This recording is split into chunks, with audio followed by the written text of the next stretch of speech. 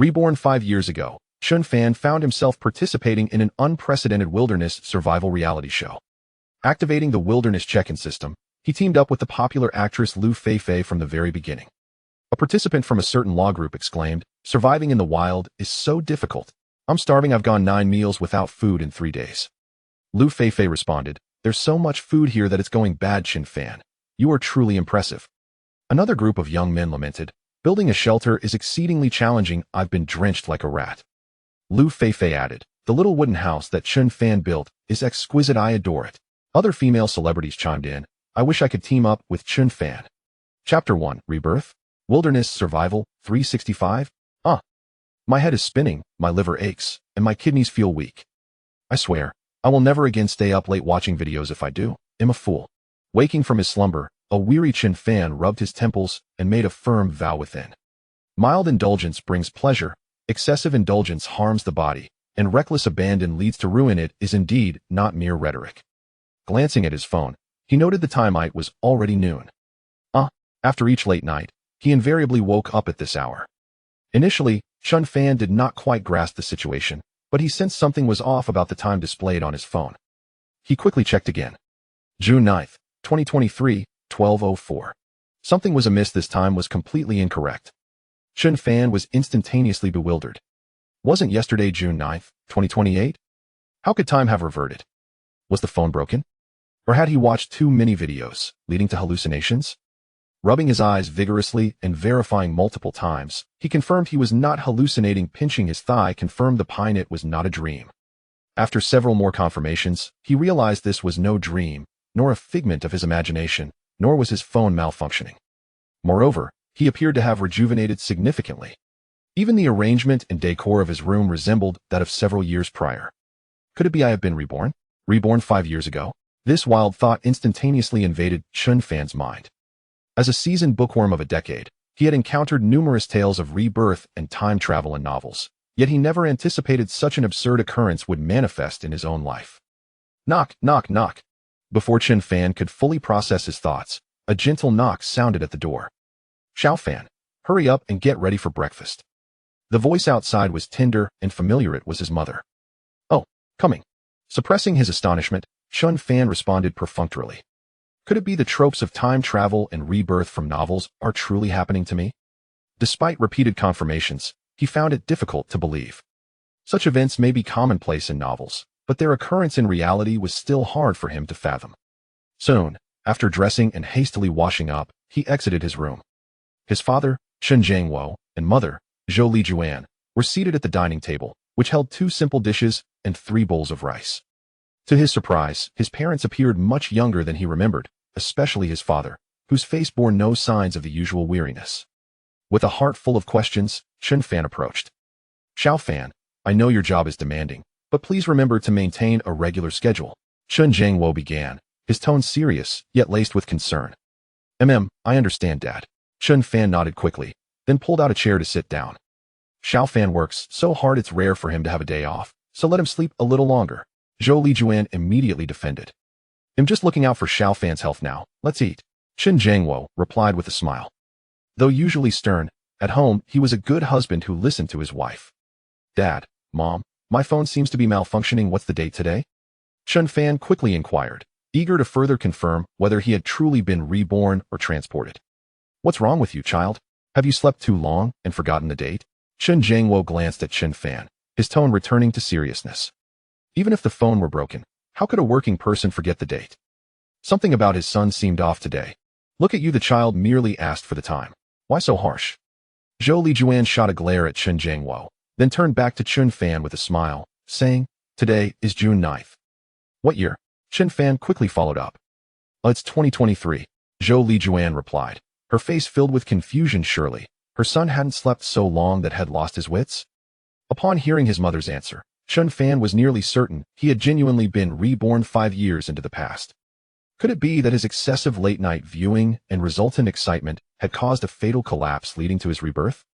At that moment, a television broadcast captured Chen Fan's attention. "Good afternoon, viewers.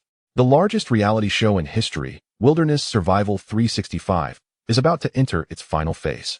In 5 minutes, We will select 20 lucky participants from 8 million applicants to join our celebrity guests in this program.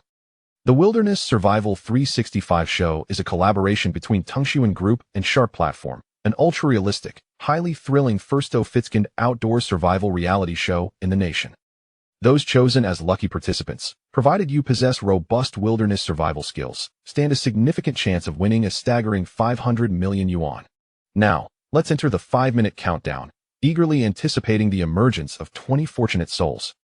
The renowned host, He Yuehua, was passionately delivering the announcement on screen, known widely in the hosting realm, his presence a fixture in major shows. Wilderness survival? What on earth? Upon hearing He Yuehua's words, Chen Fan was once again bewildered. He had never encountered any wilderness survival programs before. And it was a collaboration between Tungshuan and Shark, two corporate giants. This Wilderness Survival 365 show is incredibly hot right now. You can see their advertisements everywhere. It's practically omnipresent. Even the older folks at our factory discuss it daily. Chen Jiangwo remarked casually, glancing at the television. He wondered how much they spend on advertising. Even in public restrooms, one could spot promotions for the show. Indeed, the lure of winning 500 million yuan is undeniably captivating. Yet, is it genuine? Given the prevalence of telecom fraud lately, I recently heard that many young people, wanting to avoid detours, were scammed into selling their kidneys abroad. We should refrain from speculating, Zhou Lijuan chimed in agreement. Though they recognized the host from television and were aware of Tungshuan and Shark, the rampant telecom fraud made the elderly particularly cautious. Dad, Mom, the show is authentic. Snapping back to reality, Chen Fan exclaimed. While he could not fathom the sudden emergence of a wilderness survival reality show, a collaboration between Tungshuan and Shark could not possibly be a fabrication. Could it be that he had been reborn into an alternate parallel universe? Hence, the divergence in the unfolding narrative? At that moment, an electronic synthesized voice unexpectedly resonated in Chen Fan's mind. Ding! Wilderness check-in system successfully loaded. Reward, newbie gift pack X1. Would you like to open it? Startled by the sudden mechanical voice in his mind, Chen Fan's heart surged with elation. The system, the Reborn, and the Traversers possess their golden fingers. The novel certainly does not deceive me. Activate, Chen Fan silently chanted in his heart. Having read numerous stories of traversals and systems, he was well acquainted with the nuances of communication. With the system merely a thought sufficed. Congratulations, host. You have successfully activated the beginner's gift pack. Rewards, Physical Enhancement Liquid 1, Wilderness Knowledge Compendium 1. Physical Enhancement Liquid. Upon usage, it significantly and permanently enhances the user's physical capabilities without any side effects. Wilderness Knowledge Compendium enables accurate identification of flora and fauna in the wild. Chapter 2, 20 Fortunate Souls. What the heck? Is the beginner's gift pack really this extravagant? Chen Fan felt an overwhelming joy within. Though the gift pack contained merely 2 items, each was extraordinarily valuable. The Physical Enhancement Liquid could permanently improve the user's physikia, veritable treasure. The Wilderness Knowledge Compendium might appear mundane in everyday life, yet it was akin to a walking encyclopedia for wilderness survival. At this critical juncture, awakening the Wilderness Lottery system, does it imply I am destined to participate in Wilderness Survival 365? Chen Fan quickly deduced. Such a coincidence seemed implausible otherwise. Although he was uncertain if he had enrolled, as the chosen one, the system ought to take care of such matters. System, what is the pattern for your check-ins? Chen Fan silently pondered again. The Wilderness check-in system, as the name suggests, allows one to gain skills and items through check-ins, which is quite straightforward. However, he was unsure if check-ins could be performed daily or periodically. As soon as the thought crossed his mind, the system's voice resonated once more. In response to the host, the system has a 7-day beginner protection period. During the first 7 days, check-ins can be performed consecutively. After this period, check-ins will occur once a month. Note, the host must participate in wilderness survival to check in. Just as I suspected, Chen Fan understood. It seemed he was 90% likely to participate in this Wilderness Survival 365 program. After all, with the system in place, unexpected outcomes were unlikely. Xiao Fan, what's wrong? The voice of Zhou Lijuan pulled Chen Fan back to reality. Nothing at all. Chen Fan quickly shook his head, his gaze fixated on the television. The countdown on the screen had only 1 minute remaining. In 1 minute, the list of 20 fortunate souls would be announced. You little rascal, are you actually interested in this show? As a parent knows their child best, Chen Jiangwo immediately discerned Chen Fan's thoughts. Haha, I indeed have such intentions, Dad. Chen Fan nodded without any concealment. If he truly participated, it would be impossible to keep it from his parents. Stop talking nonsense, Xiao Fan. Even if this program isn't a scam, do you think wilderness survival is simple? The wild is teeming with snakes, insects, and vermin. A single bite can be perilous. And you youngsters, what experience do you have in wilderness survival? Zhou Lijuan immediately interjected. It was evident she would not agree to Chen Fan participating in wilderness survival, despite the enticing rewards set by the production team. Surviving in the wild for a year and securing first place would yield a staggering 500 million. The second place would receive 100 million, the third 50 million. Even enduring for just 10 days would grant a consolation prize of 100,000. Yet on a desolate primitive island, even surviving a single day would be no simple feat, let alone an entire year. This was likely the reason the production team set the rewards so high. For they were convinced that no one could endure a full year on a primitive island, especially not with a glamorous star contestant. Your mother is right, you should dismiss this notion. We will not agree. Though we may not earn much, our family's safety and togetherness is the greatest happiness. Chen Jiangwo's tone grew more severe. For parents, the utmost happiness was not about wealth or living a lavish life, but rather the simple joy of being together, safe and sound. This was the true essence of happiness. Chen Fan remained silent, his gaze still glued to the screen. Time ticked away. Countdown. 3, 2, 1. At the moment the countdown ended, He Yuhua reappeared on the screen. Dear viewers, the 20 fortunate souls have been selected. Who could these 20 be? I must say, with 8 million applicants, everyone had a chance. Now let us turn our attention to the big screen and witness this exhilarating moment. He Yuhua's figure vanished once more, and white text appeared on the blue screen. First, Lu Jun. Second, He Jiangwo. Third, Ma Yurong. As the names flashed by, Chen Fan raised an eyebrow slightly, wondering if his expectations of the system had been overly ambitious. 18th, Chen Fan. 19th, Su Xiaowan. 20th, Li Zihao. Once the list of selected contestants was unveiled, Chen Fan's excitement caused his body to tremble. It appeared that the system had indeed played a role. Otherwise, a probability of 1 in 400,000 was no easy feat to achieve. What? How could Xiao Fan's name be on that list? Did you slyly sign up for this? Chen Jiangwo immediately regarded Chen Fan sternly. Could you lower your voice a bit? Xiao Fan is a rather common name. It's not unusual for others to share it. Perhaps it's someone else. Zhou Lijuan shot a glare at Chen Jiangwo, then turned to Chen Fan with a gentle inquiry. Xiao Fan, you didn't sign up, did you? Actually I did, Chen Fan replied awkwardly with a smile. Though he was uncertain if this version of himself had signed up. With the system in play, the 18th lucky contestant was likely himself. You little rascal, who allowed you to sign up for such a perilous reality show? Do you think wilderness survival is that simple? One misstep could cost you your life. If something were to happen to you, how could we live with ourselves? Zhou Lijuan, who had been gentle moments ago, was now visibly distressed. She did not want her son to undertake such dangerous endeavors for money. Surviving on a primitive island was terrifying to even contemplate. Who knew what ferocious beasts or venomous creatures lurked within? It'll be fine, Mom. So many celebrities are participating, which means it can't be that dangerous. If there were real dangers, those stars wouldn't be joining such a program. They earn much more easily than we do. Seeing Zhou Lijuan's anxious expression, Chen Fan hurriedly smiled and began to explain. Chen Jiangwo and Zhou Lijuan seemed to find Chen Fan's reasoning quite persuasive. Indeed, those celebrities nowadays earn money effortlessly. A few variety shows and commercials could easily net them millions annually. There seemed to be little need to take risks for such programs, unless the rewards were exceedingly generous. Or, there truly was no danger. Beep beep beep. At that moment, Chen Fan's phone suddenly rang. Upon checking, he saw it was a number from Modu, with a note reading Wilderness Survival 365 Program Group. Without hesitation, Chen Fan answered the call. Hello, may I speak with Mr. Chen Fan? A sweet voice greeted from the other end. Yes, this is Chen Fan. Chen Fan, too, suppressed the surging excitement within his heart and spoke. Chapter 3. Relatives, congratulations. You have been selected by our program Survival in the Wilderness 365 to become a fortunate contestant. Should you choose to participate in this program, please gather at the Magic City Sports Arena with your personal identification by 3 o'clock tomorrow afternoon.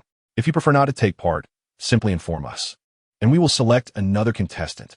Even if you decline this opportunity, you will still receive a mysterious prize from our team valued at 5,000 yuan.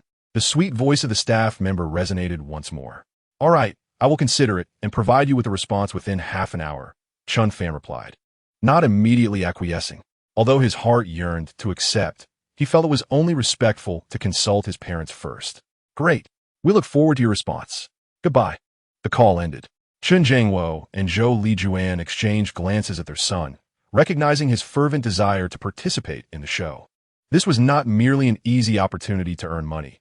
It was also a chance to showcase himself before the camera. Should he perform well, he might amass significant popularity, allowing him to earn money effortlessly from a mere video post.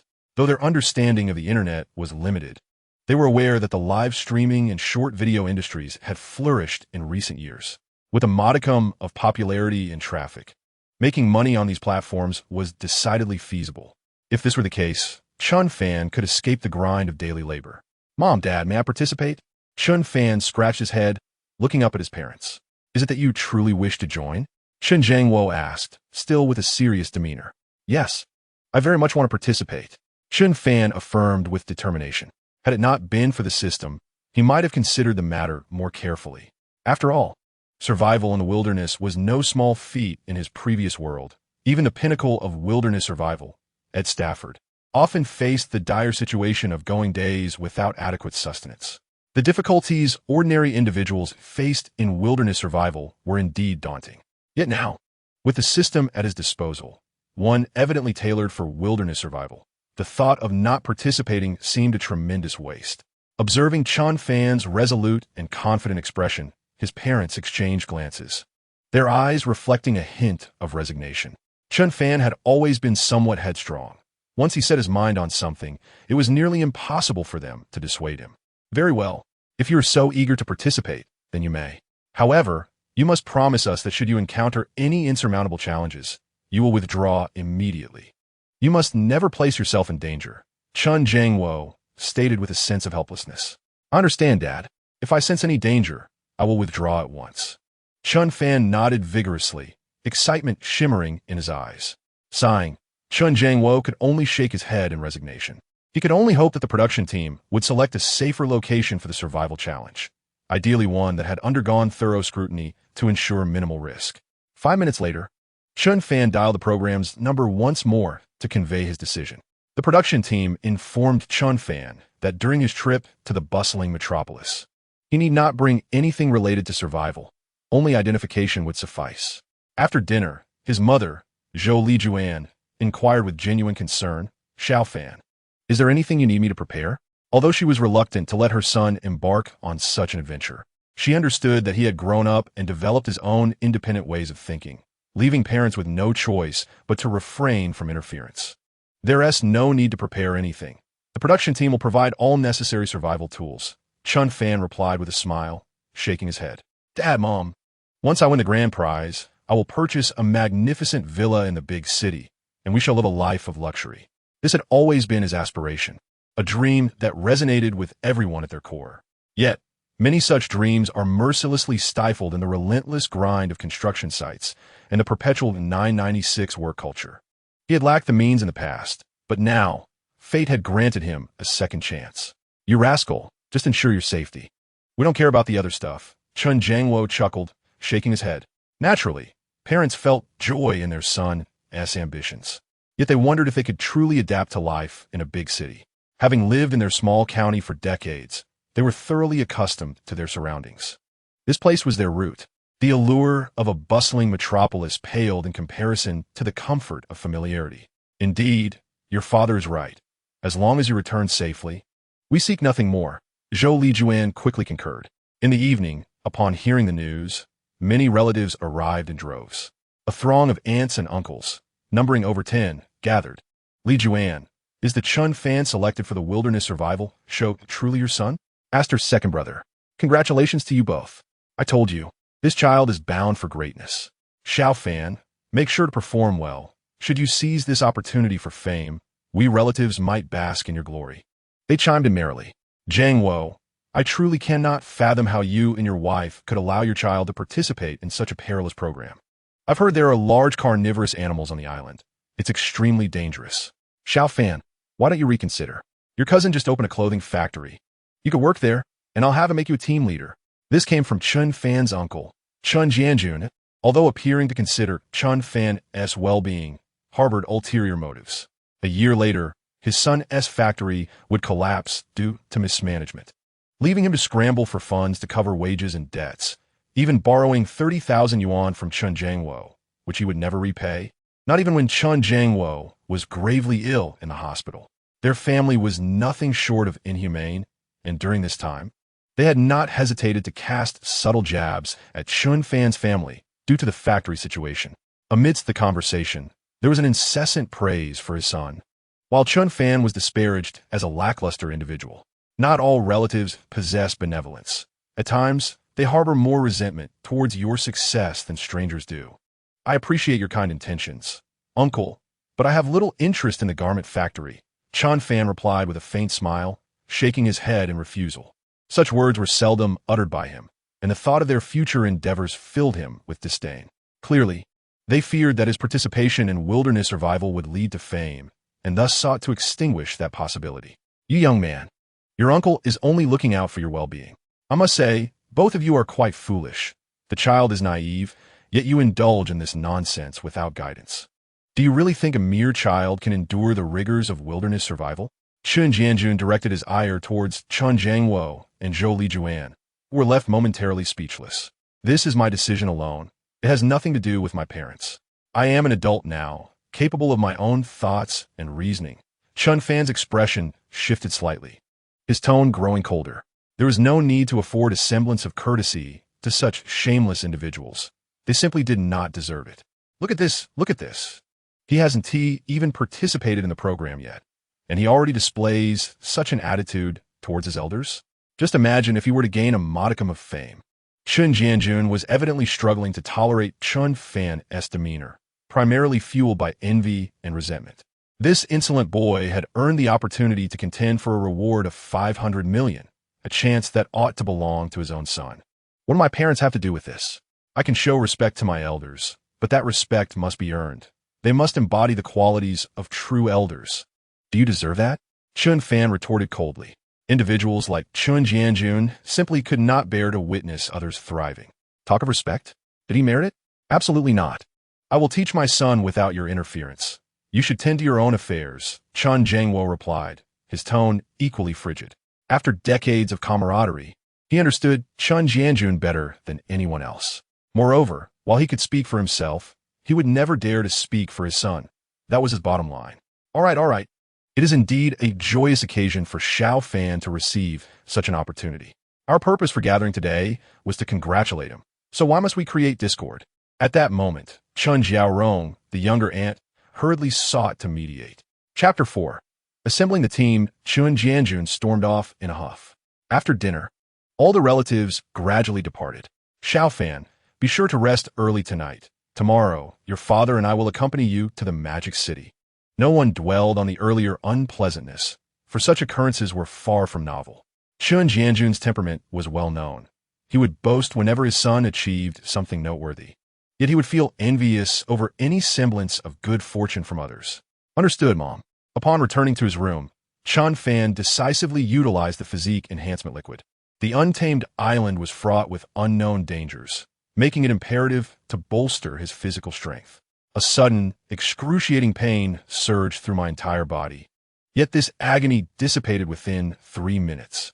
Following this, an overwhelming sense of vitality enveloped me, as if my physical capabilities had tripled.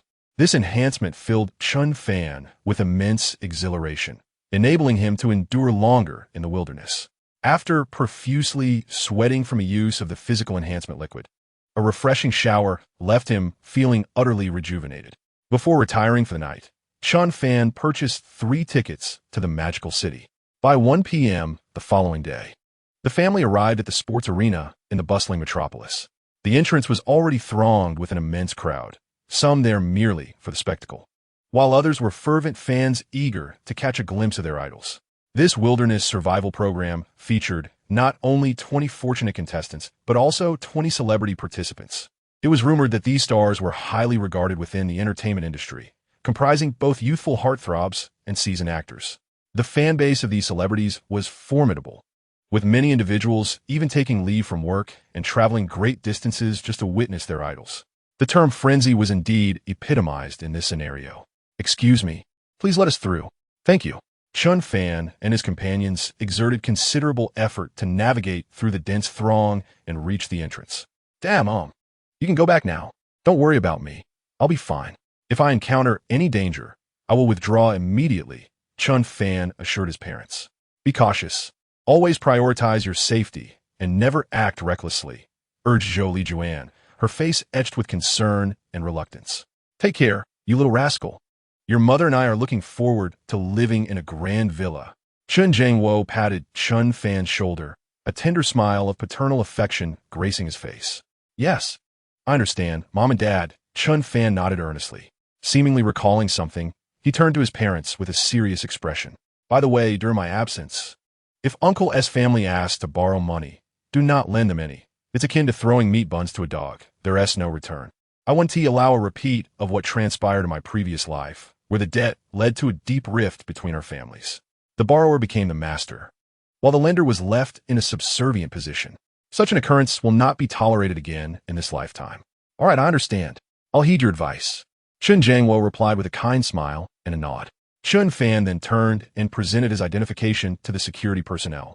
After a brief verification, he successfully entered the arena. Was that handsome young man also a lucky contestant? "He is so charming. Indeed, his features are exquisite. He is my type. Wow, how did someone like him get selected? I'm so envious I could burst." Upon witnessing Chen Fan enter the sports arena, many outside began to murmur amongst themselves. Chen Fan waved goodbye to his parents before stepping inside. The arena was vast, adorned with opulent decor, and amidst the crowd, there were numerous familiar faces. The cast comprises a collection of celebrities invited by the production team, and the rationale behind their selection is quite straightforward: to leverage the allure and popularity of these stars to enhance the show's visibility and ratings. This strategy is a common practice among reality television programs, with the likes of Deng Xiaoqiao, Wu Jing, Huang Bo, Liu Feifei, Yang Boss, Zhao Xiaodao, Fa Wang Huiqing, and Kai Ji. The star-studded lineup is indeed impressive, showcasing the production team's considerable investment. The combined remuneration for these celebrities likely surpasses 500 million. As Chen Fan gazed at the familiar faces around him, he was struck with astonishment. These individuals are perennial fixtures in the entertainment and film industries, renowned for their substantial followings and significant fees. Although some may attract a fair share of detractors, this does little to diminish their popularity.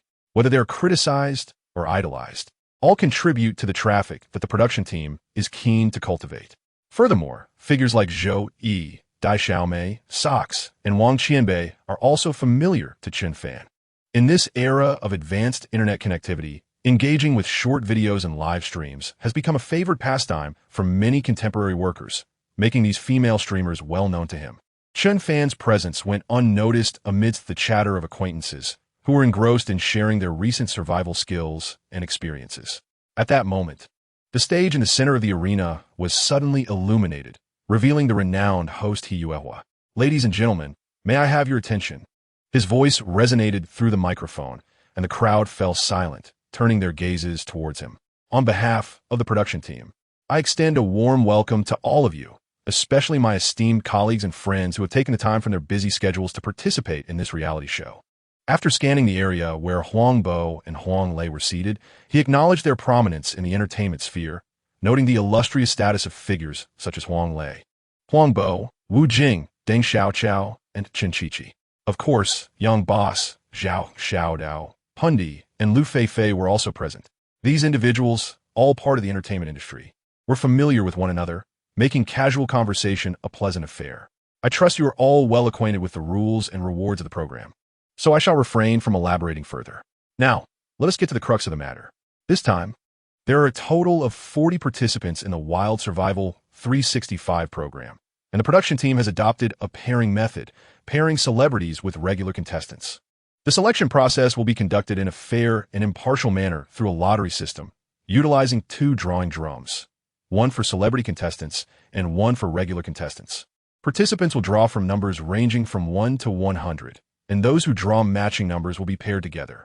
As Yuehua's words concluded, the staff brought forth the 2 drawing drums. Let the drawing commence. I hope everyone finds a partner to their satisfaction. With that, the lottery officially began, and Chen Fan stepped forward to draw a slip. Upon opening, the Arabic numeral displayed was 6.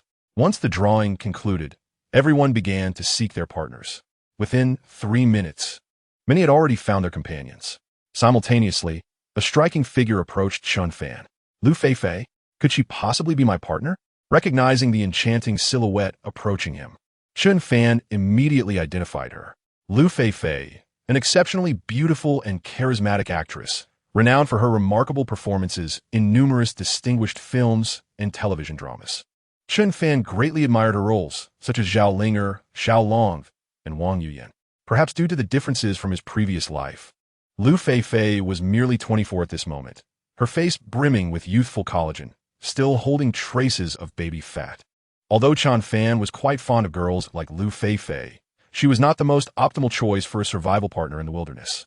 If it were Wu Jing, survival would undoubtedly be much easier, considering his past training as a special forces soldier, which surely endowed him with superior physical capabilities and resilience. This is not to belittle women. Rather, it is a recognition of the significant physical differences between genders. Hello, are you number 6? Just as Chen Fan was lost in thought, Liu Feifei had already approached him, her melodious voice inquiring. The sensation was akin to Bai Xiuzhu stepping out of the television screen in the family of golden powder. At this moment, Liu Feifei had shed some of her youthful innocence, her figure more alluring than ever. Chapter 5. Choosing Survival Tools. Yes, indeed. Chen Fan politely nodded. Although Liu Feifei was not his ideal choice for a partner, he had to accept the reality of their pairing. Wonderful. We are a team, and I look forward to your support in the time ahead. A pure and charming smile graced Liu Feifei's face, seemingly pleased with Chen Fan as her teammate. Firstly, Chen Fan was quite handsome. While he was not particularly muscular or imposing, he exuded a solid presence and a masculine aura that made her feel comfortable. He was far more appealing compared to those delicate, effeminate young men. Teaming up with such a handsome individual would ensure that even if they could not last until the end of the competition, the journey would at least be visually delightful. Let us support each other. Chen Fan responded graciously. Although he was uncertain of Liu Feifei's wilderness survival experience and skills, her beauty alone was a comforting factor. After all, the desire for beauty is inherent in us all. Moreover, Liu Feifei seemed quite polite. By the way, do you have any previous experience in wilderness survival? Liu Feifei inquired with a cheerful smile, although she had not considered enduring for an entire year or securing first place. Having a stronger partner would surely allow them to last longer, thereby enhancing her visibility and potentially garnering a higher reward. More importantly, it would be an excellent opportunity for personal growth. There is indeed a slight familiarity. I have conducted some research on this subject in the past, Chen Fan modestly remarked. In his previous life, he had a fondness for wilderness survival programs and short videos, often watching them in their entirety whenever they appeared. After all, such content is akin to a young man's handbook for adventure. He had practically viewed all of the survival videos featuring the likes of Masterda and Master Bay, thereby acquiring a considerable amount of theoretical knowledge. As for practical experience with a system in place, there should be no unexpected challenges. Wow, that's fantastic. With that in mind, we certainly have a chance at clinching the championship. Upon hearing Chen Fan's words, Liu Feifei's face immediately lit up with excitement. She had not anticipated that this strikingly handsome and sunny boy would possess knowledge of wilderness survival. Let's hope so. I too have come here for the championship. Chen Fan replied, a smile gracing his lips. It appeared that Liu Feifei was not merely seeking a playful escape or a leisurely holiday. She genuinely aspired to persevere for an extended period. Such a teammate was precisely what Chen Fan needed. A lack of wilderness survival experience was inconsequential. What mattered was the resolve and ambition to endure until the end. Both mindset and skill are equally vital. Yes, I believe we can sustain ourselves for a considerable duration. Let us wish for a pleasant collaboration ahead, Liu Feifei declared, extending her delicate hand, her lips curving into a beautiful arc. Indeed, a fruitful partnership. Chen Fan grasped Liu Feifei's slender hand, which felt as smooth as jade and remarkably soft. The sensation was exceptionally comfortable. At that moment, most contestants had already found their partners. Several familiar figures approached them. Yang Mi, Zhao Xiaodao, and two girls beside them, presumably their teammates. Feifei, is this your partner? What a handsome young man, Yang Mi remarked, casting a glance at Chen Fan, her eyes reflecting a hint of envy. This was not mere flattery. She genuinely found Liu Feifei's partner to be quite charming.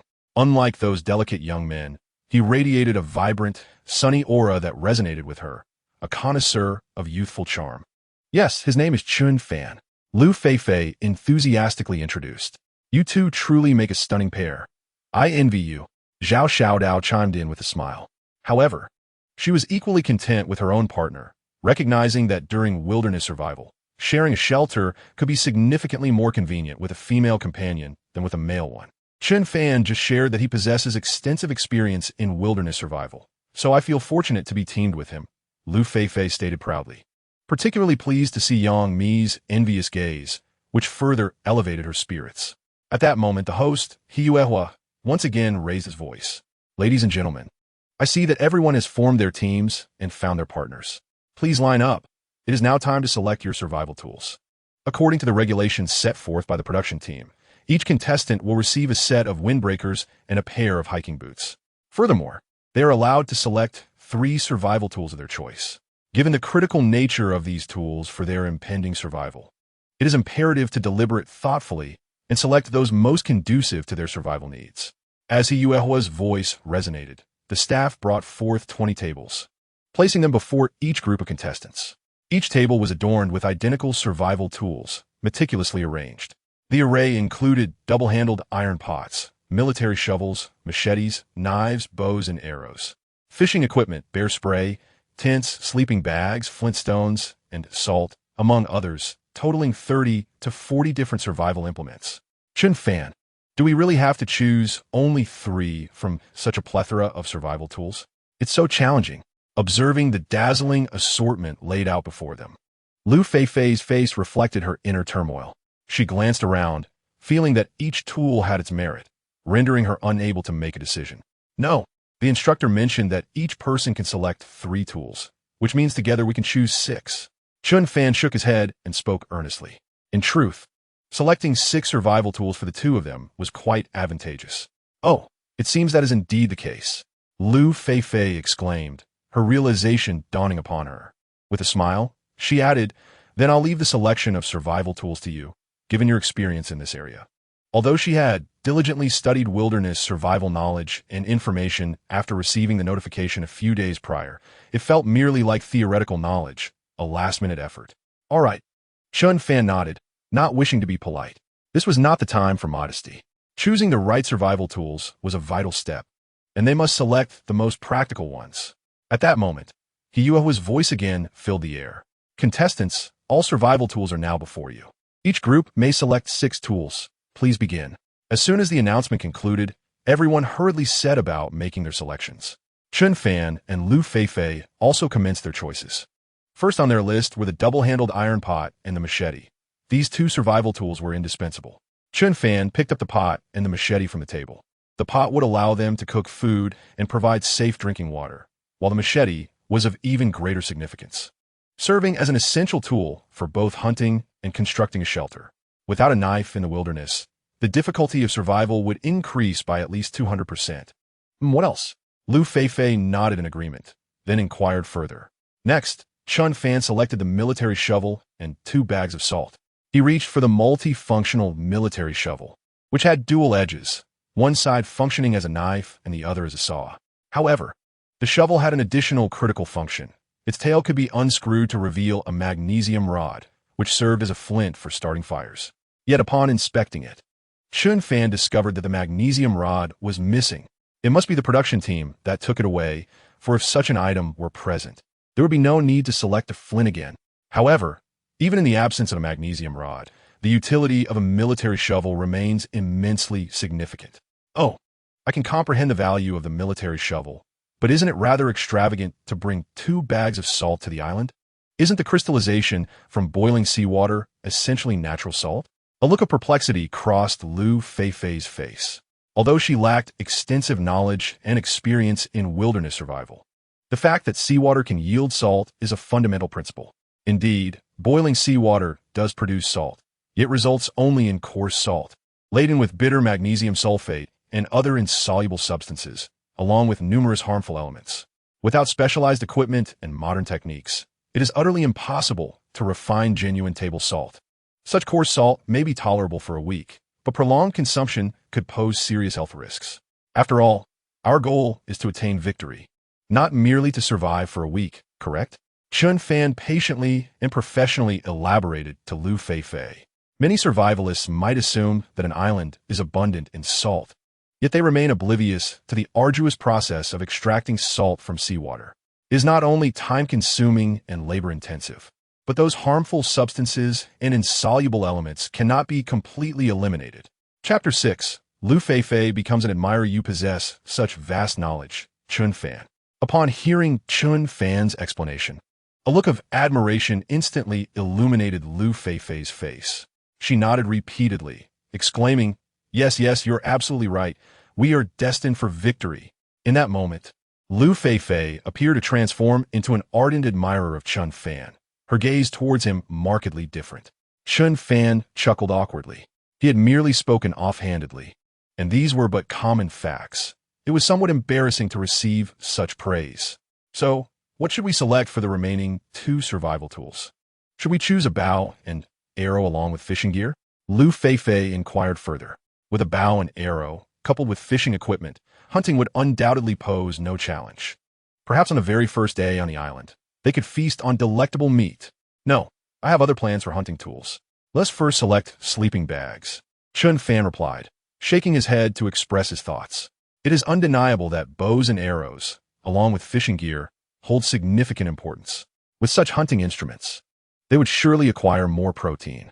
However, once they arrive on the deserted island, both bows and arrows and fishing gear can indeed be crafted independently. Moreover, he had already devised a method for creating other essential tools prior to their departure. Sleeping bags? Actually, we do not require such items, Chen Fan remarked. I researched recently, and it seems that the temperature difference between day and night on the island is not substantial, and the average annual temperature is unlikely to be too low. Liu Feifei expressed her confusion. Although she lacked practical experience, she had absorbed some theoretical knowledge. At the very least, she understood that the temperature variation on the island was not extreme, thus rendering sleeping bags not particularly vital. Upon observing Liu Feifei's confusion, Chen Fan elucidated. My choice to sleep is not solely for the purpose of rest. The material within the synthetic sleeping bag is down cotton, which could even be fashioned into sanitary pads. After all, we must consider long-term plans, making such items essential for you. If I were alone, a sleeping bag would indeed be unnecessary. However, with Liu Feifei present, her physiological needs must also be taken into account. Only by addressing these matters can we endure for a longer duration. Upon hearing Chen Fan's explanation, Liu Feifei's cheeks flushed crimson, and she felt a wave of gratitude wash over her. This incident clearly demonstrated Chen Fan's attentiveness, as he even contemplated such delicate issues. To be honest, she had pondered this matter before, yet felt too shy to voice it. After all, such topics are quite private for women, making it awkward to discuss with a male companion. Thank you, Chen Fan. I feel fortunate to have you as my teammate, Liu Feifei expressed gratefully after a moment. If it were any other guy, he surely wouldn't have thought of this. Let us not be so formal. We are teammates, Chen Fan replied with a smile. Next came the final survival tool. Initially, he had considered a flint, as the 4 fundamental elements of wilderness survival are water, fire, food, and shelter. Therefore, a flint is indeed crucial. With it, fire-making concerns are alleviated. However, Chen Fan ultimately decided against it, as the ambient temperature was quite high. As long as one could find some dry materials, creating fire by friction would not pose much difficulty. Especially considering his physical condition was 3 to 4 times that of an average person, he should have no trouble in this regard. Thus, for his final survival tool, Chen Fan opted for a rain tarp. Erecting a shelter in the wild is no simple feat. It is quite possible that the first and second days may not yield a satisfactory structure, given the island's unpredictable weather. Possessing a rain tarp would prevent one from becoming drenched. Half an hour later, all participants had selected their survival tools. Machetes, flints, double-handled iron pots, bows, and arrows, and fishing gear were the preferred choices of many contestants. Following closely, Tents were among the most frequently chosen items. Some prominent contestants opted for mosquito repellent and sunscreen, likely intending to experience life, rather than genuinely competing for the prize, as many celebrities do not lack for financial resources. All right, everyone, please be quiet. I see that all participants have chosen their respective survival tools. Yuhua's voice rang out once more, this time with a more serious tone. Now, I request the staff to proceed with uniform registration, and all participants should collect their rain jackets and hiking boots. I must remind everyone that each female contestant may only bring one set of underwear and one tank top, while male contestants are permitted one pair of underwear and one tank top.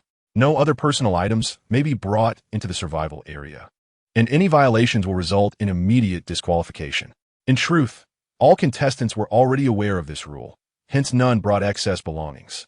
Soon, everyone received their rain jackets and hiking boots and completed the registration for their selected survival tools. Thus, today's task has concluded. I kindly ask all participants to proceed to the nearby Dihao Hotel for a well-deserved rest. Tomorrow morning at 6 o'clock, we shall convene here punctually. As Yuhua's voice faded, all competitors gradually departed. Upon exiting the gymnasium, a surge of fervent fans erupted, akin to a frenzied swarm of locusts. Fortunately, the security personnel were sufficiently numerous, otherwise, a severe stampede might have ensued. This incident led Chen Fan to contemplate the peculiar mindset of these individuals. Indeed, the world of obsessive fans is one that eludes ordinary comprehension. The journey of merely 2 to 3 kilometers took a full half hour for all participants to return to the hotel. By this time, the hotel staff had already prepared dinner, and Chen Fan indulged in a hearty meal. Due to his modest family background, he seldom had the opportunity to savor such lavish feasts. After dining, Chen Fan and Liu Feifei returned to their room. Chen Fan, is there anything else we need to prepare? Liu Feifei inquired, her heart fluttering with anxiety as the wilderness survival challenge was set to commence the following day. Let's take a stroll. Chen Fan replied with a smile, his expression calm and devoid of any signs of tension. Instead, he radiated a sense of anticipation and excitement. After all, the next day would bring the chance to sign in. What delightful surprises awaited. All right, just wait a moment. I'll freshen up a bit. Liu Feifei nodded and then slipped into the bathroom. Often, venturing out as a celebrity can be quite cumbersome, inevitably leading to being besieged by fans. Thus, prior to stepping out, most stars take care to present themselves well, not necessarily to enhance their appearance, but rather to avoid being recognized by their admirers. 10 minutes later, Liu Feifei emerged from the bathroom, dressed modestly. The two exited the hotel and meandered for a while, sampling various delicacies at the night market. Although they encountered a few of Liu Feifei's fans along the way, thankfully, these admirers were not overly fervent. Under Chen Fan's guidance, they made their way to a larger shopping mall. Chen Fan, what are we doing here? Liu Feifei asked, a hint of confusion in her voice. The production team prohibited the bringing of personal items to the deserted island, rendering any purchases from the supermarket futile. Let's explore a bit. Surely, everyone can enter wearing a set of undergarments, can't they? We should go and choose some. Chen Fan replied with a grin, then headed towards the lingerie section. Chapter 7. Whimsical thoughts upon entering the lingerie section. Chen Fan began to select items with great seriousness. Chen Fan, what exactly are you doing? Isn't it just a matter of choosing a set of undergarments? You can simply pick one that catches your eye. There's no need for such meticulousness. Liu Feifei, having followed him, expressed her bewilderment at his approach. Is it really necessary to be so selective over just a piece of lingerie? I am searching for undergarments with particularly resilient elastics, he explained. If the elasticity of the rubber bands is sufficiently good, I envision their utility once we arrive on the deserted island. For instance, we could fashion a slingshot from the rubber bands. Chen Fan, while selecting items, articulated his intentions. The production team indeed stipulated that each girl could have a limited set of undergarments, while boys were permitted one pair of shorts and a tank top. However, they did not specify any particular brand or style, allowing for a degree of freedom in selection, which does not contravene the team's regulations. So that's how it is. Your thoughts are quite comprehensive. Upon hearing Chen Fan's explanation, Liu Feifei suddenly grasped the situation. It seems Chen Fan is indeed clever, adept at exploiting the loopholes within the rules. The rubber bands within the underwear qualify as designated items, not personal belongings. Adding anything extra would likely breach the regulations. But the elastic bands that come with the lingerie pose no issue. You should find yourself a suitable new set of lingerie as well. After all, we may need to survive on the island for an extended period, Chen Fan said with a smile, before resuming his selection. After half an hour, the duo finally chose their preferred undergarments and took a taxi back to the hotel. Once at the hotel, they returned to Chen Fan's room. Chen Fan, what do you think of the set I chose? The elasticity and durability of the rubber bands are quite commendable. Look at the two straps. The elasticity is exceptional. Liu Feifei eagerly showcased her recent acquisition, exuding confidence and treating Chen Fan as if he were not a stranger at all. Naturally, Chen Fan could only study the ensemble with keen interest. It was a black lace-trimmed set of lingerie, adorned with embroidered cutouts, both sensual and aesthetically pleasing. The elasticity of the straps was indeed impressive.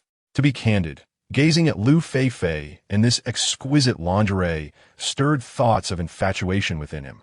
Infatuation? That doesn't seem entirely inappropriate. So how does this set fare? If it doesn't meet your approval, I can always select another. Seeing Chen Fan's unabashed gaze, Liu Feifei quickly inquired. It was her first time showcasing her intimate apparel before a boy, and the embarrassment was undeniable.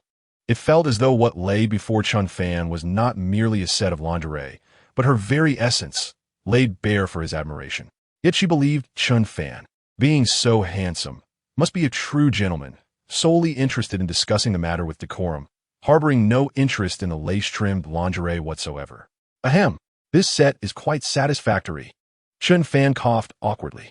Had his gaze been too overt?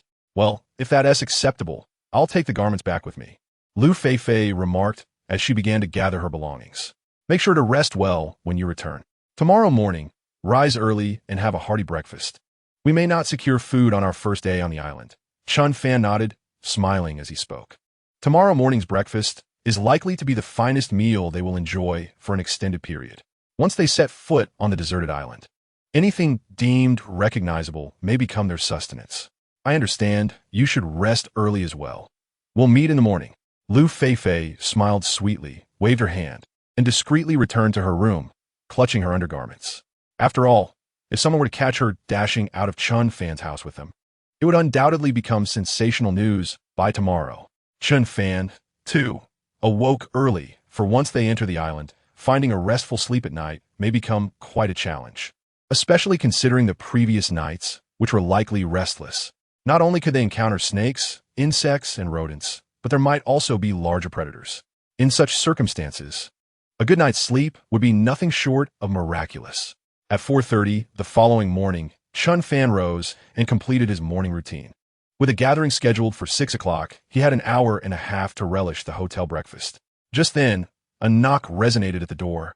Upon opening it, he found Liu Feifei, fully prepared yet bearing dark circles under her eyes, clearly fatigued from a poor night's rest. Have you transformed into a panda? Did you not sleep at all? Chen Fan couldn't help but inquire, astonished at her weary appearance despite returning to her room around 8 the previous night. Yes, I was too anxious. I tossed and turned, unable to find sleep. Liu Feifei nodded, yawning. She had anticipated a good night's rest, but it seemed she only drifted off around 1 in the morning. It had been a long time since she felt such tension over a single matter. You really have no reason to be so anxious, Chen Fan chuckled, then added, come on, let us enjoy breakfast. After we eat, we must set off. Liu Feifei promptly shook off her fatigue and followed Chen Fan. Soon, they arrived at the ground floor buffet. Typically, breakfast at a buffet begins at 5, but today, due to special circumstances, it was fully prepared by 4 o'clock. The restaurant featured 4 stations: Chinese cuisine, Western fare, desserts, and a cold section. The Chinese station offered fried rice, stir-fried dishes, congee, and steamed delicacies. The Western station presented fried eggs, hot dogs, sauteed mushrooms, grilled meats, and more. The dessert station was filled with an array of breads, while the cold section showcased fresh fruits, salads, and freshly squeezed juices. One must admit, the variety of breakfast offerings was exceptionally abundant. Wow, is this the life of the affluent? To have such a lavish breakfast? Chen Fan marveled at the opulent restaurant. In his lifetime, he had never dined in such an upscale establishment for breakfast. Most often, he settled for a few buns or, on indulgent occasions, a visit to a local eatery. Let's eat quickly, The more we consume, the better. Ideally, we should devour enough to sustain us for the entire day. Chen Fan declared, grabbing a plate and beginning to serve himself, while reminding Liu Feifei to do the same. After all, he could not guarantee that they would find food on the very first day on the island. Thus, the aim was to eat as heartily as possible during this meal. Indeed, Liu Feifei nodded vigorously. By now, nearly all the other stars and contestants had gathered in the dining hall. Chapter 8. Our Goal. The championship following a whirlwind of consumption. Both of them felt their bellies swell with satisfaction. The other contestants shared the same sentiment, as this simple truth was evident to all. Once they arrived at the survival destination, indulging in a delectable breakfast would become a mere fantasy. Throughout this time, several celebrities approached Liu Feifei to exchange pleasantries, while Chen Fan became almost invisible, lacking any presence. After all, most of the stars hardly regarded the ordinary contestants.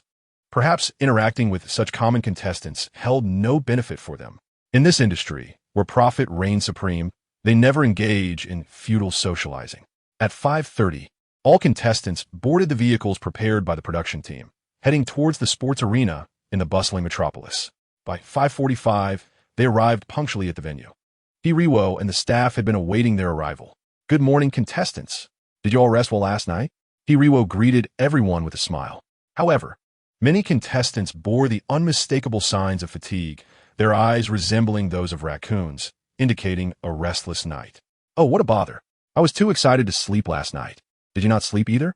I tossed and turned all night." Indeed, the mere thought of potentially winning that staggering 500 million prize kept me wide awake. Numerous fortunate contestants began murmuring among themselves. In contrast, the celebrity contestants remained remarkably composed. In truth, most of the stars participating in this reality show were not motivated by the monetary reward, fully aware that the colossal sum would remain out of their reach. The prospect of enduring an entire year on a desolate island was daunting to contemplate. Yet the tens of thousands, or even a million, seemed trivial to them. Thus, their purpose for joining was straightforward: to enjoy a few days of adventure on the island and walk away with a hefty paycheck. And that was all. Now, let me reiterate a few important points. While the prize money is enticing, life holds greater value. I understand everyone aspires to claim the ultimate prize, but the survival destination you are about to reach is fraught with peril, rife with unknown dangers. Therefore, it is imperative to prioritize your safety above all else. The production team will provide each group with a satellite distress phone. Should you encounter danger, please contact the rescue team immediately. Although the prize is alluring, our lives are invaluable. Ultimately, I hope each group can endure for the entire year and seize the grand prize. Now, please gather the survival tools you selected yesterday. Prepare to embark, and I wish you all the best of luck. As Hiriwo's words concluded, the staff brought forth the survival tools chosen by the contestants the day before, along with a satellite phone and an emergency rescue kit. Within the contents lies an assortment of antibiotics and emergency medical equipment. The purpose of equipping an emergency rescue kit is to address unforeseen circumstances that contestants may encounter. However, once the emergency kit is utilized, it signifies the forfeiture of the current challenge. After gathering all survival tools, the contestants were transported to the airport by the production team. As survival in the domestic landscape is fraught with numerous restrictions, almost every visible animal is a protected species, rendering hunting and capture illegal. Thus, the production team has chosen an undeveloped, pristine island abroad for this endeavor. Such islands are not particularly valuable internationally, often available for lease at a modest sum of 2 to 3 million for a duration of 2 to 3 years. Furthermore, the flora and fauna present on these islands can serve as sustenance for the contestants, thereby circumventing various wildlife protection laws. This arrangement allows the participants to fully exercise their survival skills. 3 hours later, all contestants arrived in another country via airplane. Nevertheless, a further 2 to 3 hours of travel remained, necessitating a yacht to reach their destination. The production team had already made the necessary preparations, with a total of 4 yachts, each capable of accommodating 5 pairs of contestants. Chen Fan and Liu Feifei boarded yacht number 2, accompanied by fellow celebrity contestants Zhao Xiaodao, Yang Mi, Xia Shui, and Pundi. Zhao Xiaodao, Yang Mi, and Pundi each had female teammates, while Xia Shui's partner was a middle-aged man named Yang Bin, a retired firefighter undoubtedly possessing commendable skills. As everyone settled in, Yang Mi inquired, "What is your target duration for this challenge?" Given that they still had a few hours to travel, it would be rather tedious to remain silent. "My goal along with Guo Yin is 3 months. Guo Yin has prior experience in wilderness survival, so I firmly believe we can endure for 3 months, Zhao Xiaodao declared first. Having watched a short video of Guo Yin's solo wilderness survival journey the previous night, it was evident that her knowledge was quite professional, which instilled Zhao Xiaodao with considerable confidence. Despite lacking similar expertise and skills, her rural upbringing had endowed her with resilience and tenacity. "Wow, your teammate actually possesses wilderness survival experience? I envy you, Xiaodao," Pundi remarked, her face radiating admiration. Her own partner, Liu Ziki, was equally impressive, a retired national shooting athlete. Yet, she pondered the extent to which such skills would be advantageous in the wild. Smiling at the envious expression on Pundi's face, Zhao Xiaodao beamed with delight. "Uncle Yang and I aim to last for 6 months. He used to be a firefighter and is in excellent physical condition, so we are sure to succeed." Xia Shui chimed in eagerly. Having such a formidable ally nearby instilled her with confidence and a sense of security. "Feifei, what about you two? Didn't you mention yesterday that Chen Fan has a considerable understanding of wilderness survival?" Yang Mi turned her gaze towards Liu Feifei, posing the question, and then glanced at Chen Fan with renewed interest. Because this young man is truly handsome, exuding a vibrant, sunlit charm unlike the delicate, effeminate youth of today. This embodiment of vitality renders her utterly defenseless. If she had drawn the same number as Chen Fan, it would have been sheer delight. However, despite such thoughts, she concealed her emotions, wary of her teammate Shen Cici's potential overthinking. Indeed, Chen Fan possesses considerable expertise in wilderness survival. "So our goal is to endure for at least a year and claim first place," Liu Feifei stated with palpable confidence. This was a target she and Chen Fan had established long ago. Upon hearing Liu Feifei's assertion, the others gazed at the duo with a mix of surprise and curiosity, pondering the source of their unwavering confidence. Liu Feifei, as a prominent star, surely lacked experience and skills in wilderness survival. As for Chen Fan, while he appeared far more capable than the typical young idols of the entertainment industry, his physique was not particularly imposing, and he seemed quite youthful. What then was the origin of their confidence? Chapter 9. Arrival on the island. Haha. Youth is synonymous with confidence. A middle-aged man, Yang Bin, chuckled, though his eyes bore no trace of mockery or disdain, merely reflecting admiration for the vitality and assurance of youth. "Well then, let us take advantage of this time to share our survival experiences," Yang Mi suggested. The celebrity contestants had received the program's invitation a fortnight prior, allowing ample time for preparation. They could research wilderness survival online and engage in practical exercises, such as fire by friction, sourcing water, hunting, fishing, and constructing shelters. However, mastering such a vast array of knowledge in merely 2 weeks posed a significant challenge for many stars. Consider fire by friction and shelter construction. These tasks are far from simple. Moreover, in reality, they would not have prepared materials at their disposal. All resources must be sought through their own efforts, greatly amplifying the challenges of survival. 2.5 hours swiftly passed. The clock struck 11:30 a.m., the hottest part of the day. The sun blazed overhead, creating visible ripples of heat above the sea surface. The temperature soared above 35 degrees Celsius, likely even higher on the island. At last, the survival island appeared before everyone's eyes. The island was vast, seemingly endless, adorned with lush, verdant vegetation reminiscent of an untouched primordial forest. "Is this the island where we will survive? It is so expansive. I wonder if there are any large predators lurking within." Gazing at the boundless island, Yang Mi and Liu Feifei were struck with awe. Initially, they had envisioned a smaller island with less dense vegetation, but it was evident that the survival location differed entirely from their expectations. On this verdant and untamed island, one might speculate the existence of formidable beasts. Such a desolate place evokes a sense of awe and trepidation. It is indeed plausible. The production team has stated that this island remains uncharted, an embodiment of pure, untouched wilderness. Thus, the presence of large carnivorous animals would not be surprising. Yang Bin responded earnestly, noting the considerable challenges of survival here. Enduring for 6 months would undoubtedly prove more arduous than anticipated. Soon, the yacht approached a rocky enclave, where staff members approached Chen Fan and Liu Feifei, announcing, "Mr. Chen, Miss Liu, this is your designated starting point for survival. Please gather all your supplies and tools and make your way to the island." As contestants numbered 6, they were the first group to disembark. All right, Chen Fan and Liu Feifei nodded and began to organize their survival gear. "Good luck, Feifei. If you truly win the grand prize of 500 million, remember to treat us to a meal." Yami chimed in with a smile. Yes. You must persevere until the end. We'll be waiting for you and Chen Fan to take us out." Several girls echoed her sentiments, having developed a rapport through previous interactions. In moments like these, mutual encouragement is indeed essential. If Chen Fan and I make it to the end, I promise to treat you all to a feast.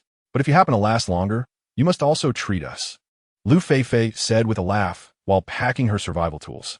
"Of course, that's a given," the girls replied, chuckling in agreement. However, in their hearts, they all lacked confidence in enduring for an entire year. The mere sight of the lush, wild island filled them with apprehension. The thought of surviving in such an environment for a year was daunting. "Keep going, Chen Fan.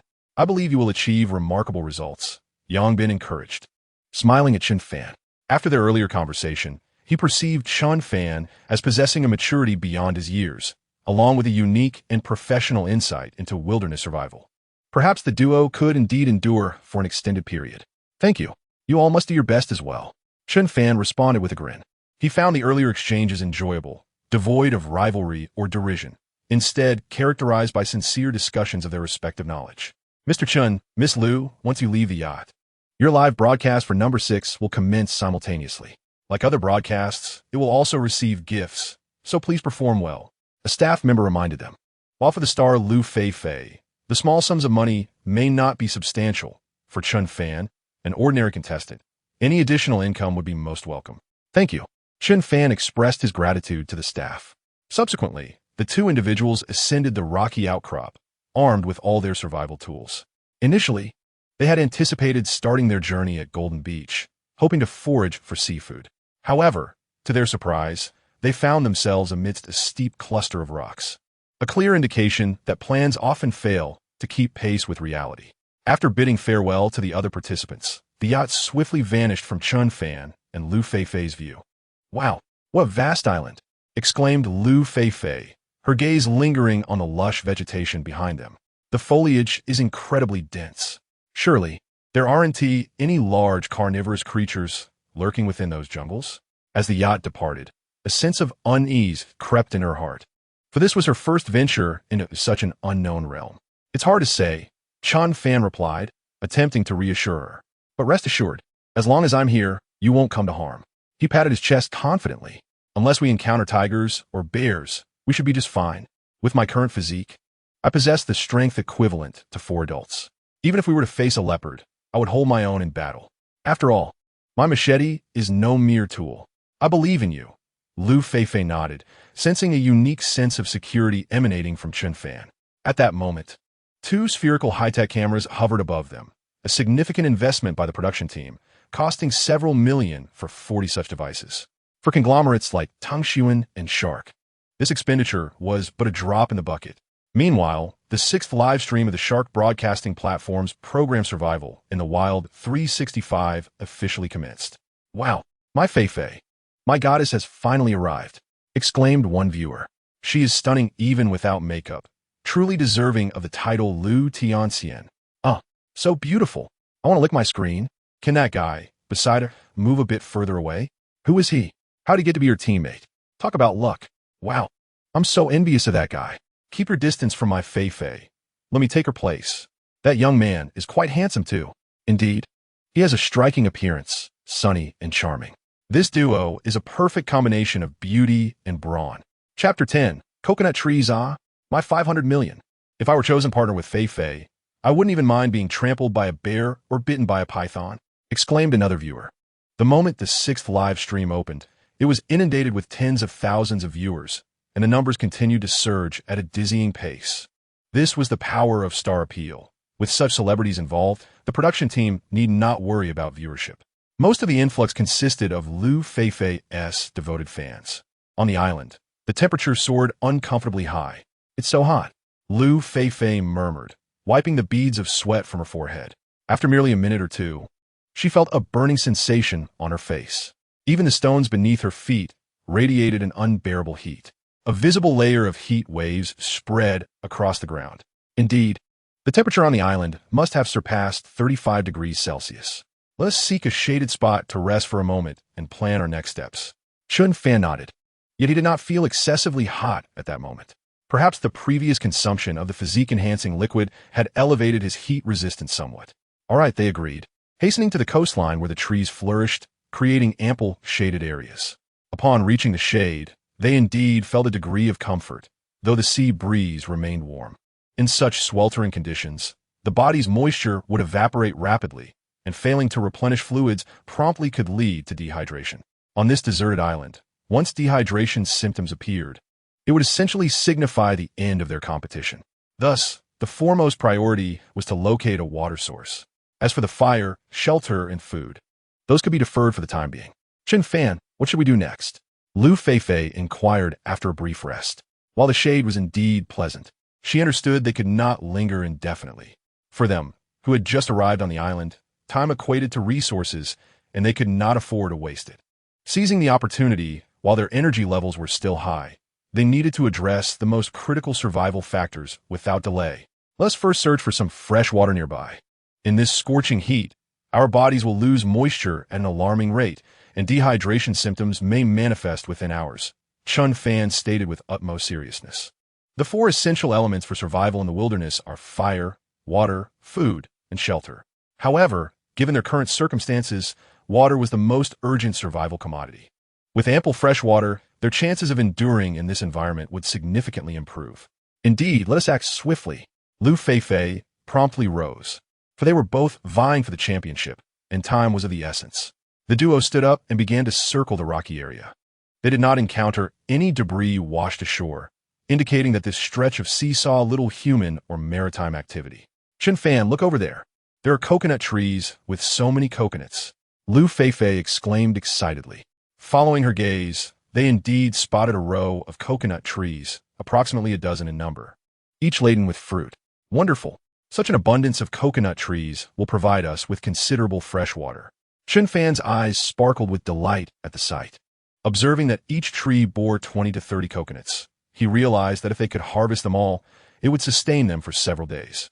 They hurried to the coconut trees. From a distance, the trees did not appear particularly tall, but upon approaching, they were astonished by their height. The shortest coconut tree seemed to be around 7 or 8 meters tall, while the tallest towered over 20 meters. In truth, it is quite natural. Without human intervention or deforestation, coconut trees can thrive astonishingly.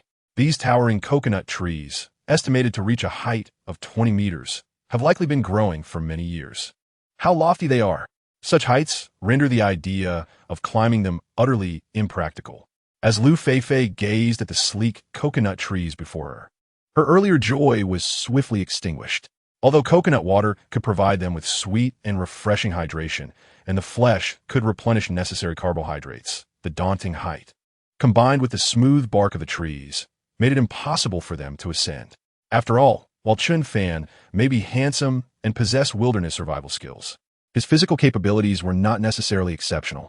Climbing trees is an endeavor that demands considerable stamina. Upon contemplating this, Liu Feifei's expression turned to one of despair. The most agonizing aspect of their situation was not the scarcity of fresh water, but rather the fact that fresh water was so tantalizingly close, yet utterly unreachable. Ha ha ha! Poor Feifei. The sweet, delightful coconut water was right there, but she couldn't drink it. This truly was the most excruciating predicament. By the way, is Chen Fan utterly useless? Can't he climb the tree to fetch coconuts for Feifei? And to those upstairs, have you lost your minds? Those coconut trees are at least 8 or 9 meters tall at the minimum. Why don't you try climbing them barehanded? Exactly. Those coconut trees are so tall and straight. Do you truly believe they are easy to climb? You keyboard warriors really do speak without thinking. Is it really just about having hands? Indeed, as a child from the countryside, trees of such height pose no real challenge. Haha. The comment section and live stream are filled with people who think they are experts. At this moment, the live stream was becoming increasingly lively, with the number of viewers surpassing 500,000. Although this figure may sound intimidating, upon further reflection, it is not particularly large. After all, Liu Feifei is a highly sought-after celebrity, boasting an enormous fan base, with her Weibo followers reaching several tens of millions. Thus, in comparison, 500,000 concurrent viewers is indeed not a significant number. Meanwhile, on the island, Chen Fan surveyed his surroundings and quickly located 4 or 5 fallen coconuts. He collected them all, discovering that only 2 contained coconut water, and perhaps due to their prolonged fall, the moisture within was minimal. You should drink this coconut water first.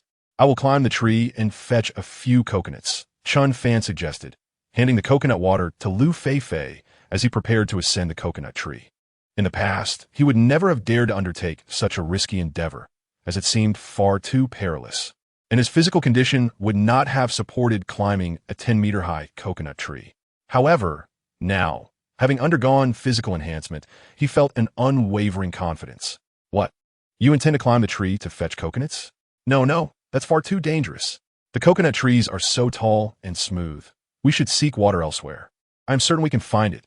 Liu Feifei quickly responded, shaking her head. She did not wish for her companion to face an accident on their first day. It was not worth taking such a significant risk for a few coconuts. Moreover, their current physical exertion is not as severe, and they could easily seek water sources elsewhere. Do not worry. I was the tree-climbing champion of my village in my youth, and this height poses no challenge for me. Just sit back and enjoy my performance. With a confident smile, Chen Fan did not wait for Liu Feifei to continue speaking and swiftly darted towards the nearest coconut tree. Chapter 11. Astonishment in the live broadcast room. Chen Fan's agility was akin to that of a monkey. After a powerful run-up, he leaped with great force, firmly wrapping his arms around the tree trunk, resembling a koala. At this moment, he was already more than 2 meters above the ground, an impressive leap he had never previously possessed. The benefits derived from the body-enhancing liquid were indeed astonishing. How incredible! Observing Chen Fan clinging to the coconut tree, Liu Feifei gasped in astonishment, covering her mouth. Given Chen Fan's relatively slender physique, she was taken aback by his speed and remarkable jumping ability. With just a single run-up, he had ascended to a height of 2 meters, an altitude that was unfathomable for her as a girl. At that moment, the 6th live broadcast room was equally astounded by Chen Fan's remarkable feat. My goodness, this young man. The first to express his shock was a silver-haired elderly gentleman in the chat, who repeatedly exclaimed in disbelief. This Chen Fan is quite something. He appears frail, yet can jump so high. Indeed, I never anticipated such strength from him. Wow, this young man has impressive jumping skills. He must have been on the university basketball team. Handsome and capable. He is definitely extraordinary. Love it. Is this the extraordinary figure I imagined? Without a doubt, it is. Is this truly impressive? Haven't they encountered more skilled individuals? Yes. Isn't it just about having hands? You keyboard warriors are truly amusing, always behind your screens, as if the world belongs to you. The live broadcast room quickly became lively, with comments and barrage messages flowing in waves. Many were in awe of Chen Fan's dexterity, while others expressed their disbelief, claiming such feats were merely a matter of having hands. However, Chen Fan and Liu Feifei were oblivious to these remarks. Chen Fan began to ascend the tree rapidly, tightly gripping the coconut tree trunk, maneuvering up and down. This position appeared quite peculiar, as if he were attempting to wrestle with an exceptionally robust aircraft. Despite its oddity, this stance did not hinder Chen Fan's speed in the slightest. In mere moments, he had climbed to a height of 5 or 6 meters, leaving only 2 or 3 meters to reach the coconuts. His pace showed no signs of diminishing. The enhanced physique provided him with more stamina than he had anticipated. Climbing to this height of 5 or 6 meters felt effortless. In less than a minute, Chen Fan had reached the top of the coconut tree. Drawing out his machete from behind, he began to chop vigorously. Meanwhile, Liu Feifei below was utterly dumbfounded. She had never imagined that Chen Fan would climb a tree, and with such remarkable speed. Before she could fully comprehend the situation, he had already ascended to the top of the coconut tree. Suddenly, coconuts began to fall like raindrops. Stand back. Be careful not to get hit by a coconut. Chen Fan's voice broke through Liu Feifei's dazed thoughts. All right, okay. Liu Feifei hurriedly stepped back several meters, looking up at Chen Fan, her eyes reflecting a newfound admiration and relief. It seemed that Chen Fan possessed not only theoretical knowledge of survival in the wilderness, but also impressive practical skills. Climbing nearly 10 meters in less than a minute was a testament to his prowess. Soon, over 20 coconuts were severed from the tree, with Chen Fan allowing some of the immature ones to continue growing. He then skillfully descended from the coconut tree. Though his arms and legs were slightly chafed, it did not hinder him. All right, these 20-plus coconuts should sustain us for 2 days. After we finish drinking, I'll go gather more, he said with an easy smile as he approached Liu Feifei. At that moment, Liu Feifei appeared still in shock, her gaze towards Chen Fan revealing deep disbelief. Swallowing hard, she steadied her thoughts and exclaimed, "Chen Fan, you are incredible. You were like a monkey just now." This was a heartfelt compliment. She had never seen anyone climb a tree with such skill. "Ha, a monkey? Is that a compliment?" Chen Fan chuckled in response. "Of course. You are undoubtedly the best tree climber of your age that I have ever seen," Liu Feifei asserted with a firm nod. Although Chen Fan's climbing posture had been somewhat peculiar, there was no denying his strength. "Ha! To be praised by the celestial Liu, what an honor." Chen Fan felt quite pleased by her compliment, considering Liu Feifei was a genuine goddess, capturing the hearts of countless men through her performances in various dramas. "Let us take these coconuts back first, then search the surroundings for food and water," Chen Fan suggested, and the two began to transport the coconuts. While coconut water was an excellent source of fresh water on the deserted island, it would not suffice for long-term survival, as it would be inadequate for washing and bathing. Thus, finding a freshwater source remained a top priority. After half an hour, they returned to their original rocky outcrop. Liu Feifei was now panting and drenched in sweat, as the island's temperature was exceedingly high, causing her to lose copious amounts of moisture each minute. "Let us rest here for a moment," Chen Fan said, observing Liu Feifei's weary face, her lips slightly pale. Subsequently, they opened 4 coconuts, and the two indulged in a refreshing drink. Once they replenished their fluids, the overwhelming fatigue began to dissipate. After a brief respite of 10 minutes, they prepared to set forth once more. This time, their exploration led them directly into the dense embrace of the forest. Initially, they had assumed that the thick foliage would provide some respite from the heat. However, upon entering, they quickly realized that it was far from the truth. Although they were shielded from the direct rays of the sun, the atmosphere within the jungle was stiflingly humid, evoking a sensation of breathlessness.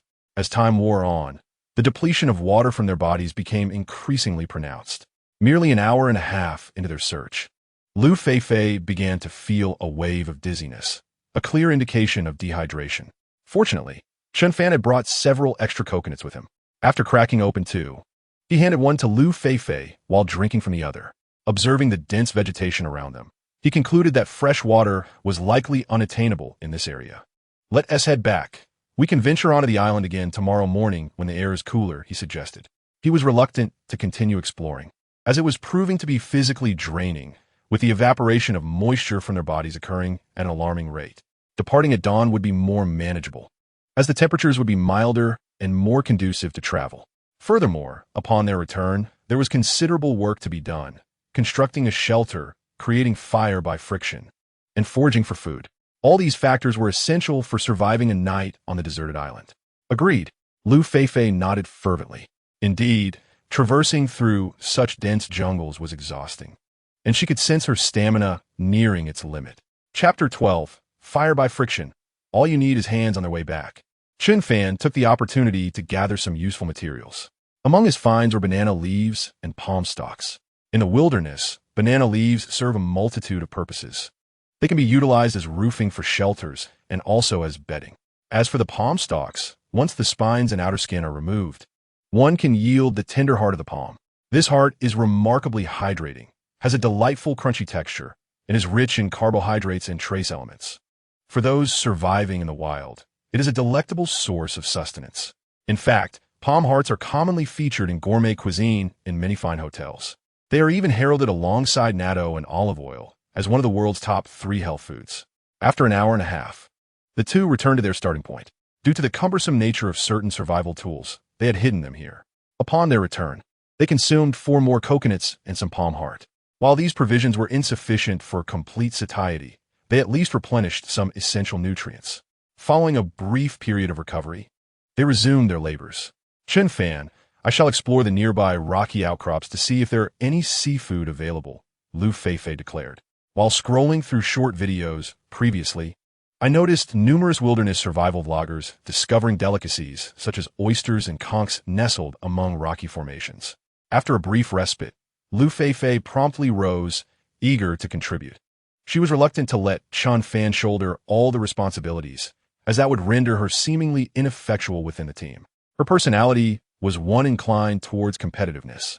All right, however, today's waves are rather formidable, so please ensure your safety, Chen Fan remarked, observing the sea's undulating surface, where waves persistently crashed against the rocky outcrops. A moment's inattention could easily lead to being swept into the water by the surf. Rest assured, I will exercise caution. Moreover, my swimming skills are quite commendable. Liu Feifei playfully stuck out her tongue and flashed a cheeky smile before turning towards the rocky pile. Chen Fan also commenced his tasks. There was no immediate urgency regarding the shelter. If it couldn't be erected by nightfall, they could simply construct a rudimentary canopy with a tarpaulin for the night.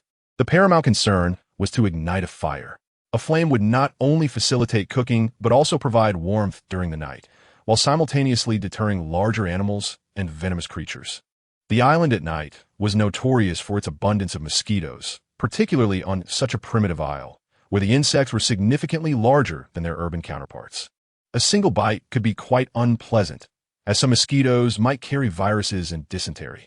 After a thorough exploration of the surroundings, Chen Fan swiftly located the materials for friction fire starting: a dry baseboard, a drill rod, and flammable tinder.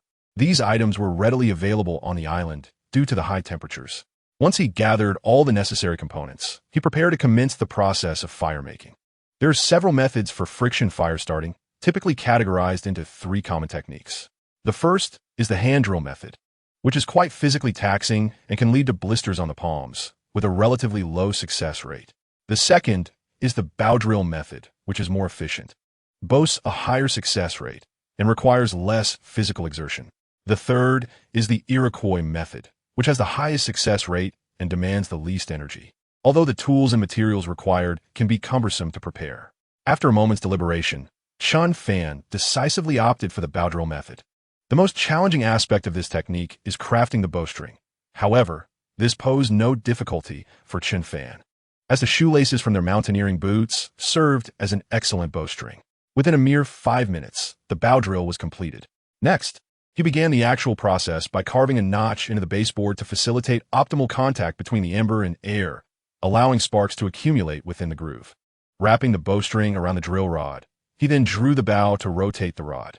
This knowledge was gleaned from videos, as he had never executed the technique in practice. After all, my previous work was exceedingly arduous, leaving little time for frivolous endeavors. Yet, although I have never experienced it firsthand, I have indeed observed the process.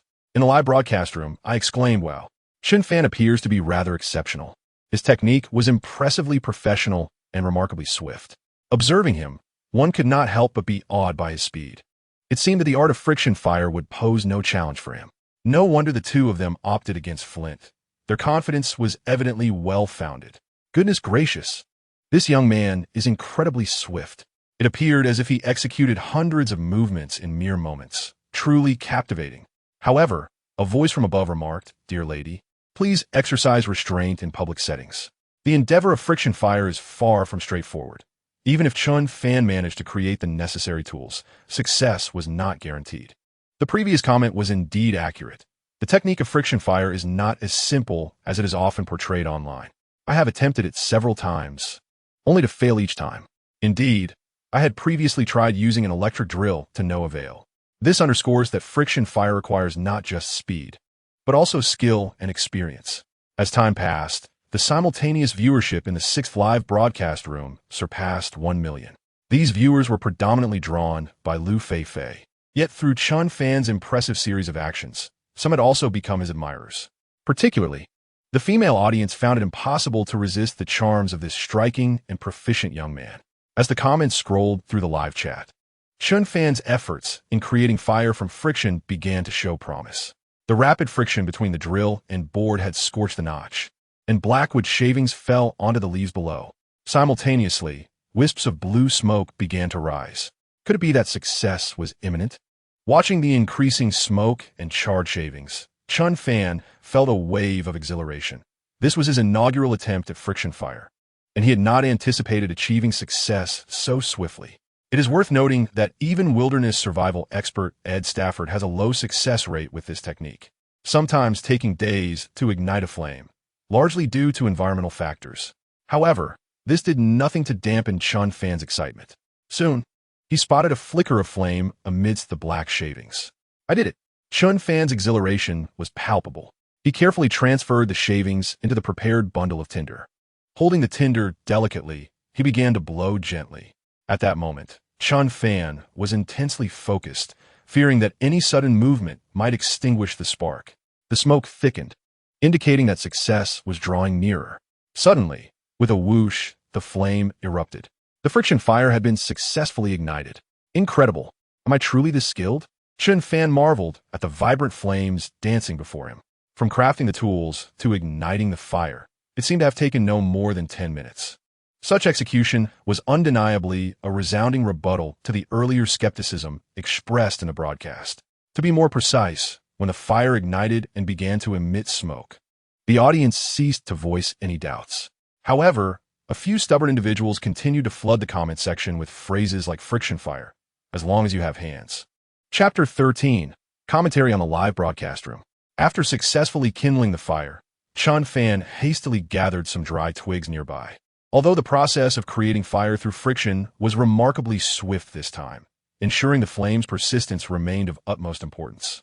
For one could never be certain of such luck in the future. While starting a fire through friction is indeed a skillful endeavor, an element of fortune is indispensable. Having placed a large piece of driftwood atop the fire, Chen Fan approached Liu Feifei, who was energetically digging amongst a cluster of small rocks with a military shovel. Her cheeks were flushed with exertion as she diligently worked, having already unearthed several small oysters not far away. Despite their modest size, they appeared plump and exceptionally fresh. How are things on your end? Did you find plenty? Chen Fan inquired. Upon hearing his question, Liu Feifei lifted her head, revealing a sweet smile as she nodded enthusiastically. Yes, there are many abalone and some sea snails here. Have you managed to start the fire?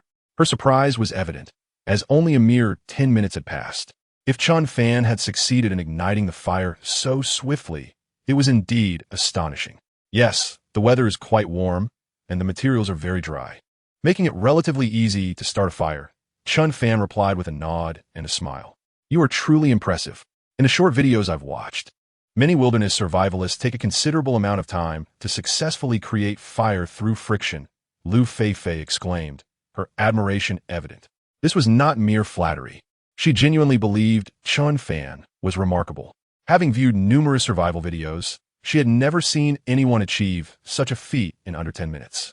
It appeared that Chen Fan not only had a profound knowledge of wilderness survival, but also possessed exceptional practical skills. She felt exceedingly fortunate to have such a capable teammate. It's merely luck, Chen Fan modestly remarked. Well then, let me join you in digging. He smiled and picked up a machete, assisting Liu Feifei in prying open the oysters. Given the strong adhesion of these oysters, tools were essential for extraction. The two worked in harmony, sharing laughter and camaraderie, creating a scene of delightful collaboration. Earlier, while digging for oysters alone, Liu Feifei had felt quite warm and fatigued. However, with Chen Fan's presence, she found herself enjoying the task and feeling much less weary. Was this what they meant by the saying that a man and woman working together makes labor less burdensome? Time passed steadily, and after nearly an hour, they had amassed a small pile of oysters and sea snails, at least 30 or 40 in total, more than sufficient for a meal. Moreover, these delicacies were quite nourishing. Consuming too many could lead to overheating. All right, let's call it a day with this haul. Chen Fan concluded. It seems that we have gathered enough for a delightful feast for the two of us. Chen Fan straightened his back and surveyed the day's bounty with considerable satisfaction. To indulge in a seafood banquet on the very first day exceeded his expectations. At least tonight, they would not have to go to bed hungry. On my back aches. Liu Feifei also lifted her head and gently stretched her slender waist. She had never engaged in such laborious work before, and now it felt as if her back might break. Thankfully, Her dance practice had endowed her with significantly greater core strength than the average girl. As she moved her waist, she fanned her flushed face with her hands. At that moment, she was drenched in sweat, with clear beads of perspiration visible on her skin. Perhaps due to the heat, her cheeks were flushed, presenting a captivating allure. Observing the exquisitely beautiful Liu Feifei before him, Chen Fan instinctively used his sleeve to wipe the sweat from her brow. This intimate gesture caused Liu Feifei to freeze momentarily, as such an act was typically reserved for couples, igniting a flurry of butterflies in her heart. Chen Fan seemed to sense the inappropriateness of his action and quickly withdrew his hand, saying, "Let us go back quickly." Liu Feifei, blushing, nodded in agreement, her eyes betraying a hint of shyness. "Hey, Chen, remove your hands. Don't touch my Feifei." "Exactly. That is clearly taking advantage. You shameless scoundrel. This guy wasn't here for wilderness survival. He was merely seeking to exploit the situation. Please be quiet." Liu Feifei looks bashful and hasn't said much. "Yet you're making a ruckus here." "Indeed. What is wrong with helping a teammate wipe off sweat?" Liu Feifei seems quite pleased, so why all the fuss? "Oh my." Liu Feifei just blushed. Could it be that she has feelings for Chen Fan? Feelings? It's just a natural response. But speaking of which, Chen Fan is quite handsome. It's perfectly normal to appreciate good looks. Absolutely. Chen Fan is undeniably charming and so capable. I find him quite appealing. This small gesture reignited a lively uproar in the live stream. Some overzealous viewers began to hurl insults, as if such an act had led their goddess Liu Feifei to lose her composure.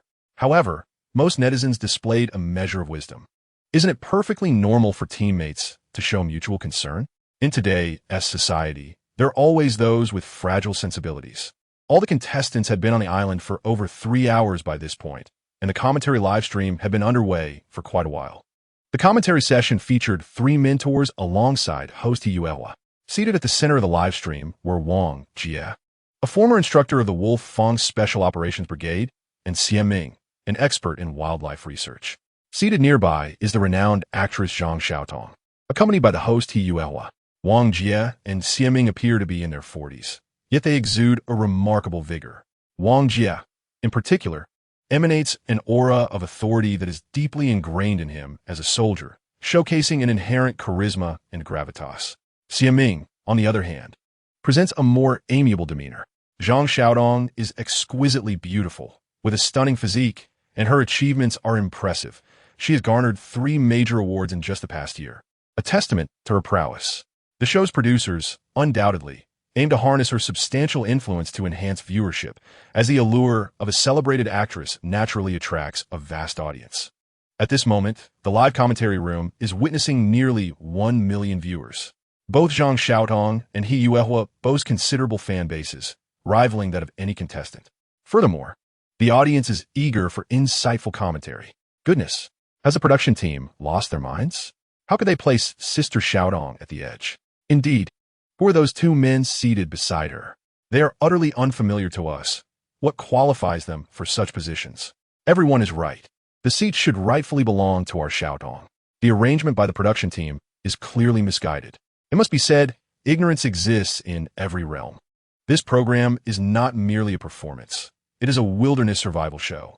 As an instructor in a special operations unit and an expert in flora and fauna, Wang Jie and Xie Ming undoubtedly possess greater qualifications for such seats. Why are there so many misguided individuals in the live chat? They should be reading more instead of indulging in frivolities. Do they not realize this is a survival program? What merit does a mere actress have to occupy such a position? Exactly. Teacher Wang Jie is an instructor of the Wolf Fang Special Operations Brigade, an exceptional soldier. And teacher Xie Ming is also an expert in his field. Does a mere actress hold any qualifications to sit in their presence? Chapter 14. Analysis from the commentary mentors in the commentary live stream. Zhang Xiaotong's fans have begun to dominate the conversation. The sheer number of fans supporting a top actress is indeed formidable. The individuals in the commentary room glance at the barrage of comments, their expressions growing somewhat awkward. Zhang Xiaotong, in particular, feels as if she is on pins and needles. Despite her status as a celebrated star and her numerous accolades, she is acutely aware that her standing pales in comparison to that of a soldier like Wang Jie, who has made significant contributions to the nation. Xie Ming, too, has excelled in wildlife research, establishing himself as a respected figure. Although she understands these dynamics, many fervent fans fail to grasp them. While it may seem that her fans are defending her, such fervor only intensifies her discomfort and embarrassment, potentially fostering resentment among bystanders. It seems that Xiaodong's fans are quite fond of you, Xie Ming remarked with a slightly awkward smile. However, this scenario has become a commonplace occurrence, and he was not particularly taken aback. The current fervor among fans has indeed reached an extreme level, with raucous disputes in the live streaming room becoming a commonplace occurrence. I sincerely apologize, esteemed teachers. I never anticipated such a situation would arise, and I am truly sorry for the disturbances caused. Zhang Xiaodong quickly responded with an awkward smile.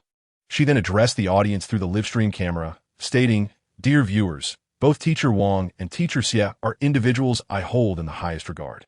They have achieved remarkable accomplishments in their respective fields, serving as enduring examples for us all to emulate.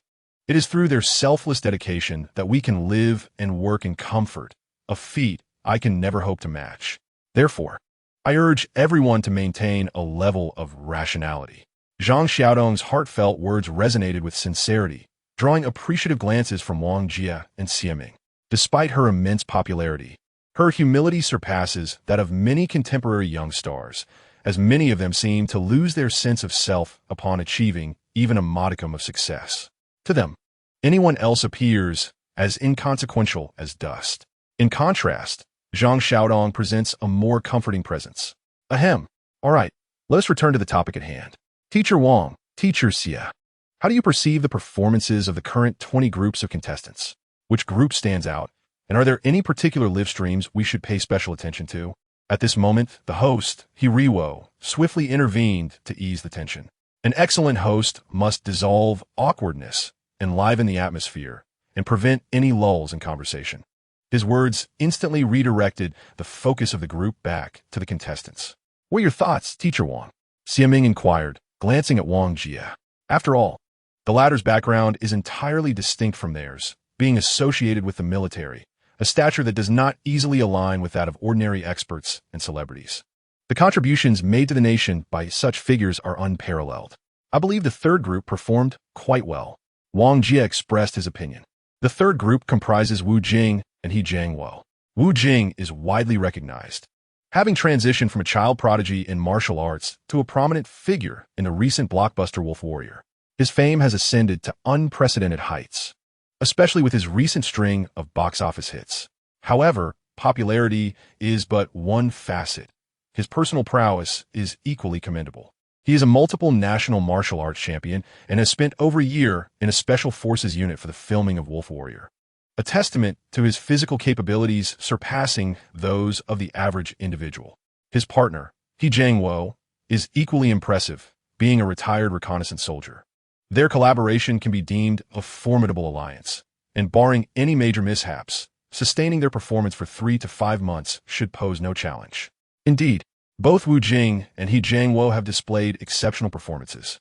Moments ago, we observed that the two had successfully ignited a fire, located a water source, and constructed a shelter, and they have now commenced the search for sustenance. This progress indeed surpasses that of most other participants in the live broadcast. He Riwo also nodded in agreement. After all, both individuals have a military background, and their physical prowess and resilience are not comparable to that of ordinary people. Furthermore, their practical skills and wilderness survival abilities are remarkably adept. Subsequently, He Riwo turned to Xie Ming and inquired, "Teacher Xie, what are your thoughts?" It is customary to solicit the opinions of each evaluation mentor. I have a favorable view of the 16th group, Zhou, Yi, and Zhang Fangfang. Xie Ming expressed his choice. Although the broadcaster Zhou Yi lacks experience and knowledge in wilderness survival, her teammate Zhang Fangfang is exceptionally proficient. She possesses a clear understanding of wild plants and, more importantly, exhibits remarkable skill in crafting rope traps. This alone indicates her substantial research in this domain, far beyond a superficial grasp. Indeed, it appears they are faring quite well. He Riwo remarked. Although they have yet to ignite a fire or erect a shelter, they have already located a water source and discovered numerous plants. Having set up multiple traps, it is evident that Zhang Fangfang's trapping techniques are highly professional. He Riwo nodded again, recalling the personal information at hand. which revealed that Zhang Fangfang has wilderness survival experience. She once ventured into the Amazon rainforest without any professional survival tools and managed to survive for over 70 days, earning her the title of the foremost female wilderness survivor in the country. This alone underscores her capabilities as a formidable contender. As long as Zhou Yi does not hinder their progress, they stand a good chance of emerging as dark horses in this competition. He Riwo's acknowledgement evidently pleased Xiaming. Interacting with such a host is indeed quite comfortable, free from doubts about one's professional analysis. Xiaodong, which group do you favor? At this moment, He Riwo shifted his gaze toward Zhang Xiaotong. Although the three are specially invited evaluation mentors, and Zhang Xiaodong may lack specialized knowledge in this field, it is only respectful to inquire. I have a favorable view of the sixth group, Chen Fan and Liu Feifei. Although they are not currently in absolute leadership, I believe Chen Fan is quite impressive. Particularly notable are his skills in climbing coconut trees and starting fire by friction, which demonstrate a high level of professionalism. Moreover, have you noticed that while most other contestants are drenched in sweat, Chen Fan seems to be perspiring very little, appearing to possess abundant stamina? Zhang Xiaodong articulated her perspective, noting that more often than not, the thoughts of women are indeed intricate, allowing them to discern many subtle details that might easily be overlooked. Furthermore, her favorable view of Liu Feifei and Chen Fan is perhaps influenced by another layer of connection. Liu Feifei is in fact her junior, which likely lends a sense of familiarity to her observations. Upon hearing Zhang Xiaodong's analysis, Wang Jie and Xiaming nodded in agreement. It must be said, Chen Fan possesses remarkable capabilities, exhibiting an abundance of physical stamina. As of now, he has not shown any signs of fatigue, which certainly distinguishes him from many of the younger contestants. Chapter 15. Is this wilderness survival? Xiaodong's analysis is undeniably astute. Chen Fan from the sixth group, indeed, boasts exceptional physical prowess. I had previously taken note of him, particularly his tree climbing skills and vigorous stamina, which rival those of the young men I have trained in the past. Wang Jie concurred, having also observed Chen Fan. His physical capabilities are likely on par with those of the Special Forces soldiers he has trained, climbing such a tall, smooth coconut tree without any decrease in speed, and descending without a hint of breathlessness, is impressive, especially considering the highest temperature on the survival island has reached 37 degrees Celsius. Under such conditions, most contestants will be drenched in sweat, yet Chen Fan appeared hardly affected. This clearly indicates that his physical fitness surpasses that of the average contestant. Nowadays, few young individuals possess such stamina. Perhaps only those involved in sports during their school years maintain such fitness. However, once they enter the workforce, the monotonous and demanding nature of their jobs gradually deteriorates their physical condition. According to the information provided by the production team, Chen Fan seems to be a laborer at the lower end of the spectrum. His ability to maintain such fitness suggests he likely engages in regular exercise outside of work, indicating he is a remarkably disciplined young man. It appears both instructors hold Chen Fan in high regard, suggesting he merits special attention. Meanwhile, He Yuehua remarked with a smile that while physical fitness is indeed crucial for wilderness survival, possessing knowledge about the wilderness is even more imperative, particularly regarding certain unique flora and fauna. A lack of clear understanding can lead to perilous situations. For instance, some plants, if inadvertently consumed, could pose life-threatening risks, and certain seemingly beautiful animals might harbor deadly toxins. In recent years, many wilderness survivalists abroad have lost their lives due to insufficient knowledge of these species. At this juncture, Xiaming also chimed in, emphasizing that wilderness survival is not solely a contest of physical ability. Professional knowledge is equally vital.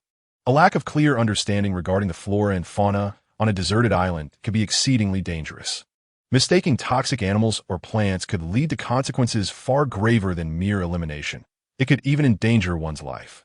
Upon hearing Xiaming's words, Wang Jie and Zhang Xiaotong expressed their agreement wholeheartedly. Indeed, physical fitness holds great significance. However, specialized knowledge in wilderness survival is even more crucial. As the conversation unfolded, the camera shifted once more to the sixth live broadcast room. At this moment, Chen Fan and Liu Feifei had returned to their camp, having collected over 30 small oysters. Though diminutive in size, the flesh was remarkably plump and fresh. Additionally, They had procured 2 small abalones and some tiny sea snails. Chen Fan, how should we prepare these seafood delicacies? Should we grill them or consume them raw?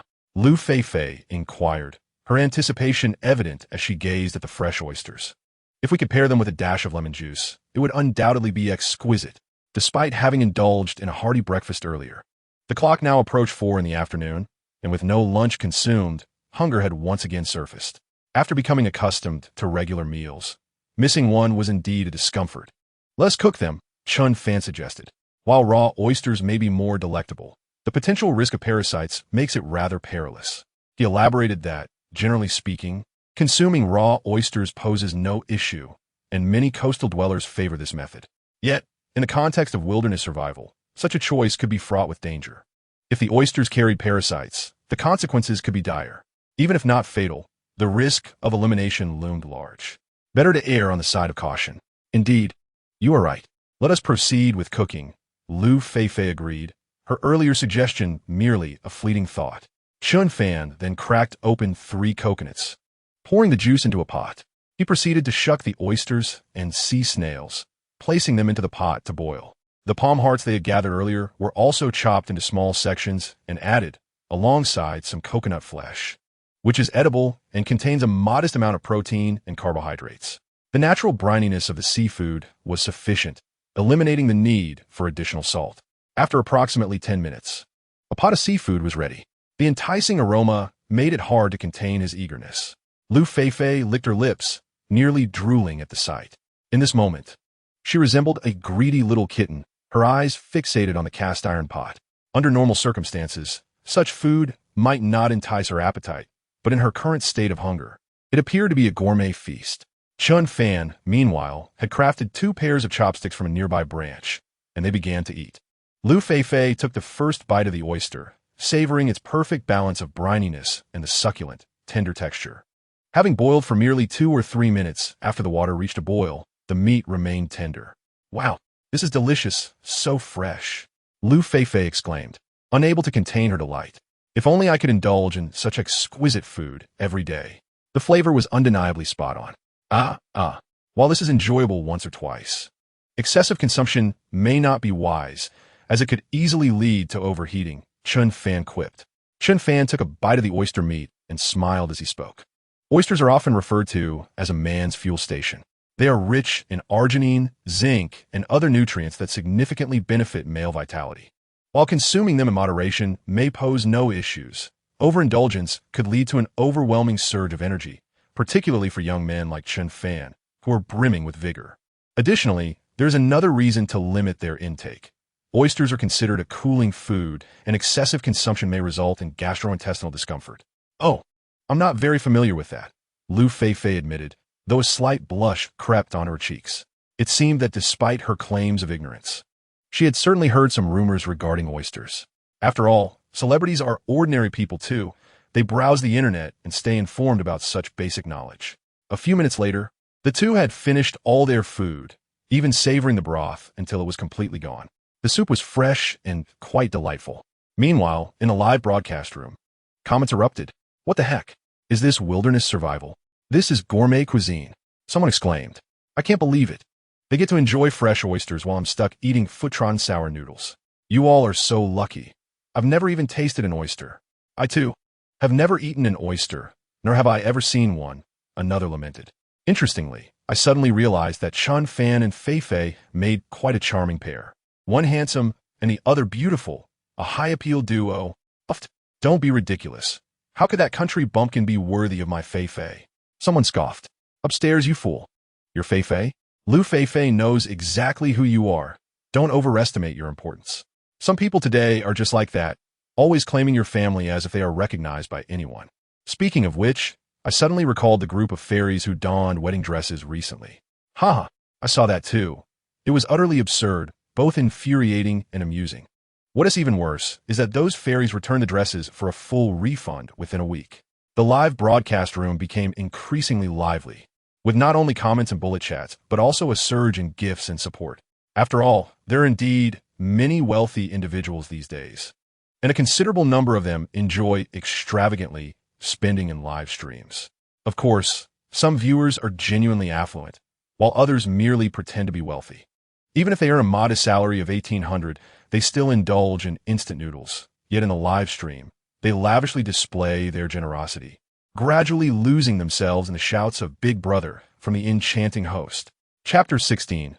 Crafting a slingshot by 5 in the afternoon. The temperature on the island had finally decreased somewhat, yet still felt quite warm. It seemed that most contestants were making commendable progress today. Some have successfully located water sources, others have managed to kindle fire, while still others have erected shelters and procured food. Naturally, there are also stronger contestants who have mastered the 4 fundamental elements of wilderness survival. The combination of 2 males inherently possesses an advantage, as their physical attributes and stamina generally surpass those of the average female. Take, for instance, the duo of Wu Jing and He Jiangwo, an exemplary alliance of strength. Although both are not in their youth, their military backgrounds and disciplined lifestyles have endowed them with remarkable physical capabilities. At this moment, they have accomplished the 4 essentials of wilderness survival: water, fire, food, and shelter. Currently, their progress is likely the fastest among all. Oldie, it is truly a stroke of luck to partner with you this time. I believe that with our combined skills, even if we do not secure first place, enduring for half a year should pose no challenge. Wu Jing cheerfully remarked while roasting a forest chicken in front of their shelter. Securing a competent teammate is indeed of paramount importance. Oldie possesses considerable skills, with a well-rounded knowledge of the wilderness and expertise in setting hunting traps. His archery skills are nothing short of exceptional. In such circumstances, persevering for a few months is entirely feasible. Yes, I concur. Half a year is undoubtedly manageable, and I even believe we are fully qualified to contend for the championship, He Jiangwo confidently asserted. His confidence is well-founded, as his capabilities are outstanding in every regard. He has a comprehensive understanding of the flora and fauna in the wild, possesses proficient hunting skills, and his physical fitness is on par with that of any ordinary adult. Prior to this venture, his greatest concern was encountering pampered female celebrities as teammates. However, upon learning that he would be paired with Wu Jing, he felt reassured. Even if they do not clinch the ultimate victory, enduring for half a year would still be quite commendable. After 6 months, both would receive a substantial prize of 50 million. While this sum may not seem monumental to popular celebrities, for him, it represents a life-changing fortune, enough to ensure a comfortable existence for his entire family. Indeed, we are bound to win the championship, Wu Jing quickly echoed. The two had deliberated together the previous night and did not perceive any other team as a formidable opponent. Wu Jing, being relatively familiar with the entertainment industry, held a clear understanding of the celebrities involved. As for the young male stars, it is likely they would be unable to endure beyond 10 days and would flee in tears. Although Huang Lei and Huang Bo exhibit strong willpower and commendable life skills, their age may hinder their physical endurance. If they manage to last 3 months, that would likely mark their limit. As for Deng Xiaoqiao and Chen Chichi, their comedic personas suggest they would struggle significantly in this wilderness survival challenge, likely participating merely for the experience while comfortably pocketing their substantial fees. After analyzing the other 19 groups, it became evident that none could rival them for the championship. The meat appears to be nearly grilled. Let's savor a chicken leg. Wu Jing tore off a chicken leg and handed it to He Jiangwo. To indulge in meat on the very first day. What a delightful improvement to their lives. One could only wonder how the other contestants fared. Had they managed to capture any game? Well then, to our forthcoming collaboration, let us toast with this chicken leg. The championship is surely destined for us. He Jiangwo beamed with joy, and the two began their early celebration. The mere thought of potentially achieving 5 modest goals filled their hearts with even greater happiness. Meanwhile, the concurrent viewers in their live stream had already surpassed 190,000, on the verge of breaching the 200,000 mark. This was a perfectly understandable phenomenon, as Wu Jing had garnered substantial fame during this period, making such traffic unsurprising. Goodness, these two are remarkably impressive. They feasted on meat on the very first day, seemingly resolving all their issues. Indeed, the 4 essential elements of wilderness survival were all accomplished on the first day. Truly extraordinary. Earlier, Wu Jing's technique in constructing the shelter was quite professional, indicative of specialized training, while He Jiangwo's archery skills were nothing short of remarkable. At such a distance, He struck that bird with a single arrow. That was no mere bird. It was a jungle fowl. I also ventured into other live streams for a moment. Many contestants hadn't even found fresh water. I just came from Huafao Wang's stream. That fellow appeared utterly dazed, having accomplished nothing thus far, merely sitting in a shaded spot as if gathering strength to cast a spell. I truly admire those two, Law King and Kunkin. Even Xiao Ye pales in comparison. Meanwhile, on the side of Chen Fan and Liu Feifei, they had successfully constructed a rudimentary shelter. They fashioned a framework using branches and bark and then covered the top with a rain tarp. It took merely half an hour. Given the island's minimal temperature fluctuations between day and night, there was no need to worry about freezing at night. Moreover, they had a sleeping bag. Chen Fan, it's not dark yet. What should we do next? Liu Feifei inquired. After eating and resting for a while, the earlier fatigue had completely dissipated. She felt it prudent to accomplish something while there was still daylight. Let us discuss it inside the shelter. Chen Fan guided Liu Feifei into the makeshift refuge. He then continued. Earlier, when we were searching for water sources on the island, we discovered traces of some birds, didn't we? Now, we can craft a slingshot and go hunting. Those birds appear to be quite large, resembling jungle fowl or wild chickens. If we manage to catch one, we shall have our dinner settled for tonight. The elastic from the underwear we prepared earlier can finally be put to good use. To be honest, employing a slingshot on this deserted island proves immensely advantageous. For those lacking precision in archery, it is even more suitable. The slingshot is easier to carry and maneuver.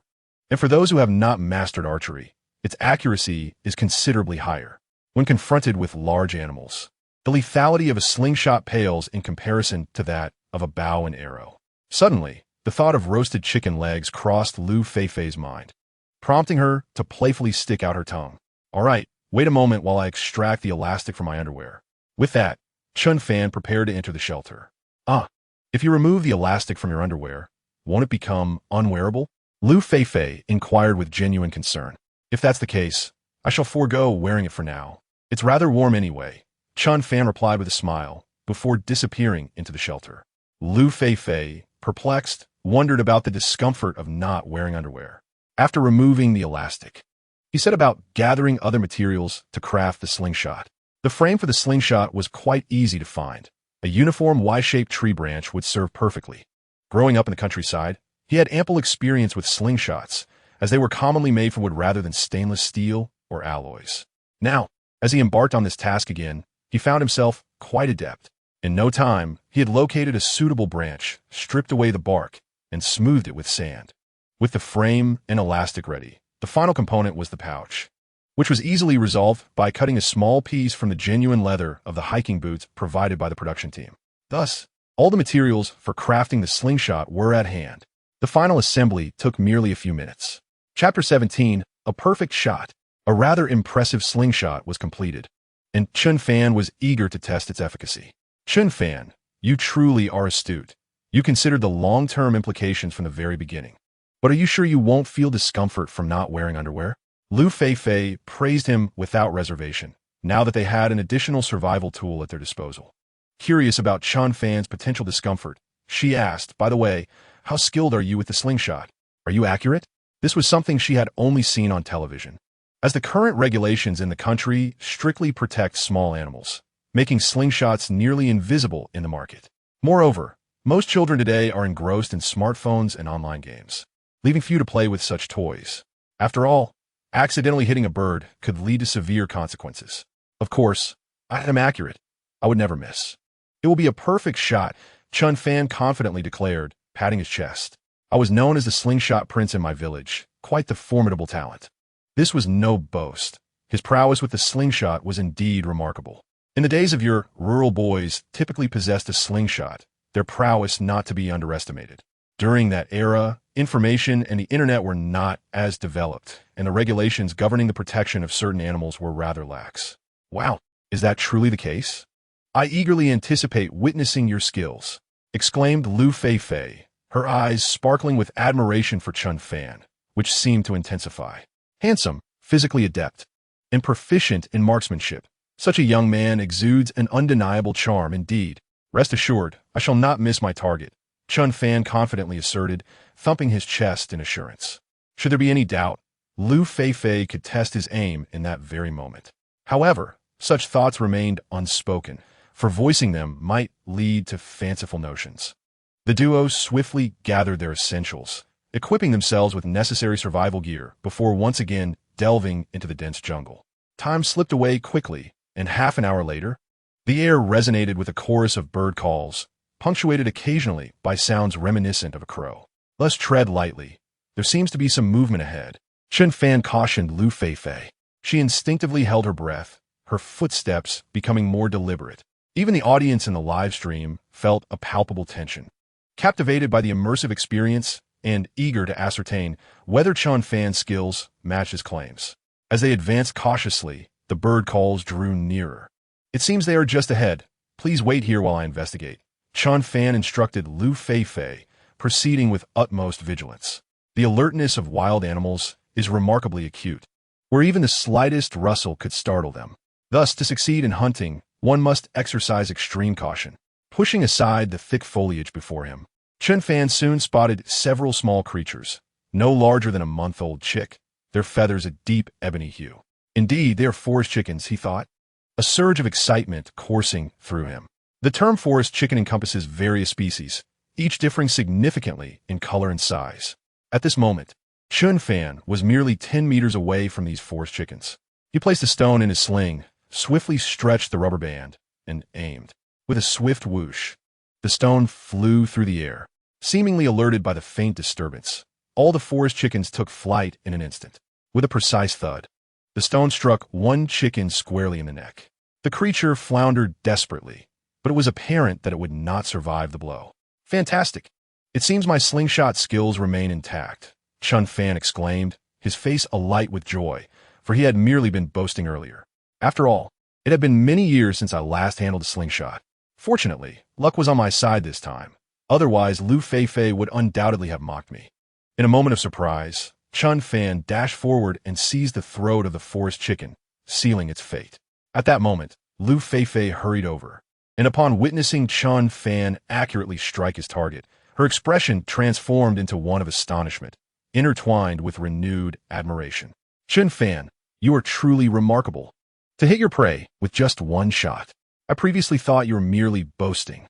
It seems my perspective was rather limited," she exclaimed with great enthusiasm. "With this bird in hand, a sumptuous feast awaited us tonight." "Hee. It was merely a stroke of luck," Chen Fan replied with a smile. Meanwhile, in the live stream, the comments began to flood in rapidly. "Chen Fan is incredible. He hit his target in one shot. Indeed, impressive. It seems he wasn't exaggerating. I thought Chen Fan was just bragging, but he is genuinely skilled. Wow. This guy deserves close attention. He is extraordinarily versatile. The young man is handsome, talented, and shoots accurately. I adore him. Who could resist such a skilled shooter?" To the two above, I hope you're referring to slingshot skills. Oomph. Isn't this just basic operation? Any rural child could manage this. Exactly. You city folks have never seen much. It's amusing to see you so astonished. Speaking of slingshot skills, I truly admire my Indian and Vietnamese friends. I wholeheartedly agree. Those friends are indeed impressive. Is no one curious about where Chen Fan's slingshot came from? Does this count as a violation? It's evident that Chen Fan crafted it himself. The frame is made from a tree branch. The rubber band appears to be from his underwear, and the pouch is actually his shoe tongue. Did you not notice that Chen Fan's shoe tongue is missing a piece? It seems so. I saw Chen Fan leaving the shelter while holding his underwear, so he isn't wearing any now. Wow, you two upstairs are quite perceptive. As the live stream grew increasingly lively, the number of simultaneous viewers reached 200,000. Naturally, most of these spectators were drawn by Liu Feifei. However, some, upon entering the stream, were captivated by Chen Fan's looks and skills. Initially, the program staff were also surprised by the origin of Chen Fan's slingshot. However, upon seeing the unique frame, they deduced that it was self-made, leading to little doubt or further inquiry. Contestants are entirely permitted to utilize available resources to create survival tools, and a slingshot certainly qualifies as one. This is their skill, and the production team would not intervene. Chapter 18. Weaving a fishing trap on the island. After the two had successfully captured a forest chicken, they prepared to return. The sky had darkened considerably. It was likely that nightfall would descend within the hour, making traversing the dense forest at night quite perilous. one may inadvertently lose their way and find themselves spending the night amidst the perilous wilderness, where the absence of fire and shelter renders the forest exceedingly treacherous. On the journey back, the air is filled with the delightful cacophony of chirping birds, a testament to the island's abundant resources. With the right skills, survival is undoubtedly feasible. Wait, there's a bird over there. I shall attempt to strike it. Chen Fan suddenly halted his steps. Perched upon a towering tree was a small bird, approximately 10 meters above the ground, relatively low and thus easy to target. It appeared to be a dove. This island is home to a multitude of dove species, their numbers astonishing. However, most are diminutive, yielding little meat. Yet, adhering to the philosophy that even a mosquito's leg is meat, Chen Fan could hardly let such a source of protein slip away. Liu Feifei stood dutifully behind him. Chen Fan took aim with simplicity. Whoosh! The pebble soared through the air once more. Bang! A low, muffled thud resonated as the small dove plummeted to the ground. Wow! How impressive! Liu Feifei was momentarily rendered speechless. If the first shot was a stroke of luck, the second shot was a testament to Chen Fan's prowess with the slingshot. Such a small bird, which she had completely overlooked moments ago, had been struck down by a single projectile. Remarkably, he had hit again. Am I equipped with an automatic targeting system? Even Chen Fan found it hard to believe. Although his childhood slingshot skills were commendable, the years had surely dulled them. To his astonishment, both shots had found their mark with precision. Could this remarkable accuracy be linked to some inherent system within him? It certainly seemed plausible. Meanwhile, the live stream erupted with excitement. Many viewers who initially attributed Chen Fan's first successful shot to mere fortune could no longer deny his skill after witnessing the second shot. After all, the second bird was smaller and more challenging to aim at. The little dove hardly weighed a few taels. However, if simmered into soup, it could still provide a meal. Chen Fan approached to collect the dove, its beak bleeding and lifeless. Its size resembled that of a chick only a few days old. Once the feathers were plucked, the meat would be even less. Upon returning, I can roast the larger one, and this small one shall be prepared for soup. Liu Feifei chimed in cheerfully. It was only the first day on the island, and not only had they feasted on freshly harvested oysters, but they would also enjoy mountain delicacies that evening. Life felt exceedingly pleasant. I wonder if the others have managed to procure food? Yet, not every celebrity is as fortunate as I am to have a teammate as formidable as Chen Fan. Let's hasten back. It becomes more perilous in the jungle after dark. With that, the two quickened their pace towards the camp. Many large carnivorous animals possess the habit of foraging at night, their vision remaining largely unaffected in the darkness, rendering the jungle a perilous place after sunset. Half an hour later, the two returned to their campsite, where the setting sun aligned perfectly with the horizon, casting golden glimmers upon the ocean surface. They swiftly attended to their two small catches.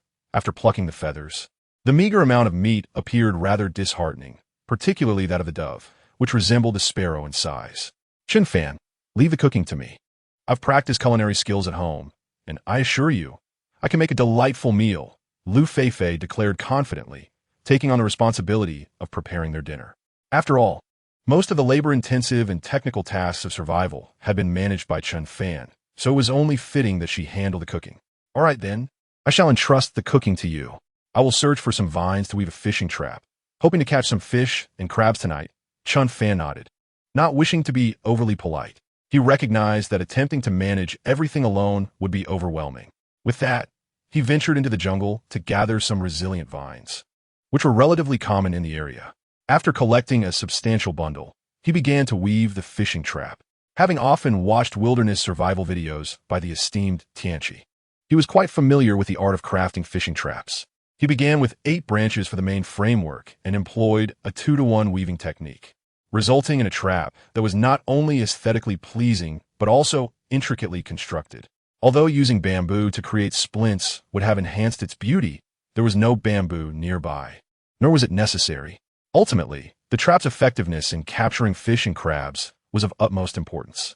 As time passed, 1 hour later, Liu Feifei announced that dinner was ready, the air fragrant with the aroma of roasted meat. Meanwhile, Chen Fan was nearing completion of the fishing trap, only needing to finalize the entrance for the fish and secure in place. Chen Fan, dinner is ready. Shall we eat a bit before continuing with our tasks? Liu Feifei inquired as she approached him. Please go ahead and eat. I will finish in just a few more minutes, Chen Fan replied with a smile. I'll keep you company. Once you're done, we can eat together, Liu Feifei said, resting her chin on her hands as she quietly sat beside him, stealing glances at his focused demeanor. She thought to herself that indeed, a man diligently at work is the most handsome. Approximately 10 minutes later, the fishing trap was complete and set in place. It was generously baited with the innards of the pheasant and dove, a significant investment in their endeavor. Now, all that remained was to see if they would reap the rewards the following day. All finally finished. I hope the fishing trap proves fruitful, so we can enjoy a bountiful breakfast tomorrow. Chen Fan exhaled deeply, feeling a hint of fatigue after a demanding day. Let's go eat. Liu Feifei grasped Chen Fan's arm as they returned to the shelter. Despite having spent merely a day together, Liu Feifei felt that Chen Fan was an exceptionally trustworthy and dependable individual. From him emanated an unprecedented sense of security, perhaps owing to his remarkable capabilities. The meal was modest in quantity, yet having indulged in oysters earlier in the afternoon, they were not particularly hungry, and the amount of meat was entirely sufficient. Before long, the grilled meat and soup were consumed entirely. After a day filled with fatigue, with the midday heat now dissipated and a warm glow in their bellies, they reveled in the refreshing sea breeze, a feeling of unparalleled comfort enveloping them. Chapter 19. Good night, sweet dreams after dinner. The two sat with their knees drawn up on a relatively flat rock, the setting sun stretching their shadows long. The footage captured by the high-definition camera was truly remarkable. This pair of golden boys and jade girls quietly admired the sunset, the gentle breeze tousling their hair, evoking the beauty of an exquisite anime. What a breathtaking scene. This imagery could easily be saved as a screensaver. The combination of handsome and beautiful figures against a picturesque backdrop was utterly enchanting. Oh, why can't I take a screenshot? I urged the production team to be kind. Such a warm and harmonious scene made me suddenly yearn for romance. I can't help but feel they are quite the perfect match. Faced with the stunning visuals in the live stream, viewers shed their earlier hostility and began to watch in a tranquil state. After a day of broadcasting, it seemed that Chen Fan was indeed quite impressive, at least with his survival skills in the wilderness. The two sat on the rocky outcrop, quietly admiring the golden sea surface. As time passed, the sun descended rapidly. Night soon enveloped the vast island, and flames flickered behind them. Chen Fan, thank you, Liu Feifei suddenly turned to him, expressing her gratitude earnestly. Thank me? Why the sudden words of thanks? Chen Fan replied with a smile, somewhat puzzled. Well, Liu Feifei pondered for a moment, then stuck out her tongue with a sweet smile. Thank you for not letting me go hungry today. In her early 20s, Liu Feifei retained a playful and vivacious demeanor akin to that of a young girl.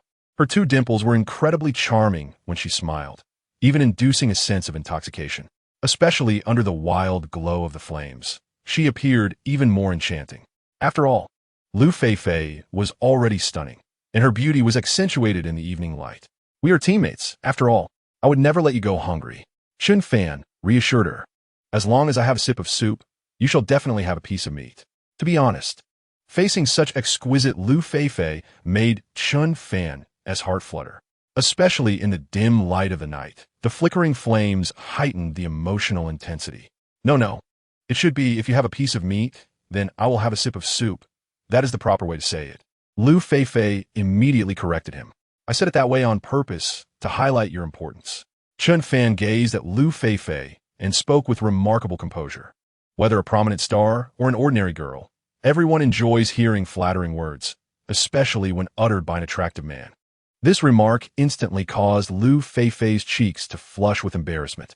You certainly know how to charm a girl, she observed, suggesting that he must be quite popular among women. Soon, Liu Feifei collected her thoughts and continued the conversation. Chen Fan exuded an aura of both charm and prowess, effortlessly delivering words that resonate with a woman's heart. Such a young man would undoubtedly attract attention wherever he went. I hadn't noticed that, but I do seem to have a knack for winning over those middle-aged ladies. Chen Fan replied nonchalantly. In truth, he was uncertain about his appeal to women, as his previous life had been consumed by the grueling demands of a 996-work schedule, leaving no time for romance. Moreover, he was acutely aware of his family's financial situation, which deterred him from contemplating such matters. After all, whether pursuing a relationship or marriage. The costs had become quite substantial. He felt that dating a city girl might impose an undue burden on him. Not that city girls were lacking in merit, but he didn't want to diminish their standard of living simply by his presence. So you might be a heartthrob among married women. It seems you're bound to win favor with future mothers-in-law. You've got a head start. Liu Feifei smirked, then continued with a laugh. In retrospect, it made sense. Many women in their 40s and 50s were indeed fond of Chen Fan's youthful charm. Handsome, yet exuding masculinity, he worked with remarkable vigor. If that's the case, it would be quite advantageous, Chen Fan chuckled. After a brief exchange, their relationship appeared to have deepened, gradually becoming more familiar. Soon, a slender crescent moon hung in the sky, with twinkling stars embedded like jewels. Hey, Chen Fan, how about we retire early? There's much to accomplish tomorrow. Liu Feifei yawned, fatigue washing over her after an early start and a long day. All she desired was to rest comfortably in the shelter. All right, let us rest, Chen Fan nodded, and the two returned to their haven. Since the sleeping bags were designed for one, it created a slightly awkward situation for Liu Feifei. Sharing a sleeping bag would undoubtedly lead to a rather cramped arrangement, inevitably resulting in some intimate proximity. Although she held a fondness for Chen Fan, their relationship was merely that of friends and teammates. Sleeping in the same bag seemed rather impractical. You can use the sleeping bag tonight. I'll manage with some banana leaves on the side, Chen Fan offered. Don't worry, the temperature difference on the island isn't extreme, so it won't be cold. Chen Fan, ever the gentleman, generously offered his sleeping bag to Liu Feifei, acknowledging that her constitution was naturally more delicate than that of a man. Moreover, his own physique had been enhanced, rendering him impervious to the chill. How about we split the sleeping bag and use it as a blanket? Liu Feifei suggested, feeling a twinge of guilt at the thought of sleeping alone within its confines. After all, it was Chen Fan who had toiled the hardest throughout the day. Don't worry, just rest easy, he reassured her. I will need to add firewood during the night, which might disturb your sleep. With that, he wore a bright, sunny smile, though his resolute tone left no room for disagreement. Upon hearing his unwavering words, Liu Feifei relented, thinking they could simply switch places the following night. Ultimately, she complied and nestled into the sleeping bag. All right, you've worked hard all day, so get some rest. Sweet dreams, Chen Fan said with a smile before lying down on the banana leaves beside her. Though not as comfortable as a bed, it was still bearable, certainly more pleasant than the harsh wilderness survival she had envisioned. At least she wasn't hungry on the first day, and life seemed to be treating them well. Good night, sweet dreams, Liu Feifei replied with a smile, though a hint of nervousness fluttered within her, as this was her first experience sleeping so closely to a boy. Before long, she drifted off, her breathing becoming steady. Chen Fan, too, felt drowsy, just as he was on the verge of slumber. A familiar mechanical voice abruptly echoed in his mind. Chapter 20, Basic Construction Skills Ding. Congratulations, host, for completing the first aid challenge. You may now check in for the day. Would you like to proceed with the check-in? Startled by the familiar sound, Chen Fan's body jolted. He had assumed that the system's check-in would occur in the morning, not after completing a day's challenge. However, it mattered little. As long as he could check in and receive rewards, that was sufficient. With eager anticipation, he mentally uttered, check in. As soon as the words left his mind, the system's voice promptly responded. Congratulations, host, check-in successful. Reward, basic construction skills. Once the announcement concluded, the system vanished from his consciousness. Basic construction skills? Chen Fan felt a pang of disappointment at such a meager reward. He had expected something more substantial for the first day check-in, yet all he received was a single ability, and a basic one at that. Soon, a wealth of information regarding construction flooded his mind, accompanied by various blueprints. Well, it was better than nothing. With this newfound ability, constructing a shelter would surely become easier. Quickly, Chen Fan composed himself. Although the first day check-in reward was less than satisfactory, it was still preferable to having received nothing at all. Moreover, building a shelter in the wilderness was indeed of utmost importance. Before long, he too succumbed to the embrace of sleep. Having added an ample supply of firewood earlier, it seemed improbable that it would all be consumed in a single night. Moreover, as long as a fire blazed in front of the shelter, even the larger beasts would be deterred from encroaching upon their space. The flickering flames also served to repel pesky mosquitoes, snakes, and ants. The two of them slumbered peacefully until the dawn of the next day. As the first light of morning broke, accompanied by the cheerful chirping of birds, Chen Fan awoke. What a delightful slumber it had been. Rising from his resting place, he stretched languidly, feeling revitalized, perhaps a result of his enhanced physique. He glanced at Liu Feifei, still lost in her dreams, and quietly stepped out of the shelter. After cracking open a coconut to wash his face and rinse his mouth, he made his way towards the spot where the fishing traps had been set the previous day. If all went well, there should be a bountiful catch awaiting him this morning, having left the traps overnight with ample bait. Before long, Chen Fan retrieved the fishing cage. Through the small openings, he could see several fish thrashing about inside. Evidently, there would be breakfast after all. A smile of delight spread across his face. Indeed, fortune favored them on this day. Having feasted on seafood and meat the day before, they were now to indulge in tender fish flesh. Carefully, he opened the cage and tipped its contents onto the ground. They had caught 3 fish and 3 crabs. Among them were 2 catfish and 1 small sea bass, each weighing approximately 4 to 5 ounces. The crabs were not particularly large either, but they were quite lively, waving their formidable pincers defiantly upon capture. Chen Fan swiftly dealt a couple of sharp slaps, stunning the feisty crabs into submission. Although the size of the fish and crabs was modest, it was more than sufficient for their morning meal. The bait remained uneaten, indicating that they could make another attempt. Chen Fan placed the fishing cage back into the water. Upon returning to the shelter, Liu Feifei had already awakened. With sleepy eyes, she greeted him in a languid tone. "Good morning, Chen Fan." "Good morning. Hurry and wash up. I'll prepare us some breakfast." With that, Chen Fan set to work. He was not particularly skilled in the culinary arts, but he managed to scale the fish and remove their entrails, chopping the crabs into pieces before tossing everything into a large pot to stew. At that moment, it was precisely 6 o'clock in the morning. Yet the simultaneous viewership of their live stream had already surpassed 1 million. By this time, most office workers had risen. With 2 hours remaining before the workday commenced, many had the habit of checking their phones upon waking. Thus, it was no wonder that the live viewership was so high. Oh wow! Chen Fan and Liu Feifei's life is indeed splendid, having fish and crabs for breakfast so early. Indeed, Chen Fan is quite impressive, managing to catch food at dawn. Feifei is so fortunate, waking to a delightful breakfast. I too long to team up with Chen Fan. Brother Chen Fan, I am but 18, with a curvaceous figure that measures 36. Do I possess the qualifications to be your girlfriend? What if 36? Size does not necessarily equate to quality. Though I may be petite, I possess a fierce bite. Is that bite meant in earnest? Should it be interpreted literally or metaphorically? Such lewdness so early in the morning. Can we not simply enjoy the live stream? No. Let us continue discussing the matter at hand. I find it quite delightful, providing ample opportunity for my imagination to run wild. Despite the early hour, the audience is brimming with enthusiasm. Meanwhile, Chen Jiangwo and Zhou Lijuan have already opened their own live stream. Typically, they exhibit no interest in such broadcasts. However, yesterday they downloaded the Shark livestream platform solely to catch glimpses of their son, to ascertain his well-being and safety. That rascal Xiao Fan truly surprised me. He scaled a 10-meter coconut tree with his bare hands yesterday, showcasing remarkable abilities across the board. As Chen Jiangwo watched the livestream, a proud smile spread across his face, while astonishment filled his heart. He had never anticipated his son to be so capable. No wonder he had shown such determination and confidence. It appears he does not know his son as well as he thought. Indeed, one must consider whose son he is. Zhou Lijuan beamed with pride and continued. However, the female celebrity Liu Feifei, who teamed up with Xiao Fan, is undeniably stunning.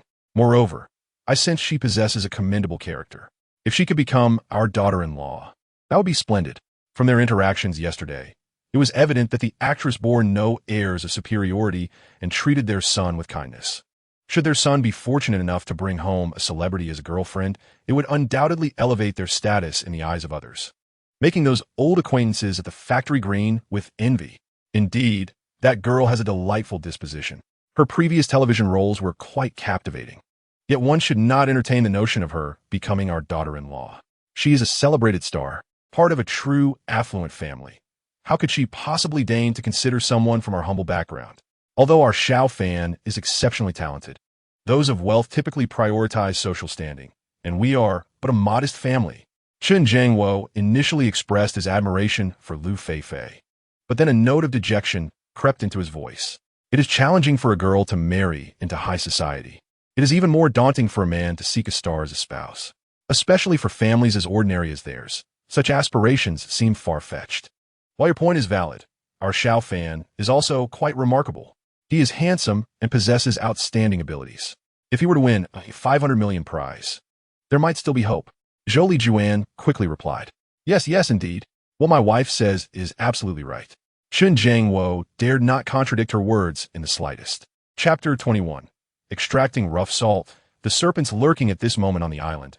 Liu Feifei had completed her rudimentary morning routine, tidied her appearance and sleeping bag. And as she stepped out of the shelter, Chen Fan had already prepared breakfast. Since it was a haphazard stew, no particular skill was required. Come, savor my culinary skills. Chen Fan presented a large pot of stew before Liu Feifei. The broth was a stark white, yet its presentation left much to be desired. Despite its unappealing appearance, it did look somewhat appetizing, but Liu Feifei felt compelled to utter a disingenuous compliment.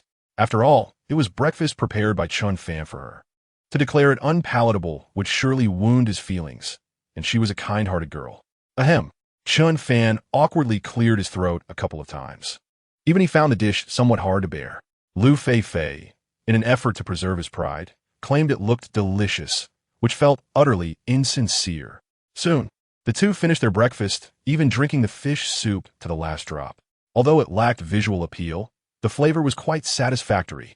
Chen Fan, what shall we do next? Should we venture onto the island today? After their meal, Liu Feifei inquired. Chen Fan had previously mentioned that the resources here were not abundant, and long-term survival would be a formidable challenge. The absence of a stable freshwater source alone rendered prolonged habitation impossible. Thus, venturing into the jungle was an essential course of action. Let us assess the situation first. I will extract some rough salt shortly. Chen Fan replied after a moment of contemplation. Huh? Extract rough salt? Don't we have 2 bags of salt? Liu Feifei asked, puzzled. They had chosen 2 bags of salt among their survival tools, making the extraction of rough salt seem unnecessary. Moreover, Chen Fan had previously informed her that rough salt contained bitter-tasting potassium chloride and magnesium chloride, along with many insoluble impurities. Why then the sudden need to extract rough salt? 2 bags of salt are insufficient. Our aim is to survive on this island for at least a year, if not longer. 2 bags of salt will only sustain us for a maximum of 6 or 7 months. Therefore, extracting some rough salt is quite necessary. With rough salt, we can alternate our consumption over time. A moderate intake of rough salt is harmless as long as we manage our consumption and supplement it with iodine-rich foods. Chen Fan earnestly explained. His goal for this expedition was to secure the ultimate victory, which implied they needed to endure on this desolate island for at least a year, if not longer. With only 2 bags of salt, even with careful rationing, they could last at most 7 or 8 months. Thus, extracting rough salt was indeed vital. Oh, Liu Feifei gazed intently at Chen Fan, nodding in a daze, her face alight with admiration. You know so much. Her eyes sparkled as if she were beholding her idol.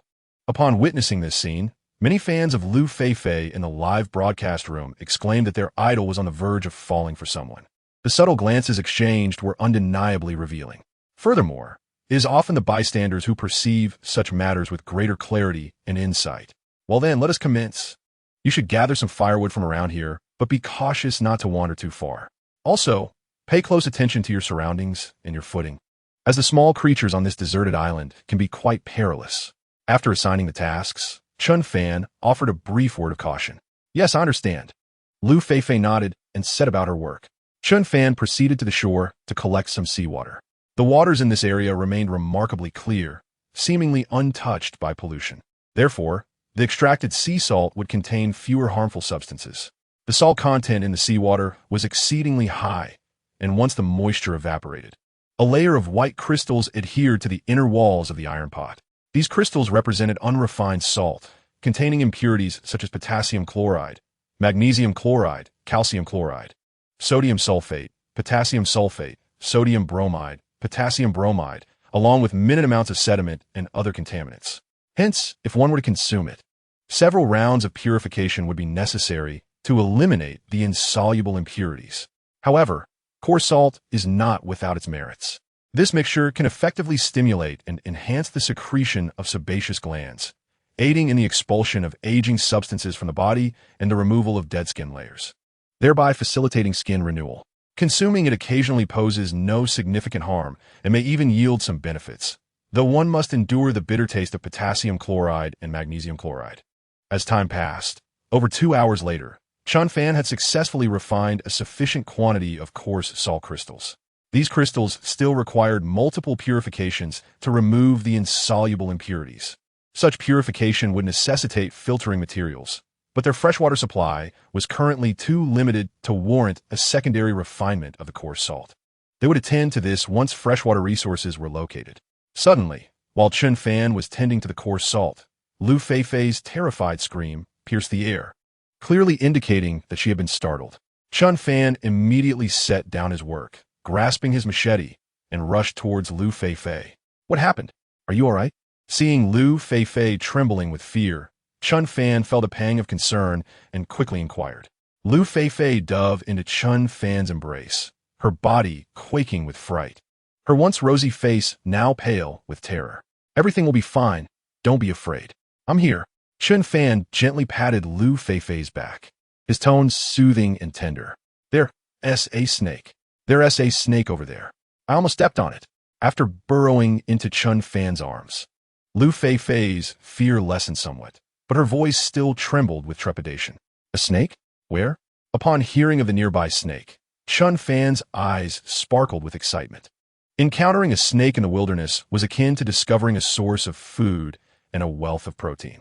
The first principle of wilderness survival dictates that after the head is removed, everything else is edible. Protein derived from such sources is tenfold that of beef.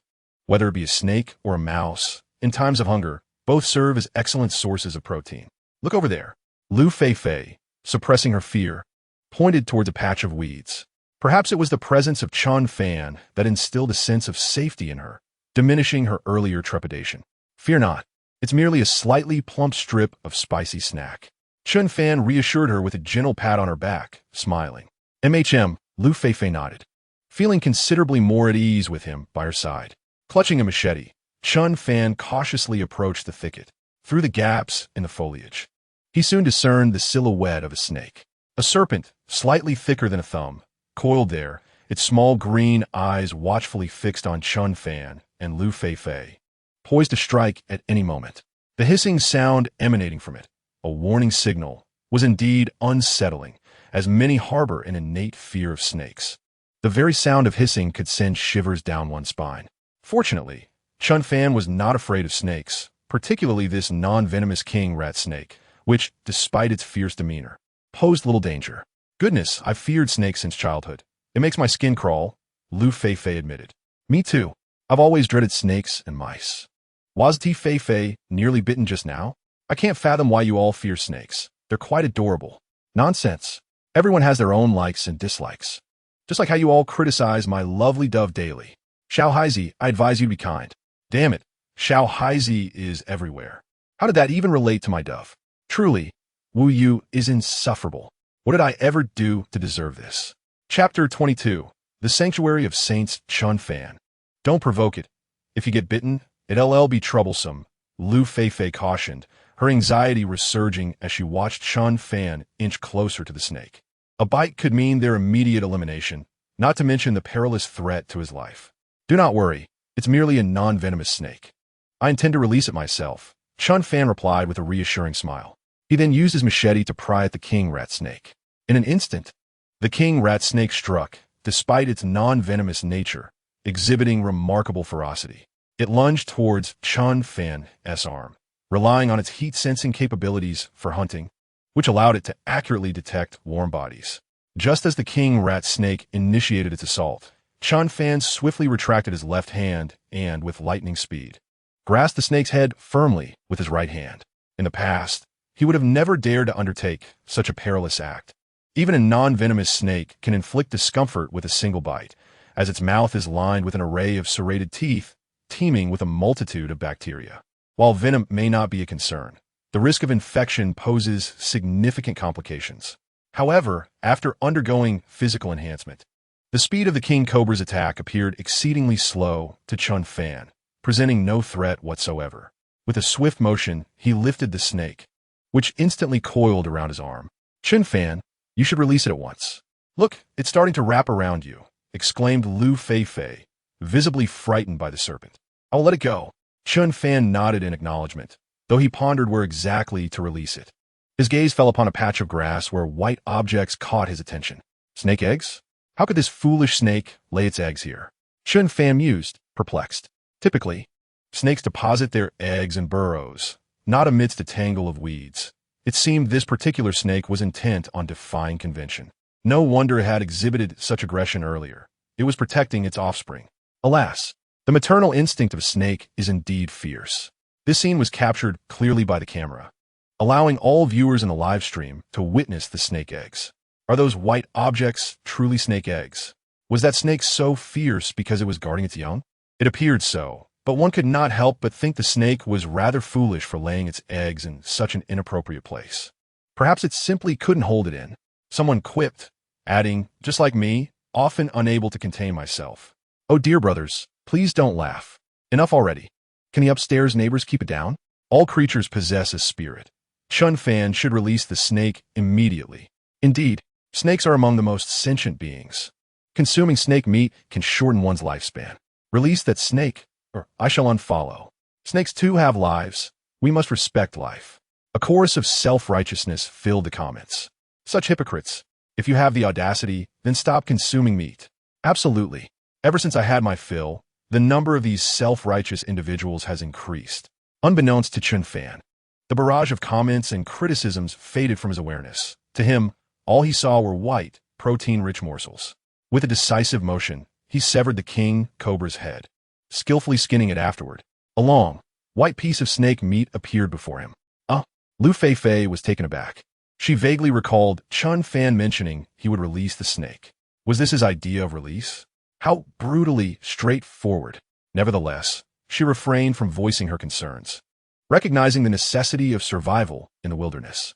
Snake meat is indeed a commendable source of protein. Yet, the viewers in the live stream could hardly contain their outrage. Beast, scoundrel, degenerate. Why would you kill such a precious snake? The individual appears quite presentable, yet in truth, he is nothing more than a brute.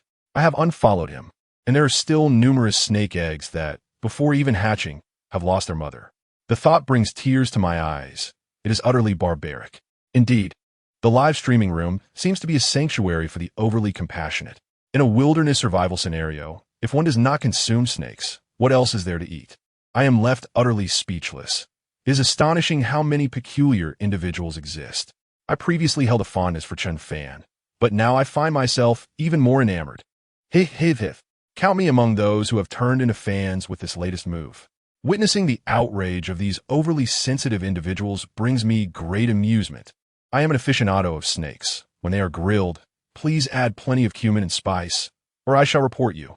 The viewers in the live stream quickly began to clash with one another. Some believed Chen Fan's actions were excessively gruesome, but such viewers are, after all, in the minority.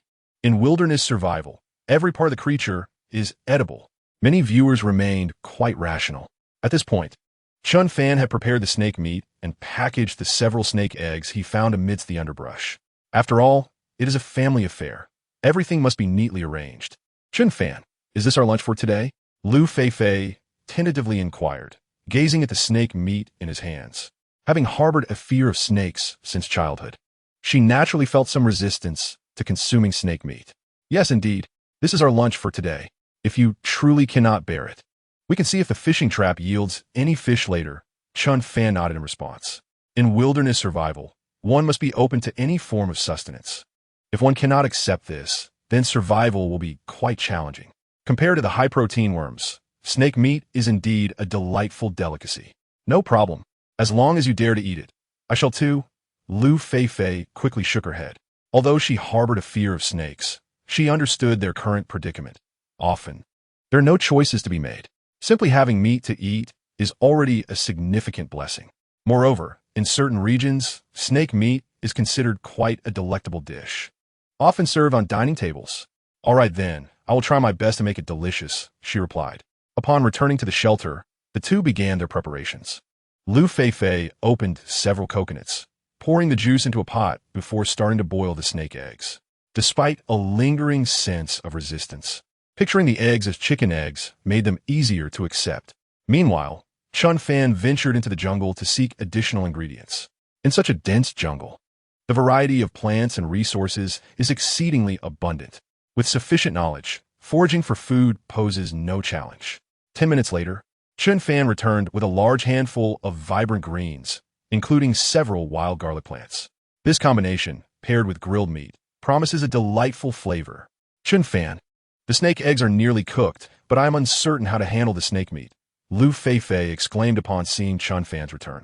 On one hand, she was genuinely unsure whether the snake meat should be roasted or boiled. On the other hand, she might have harbored a slight trepidation. No worries. I shall take care of it, Chen Fan declared as he took the snake meat and casually selected a twig, roughly the diameter of a finger, around which he wrapped the meat. The next step involved roasting it over the charcoal fire. It was best to use coals that were nearly burnt out, producing minimal smoke, for excessive smoke could lead to a charred appearance. When roasted over charcoal, the results were significantly improved. The snake was not particularly large, and within merely 10 minutes, it was transformed into a golden hue, with the meat sizzling and glistening with oil. It was no longer recognizable as snake meat, resembling duck neck instead. Of course, here, the duck neck referred to as authentically that, not a rodent's head. A sprinkle of salt was added to the snake meat, instantly elevating its appeal. Gulp! Even Liu Feifei, who was nearby, couldn't suppress a slight gulp. Before it was cooked, the thought of snake meat was rather daunting, but once roasted, it appeared utterly delectable, akin to a duck neck or a stick of spicy, oily snack. Come, taste it with some wild garlic. It should be quite delightful. Chen Fan tore off a piece of snake meat and offered it to Liu Feifei. In truth, once one overcame their mental hesitation, snake meat proved to be quite palatable. Liu Feifei did not hold back, taking a bite of the snake meat followed by a bite of wild garlic. Remarkably, the flavor was indeed quite exquisite. Despite the seasoning being merely salt, it was exceedingly enjoyable. It's truly delicious. You should try it quickly. After one bite, Liu Feifei's eyes sparkled with delight. No wonder many places relish snake meat. It turns out roasted snake meat tastes so splendid. Indeed, let us eat together. Chen Fan tore off another piece and began to chew, thoroughly enjoying the flavor and texture. Before long, the two had consumed the entire snake, leaving only the skeleton behind. With grease smeared across their mouths, Liu Feifei even licked her fingers in satisfaction. Ah, it's so fragrant. After finishing, Liu Feifei couldn't help but express her admiration. It was undeniably delectable. Chen Fan nodded in agreement, as this was his first experience with snake meat, and the flavor was surprisingly delightful. Perhaps it was also because they hadn't eaten much that morning. After satiating their hunger, the pair opened several coconuts and indulged in the refreshing drink. The coconuts they had gathered the previous day were nearly all consumed. After a brief rest of about 10 minutes, Chen Fan said to Liu Feifei, "Why don't you check the fishing trap to see if there are any catches? The area by the rocks is rather slippery, so be careful not to slip. I will gather some more coconuts to stockpile fresh water. Tomorrow, we can venture to the island. The core salt is nearly refined, and by tomorrow, we can officially embark on our quest for water sources and suitable campsites." "Yes, I will be cautious," Liu Feifei nodded before heading towards the rocky area. Meanwhile, Chen Fan made his way to the coconut trees. This time, he chose a coconut tree that was not particularly tall, about 7 to 8 meters in height. Before long, all the coconuts above were felled. In total, there were 23 coconuts, which should suffice until they find fresh water. Their survival situation has turned out to be quite favorable. Having been on the island for over a day, they have neither gone hungry nor lacked water. Although their living conditions may not be the best among the 20 groups of contestants, they certainly surpass more than half of them. In stark contrast, the 11th group, comprising Huayu City and Mayurong, has not enjoyed such fortune. Since yesterday, they have accomplished little. After erecting their tent yesterday morning, the two remained inside, engrossed in a game of poker. It was only in the afternoon, when the temperature dropped slightly, that they ventured out to search for supplies. Their efforts yielded only 4 or 5 fallen coconuts, yet this was sufficient to occupy their time for the day. However, at this moment, Both were already parched and famished, their faces betraying signs of exhaustion. They had completely lost the will and stamina for poker. You're on. Why don't you go collect a few more coconuts and find something to eat? I'm feeling a bit dizzy from hunger. If this continues, my hypoglycemia will surely kick in, Huayu City said weakly, half reclining in the tent. He, after all, was the current sensation in the music world, hailed by countless fans as an eternal deity, having lived a life of artistry, accustomed to having everything handed to him. He had never engaged in such menial tasks before. In his eyes, Ma Yurong was not a teammate, but rather a caretaker. How about we go together? I'm just as hungry as you are, Ma Yurong suggested humbly. The chances of finding food and water would certainly increase if they searched together. Being a mere fan of Huayu City, she felt intimidated and dared not speak loudly, fearing that any raised voice might attract the ire of other fans once they left the island. Are you joking? I'm an artist. How could I possibly perform such laborious tasks? Huayu City's expression shifted instantaneously. How audacious for a mere contestant to demand he work. Ma Yurong's countenance also changed slightly, her chest rising and falling dramatically. The ancients often said that beauty is a virtue, and it was certainly true in her case. Artistry? You only spent 20 seconds on me yesterday. Is that what you call art? Though her heart seethed with frustration, she dared not retort. After all, Huayu City was a popular singer with a legion of almost fanatical admirers to defend him. Furthermore, his family background was quite affluent, making it all too easy for him to deal with an ordinary girl like her. She, having once been one of his fans, knew all too well how terrifying those zealous followers could be. Meanwhile, in the live broadcast room, the atmosphere was exceedingly peculiar. How dare they send Hua out to search for something? Is this wretched being seeking their own demise? Indeed, our Hua is an artist. How could she be subjected to such menial tasks? To team up with Hua is akin to a dream from your ancestors' graves. How dare they still have demands? Sisters, quickly inform me of the identity of this detestable individual. I intend to unleash a storm of online outrage against her. I know. She is also a fan of Hua and resides in Wuri. Is this truly a fan of the Law King? I thought I had stumbled upon a live stream from the underworld. The atmosphere is so oppressive, I must leave. The live stream has hundreds of thousands of viewers, mostly brain-dead fans from Hua's realm, the sort of individuals that even zombies would disdain to approach. Why aren't they hurrying? Hua's voice was chillingly cold. Her words were laden with commands and threats, as if she considered herself a local emperor. Ma Yurong was merely a servant to her whims.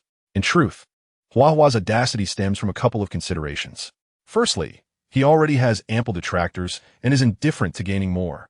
Secondly, his fervent fans will adore him regardless of his actions, having elevated him to an eternal deity in their eyes. Thirdly, negative attention is still attention. Having detractors signifies his popularity, and popularity translates to wealth. He is acutely aware of this. The more fervently his critics rail against him online, the greater his viewership, and consequently, the more he profits. He has privately pondered why, despite lacking notable achievements and not excelling in singing, dancing, or basketball, he consistently remains at the pinnacle of fame and frequently trends online.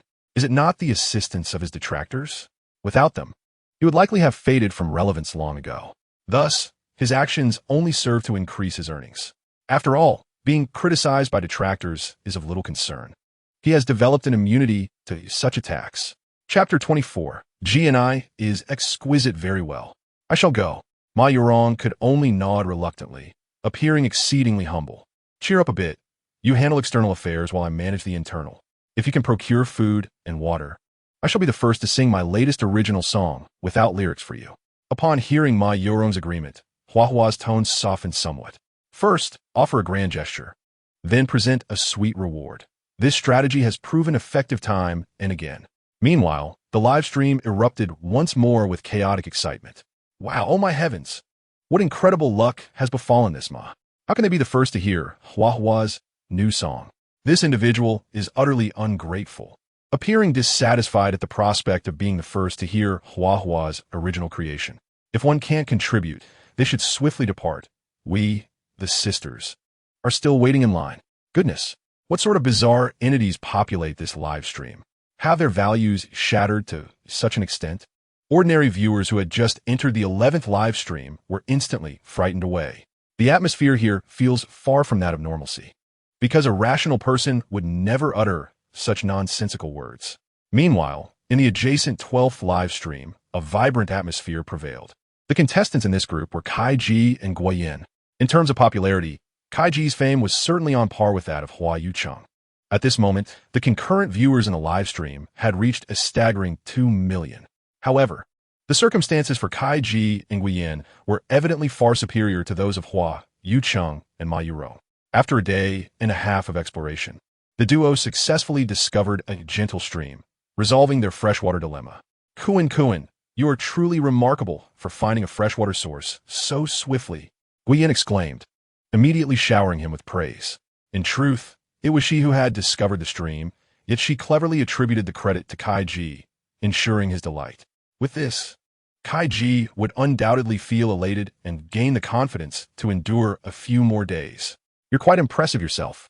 Had you not suggested this path, we might not have found the freshwater, Kai Ji replied with a beaming smile. Clearly, Guo Yin's words had brought him great comfort.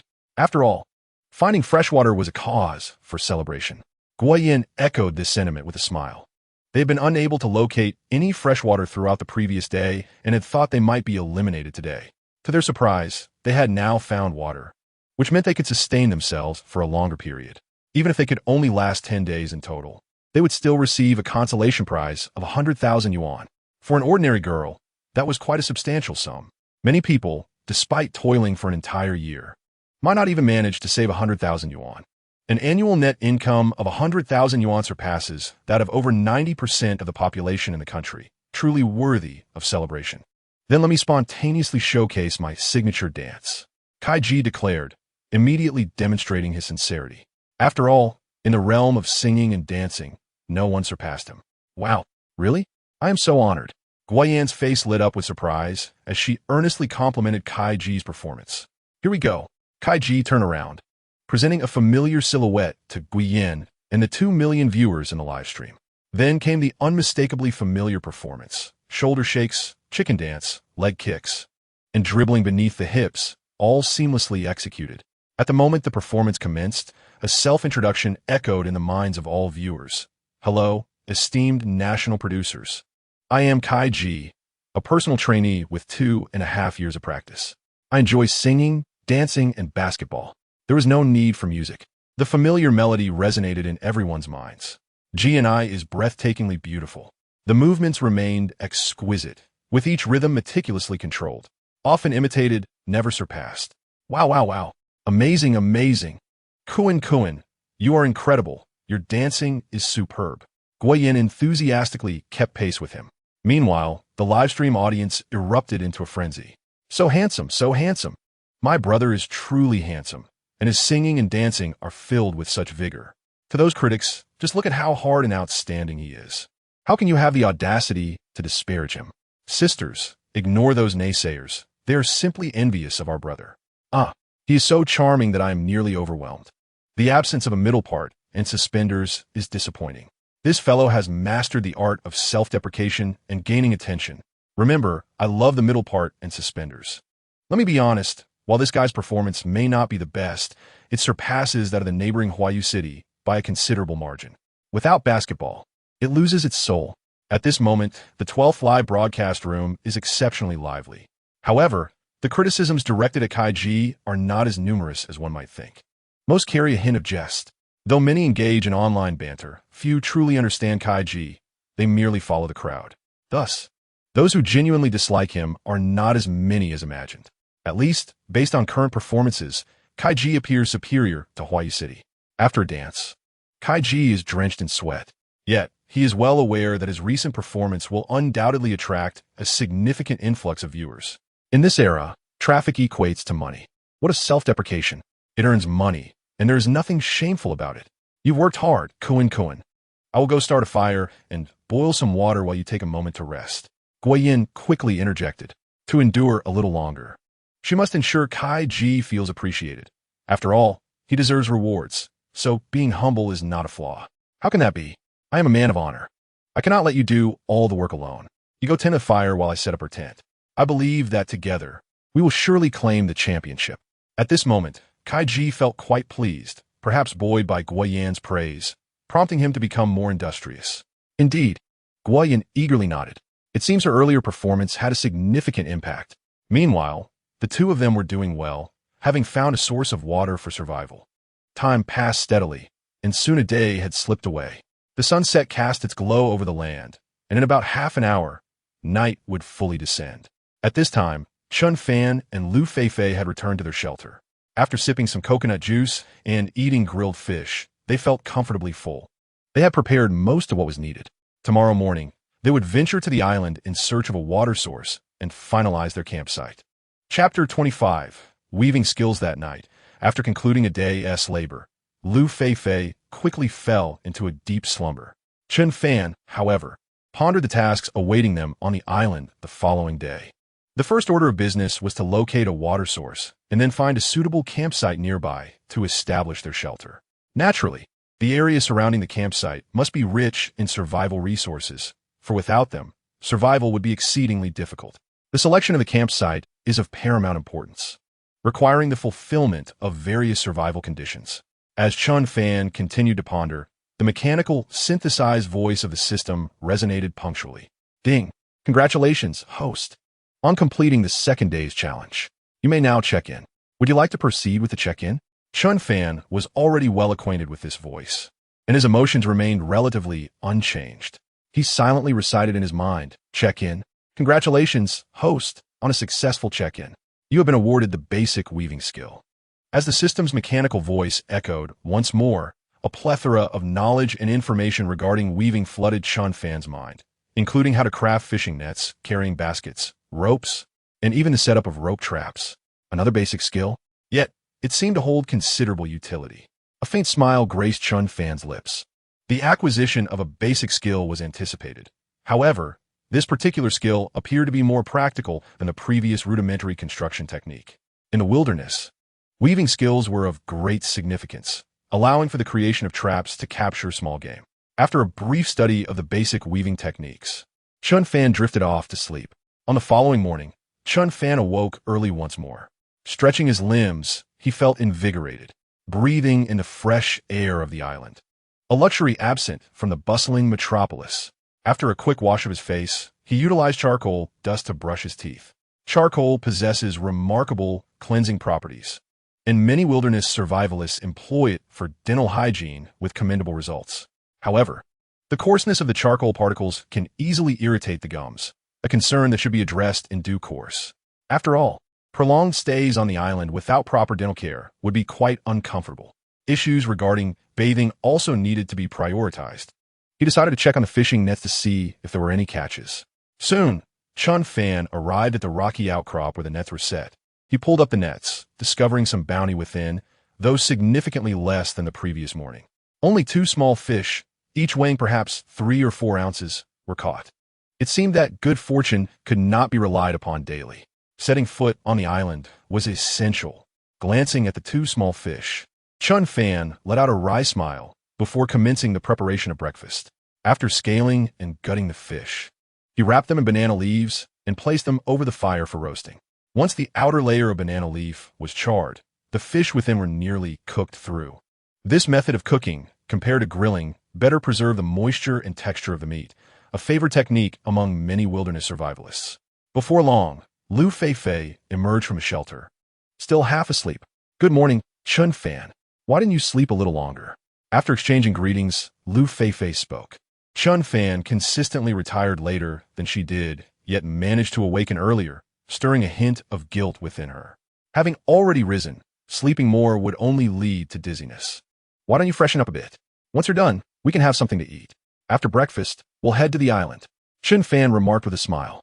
The fish was still sizzling on the grill as he ventured into the jungle with a machete in hand. Soon, he had gathered a number of vines and slender branches, preparing to craft a basket. This would allow him to carry tools and coconuts more conveniently when they reached the island, making their journey much easier. Half an hour later, the basket was complete. It appeared that the system's rewards were indeed remarkable. In just 30 minutes, he had woven something not only functional, but also aesthetically pleasing. Chen Fan felt a swell of joy. Previously, creating such a basket would have consumed several hours of labor, yet now it was accomplished in mere minutes. and it looked even more exquisite. Wow, Chen Fan, you're amazing. This basket is stunning. Did you study this craft before? Liu Feifei exclaimed, showering him with compliments. For the basket was undeniably beautiful and had been completed in record time. Indeed, Chen Fan is quite the quick worker. Haha, I did engage in such tasks back in the countryside, though I might be a bit rusty now, he replied with a smile, downplaying his skill. Rusty? Really? Liu Feifei was taken aback. The speed at which Chen Fan wove the basket was astonishing, leaving her in awe. If this was his rusty performance, what would it be like when he was in his element? Meanwhile, the viewers in the live stream were equally astounded. I thought this guy was impressive yesterday. The technique and speed he displayed while weaving that basket were extraordinary, truly professional. One commented, "This kid has real talent. Who knows, he might last for months. Please, he's just a pretty boy. He was lucky a few days ago. Don't start hyping him up." Another scoffed, "I bet he won't last 10 days. Count me in. If he lasts 10 days, I'll eat my hat. Why is it that every live stream has these fools who just want to troll?" Someone else lamented, "Ignore them. They live in darkness and have no faith in anyone." Even Chen Jiangwo and Zhou Lijuan were surprised by Chen Fan's weaving ability. Although they hailed from a rural background, they had never been exposed to such craftsmanship, and Chen Fan had never learned this skill. Why did he display such prowess in the live stream? Their son was increasingly shrouded in mystery. Meanwhile, on the island, Chen Fan and Liu Feifei had finished their grilled fish. Chen Fan fashioned a few simple fire starters from charcoal dust, tree sap, and bark. Armed with all their survival tools and several coconuts, the duo was ready to embark. "Let us go. I hope we can find a freshwater source quickly once we arrive on the island," Chen Fan said, shouldering his basket with a grin at Liu Feifei, who was carrying a double-handled iron pot and a sleeping bag. At that moment, her attire resembled that of a heroic figure from a historical drama. In truth, Chen Fan could easily manage all these burdens alone. However, Liu Feifei insisted on sharing the load, leaving Chen Fan with little choice. "I believe our luck is bound to be exceptional. We shall soon discover a source of fresh water," Liu Feifei said with a beaming smile. Her eyes squinted into crescent shapes, complemented by two charming dimples, making her appear exceedingly playful and delightful. "Indeed, I concur. After all, a girl who smiles is unlikely to encounter misfortune," Chen Fan replied with a firm nod. The two then shouldered their packs and ventured into the thicket. Chapter 26. Discovering water sources and establishing camp, the duo navigated through the dense jungle for nearly an hour, yet they had not stumbled upon any fresh water. At that moment, Chen Fan made a new discovery. He spotted a bird's nest perched atop a nearby tree, surrounded by two kingfishers chirping incessantly. Without hesitation, Chen Fan retrieved his slingshot, while Liu Feifei eagerly raised her gaze, knowing that their chance of dining on meat hinged on Chen Fan's aim. With a swift motion, the stone whizzed through the air. However, fortune did not favor him this time. He merely struck a leaf beside one of the birds, startling both into flight. "It's all right, Chen Fan. Those birds were far too small. Missing is perfectly understandable," Liu Feifei reassured him, sensing his potential disappointment. Team members must support one another, and at that moment, she aimed to bolster his confidence, perhaps enabling him to shoot more accurately. "Rest assured, I shall not be disheartened by such trivial matters. Besides, though the birds have flown, the nest remains, and it may contain eggs," Chen Fan remarked with a smile, clearly unperturbed by the incident. He then removed his backpack and began to ascend the tree. If there were eggs inside, they would certainly be a delightful find, potentially even more delectable and nutritious than the birds themselves. In a mere 2 minutes, Chen Fan reached the nest. Within lay 4 small eggs, a modest yet valuable source of protein. For wilderness survivors, this was nothing short of a divine gift. Chen Fan promptly gathered them all, thinking they might constitute their meal for the day. Upon descending, Liu Feifei eagerly approached him, asking, "Did you have any luck?" "Indeed, I found 4 eggs. Once we locate fresh water, we can boil them for a meal," Chen Fan replied, displaying the eggs with a grin. "Let us hasten in our search for water," Liu Feifei urged, though fatigue tugged at her. Yet, she understood the paramount importance of fresh water, so finding it was imperative for the day's endeavors. The pair continued onward, while the two kingfishers nearby chattered away, seemingly disdainful of Chen Fan's crafty antics. After approximately half an hour, the vegetation around them grew even denser and more vibrant. This indicates that they might be drawing ever closer to a water source. Just then, Chen Fan faintly discerned the gentle sound of flowing water. Having undergone physical enhancement, both his vision and hearing had significantly improved, rendering him far superior to an ordinary person. "Let's proceed that way," he urged, quickening his pace, with Liu Feifei hastily following suit. Time trickled by, and after 10 minutes, Liu Feifei too heard the sound of water, her face instantly alight with excitement. Soon, a crystal-clear stream appeared before them. The water was remarkably pure, with water moss and lichen adorning the surrounding stones. Such flora could only thrive in pristine water, confirming the absolute cleanliness of this source. "Wow, is this fresh water?" Liu Feifei inquired, her excitement barely contained. Although the water appeared clear, they could not immediately ascertain its quality. "Let me taste it," Chen Fan said, deftly plucking a broad leaf and fashioning it into a makeshift cup before scooping a spoonful. After sampling a small sip, he detected no trace of saltiness. Instead, it was refreshingly sweet, embodying the essence of pure mountain spring water. "It is indeed fresh water," he smiled at Liu Feifei. "Wonderful. We have finally found fresh water. Should we now determine the site for our shelter?" Liu Feifei exclaimed, brimming with enthusiasm. On the third day after their arrival on the island, they had at last discovered a reliable source of fresh water. With this stream, their chances of survival were considerably bolstered. After all, water is vital to human existence, and survival is impossible without it. "Indeed, you are correct. Now that we have located the water source, we can search for a suitable location to build our shelter." Chen Fan nodded earnestly. The site for the shelter should be in proximity to the water source for convenient access. However, it should not be too close. Being too near might attract numerous mosquitoes and animals at night. This river likely sustains countless creatures, necessitating a prudent distance. "Let us continue our journey." Liu Feifei appeared rather impatient. They needed to construct their shelter before nightfall, fully aware that the forest posed greater dangers than the beach after dark. "Very well, let us proceed." Chen Fan nodded, and they resumed their exploration of the surroundings. The selection of a campsite was of paramount importance. In addition to being near the water source, it should also be flat, receiving ample sunlight, and surrounded by a sufficient variety and quantity of flora and fauna to support their survival. Following the stream upstream, the pair walked for nearly half an hour until they came upon a relatively flat expanse of ground. Although surrounded by numerous small shrubs, there were few large bushes, allowing sunlight to filter through. This location was exceptionally ideal for constructing their shelter. Level ground, abundant sunlight, uncertain of the availability of sustenance in the vicinity. Chen Fan's gaze swiftly settled upon this particular campsite. With a mere clearing of the underbrush and weeds, it would undoubtedly serve as the most ideal foundation for a shelter. Moreover, it was not situated too far from a nearby stream. The only pressing concern now was the presence of game in the area. "How about we rest here for a while?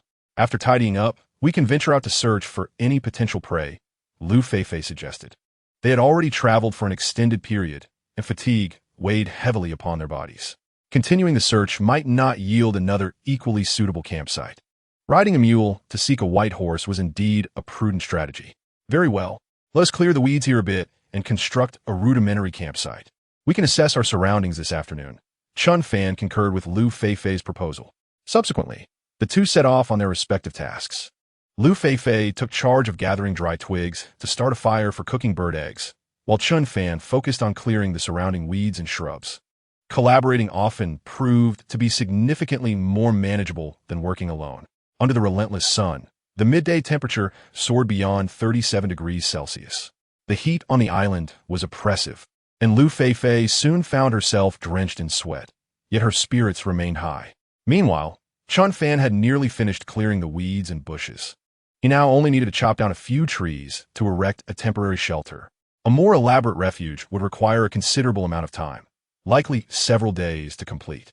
After more than half an hour, Liu Feifei had prepared lunch.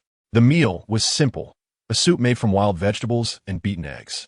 Initially, she had planned to use only 4 bird eggs, but reconsidering, she realized that would not suffice. By incorporating some wild vegetables into the egg drop soup, they could both achieve a satisfying meal. Additionally, it included the water mushrooms they had discovered in the stream, which Chen Fan noted were highly nutritious and delightfully tasty, a rare treat. "Chen Fan, come over and have something to eat." "All right," Chen Fan replied, pausing his work. Within minutes, The half-pot of wild vegetable and egg drop soup was completely consumed by the two of them. After replenishing their bodies with protein and hydration, Chen Fan quickly regained his peak physical condition. Next on the agenda was to erect a simple shelter. This task was quite straightforward.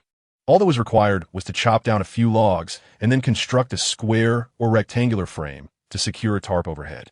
A temporary shelter need not be overly sturdy. As Chen Fan went to collect the logs, Liu Feifei hurriedly gathered dry twigs in the vicinity. Firewood was of utmost importance, especially as night fell. The fire must not be extinguished. This would not only ward off mosquitoes, but also deter larger carnivorous animals, ensuring their safety. Time passed swiftly, and before long, 2 hours had elapsed. At this moment, it was already around 2 in the afternoon. The temperature on the island remained scorching, causing beads of sweat to form densely on Chen Fan's forehead. However, the basic framework of a shelter had been erected, with the rain tarp secured above using tree bark. A rudimentary temporary shelter had been completed. Alas, Chen Fan sighed, pondering whether there were any bamboo nearby. If so, constructing a shelter would have been significantly easier. Bamboo, often referred to as the wilderness hardware store, is a coveted survival material for many adventurers. Its versatility allows for the creation of shelters, beds, and various utensils. Among other necessities, being lightweight, it saves both time and effort during harvesting. Furthermore, when building shelters and beds, bamboo simplifies the process, and its strips can be woven into an array of survival items. However, finding bamboo on a deserted island is a matter of luck. After a brief respite, the two replenished their hydration and prepared to venture forth in search of prey. Let us explore the vicinity for small animals. Encountering some forest chickens or wild rabbits would indicate that this area is suitable for long-term survival, Chen Fan declared, shouldering his backpack and arming himself with a machete, a military shovel, and a slingshot. As for the sleeping bag, it could remain in the shelter. The initial positions of each team were quite distant from one another, making the chance of encountering another team minimal, so there was no concern about their survival tools being stolen. Liu Feifei followed closely behind as they departed the camp. Since they had come from downstream, they had not spotted any signs of prey, prompting them to explore upstream this time. Along the way, they heard an abundance of chirping birds. The island was replete with various avian species and resources. However, these were not Chen Fan's target. The birds were relatively small, yielding little meat, and their capture was considerably challenging. Thus, his focus remained on forest chickens or wild rabbits. Should they come across larger game, such as wild boars or deer, it would be even better. Capturing just one could sustain them for several days. Chen Fan, look over there. Those holes in the grass piles are quite smooth, suggesting frequent passage of some creature. After walking for a while, Liu Feifei called out to Chen Fan. In the dense underbrush, several smooth openings had appeared, likely left by animals that often frequented the area. Chen Fan quickly crouched down to investigate. The surrounding tender leaves bore signs of nibbling, indicating that small animals indeed roamed this vicinity. Soon, he discovered some feathers not far away. It seemed this was the activity zone of the golden pheasant, and judging by the length of the feathers, these birds were not small in size. After toying with the feather in his hand, Chen Fan swiftly reached a conclusion, as the system had rewarded him with a compendium of botanical and zoological knowledge, providing him with information about such flora and fauna. Therefore, he was confident that his assessment was unlikely to be erroneous. The varieties of the golden pheasant are numerous, and what is commonly referred to as the wild chicken actually belongs to this category. In our country, these creatures are considered protected species. However, the current setting is a desolate island abroad, where the notion of protected species does not apply. The production team has previously stated that any prey that can be captured may serve as sustenance without any reservations. The abundance of traces in this area indicates a plentiful supply of game. This suggests that we can sustain ourselves here for an extended period. Liu Feifei's face instantly lit up with delight. After all, the campsite they had just encountered was quite remarkable, offering excellent lighting and ample space. They had not found such a suitable site in the past 2 days. Indeed, it appears to be the case. Let us venture further ahead. If we can uncover signs of additional prey, it would be even better. Chen Fan nodded and continued, stating that if there are other animals in this area, it would enhance the variety of their food sources. The pair pressed on, and before long, they made another discovery. Before them lay a sizable pile of feces. Chen Fan, What animal's droppings are those? It's so large. Liu Feifei quickly inquired. The considerable size of the droppings suggested that they likely belonged to some large creature, possibly a wild boar or another carnivorous animal. Chen Fan crouched down for a closer inspection. The feces were thoroughly dried. Using a stick, he prodded the droppings and made an observation. Within the feces, he detected strands of animal fur. This revelation caused Chen Fan's brow to furrow slightly. He then spoke in a low voice. This is the feces of a carnivore, likely belonging to some large feline species. On this desolate island, reminiscent of a primal forest, the presence of large carnivorous animals was not surprising. Particularly, leopards are known to thrive in such environments. What? A large feline species? The moment Liu Feifei heard those words, images of the Siberian tiger flooded her mind, and her heart raced with anxiety. If there were indeed tigers on this deserted island, it would pose a grave danger. In the presence of a tiger, humans are akin to mere insects, with almost no chance of survival if encountered. Do not be afraid. I am merely speculating. Even if it is a large feline, there is no need for fear. I will protect you. Chen Fan reassured Liu Feifei, who had suddenly become tense. While adult leopards are indeed perilous and possess a high likelihood of overpowering an adult human, Chen Fan's physical capabilities far surpass those of an average person. Armed with a machete, he believed it was not impossible to take down a leopard. I believe in you. Liu Feifei's tension dissipated upon witnessing Chen Fan's confident smile. For some reason, she felt an overwhelming sense of safety in his presence. Meanwhile, in the 6th Live broadcast room, this Chen Fan is rather pretentious, isn't he? If he were truly faced with a large feline predator, his own survival would be in jeopardy, let alone his claims of protecting Feifei. Indeed, should he encounter a big cat, I suspect he would be the first to flee. I find such self-important, ostentatious individuals utterly detestable. Feifei must be bewitched. Surely she cannot genuinely believe that this scrawny fellow could contend with a large cat. Let's not be so gullible. The droppings I observed are clearly those of a wild boar. Chen Fan's assertions are merely an attempt to bolster his own image. I concur. Large feline predators? Such boastfulness is utterly unfounded. A bunch of brainless individuals. Did you not notice the hair in that excrement? Claiming it to be wild boar droppings shows your sheer ignorance. Shaw, to the one above, boasting so grandly. Wild boars are omnivorous and certainly consume meat.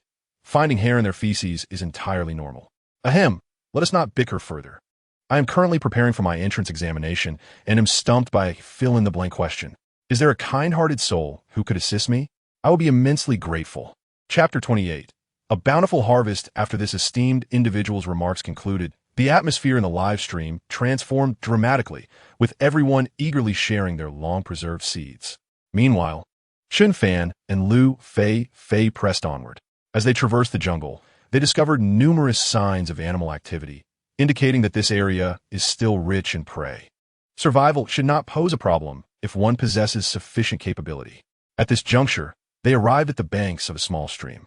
Chen Fan, look, there are so many little fish in the water.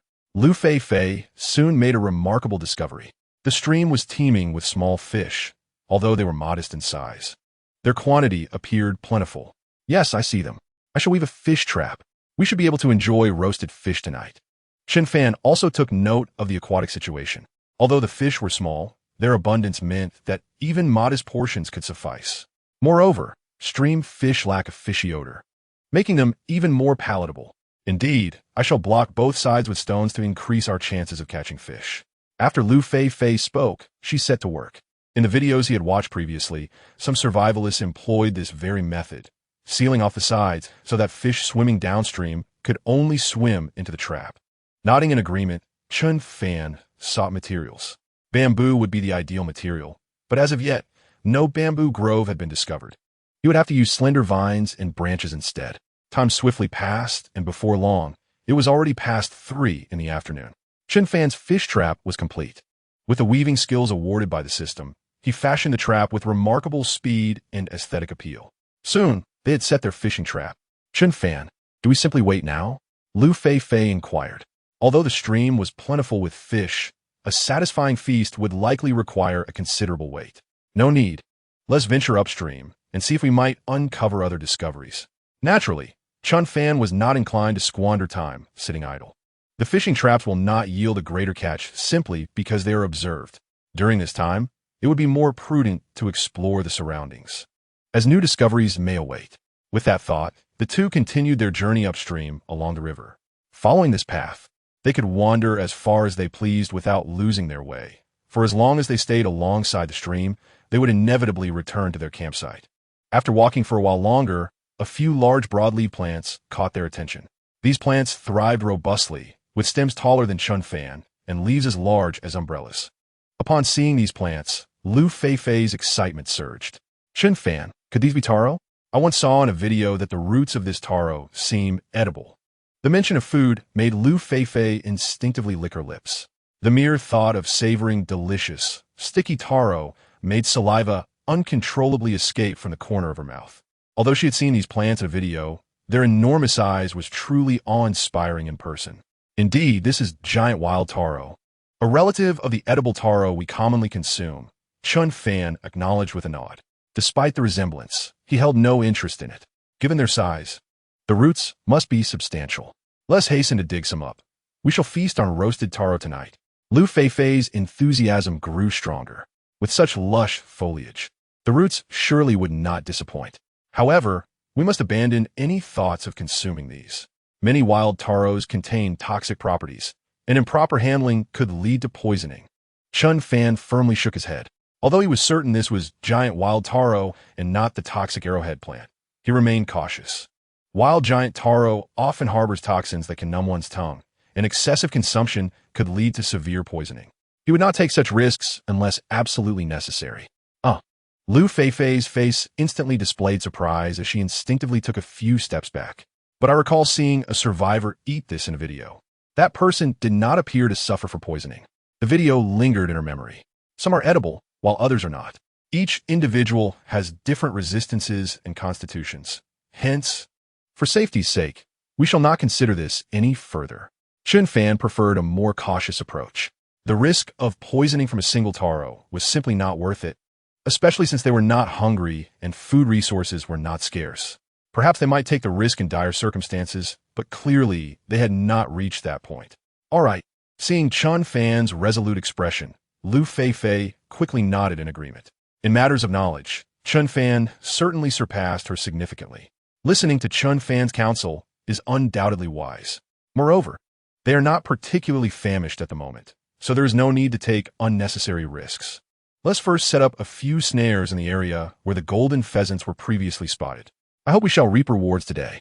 Chen Fan decided against advancing further and opted instead to prepare several snares.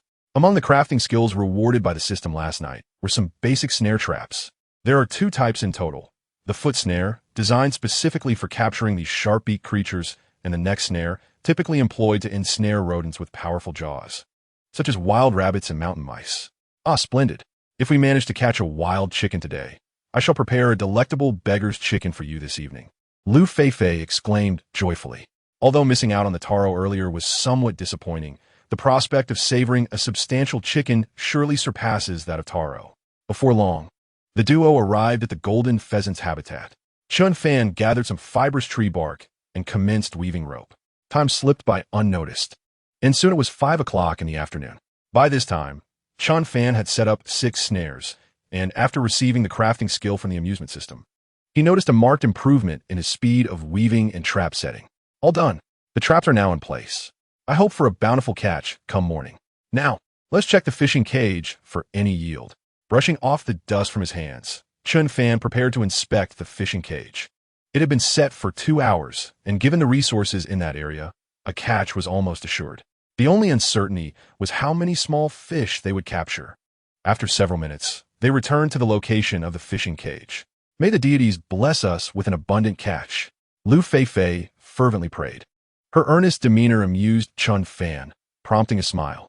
If prayers were effective, poverty would have been eradicated long ago. Lifting the fishing cage, he could feel a significant weight inside. It appeared that their haul was quite promising. Upon opening the rear end of the cage, a dozen fish flopped out, among which 4 were notably large, each weighing around 3 taels. The remaining 11 or 12 were small, roughly the size of a thumb, with the tiniest being no larger than a pinky finger. Additionally, there were 3 crabs of moderate size. Wow, so many fish, Liu Feifei exclaimed, ecstatic at the sight of the catch. It seemed that her earlier prayers had indeed borne fruit. The yield was satisfactory. This stream is quite bountiful. Let's release the smaller fish. Chen Fan was equally pleased with their haul. He cast back into the stream those fish smaller than his pinky finger.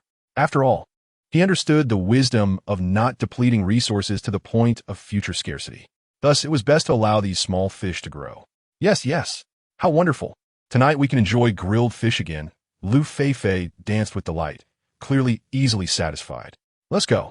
Upon returning home and releasing the other fish back into the fishing cage, the two individuals strolled back along the stream. Chapter 29. Sharing a bed. When they arrived at the shelter, the day was still young, and the sun had just begun its descent toward the horizon. Chen Fan, I will take care of these fish quickly and then prepare dinner for us. With the fish in hand, Liu Feifei prepared to dispatch the smaller ones. All right, be cautious and watch out for the surrounding underbrush. After skillfully processing the fish, she set the fishing cage in order. I will see if I can find something to repel mosquitoes, Chen Fan remarked, brandishing a spade as he ventured once more into the dense foliage.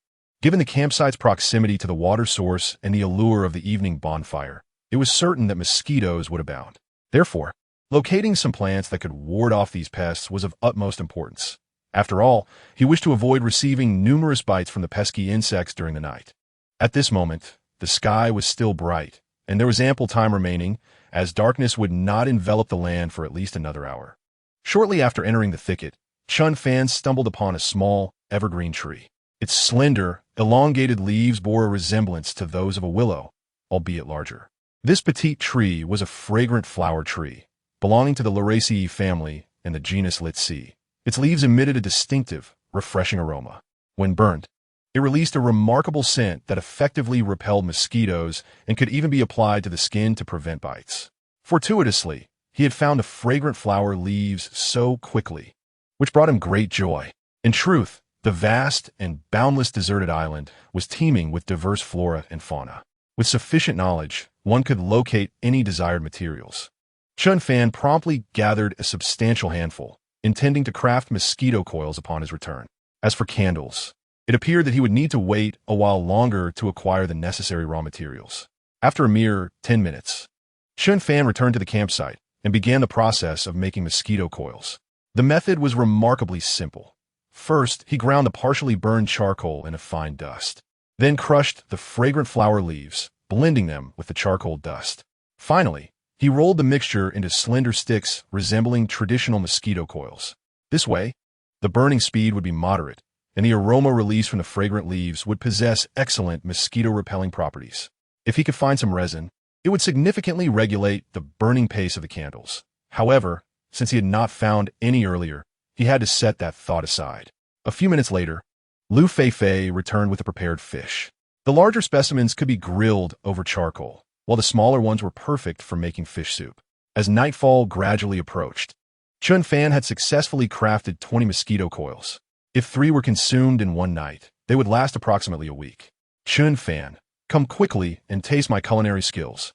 I used the coarse salt we refined today, Liu Feifei announced as dinner was ready. All right, Chen Fan nodded and began to eat. This flavor is quite bitter. Indeed, it seemed that her choice of salt was a most prudent one. Upon tasting a morsel of grilled fish, Liu Feifei's face contorted with distaste. She had initially presumed that the flavor of the salt harvested would be akin to regular table salt, merely with a few more impurities. To her surprise, the taste was overwhelmingly bitter, entirely divergent from that of common salt. Indeed, unrefined sea salt naturally possesses such a flavor. Perhaps in a couple of days, when time permits, I shall refine it further, she mused, hoping the taste might improve slightly. Observing Liu Feifei sticking out her tongue, Chen Fan chuckled, remarking that, even with multiple refinements, the bitter taste could not be entirely eradicated due to the absence of specialized equipment and expertise on the deserted island. Nonetheless, it might be marginally better. Nodding in agreement, Liu Feifei soon found that they had devoured every last morsel of fish, leaving their bellies full and warm. Yet, despite their satiation, a lingering sense of something missing persisted. Chen Fan, I find myself yearning for rice and noodles, she confessed. Although the meat was filling, the prolonged consumption left her feeling weary of it. and she was unaccustomed to the absence of staple grains. Seated by the fire, Liu Feifei turned to Chen Fan. This yearning was not merely a matter of habit. Physiologically, the body craved carbohydrates, which are essential nutrients typically derived from rice and noodles. If one were to consume protein exclusively without the balance of carbohydrates, the body would inevitably suffer over time. You're absolutely right. Prolonged meat consumption can indeed lead to fatigue. Chen Fan concurred earnestly, prioritizing the quest for carbohydrate-rich sustenance for the following day. In truth, on such a deserted island, carbohydrate-rich foods abound, such as sago palm, cassava, wild yam, and kudzu root. Most edible tubers are abundant in carbohydrates, while banana hearts and palm hearts also contain carbohydrates. Their quantities pale in comparison to those found in tubers plants. As night enveloped the island entirely, darkness shrouded the landscape. Fortunately, the fire pit before their shelter provided warmth and light. However, the flickering flames also attracted a multitude of mosquitoes. While engaged in conversation, Liu Feifei repeatedly scratched her neck. "What is the matter?" Chen Fan inquired. "My neck itches terribly. I think a mosquito has bitten me," she replied, scratching vigorously. Proximity to the water source had its drawbacks, as mosquitoes thrived in such areas. Yet, this was an unavoidable trade-off. Convenience often came with its own set of challenges. "Let's retreat inside. We can light some mosquito coils in the shelter. That should alleviate the situation," Chen Fan suggested before stepping into the refuge. He produced a mosquito coil and ignited it, releasing a subtle fragrance that quickly enveloped the small shelter. "Wow, this scent is delightful. It's reminiscent of exquisite perfume," Liu Feifei exclaimed, her excitement palpable upon inhaling the aroma that filled the room. Indeed, the fragrance of the fragrant melon leaves is quite delightful. Furthermore, when these leaves are crushed and their juice is applied to the skin, they can effectively ward off pesky mosquitoes. "Come, give it a try." Chen Fan nodded and handed a few remaining fragrant melon leaves to Liu Feifei. Without hesitation, Liu Feifei crushed the leaves and smeared the juice on her skin.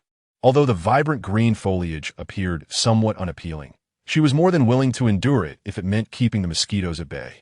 The discomfort of itchy bites was simply unbearable. "Chen Fan, shall we share a sleeping bag tonight?"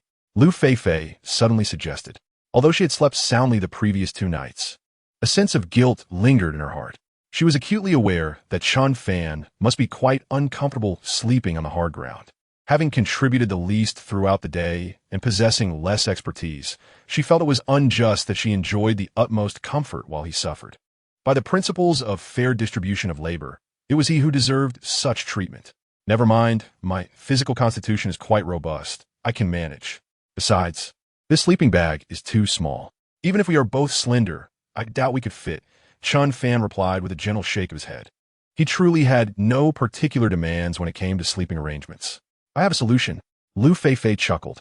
She then produced a machete and swiftly cut open the sleeping bag. In doing so, it transformed into a soft sheet, ample enough for 2.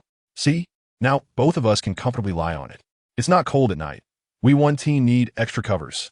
After completing this, Liu Feifei beamed at Chen Fan. It was essential for teammates to share both joys and hardships. Very well then. Chen Fan could only smile and nod in agreement, knowing that refusing her would only deepen her guilt. However, Liu Feifei seemed to recall something and hesitated. "What is it?" Chen Fan inquired. "Just that you need to behave yourself tonight. No wandering hands." Liu Feifei fixed her gaze on Chen Fan, her face suddenly flushing. This meant that they would indeed be sharing a bed in the truest sense. "Rest assured, I'll only snuggle, not intrude," Chen Fan joked with a grin. "Oomph. How annoying, no snuggling either." Liu Feifei pretended to be angry. Yet, it was merely a reminder. After 3.5 days of companionship, she understood that Chen Fan was a gentleman who would never take advantage of her vulnerability. Not long after, Liu Feifei drifted off to sleep. One must say, this young lady possessed remarkable sleep quality. She could fall asleep within 3 to 5 minutes of lying down. As she slept facing Chen Fan, her body curled slightly, her delicate brows furrowed, clearly feeling a tad chilly. Although the temperature difference between day and night on the island was not extreme, a slight coolness was still perceptible in the air. Chen Fan removed his windbreaker and gently draped it over Liu Feifei. Reclining on his back with his hands cradling the back of his head, he awaited the system's voice while lying in his sleeping bag. Before long, the mechanical, synthesized voice of the system resonated as anticipated. Ding! Congratulations, host. It is time for the third-day check-in. Would you like to proceed with the check-in? Without hesitation, Chen Fan silently affirmed his intention in his mind. Congratulations, host. Check-in successful. Reward: advanced stealth swimming technique. The mechanical voice echoed once more. At last, an advanced skill had arrived, though the stealth swimming technique did not seem particularly beneficial to him. Chen Fan mused to himself. If he were by the seaside, perhaps he could utilize this technique to catch some lobsters, abalone, or sea urchins. However, it was of no use at present. He pondered when he might next visit the coast to take advantage of it. He yearned for the bodily enhancement potion, for it was undeniably the finest reward he had obtained thus far through check-ins. It could drastically elevate the user's physical capabilities in an instant. If he could acquire another vial of the enhancement potion, he would feel unafraid even in the presence of a large feline predator like a leopard. He might even procure a splendid leopard skin coat. After completing his check-in, Chen Fan soon drifted into slumber. The following morning, as was his custom, Chen Fan awoke early. Upon opening his eyes, he found Liu Feifei's body sprawled across him. Her right arm was securely wrapped around his neck, and her right leg rested comfortably upon his waist, resembling an octopus in her embrace. The distance between their faces was merely a few inches, allowing him to distinctly feel the warmth of her breath. Such a posture was undeniably intimate, likely surpassing even that of couples in the throes of romance at dawn. Sleep was indeed restless. Just last night, she had the audacity to ask him to be more composed. Chen Fan chuckled softly, shaking his head. However, perhaps due to his newfound awareness, this closeness elicited a reaction from him. After all, morning is the most vibrant time of the day, a period of renewal, and even his little brother was responding accordingly. Yet, Chen Fan remained rational, swiftly regaining control over himself. He gently shifted Liu Feifei's arm and leg aside and rose to leave the shelter. As he stepped outside, Liu Feifei, who had been lost in slumber, slowly opened her eyes, her face instantly flushed with a rosy hue. She had awakened the moment Chen Fan had moved her limbs, but the awkwardness compelled her to feign sleep. Oh dear, how embarrassing. Why was I so restless in my sleep? I had asked Chen Fan to be more composed last night. How mortifying. The more she thought about it, the redder her cheeks became. Was this habit of hugging plush toys carried over into this reality? Yet, on the other hand, Chen Fan was, indeed, a man of integrity. Earlier, when such a splendid opportunity presented itself, she astonishingly refrained from any transgressions, not even daring to touch. This realization brought her a sense of relief, and she felt fortunate. As she emerged from the shelter, Chen Fan had already completed his morning routine, kindled a fire, and boiled some water. Awake? Come wash your face quickly. Chen Fan greeted Liu Feifei with a smile. Yes, you always rise so early. Liu Feifei hurriedly approached, striving to mask her embarrassment. Fortunately, Chen Fan remained oblivious to her feigned slumber. Otherwise, she would have been too mortified to interact comfortably. After a brief splash of water on her face, her shyness diminished significantly. We didn't have breakfast this morning, so let's drink some water and head out. We should check if the snares we set yesterday yielded any results. Chen Fan continued, but I'm not particularly hungry right now. If the snares are successful, we can enjoy a hearty breakfast later. Having satisfied their thirst, the pair shouldered their packs and gathered their survival tools, setting off towards the trap locations. The distance from a shelter was not great. They would reach it in a matter of minutes. Thud, thud. Before they arrived at the traps, Chen Fan heard a flurry of commotion. It was clearly the sound of a bird struggling, its wings flapping in distress, with enhanced physical abilities surpassing those of the average person. Chen Fan's hearing was also superior to Liu Feifei's. It seems we have a catch. Let us quicken our pace, he urged, and Liu Feifei promptly followed suit. Soon, a wild chicken came into view, one of its claws ensnared tightly in the trap, flapping its wings and desperately struggling. Wow, we really caught a wild chicken, Chen Fan.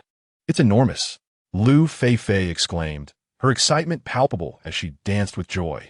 Though they had captured several small creatures in the past few days, none compared to the size of this chicken. Just this one would suffice for a substantial feast for both of them. Indeed, today is quite fortuitous. This chicken is remarkably plump. Those drumsticks are mouth-watering, Chen Fan remarked, hastily swallowing his saliva. He swiftly approached and seized the wild chicken by the neck.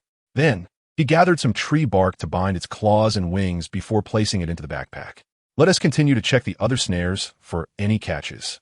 The success of the first trap bolstered Chen Fan's confidence. It appeared that his traps were indeed quite effective. Absolutely. My instincts tell me that the next few traps will also yield results, Liu Feifei eagerly proclaimed. The two then proceeded to inspect the remaining snares, and the next 5 traps yielded yet another wild chicken. The creature's size was not as grand as the previous one, yet the two could certainly share a meal, especially since this one had already succumbed to death. With 6 traps yielding 2 catches, Chen Fan felt thoroughly satisfied with such a bounty. After all, for many wilderness survivalists, the odds of returning empty-handed were exceedingly high. Thus, any acquisition was deemed a gratifying outcome. Subsequently, Chen Fan reset the 2 snares and, with a sense of contentment, prepared to return. Let us consume this deceased wild chicken shortly. The living one can be kept for sustenance, to be utilized when hunger becomes unbearable, Liu Feifei suggested. The preservation of food supplies would undeniably provide greater peace of mind for survivors. Agreed. Upon our return, you may handle the wild chicken while I weave a chicken coop. Chen Fan nodded in affirmation. Although Liu Feifei's practical skills in wilderness survival were somewhat lacking, her suggestions were often quite reasonable, stemming from careful consideration of their future endeavors. It was evident that both Liu Feifei and Chen Fan shared the same aspiration to endure for a longer period. Chapter 31. Cassava, the king of starch before long. The duo returned to their shelter once again. Liu Feifei commenced processing the deceased wild chicken by the riverbank, while Chen Fan instructed her to retain the wings and tail feathers, as these could be fashioned into arrow fletching. Though they were not yet prepared to craft bows and arrows, such tools could prove invaluable should they encounter larger game nearby. The lethality of slingshot was, after all, rather limited. While capturing wild chickens and small birds might pose no challenge, larger animals, particularly wild boars and deer, were beyond its capability to harm. Liu Feifei obediently complied, and Chen Fan set about swiftly weaving the chicken coop. With the weaving skills granted by the system's rewards, this task became almost second nature to him, executed with a speed that dazzled the eye. Meanwhile, in the 6th live streaming room, the concurrent viewership had surged past 270,000. Although this achievement was not the pinnacle of success, it ranked commendably among the 20 live streams. Wow, this Chen Fan is truly impressive. Just observe his technique and speed in weaving the chicken coop. He is undoubtedly a professional. Indeed, quite remarkable. My grandfather was a master wickerworker, and Chen Fan's skill and pace are on par with his. People often fear comparison. Being young, the disparity between Chen Fan and his contemporaries, such as Huayu City and Kaiji, was glaringly evident. Hey, that's a bit unfair. Comparing a young man to 2 young women is hardly appropriate. Oh yes, indeed. Such comparisons should not be made. There are many ways Chen Fan can humiliate me. Why choose this most brutal method? To be candid, I initially held reservations about Chen Fan and Liu Feifei. However, it is evident now that they possess remarkable talents and amiable personalities, coexisting harmoniously. Indeed, I have grown quite fond of them and hold great expectations for their future. The young man is truly impressive. Is he in a relationship? If not, he might consider me. I boast an excellent physique. But as for you upstairs, there's no point in fantasizing, as Chen Fan is already accompanied by Liu Feifei. Perhaps we could pair up instead? I am in my prime, brimming with vigor. Could you refrain from discussing such sensitive topics in the future? If this continues, I may have to report you for inappropriate conversation. The live stream remains as lively as ever. Initially, many were skeptical of Chen Fan's abilities. They perceived him as rather ordinary, possessing little more than good looks, unfit to be Liu Feifei's partner. Yet, after several days of observation, they have come to recognize Chen Fan's considerable prowess. His wilderness survival skills and techniques are impressive, far surpassing those of an average young man. When compared to Huaiqing and Kaiji, his advantages are strikingly apparent. All are young, full of vigor, yet Chen Fan exudes a masculine charm, while Huaiqing and his companions embody a delicate femininity. At that moment on the island, Chen Fan had constructed a chicken coop. After untying the wild chicken from its bark bindings, he placed it directly inside the coop.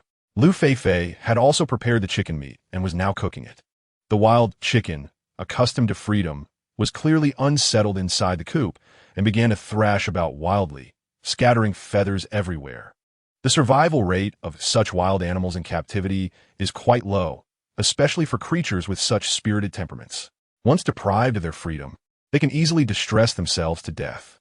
Chen Fan, this wild chicken, is exceedingly lively. If it continues to flail about, it may injure itself, Liu Feifei remarked, observing the struggling bird, which had lost a considerable amount of its feathers. That's all right.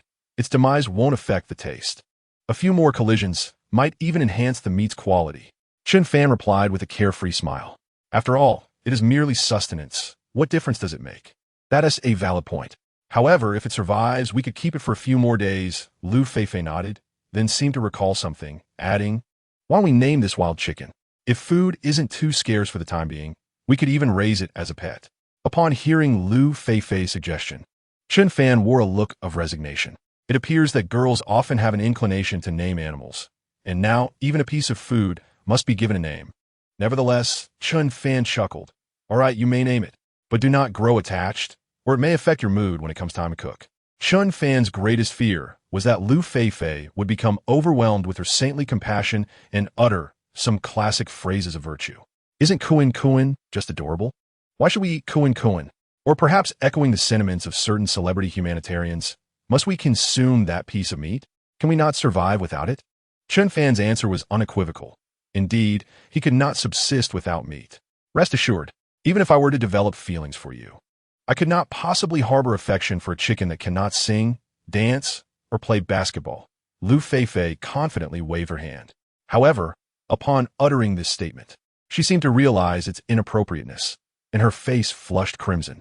Chen Fan chose not to pursue this topic further. Time swiftly elapsed, and half an hour passed. The rich broth in the iron pot bubbled away, filling the air with the tantalizing aroma of chicken. All right, let's dig in. After we finish, we shall seek out some carbohydrate-rich foods. If fortune favors us, I shall treat you to spicy hot pot tomorrow. The two began their meal, a combination of breakfast and lunch. Their objective for the day was clear, to quickly find foods abundant in carbohydrates.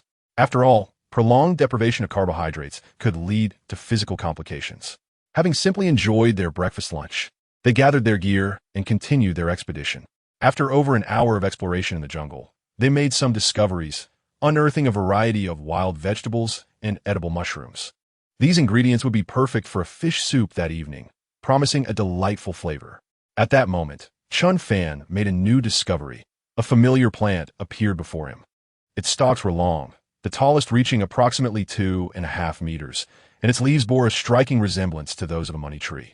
Before Chen Fan could speak, Liu Feifei pointed excitedly at the plant and exclaimed, Chen Fan, this tree looks so familiar.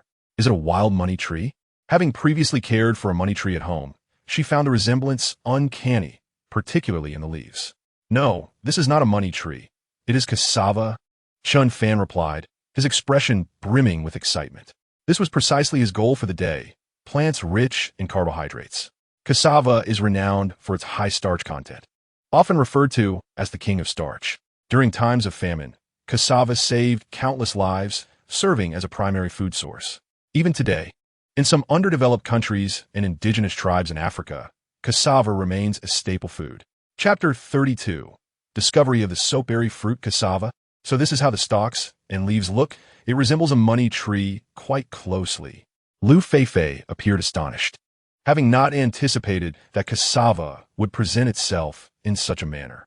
Moreover, the tallest specimens seemed to exceed 2 meters, completely overturning her understanding of plants in the genus. She then excitedly inquired, if this is cassava, does it mean it is edible like sweet potatoes? This was the crux of her curiosity. Due to the delightful taste of both sweet potatoes and regular potatoes, it stands to reason that cassava, which also contains the character for tuber, is undoubtedly a highly starchy, edible food. Generally speaking, cassava is indeed consumable. However, there are certain varieties that are toxic. The red roots are typically poisonous, while the yellow and white varieties possess minimal toxicity. Furthermore, after undergoing appropriate processing, they can be safely consumed. Chen Fan nodded thoughtfully and remarked that some cassava can indeed be toxic due to the presence of cyanogenic compounds, which are the primary source of its toxicity. There have been rumors in the past suggesting that eating cassava could lead to a state akin to intoxication, which is attributed to its toxic content causing temporary paralysis. Nevertheless, by peeling and soaking the cassava, one can effectively eliminate this toxicity. It is crucial to ensure that cassava is thoroughly cooked before consumption, as there are inherent safety risks if it is not. Shall we dig some up quickly? Liu Feifei eagerly suggested. With such a large cassava tree, the fruits must be enormous. She clearly could hardly contain her excitement, having indulged in meat for several days without consuming any starchy or carbohydrate-rich foods, leading to a significant craving for such sustenance, both physically and psychologically. All right, let us see what we can unearth, Chen Fan agreed, taking out a spade and beginning to dig. Time swiftly passed, and before long, he had excavated 4 or 5 tubers larger than his fist. The cassava had a fusiform shape, resembling sweet potatoes to some extent, though its nutritional profile pales in comparison to that of sweet potatoes, which are rich in various nutrients. Cassava is primarily composed of starch, providing a strong sense of satiety, which is why it is often referred to as the king of starch. The lack of large-scale cultivation of cassava in the country can be attributed to this. Wow, these are enormous. With so many cassavas, we could eat for a week, right? Liu Feifei remarked, swallowing hard as she envisioned the delicious aroma of roasted sweet potatoes. It should be fine. There are plenty more around here. It seems these cassavas could serve as a long-term source of starch for us. Chen Fan nodded, a smile appearing on his face. The cassavas they had just dug up were all yellow-skinned, boasting a superior taste and minimal toxins. After a simple peeling process, they could be boiled or roasted. With this batch of cassava, the issue of carbohydrates was effectively resolved. However, it would be even better if they could find other carbohydrate-rich foods. Meanwhile, in the live stream, many viewers, particularly women, became excited upon seeing the uniquely shaped cassava. Wow, look at those thick and large cassavas. They look so useful. So delicious. One exclaimed, hee hee, I think these are much more versatile than eggplants. Chen Fan, could you send me a cassava? I adore its shape. Another chimed in, goodness. A group of mischievous girls. It seems cucumbers and eggplants no longer satisfy you, huh? One might consider indulging in the delightful combination of winter melon and durian.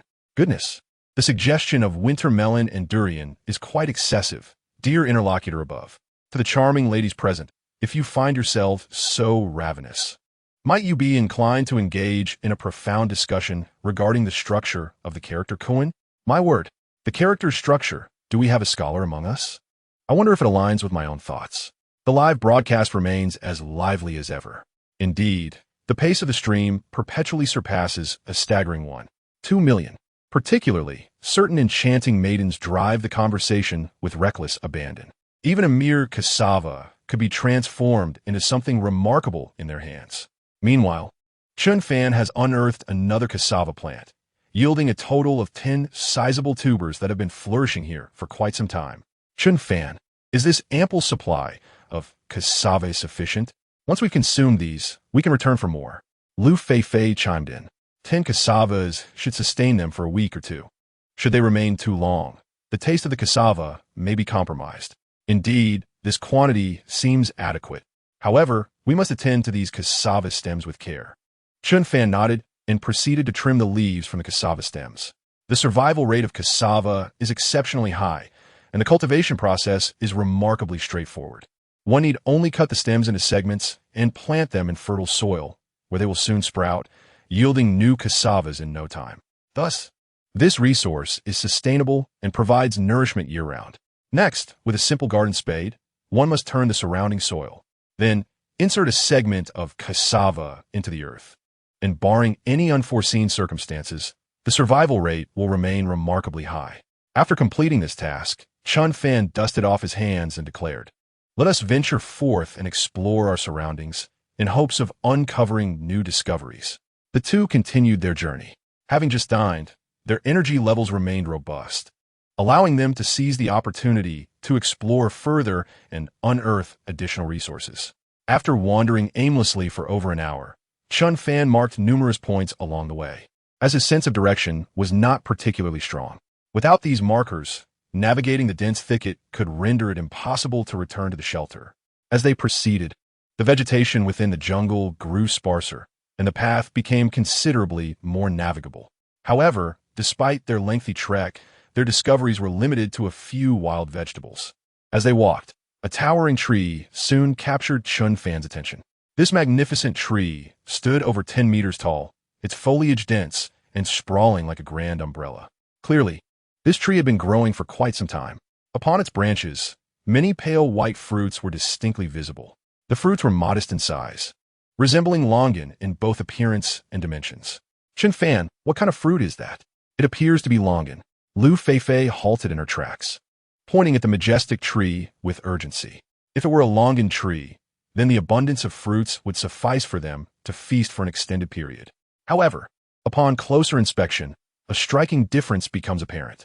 The skin of longan is remarkably smooth, whereas the surface of the fruits before them is indeed crinkled, resembling dried longan. These are not longans, yet they possess qualities superior to those of longan. Chen Fan shook his head, his excitement palpable. Something better than longan? Liu Feifei appeared somewhat perplexed. Could it be that this fruit tastes better than longan? Or perhaps it is more nutritionally rich? Well, this fruit is called sapindus, and like longan, it belongs to the Sapindaceae family. However, it is inedible. It can be used for washing hair and bathing.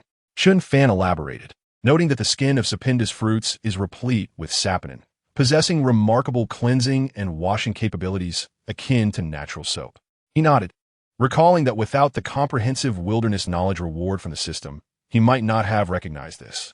Even if it were presented before him, he would have been at a loss as to how to utilize it. Yet now, he was exceedingly familiar with it. Such knowledge was firmly etched in his mind. Chapter 33. No viewing while bathing? The audience is furious. Can we wash hair and bathe? Upon hearing these two words, Liu Feifei's face lit up with delight, her beautiful eyes sparkling with excitement.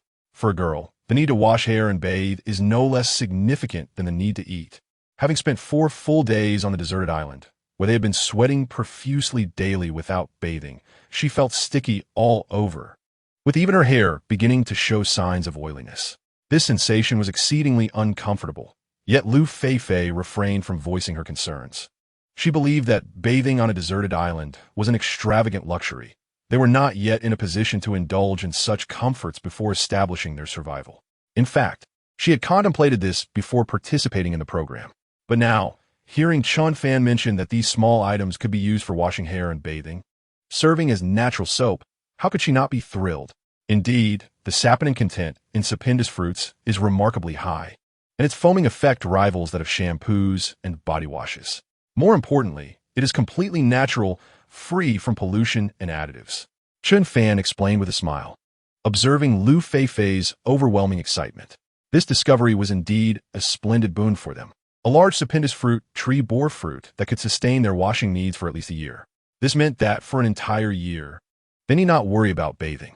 Such a prospect was a mental delight. Only by ensuring their physical comfort could they enhance their chances of survival. Fantastic, Chen Fan. This discovery is truly remarkable. To be honest, I can hardly wait to return and cleanse my body. I feel even stickier now. Liu Feifei's face was alight with excitement, and she could hardly contain herself. Had she not discovered the soapberry fruits, perhaps she would have felt she could endure much longer. However, with such a delightful find, she felt she could scarcely hold out for a single day. She longed for the carefree sensation of bathing amidst bubbles. All right, let us gather some soapberries to take back, and once we return, we shall indulge in a good bath. Chen Fan nodded in agreement and began to collect the fallen soapberries from the ground.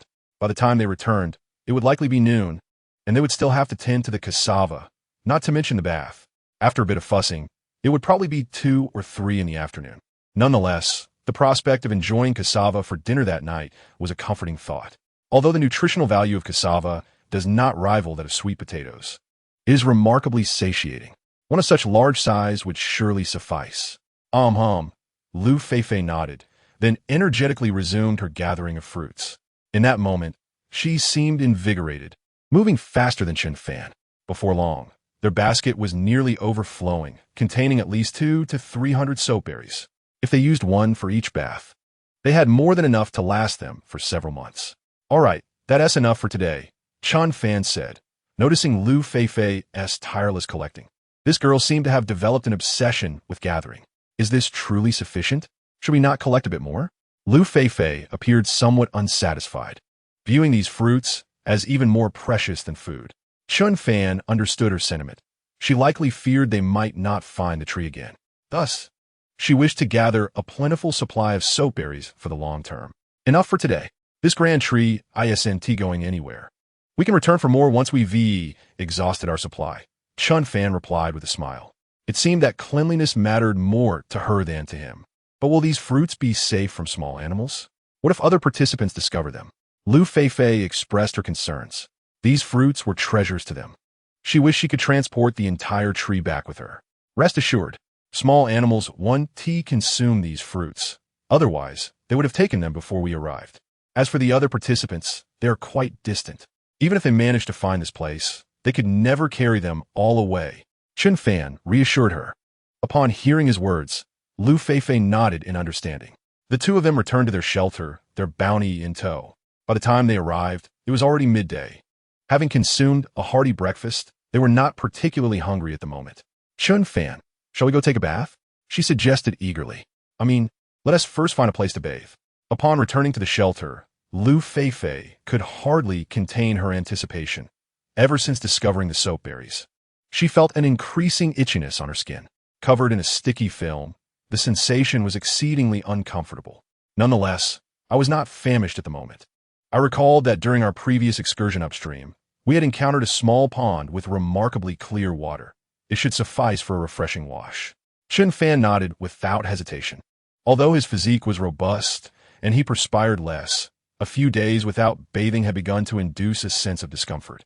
This presented a perfect opportunity for a delightful dip in cool water. On such a sweltering day, a bath would be immensely pleasurable. After a brief tidying of their belongings, the two promptly made their way downstream.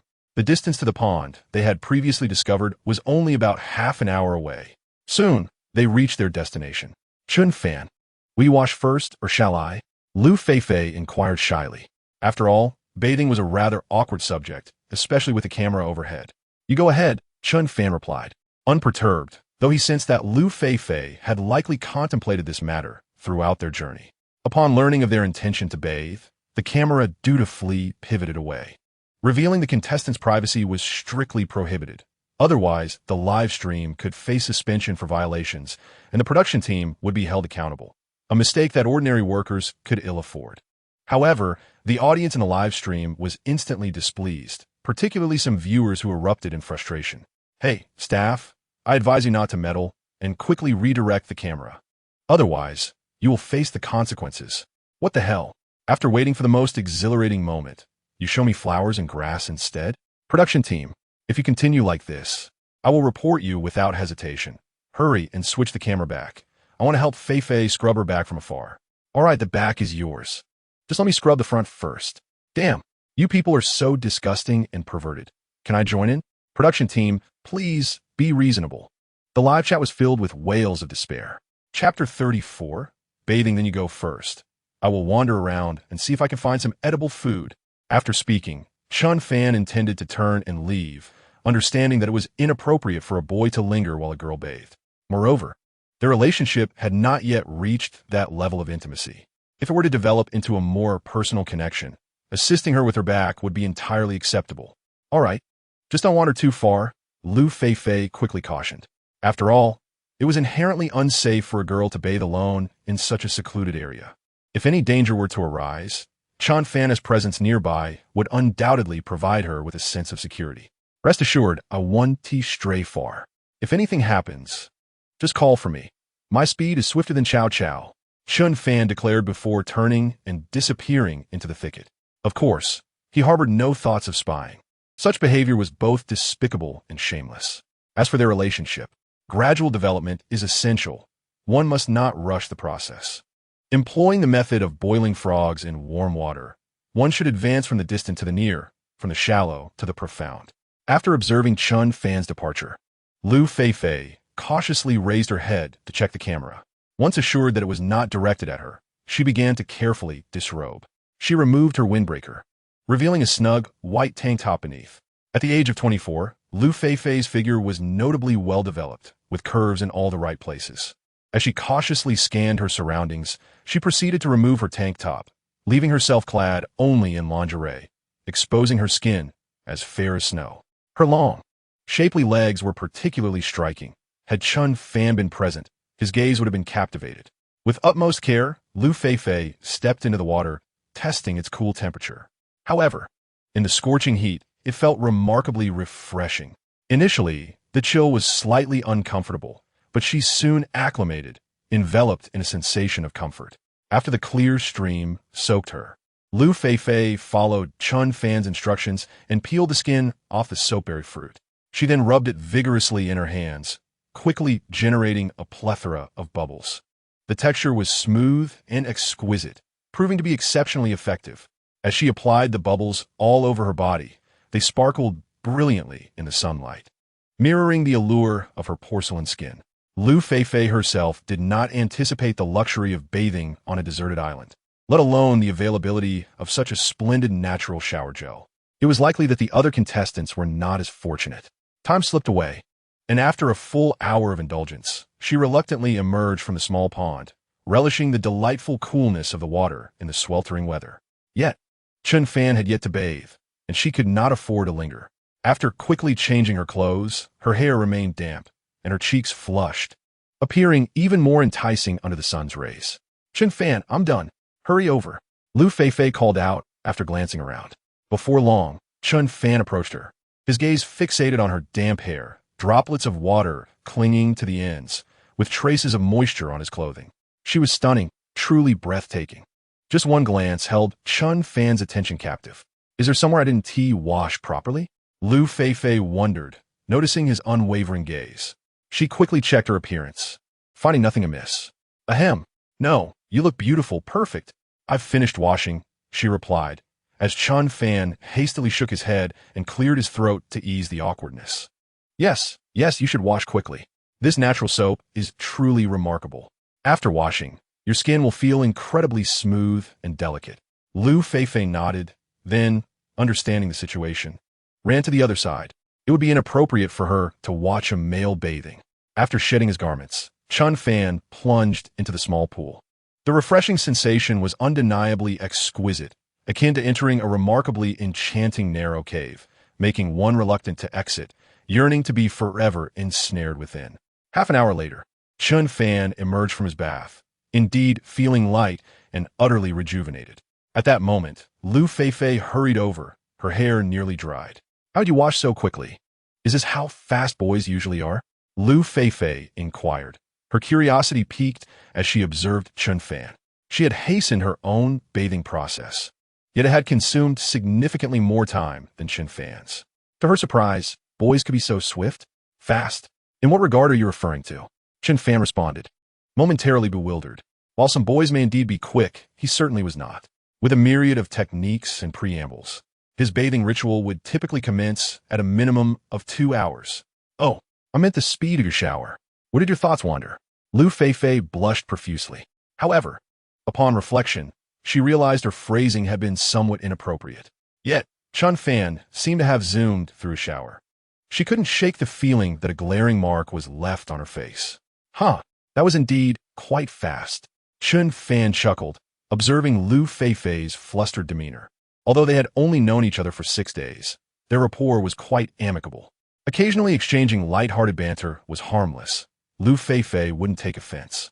Moreover, in this secluded space, it would be rather monotonous if they maintained an overly formal demeanor. "All right, let us head back. After we return, I will tend to the cassava while you check the fishing traps for any catch. If we're lucky, we can make some fish soup," he suggested. The two promptly returned to their shelter. Liu Feifei went to inspect the fishing traps.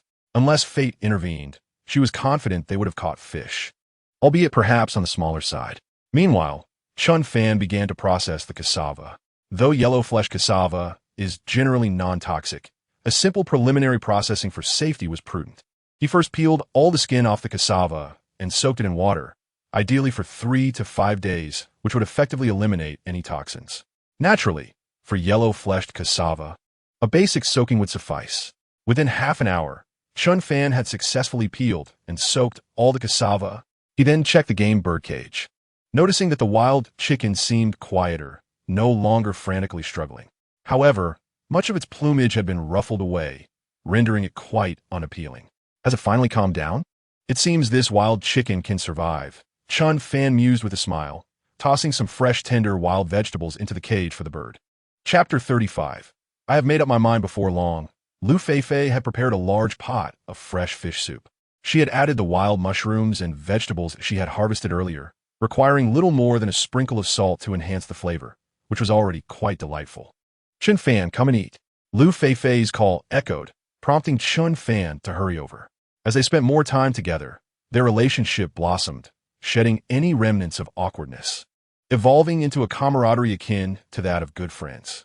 Liu Feifei's voice, reminiscent of a wife calling her husband to dinner, further emphasized their harmonious and amiable interaction. Coming, Chen Fan responded, approaching eagerly.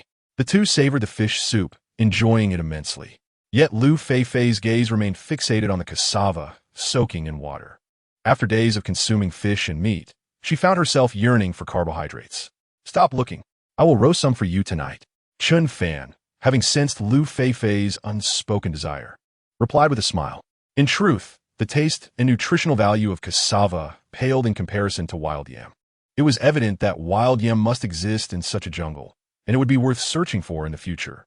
After all, a monotonous diet of cassava could become tiresome, underscoring the importance of dietary diversity. Yes, Liu Feifei nodded, inquiring amidst her fish bones, what shall we do after dinner? The afternoon was still young, likely around 1 or 2 o'clock, and they could not afford to waste time in their makeshift shelter, given their precarious survival situation. They had yet to address their food supply, fundamentally, and the shelter was merely a temporary structure that required a sturdier reconstruction. After we finish eating, let us begin building a better shelter, Chen Fan suggested while enjoying his meal. Their current temporary refuge offered inadequate protection against wind and rain. Without rain, they were fine, but a downpour could leave them drenched. We should first gather materials for a proper shelter. The island's weather was unpredictable, with bright sunshine potentially giving way to torrential rain by nightfall. It was crucial to construct a more robust shelter before such storms arrived. Regrettably, their search yielded no bamboo groves nearby. Had there been bamboo, the task of building a shelter would have been considerably simpler, as bamboo is more malleable and requires less physical exertion to harvest and assemble. In contrast, using hardwoods for construction posed many more challenges. However, bamboo's advantages came with drawbacks. While it was time-efficient and aesthetically pleasing, it could easily crack or warp over time, compromising the structure's integrity. In this regard, a shelter constructed from timber evidently offered superior durability. Before long, the two had completely consumed a pot of fish soup. One wielded a machete while the other brandished a military shovel as they ventured into the dense rainforests. The materials required for constructing a shelter demanded a high standard, necessitating the selection of perfectly straight timber. This compelled them to search further afield for suitable trees. Fortunately, it wasn't long before they stumbled upon their objective. In the midst of the lush wilderness, towering trees stood tall and straight, ideal for shelter construction. Let us begin by felling these trees, said Chen Fan. You take the military shovel, and I'll use the machete. He promptly assigned the tasks. The military shovel was double-edged. One side served as a blade, while the other functioned as a saw, making it a versatile tool. How about we race? I might just outpace you, Liu Feifei suggested with a nod. She was aware that victory against Chen Fan was unlikely, yet such a contest would undoubtedly add a measure of enjoyment and motivation. All right, Chen Fan replied, intrigued. After a moment's contemplation, he continued, however, given that you're a girl, it might be somewhat unfair. How about this? I'll fell 5 trees while you fell 1.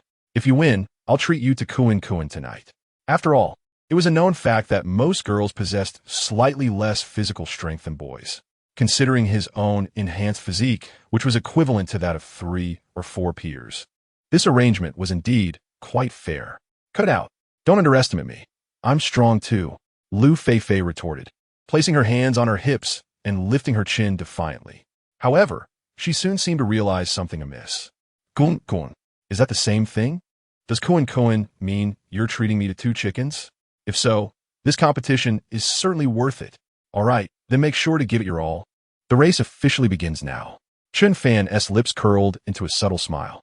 Liu Feifei, a bit oblivious, was endearing in her earnestness. Meanwhile, the livestream audience, quick-witted as they were, could hardly contain their excitement upon hearing the exchange between the two. "Whoa, I'm reporting Chen Fan for reckless driving in public. Someone, please apprehend this beast." One viewer exclaimed. "Is the Kuin Chen Fan mentioned the same as I'm thinking? Don't doubt it. It absolutely is. This seemingly refined and handsome guy is quite audacious." At that moment, the speed of their banter surged to an astonishing 380 miles per hour. Even more infuriating was the fact that Feifei had agreed to it. Did she truly not grasp Chen Fan's implication? Or was it possible that she understood perfectly well and was merely playing along? Hearing just a few words from you is worth more than 10 years of study. I've gained insight. With that, the competition commenced in earnest. Liu Feifei applied herself vigorously to sawing the trees, clearly eager to win the contest and savor her prize of Chen Fan's Kuin. Chen Fan was not one to back down easily. The outcome of the competition held little significance for him. In fact, he would have preferred to forfeit the wager outright. However, in pursuit of a more splendid abode, he exerted himself vigorously in felling trees. With each resounding chop, the trees trembled violently, large splinters cascading to the ground. The trunks, as thick as an arm, succumbed to his efforts in just a few swift strikes. His speed was astonishing, making it seem as though he could fell 365 trees in a mere minute. Chapter 36. Liu Feifei's touching moment. Meanwhile, Liu Feifei appeared somewhat comical in her endeavors. Armed with a shovel, she rubbed it against the smooth bark of the trees, moving as if possessed by the spirit of a mischievous specter. Observing Chen Fan's relentless onslaught, she pouted in frustration, thinking to herself, how could this rascal, Chen Fan, exert himself so fiercely just to prevent me from winning? Determined not to lag behind, she quickened her pace as well. Time flew swiftly in this manner. At that moment, the live stream was witnessing an audience exceeding 3 million viewers. Their sixth live broadcast room ranked fourth among all channels. The top spot was held by Wu Jing and He Jiangwo, followed by Yang Mi and Shun Sisi in second place, and Peng Di and Lu Ziki in third. Wu Jing and He Jiangwo's success was attributed purely to their exceptional talent. Yet Wu Jing's popularity was nothing short of remarkable. Recently, several of his leading films had achieved phenomenal box office success, each grossing billions. With his individual box office earnings surpassing 30 billion, he had attained a status that many stars could only dream of. As for Yang and Peng Di, their viewership was largely due to their charm and good looks. Coupled with their teammates, Shun Sisi and Lu Ziki, both renowned beauties, it was no surprise that their live stream attracted such a substantial audience, particularly since a majority of viewers were male, drawn to the allure of beautiful women. Wow, is Chen Fan really this formidable? He has been chopping for nearly an hour without losing momentum. His physical prowess is astounding. I could barely last 10 minutes in his shoes. This is indeed a labor-intensive task. One must admit that Chen Fan's stamina is truly impressive. It seems this time, Feifei is destined to lose and miss out on the spoils. One might argue that Chen Fan was rather foolish for not allowing Feifei to win. It would have been enjoyable for him as well. Perhaps this is the typical thought process of a straightforward man. The live stream buzzed with chatter while on the island. Liu Feifei felt her arms growing sore and weak. After nearly an hour, she had only managed to fell 6 trees, whereas Chen Fan had already toppled around 40 to 50. Even if they adhered to their previous agreement, victory was no longer within her grasp. Exhausted, Liu Feifei finally could not hold on any longer. She plopped down onto the ground, casting a somewhat resentful glance at Chen Fan. Does this fellow truly wish to deprive himself of sustenance? Indeed, men can be quite oblivious. Sigh, it seems we are nearing completion. With this abundance of materials, we should be able to construct a shelter. Chen Fan exhaled deeply, feeling a sense of relief. To claim he was not fatigued would be a falsehood, for he too is made of flesh and blood. After an hour of intense labor, his entire body felt achingly weak, particularly his arms, which felt as if they were laden with lead. His hands and wrists were sore from the sheer force exerted. Subsequently, Chen Fan took a seat in front of Liu Feifei, a grin on his face as he inquired, "Tired, are we?" "Oomph. You could at least have offered to help me," she retorted, rolling her eyes at him. It was evident that despite his previous prowess in charming women, he was, in fact, a true embodiment of the ironclad man, which made his lack of a girlfriend quite understandable. Truth be told, I am indifferent to the outcome of the competition. My sole desire is to construct a shelter for us, one that shields you from the elements and offers greater comfort for your night's rest. Chen Fan remarked with genuine sincerity. His words resonated, revealing his earnest intention to hasten the building of a sturdy refuge. Upon hearing this, Liu Feifei's cheeks flushed, her heart swelling with gratitude. Initially perceiving him as merely an ironclad man, she now realized his actions were motivated by a desire to enhance her comfort. After a brief respite of merely 10 minutes, Chen Fan resumed his labor, focusing on cutting the logs into roughly 3-meter lengths, which would be more suitable for constructing the shelter and facilitate their transport. The task of slicing these logs consumed over 2 hours of their time. By now, the clock had struck 5 or 6 in the afternoon. Chen Fan mentally calculated the total, an impressive 90 sections. If they could only carry 10 logs back at a time, it would require 9 trips to transport them all. Chen Fan, how do you propose we move all this wood? I just tried lifting one, and it must weigh at least 20 to 30 pounds. I can only manage 1 or 2 at a time. Liu Feifei expressed her concern. Notably, the logs she had tested were not the thickest. Chen Fan observed that some of the logs likely weighed 50 to 60 pounds each. If the two of them could only carry 2 logs at a time, they would need to make at least 4 or 5 trips. The thought of it was daunting indeed. No worries. Leave this labor to me. I should be able to carry 10 logs at once, Chen Fan declared confidently. He had assessed the weight earlier, mixing the thicknesses. Carrying 10 logs would amount to around 300 pounds. For an average peer, such a weight would be exceedingly daunting. However, for Chen Fan, it was within the realm of acceptability.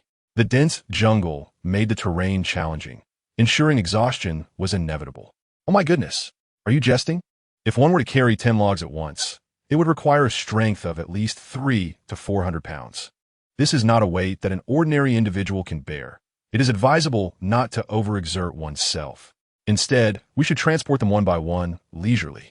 After all, we are in this for the long haul, and the makeshift shelter is quite comfortable. There is no urgent need for haste. Liu Feifei was momentarily taken aback by Chen Fan's words and quickly interjected. If Chen Fan were to tire himself out, she would be left without the skills necessary for survival in the wilderness. Rest assured, I can manage, Chen Fan replied with a confident smile. At that moment, the audience in the live stream erupted at Chen Fan's declaration. This fellow, who had initially garnered some favor, was now boasting. Really? Does he truly believe himself to be made of steel? With such a frail physique, if he could lift 300 to 400 pounds, I would eat my hat on live stream. What audacity! Everyone, don't take it too seriously. These streamers often resort to such sensationalism to attract views. I just saw a cow flying in the sky. Turns out someone was merely blowing hot air on the ground. It's quite normal for the youth to boast. But Chen Fan's claims are rather exaggerated. Chapter 37. The Monster. Chen Fan is a monster.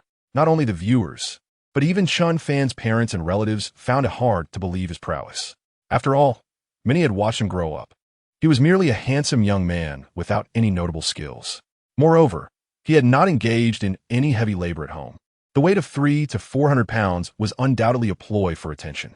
In that moment, many viewers who had just begun to like Chen Fan started to harbor doubts. However, the best way to dispel skepticism is to back up one's words with actions. Meanwhile, in the commentary section of the live stream, the host Riwo turned to Teacher Wang and asked, "What do you think about the credibility of Chen Fan's statement? Could those logs possibly weigh 300 to 400 pounds? Deep down, he felt unfortunate, for it was utterly impossible for an ordinary young man to lift such a weight.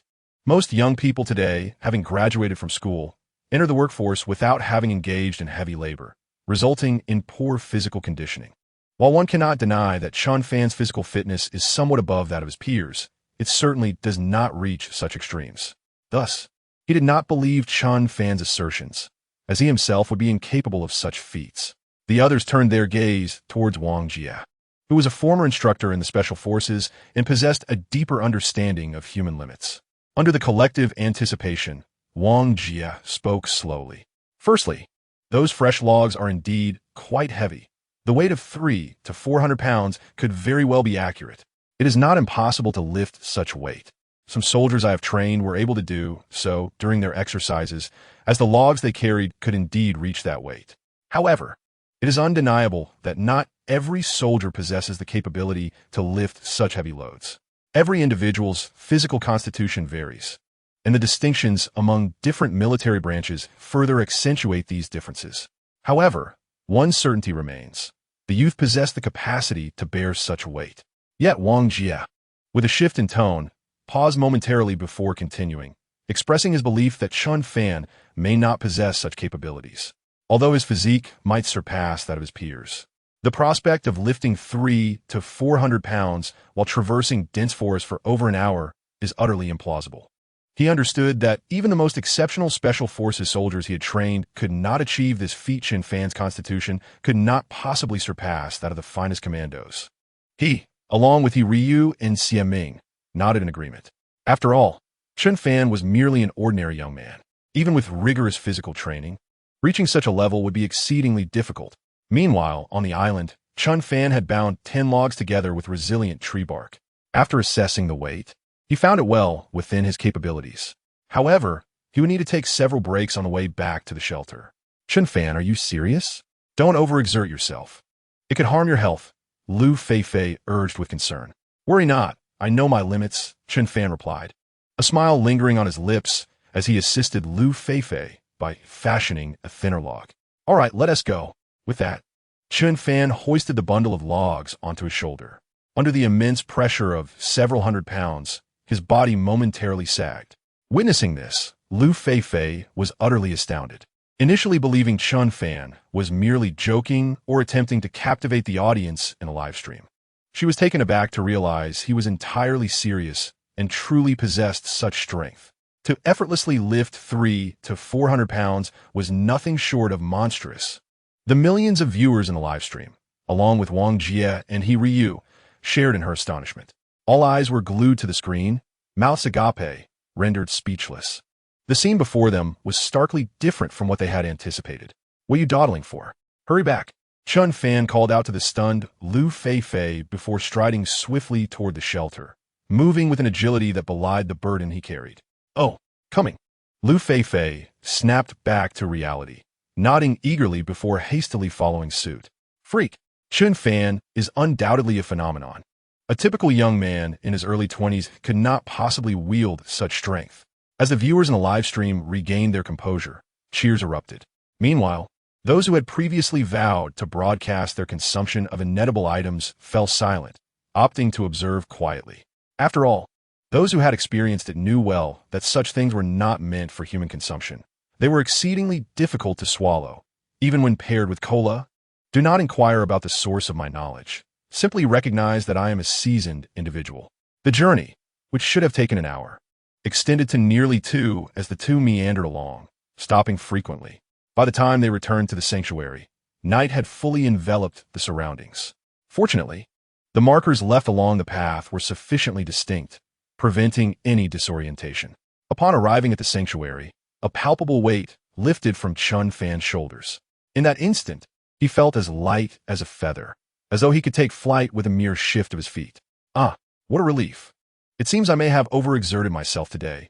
Next time, I shall lighten my load. Chen Fan chuckled, massaging his sore shoulders. The primary issue was that carrying such a heavy burden consumed an inordinate amount of time. He had to rest 7 or 8 times to manage the return. If he had carried less, he could have made another trip.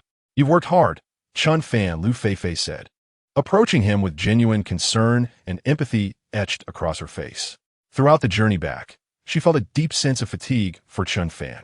Witnessing her teammate's struggles weighed heavily on her heart. It's nothing, really. I feel much better now. But you, having likely never engaged in such physical labor, must be feeling quite sore, Chen Fan replied with a smile, his concern evident. Liu Feifei, a daughter of a wealthy family, had undoubtedly never undertaken such strenuous tasks before, making her plight perhaps even more pronounced. I only carried a single piece. I'm not tired at all. All right, you should rest. I'll prepare the cassava, Liu Feifei insisted, shaking her head before hastening to prepare dinner. After all, given Chen Fan's exhaustion, it was only right for her to take charge of the cooking. Very well, Chen Fan acquiesced, nodding at her determination. To contest her desire to cook would likely leave her feeling guilty. Meanwhile, the audience in the live streaming room, along with the commentators, were in awe of Chen Fan. His recent actions had thoroughly captivated them. Not only did he surpass the expectations of a young man in his 20s, but he also exhibited a physical prowess that even seasoned laborers in the construction industry might envy. Chapter 38. A sudden downpour. This lad is truly a remarkable candidate for military service, commented Wang Jie in the review livestream, a sheepish smile on his face, recalling how he had previously dismissed Chen Fan's earlier statements. Zhang Xiaodong and He Riwo remained in stunned silence, struggling to comprehend how someone of Chen Fan's stature and age could possess such formidable physical capabilities. It was almost unfathomable what kind of training he had undergone. The group then shifted their focus to another live stream. Despite the astonishment and admiration inspired by Chen Fan and Liu Feifei in the 6th live stream as commentators, they could not fixate on just one broadcast. It was their fundamental principle to distribute their attention evenly. Meanwhile, on the island, Chen Fan and Liu Feifei had finished their dinner, which was quite simple, a few roasted cassavas. The flavor was quite delightful, soft and glutinous, which, after several days devoid of starch, was a rare treat for them. After dinner, the crescent moon hung high in the sky, and darkness enveloped the entire island. Let us begin constructing the shelter tomorrow. For now, let us retire early, Chen Fan remarked, seated beside the bonfire, glancing at Liu Feifei. Liu Feifei nodded obediently, resembling a docile kitten. In terms of survival skills in the wilderness, she was no match for Chen Fan. Had he not been present these past few days, she likely would have struggled to secure a full meal. Thus, she naturally adhered to his guidance. The two shared a simple conversation, discussing matters from their respective homes. After several days of companionship, their rapport had grown closer, and Liu Feifei held a favorable impression of Chen Fan.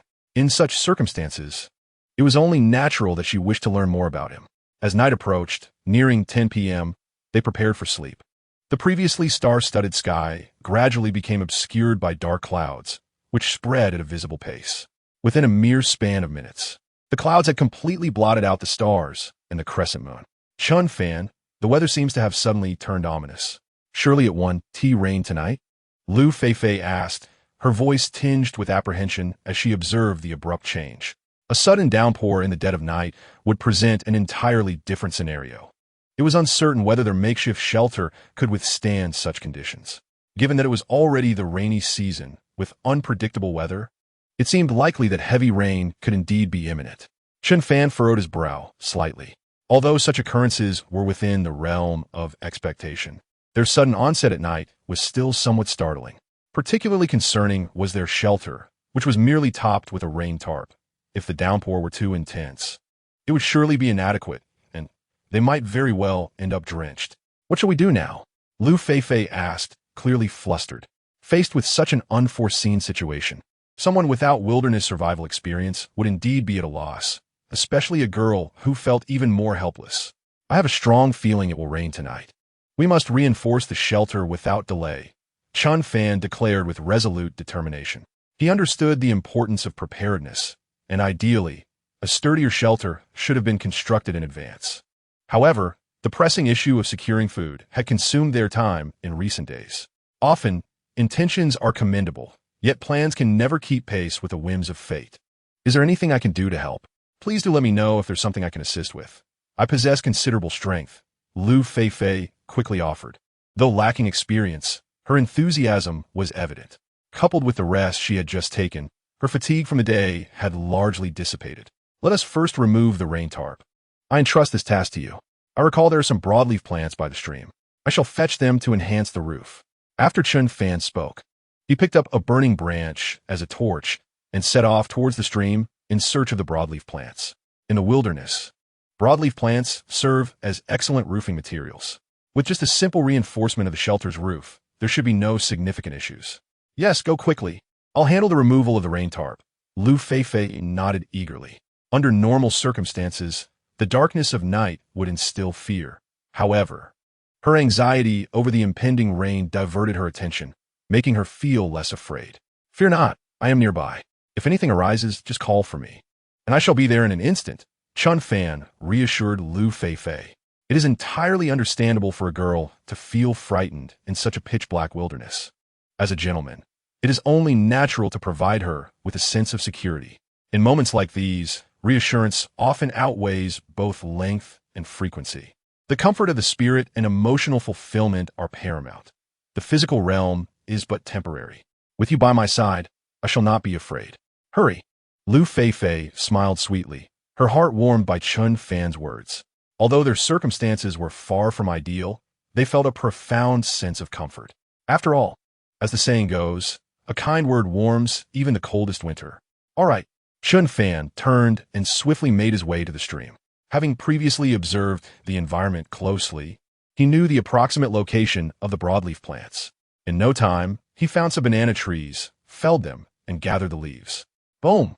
Just as Chen Fan returned to the shelter, the sky erupted with thunder, and bolts of lightning tore through the heavens. The cracking sounds felt as if the sky itself might shatter under such terrifying noise. It was evident that a thunderstorm was imminent, and it promised to be quite fierce. Liu Feifei, busy with her task, shivered at the sound. Even at home, such thunder and lightning would be frightening. How much more so in this primitive wilderness? Even Chen Fan felt a twinge of apprehension. After all, he had never experienced anything quite like this before. Fortunately, he had a companion by his side. Otherwise, the situation would have been truly daunting. We must hasten our efforts. It appears a deluge is upon us, Chen Fan urged as he quickened his pace. Thankfully, he had cut some logs earlier in the afternoon. Otherwise, their situation would have been even more dire.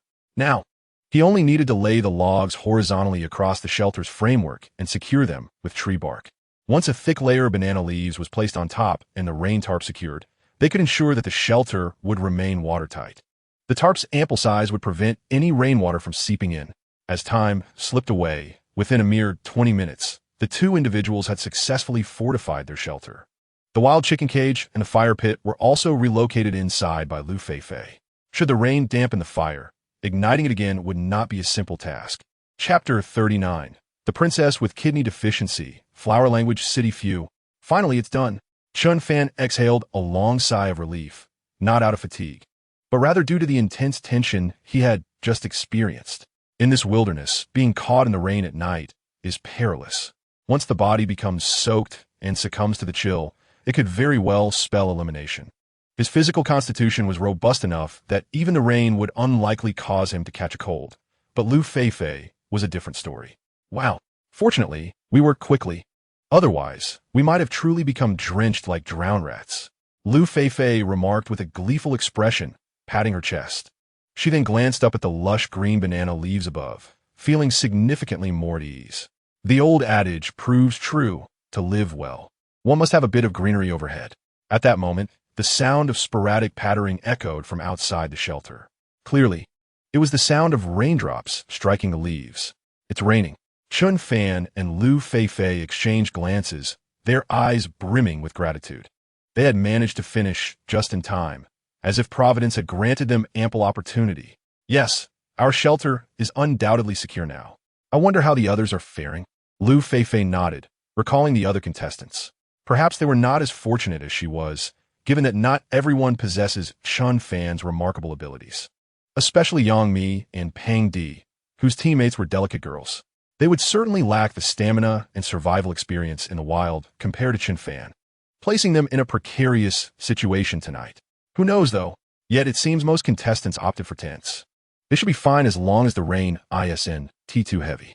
Chen Fan was not particularly concerned about the others. Their survival or elimination bore little significance to him. His objective was clear: to endure for a year and claim the ultimate prize, even if he couldn't secure first place. Second was a must. After the flurry of activity, the weariness that had previously threatened them dissipated significantly. Ding! Congratulations, host, for completing the 4th day challenge. You may now check in for the 4th day. Would you like to proceed? At that moment, the system's mechanical voice resonated precisely on cue, as it seemed to every night at this hour. Check in. Chen Fan unhesitatingly echoed in his mind. Ding! Congratulations on successfully checking in. Reward: Physique Enhancement Liquid X1. When the system's voice chimed again, an expression of sheer excitement illuminated Chen Fan's face. Having used the Physique Enhancement Liquid before, he was acutely aware of its invaluable nature. After the last use, my physical fitness has increased threefold. If I continue to utilize this physique enhancement solution, will my physical prowess not surpass the very limits of humanity? Even those so-called strong men may pale in comparison to me. Furthermore, the essence of the enhancement solution extends beyond mere strength. It enhances all bodily functions. This includes power, speed, endurance, auditory and visual acuity, as well as resistance to extreme temperatures. Therefore, in terms of overall capability, I believe few could rival me. Chen Fan, what's the matter? Do you enjoy the rain? Liu Feifei inquired, observing Chen Fan with a silly grin, unable to suppress her curiosity. Go, no, I just suddenly thought of something joyful. Chen Fan quickly snapped back to reality, shaking his head and continuing to smile. The physique enhancement solution he had been longing for had finally arrived, which naturally filled him with immense joy. Joyful news? Did your wife give birth today?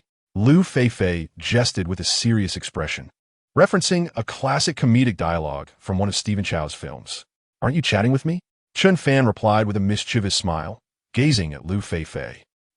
Yes, but I was asking why you're so happy. What does that have to do with our conversation? Liu Feifei scratched her forehead, clearly puzzled. All right, let's get some rest early. Chen Fan chuckled, noticing Liu Feifei's adorably dazed expression. Liu Feifei could be quite astute at times, offering Chen Fan remarkably wise suggestions. Yet, there were moments when her innocence was endearing, perhaps closely tied to her striking appearance. If it were someone less appealing, the scenario might have been different. Humans, after all, are often visual creatures. Oh, all right, that does seem a bit challenging. I hope our shelter doesn't leak tonight. Liu Feifei nodded, refraining from probing further. Wise women often know when to refrain from digging deeper. Relentlessly prying can not only come across as foolish, but also rather silly. Indeed, Chen Fan and Liu Feifei enjoyed a pleasant existence. However, not all competitors shared their fortune. For instance, in Group 11, Huayu City and Ma Yurong had not been as lucky. After 4 days on the island, they had essentially come up empty-handed. Their survival over those days relied entirely on Ma Yurong foraging for wild vegetables. They were akin to a real-life version of Wang Baochuan. Though they had chosen fishing gear, their impatience and lack of experience rendered them unable to catch any fish. At that moment, heavy rain poured down. The two huddled inside their tent, shivering, half from fear and half from hunger. What a ridiculous show is this? I must have been extraordinarily unfortunate to participate in such a reality program. If given another chance, I would certainly tell this dreadful production team a thing or two. Huayu City, exhausted and hungry, found her expletives lacking in vigor. A pair of dark circles beneath the eyes, reminiscent of a princess burdened by years of kidney deficiency. Beside her, Ma Yurong also appeared dispirited. After feasting on wild vegetables for several days, their faces bore a distinctly green hue. Upon their arrival on the island, Yurong had been resplendent. Yet now, even her most treasured asset, her figure, had evidently diminished. It remained uncertain whether this was a result of hunger or if her vitality had been sapped by others. Hua, perhaps we should withdraw? I find myself struggling to persevere. My legs have grown weak, and if this continues, I shall surely starve, Ma Yurong remarked, her voice lacking strength. Over these past few days, she had undertaken nearly all tasks. Hua Yuqing had remained within the shelter, claiming to be diligently creating, all for the benefit of his fans. However, each time he returned, she discovered that he had merely been indulging in slumber. His creative endeavors were but a facade for his laziness. Let us withdraw tomorrow. I shall nearly finish composing my new song tonight, Hua Yuqing declared, his countenance betraying his own exhaustion. He harbored his own intentions. If he were to be taken away by the production team now, he would miss the opportunity to deliver his prepared farewell speech. However, should he wait until tomorrow, he could seize the moment to articulate his thoughts on his departure, as well as share his plans for the next concert. He could lament his recent hardships. Surely, those foolish fans would be inclined to support him. Thus, he mused to himself, what a genius he truly was. Chapter 40, Some Find Joy. Others sorrow. The rain poured down with increasing intensity, creating a dire situation for many contestants. Most had opted for tents as their survival tools, which indeed play a vital role for wilderness survivors. They shield from wind and rain, allowing precious time to be saved for other endeavors. Yet, the ferocity of the downpour instilled panic within them. They wondered whether their tents could withstand such relentless rain and feared the possibility of flooding should a natural disaster occur. they might find themselves stranded on this desolate island. In the depths of night, one is most prone to irrational thoughts and fear, coupled with the torrential rain outside. Their anxieties were magnified, particularly for some of the women. Their hearts quaked with trepidation. At this moment, in the 8th group, Yang Mi and Shen Sisi huddled together in their tent, trembling with fear. Sister Mi, the rain outside seems to be intensifying. Do you think our tent will be swept away? Shen Sisi's delicate face was etched with worry, her eyes glimmering with fear. To claim one was unafraid would be a falsehood. After all, the torrential rain in the dead of night, coupled with howling winds that rocked the tent, created a scene akin to a horror film, as if malevolent spirits were about to emerge.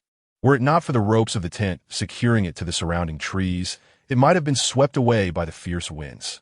Nevertheless, they still felt that the tent could be whisked away at any moment. Do not worry, Sisi. Our tent is firmly anchored and nothing will go awry. Yami reassured her. Moreover, this thunderstorm is but a fleeting disturbance and shall soon pass. Although Yang Mi herself trembled in fear, she continued to comfort her companion. If she displayed any sign of cowardice, their survival would be jeopardized. In such moments, it was essential to maintain composure and silently pray for the tempest to cease swiftly. In truth, the two had fared quite well since arriving on the island. Their survival gear included fishing equipment, and fortune had smiled upon them, allowing them to catch a fair number of fish in recent days. Additionally, Shen Sisi possessed a unique skill in weaving, which proved quite useful. The combination of the fishing gear and Sisi's crafted fish traps ensured they were not left wanting for sustenance. Yes, indeed, let us hope so. Observing Yang Mi's calm demeanor brought a measure of comfort to Shen Sisi. Having endured only 4 days, she was reluctant to surrender now. If they could persevere for an additional 6 days, a reward of 100,000 yuan awaited them. For celebrity contestants, this sum might seem trivial, perhaps hardly worthy of their notice. Yet for ordinary participants like them, 100,000 yuan represented a significant amount, one that might require a year of labor to amass. Rest assured, this rain shall soon pass. When we have the chance tomorrow, we can reinforce our shelter. That way, should we encounter such a situation again, we need not feel so frightened. Yang Mi contemplated their next steps. In their current predicament, the tent felt exceedingly precarious. To endure longer, constructing a robust shelter was indeed imperative. Understood, Sister Mi. Comforted by her words, Shen Sisi felt a sense of relief. If even a popular star could remain so composed. Her earlier display of fear seemed rather unwarranted. Meanwhile, in the 10th group, the situation was starkly different. The star contestant, Pang Di, a celebrated actress of recent years, had starred in several popular idol dramas. With her striking beauty and an exotic charm, she had captivated a vast audience, amassing millions of followers. However, at this moment, fear and terror were etched across Pang Di's face. Having always been afraid of thunderstorms, the primal darkness of the island only amplified her dread. Do not fear, Pang Di. I shall protect you.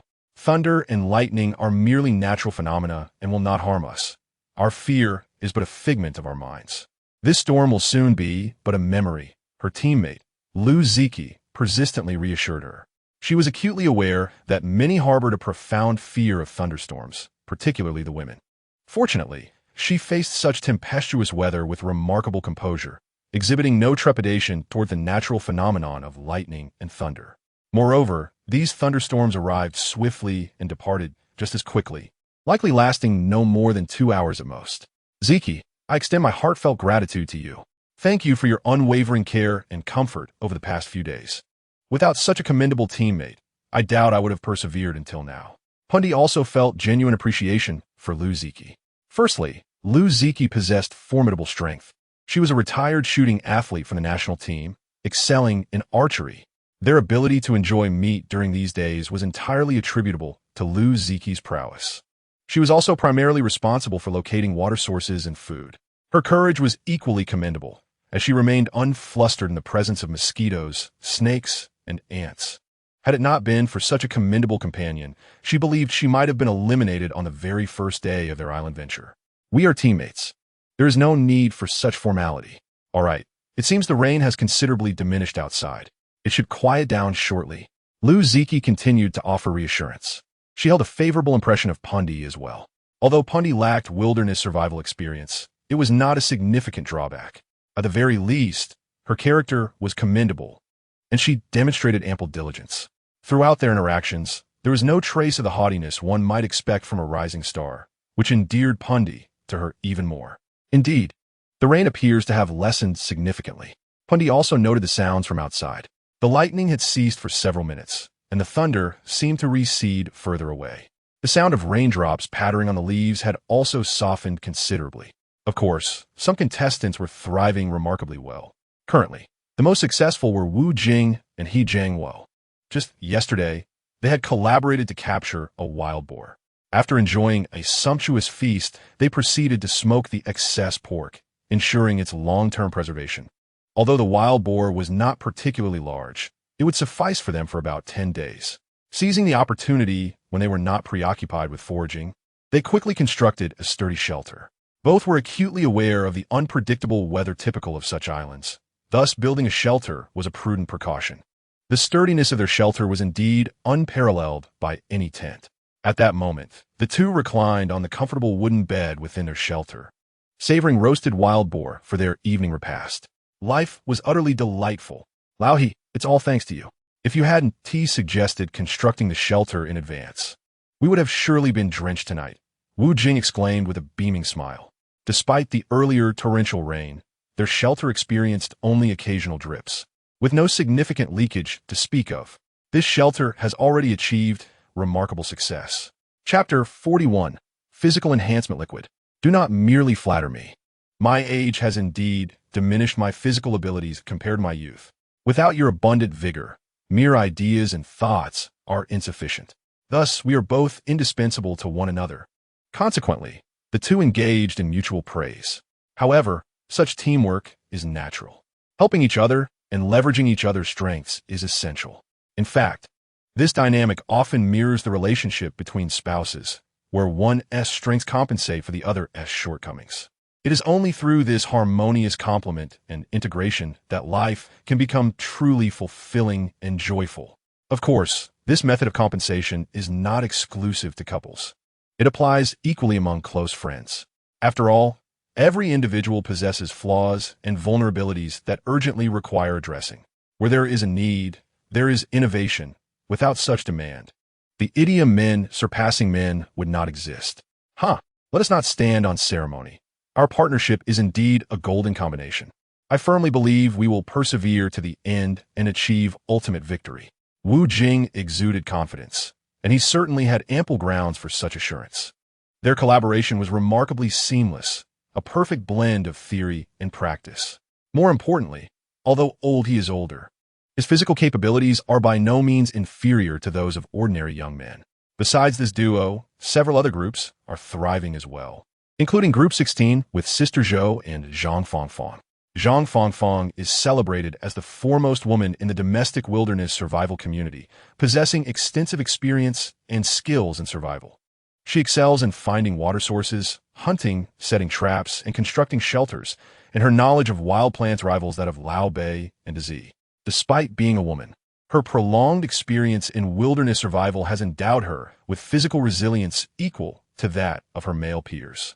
Additionally, Group 13 with Wu Sanshi and Yibo, and Group 14 with Guiqilin and Su Xingmin are also faring well. After more than an hour, a torrential rain came to a close. Thunderstorms are swift in their arrival and departure. Following the heavy rain, the dark clouds receded and the sky cleared. The stars and crescent moon once again adorn the heavens. Meanwhile, on Chen Fan and Liu Feifei's side, Liu Feifei's eyelids began to droop as it was nearing midnight. The day's labors had rendered them particularly fatigued, and the urge to sleep had reached its zenith. Finally, the rain has ceased. Let us hurry to rest. Observing Liu Feifei yawning repeatedly, Chen Fan gently remarked. Their shelter had successfully withstood the torrential rain of the night. Although some rainwater had seeped in, the situation was not severe enough to disrupt their rest. It seems they must expedite the construction of the shelter tomorrow, ensuring that in the event of another downpour, they are not left in such disarray. I can no longer endure this. I shall retire for the night. You two should seek rest early. Good night, Chen Fan. Liu Feifei stifled another yawn before collapsing into slumber. Chen Fan, however, felt no urgency. Once Liu Feifei had drifted off, he began to converse with the system. System, activate the physique enhancement serum. Chen Fan silently commanded within his mind. Storing such an item in the system's backpack seemed a waste. It would be far more beneficial to utilize it directly. This would fortify his physique, thereby simplifying his survival in the days to come. Understood, host. The physique enhancement serum is now in use. The mechanical voice of the system echoed in his mind. Almost instantly, a searing pain enveloped his entire body, akin to every inch of his skin being pricked by countless needles. The agony was excruciating. Yet, Chen Fan was well aware that such discomfort would eventually yield to a profound sense of relief. The principle was straightforward. The initial phase was invariably painful due to its rudimentary nature. However, with gradual acclimatization, the sensation of pain would be supplanted by an overwhelming euphoria. In this regard, Chen Fan was exceedingly experienced. Indeed, after 3 minutes of torment, a wave of comfort surged through him. His strength had undergone a qualitative enhancement, and at that moment, he felt an unprecedented confidence, believing he could strike down a bull with a single blow. How delightful! All previous fatigue and drowsiness dissipated. The physique enhancement serum was truly a remarkable elixir. Chen Fan's heart brimmed with exhilaration. He then silently commanded once more, System, display my personal attribute panel. He had not taken the time to examine his personal attributes recently, and this opportunity was perfect for assessing the current state of his physique and various attributes. Understood, host. Host, Chen Fan age, 23 strength, 83030 speed, 93030 stamina, 73030 heat resistance, 103030 cold resistance, 83030 note. As a healthy adult, all attributes are set at 10. Skills, basic construction, basic weaving, advanced underwater swimming items. Comprehensive wilderness knowledge. The system's personal attribute panel was meticulously detailed, encompassing every facet of his physical capabilities. Gazing at the comprehensive attributes displayed before him, a subtle smile graced Chen Fan's lips. This indicated that his current attributes were nearly equivalent to those of 7 healthy adults, not merely those in a suboptimal or unhealthy condition. After reviewing his personal attributes, Chen Fan felt a surge of joy before drifting into slumber. Perhaps due to the recent rainfall, the night was particularly refreshing. Liu Feifei clung tightly to Chen Fan throughout the night, her cheeky little white bunny form pressing firmly against him. When morning arrived, she remained nestled in that very position. Due to the warmth radiating from Chen Fan, she felt an overwhelming sense of comfort, prompting her to instinctively gravitate closer to him as she drifted into slumber. This little girl certainly has an unrestrained way of sleeping. However, the chill in the air last night was quite palpable, indicating that the construction of their shelter must be expedited. Chen Fan carefully extricated Liu Feifei from his side and rose to stretch his limbs. Today, he felt remarkably more invigorated than usual. After a brief wash, he relocated the fire pit outdoors, adding some firewood to commence boiling water. Before long, Liu Feifei awakened, initially feeling a bit cold upon falling asleep. She soon found herself enveloped in a comforting warmth, akin to cuddling a large heater. The temperature just perfect, a truly delightful haven. Good morning, Chen Fan. I slept quite well, Liu Feifei chirped, brimming with energy. Good morning. Hurry over and freshen up. After their morning routines, they planned to inspect the traps. Chen Fan greeted her with a smile, eager to see if their efforts would yield any rewards today. All right, coming right away, Liu Feifei responded cheerfully, hastening to wash up. Chapter 41. The planning of a shelter. Once they completed their morning ablutions, the two proceeded to the snares. Out of 6 traps, only one had been triggered, successfully capturing a wild chicken. Unfortunately, the other 5 traps had been largely compromised by the torrential rains of the previous day. Is this wild chicken still edible? It seems quite soaked from the rain, Liu Feifei remarked, slightly furrowing her brows as she examined the solitary catch, which was now stiff and damp. It should be fine, Chen Fan replied, lifting the chicken and sniffing it, detecting no unpleasant odor and noting that it appeared intact. It was likely caught before the rain, and given the mild temperatures of the night, the meat would not spoil quickly. He then proceeded to detach the chicken and reset the remaining snares. These traps currently served as their primary source of protein. Once the shelter was completed, they could set additional traps in the surrounding area, and perhaps devise ways to capture larger game. After all, a wild chicken was rather small. Capturing a wild boar or deer would undoubtedly simplify their survival. After resetting the traps, the pair returned to their campsite. Their main task today was to commence construction of the shelter. The sudden downpour from the previous night had underscored for Chen Fan the paramount importance of a sturdy refuge. Chen Fan, what will our shelter look like today? Liu Feifei inquired with curiosity. Having seen various shelter designs in wilderness survival videos, she suggested, "Let us go with a style reminiscent of traditional rural houses." Chen Fan responded simply, already formulating a plan in his mind. First, he would construct a cubic framework with an inverted roof design to enhance water drainage and significantly reduce the likelihood of leaks. "If there is anything you need me to do, just let me know. Together, we shall build our shelter," Liu Feifei chimed in eagerly. After all, a collaboration between a man and a woman makes labor less burdensome. "All right, you can peel the bark while I dig the foundation," Chen Fan replied without hesitation, recognizing that their survival relied on their joint efforts. Leaving Liu Feifei alone would likely leave her feeling inadequate and unhelpful. "Leave the small tasks to me. I assure you I will accomplish them," Liu Feifei declared. Brimming with confidence, Chen Fan began to excavate the foundation, first delineating the area for their shelter. It need not be overly spacious, as a larger structure would lack sturdiness. A cozy, smaller shelter would be more inviting. They only required space for a bed, and eventually a table and 2 stools. Thus, a larger area would feel rather vacant. Soon, he had outlined a space of approximately 16 square meters, ample for the 2 of them. Once their fundamental needs were addressed, they could contemplate a more expansive shelter. Next, he aimed to level the area for enhanced comfort. Although a simple task, it consumed an entire hour of Chen Fan's time. Following that, he proceeded to dig the foundation, which ideally should be around 60 to 70 centimeters deep to ensure the logs would be securely embedded, providing stability to the shelter. This was indeed a labor-intensive task, as the proximity to the water source meant the soil occasionally contained many stones, complicating the excavation process. As time elapsed, noon arrived with the sun blazing overhead, the air shimmering with visible waves of heat. Following a rain, the temperature seemed even more oppressive than in previous days, nearly reaching 40 degrees Celsius on the island. Despite working in the shade, Liu Feifei was drenched in sweat, frequently wiping her brow with her sleeve. Her delicate face glowed a rosy red, reminiscent of a ripe Fuji apple. In contrast, Chen Fan, laboring under the sun, perspired little and appeared relatively unaffected by the heat. The heat-resisting properties bestowed by the body enhancement liquid far surpassed those of an ordinary person, rendering even such sweltering conditions relatively inconsequential to him. "Feifei, if you find it too hot, take a moment to rest and hydrate. Alternatively, you might consider a cool shower," he suggested, observing the sweat-soaked strands of hair clinging to her forehead.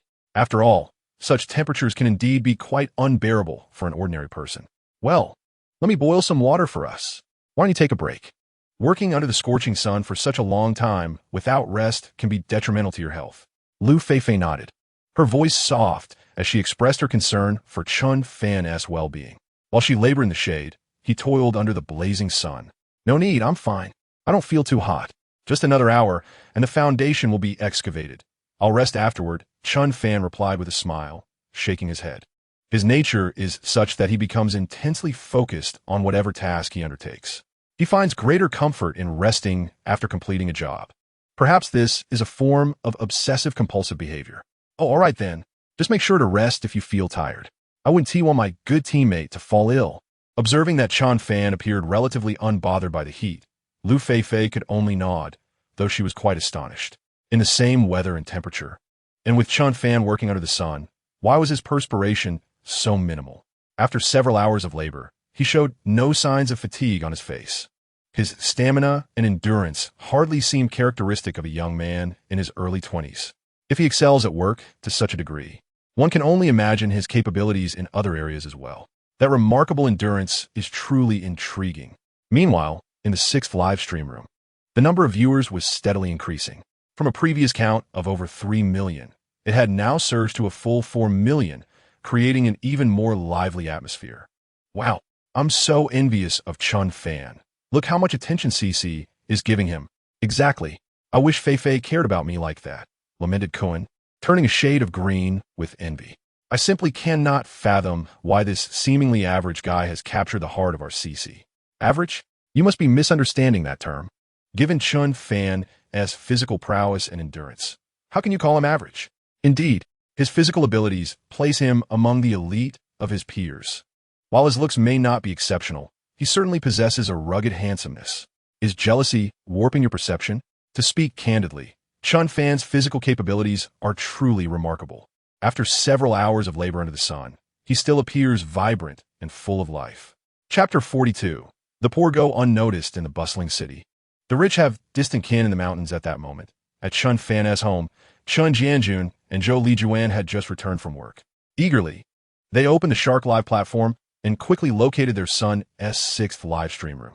The program Survival in the Wilderness 365 is currently the hottest show, co-produced by the Shark platform and Tengshuan, and thus prominently featured on the homepage for easy access. Every day after work, they habitually open the live stream to check on their son's well-being. Was he eating well today? Had he suffered any injuries? How was his relationship with Liu Feifei progressing? Although they were aware that Liu Feifei was a celebrated star and the daughter of a wealthy family, both households were acutely conscious of their disparate social standings. Nonetheless, a flicker of hope lingered in their hearts. Observing the interactions between Xiao Fan and Liu Feifei, one could sense a certain harmony and compatibility between them. Naturally, the prospect of having such a daughter-in-law would bring them immense joy. Accompanying them home were also three neighborly matrons who had recently taken a keen interest in Chen Fan. After all, if Chen Fan were to successfully secure the 500 million prize, he would ascend to the ranks of the elite. Establishing a good rapport with Chen Fan's family could potentially yield favorable outcomes for them in the future, even if no tangible benefits were to arise. Fostering a cordial relationship with the Chen family was undoubtedly advantageous. Li Wan, I have always believed that your Xiao Fan is destined for greatness. From a young age, he exuded a remarkable intelligence and capability. I am confident he will persevere until the end and claim the ultimate prize, remarked Aunt Wang from next door, her praise tinged with a hint of flattery. Thank you for your kind words, Sister Wang. In truth, Xiao Fan has caused quite a bit of trouble in his youth. It is only now that he is beginning to show promise, responded Zhou Lijuan with a smile, her face radiating pride and satisfaction. In his early years, Chen Fan had a mischievous streak, often wielding his makeshift staff to uproot the vegetable seeds planted in Aunt Wang's garden. This incident had led to a prolonged period of discord between the two families. Such occurrences were not uncommon in rural settings. Young boys raised in the countryside often exhibited a playful exuberance, and with a weapon in hand, they felt like kings of their village. Even a simple straight stick could evoke the essence of the legendary golden staff. Perhaps this was the simple joy of rural childhood. Indeed, I too believe that Xiao Fan has always been perceptive and astute. Moreover, children raised in the countryside possess a physical resilience that often surpasses that of their urban counterparts. While this may not have been evident before, in comparison, Xiao Fan exhibits remarkable prowess compared to many young stars, added Aunt Zhang, her expression mirroring that of Aunt Wang. It was a sentiment grounded in truth. Children from rural backgrounds often held certain advantages in various aspects. I say, old Chen Liwan, should Xiao Fan truly attain the grand prize, do not forget us humble neighbors. A little assistance would go a long way, chimed in Aunt Wu with a cheerful demeanor. Her smile, however, was accompanied by a multitude of wrinkles, nearly obscuring her triangular eyes. Indeed, regardless of Xiao Fan's future success, our family will never forget the kindness of our neighbors, Chen Jianjun replied, his face beaming with joy. Observing his son's remarkable achievements filled him with immense pride and satisfaction. Indeed, my elder sister has a daughter, of an age comparable to Xiao Fan. She has recently graduated from university and possesses both beauty and kindness. Tall and well-proportioned, she is undoubtedly an excellent prospect for nurturing a family. Currently, she is employed at a state-run institution with a respectable salary. Once Xiao Fan returns, perhaps I can introduce them to one another. If they truly hit it off, it would indeed strengthen our familial bonds. Aunt Wang promptly took the opportunity to act as a matchmaker. Chen Jianjun and Zhou Lijuan exchanged smiles, but offered no response. At that moment, they both grasped the meaning of the saying. The poor in bustling cities remain unnoticed, while the wealthy in remote mountains have distant kin. Although they were neighbors, their interactions had dwindled over the years. Now, With Xiao Fan participating in wilderness survival and gaining a modicum of fame, everyone seemed eager to visit. It was quite amusing to see them try to play matchmaker for Xiao Fan. However, this is the reality of society, which is entirely understandable. Meanwhile, on the island, Chen Fan had excavated the foundation channels.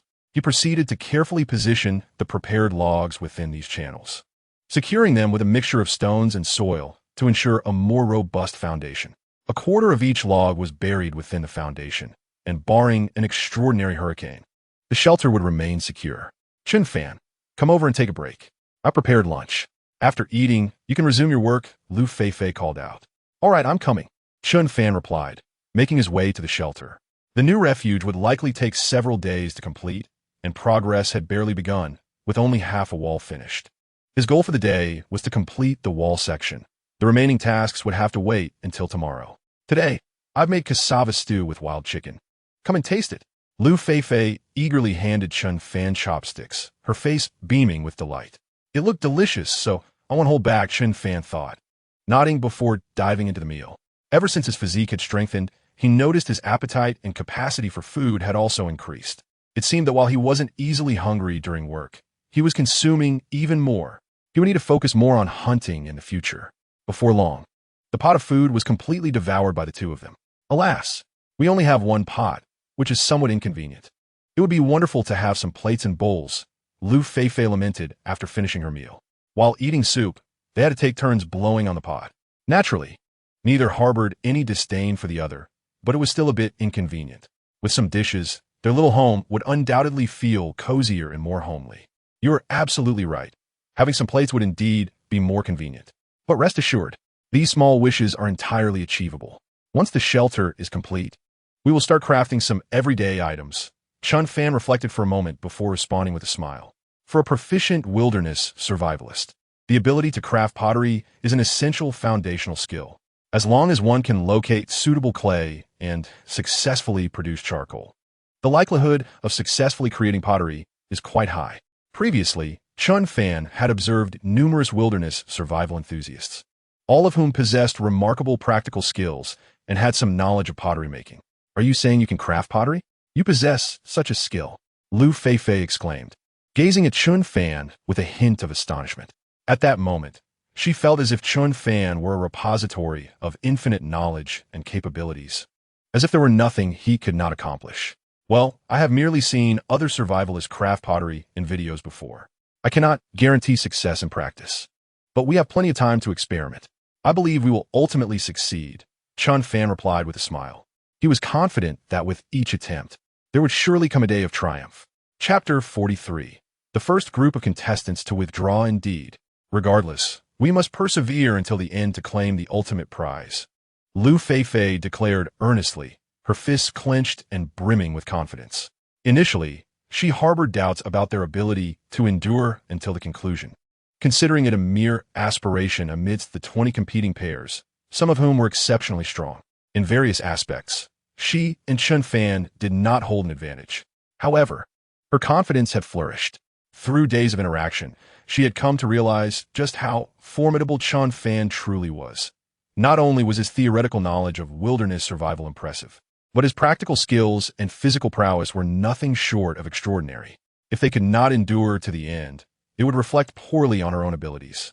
Observing Liu Feifei's determined demeanor, Chen Fan found her adorable. Her youthful vitality and slight roundness added to her charm. He believed her appearance far surpassed that of those emaciated figures with angular features. After their meal, Liu Feifei checked the fishing trap, which had yielded a bountiful catch of over 20 stream fish, including several of considerable size. She returned them to the trap, as they would serve as the evening's dinner. Chen Fan, I remember you mentioning that starchy foods could be transformed into rice noodles and sheets. How do we go about making them? Perhaps you could teach me, and I could prepare them for us, Liu Feifei inquired curiously after washing the pot.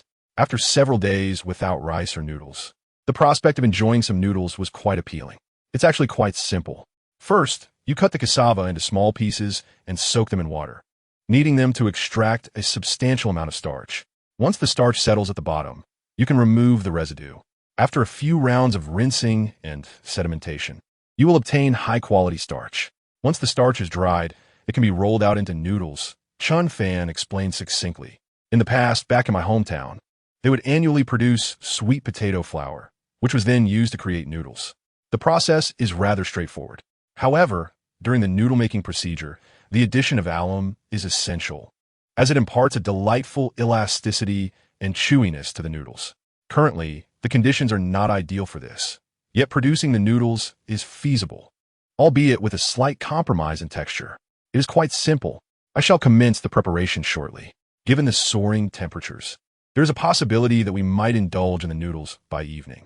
I will also gather some wild vegetables for our hot pot tonight. The mere thought of indulging in noodles and hot pot makes Liu Feifei salivate uncontrollably. However, the heat today is rather oppressive, and after a long morning of labor, a brief afternoon nap is in order. Chen Fan nodded in agreement. He felt no particular need for a nap, as his energy expenditure had not been significant, and the heat was manageable for him. Yet, he was concerned about Liu Feifei's well-being. All right, let us rest together. Liu Feifei concurred.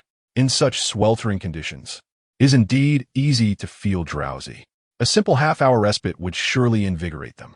Consequently, the two of them retreated into their shelter, much to the chagrin of the live-stream audience. After all, while other contestants toiled tirelessly, they seemed to have the luxury of napping. Could it be that they are not truly napping, but rather using it as an excuse to play cards? Exclaimed one viewer. Goodness, the truth is revealed. Chen Fan is in such splendid shape, his needs must be greater, but poor Liu Feifei bears the brunt. Nonsense. You vile individuals, Feifei is pure, and Chen Fan is upright, unlike you rascals. Exactly. You lot are just jealous, seeing everything through a tainted lens. During midday, as many people took their rest, the live stream became even livelier. Just as Chen Fan and Liu Feifei were napping, Group 11's Hua Yuqing decisively dialed the program's emergency hotline. He simply could not endure any longer. For 5 consecutive days, he had subsisted solely on wild vegetables. This miserable existence had been more than enough. Hello. Get us out of this wretched place immediately. I can't bear to stay another minute. After contacting the satellite rescue line, Hua Yuqing spoke in a commanding tone to the rescue team. At that moment, he bore dark circles under his eyes, looking significantly thinner, with a sickly pallor that evoked a zombie-like appearance.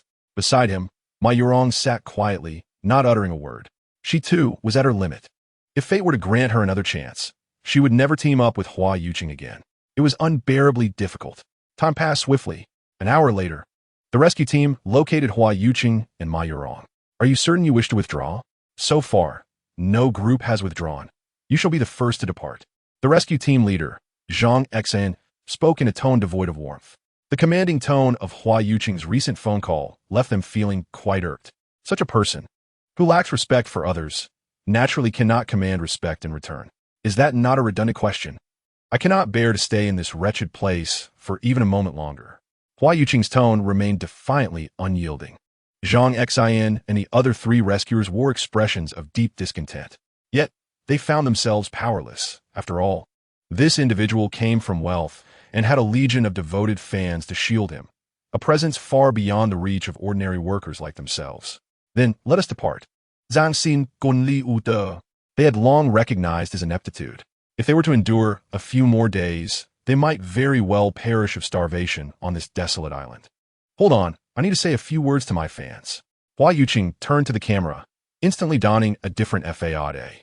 Dear family, I surely could have endured longer, but I've been tirelessly pouring my heart and soul into creating new songs these past few days, all to ensure that you can soon enjoy my new album and experience the finest music I have to offer. Thus, I have had little time for survival. As my fans, I trust you will understand my dedication to music.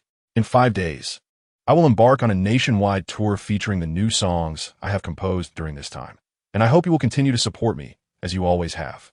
Although my wilderness survival has come to an end, we Martians shall never disperse, and our promises will endure forever. A week later, the triumphant return shall proclaim that I remain the eternal deity of the Chinese music scene. Ugh! Upon hearing Hua Yuqing's impassioned speech, Zhang Xian and the others nearly lost their composure. That gaggle of fools truly is easily swayed. Oh, hua hua, hua hua, hua hua. All Martians, flood the screen with declarations of the eternal deity. The eternal deity. The eternal deity. In an instant, hundreds of thousands of viewers seemed entranced. Some unwitting netizens, stumbling upon this scene, felt as if they had inadvertently entered a cult, and they hastily exited. Chapter 44. Your sister must be very happy. All right, let us depart. After an impassioned, cult-like speech, Hua Yuqing finally felt satisfied enough to leave, even without securing any prize here. A single concert could earn him more than some could in a lifetime.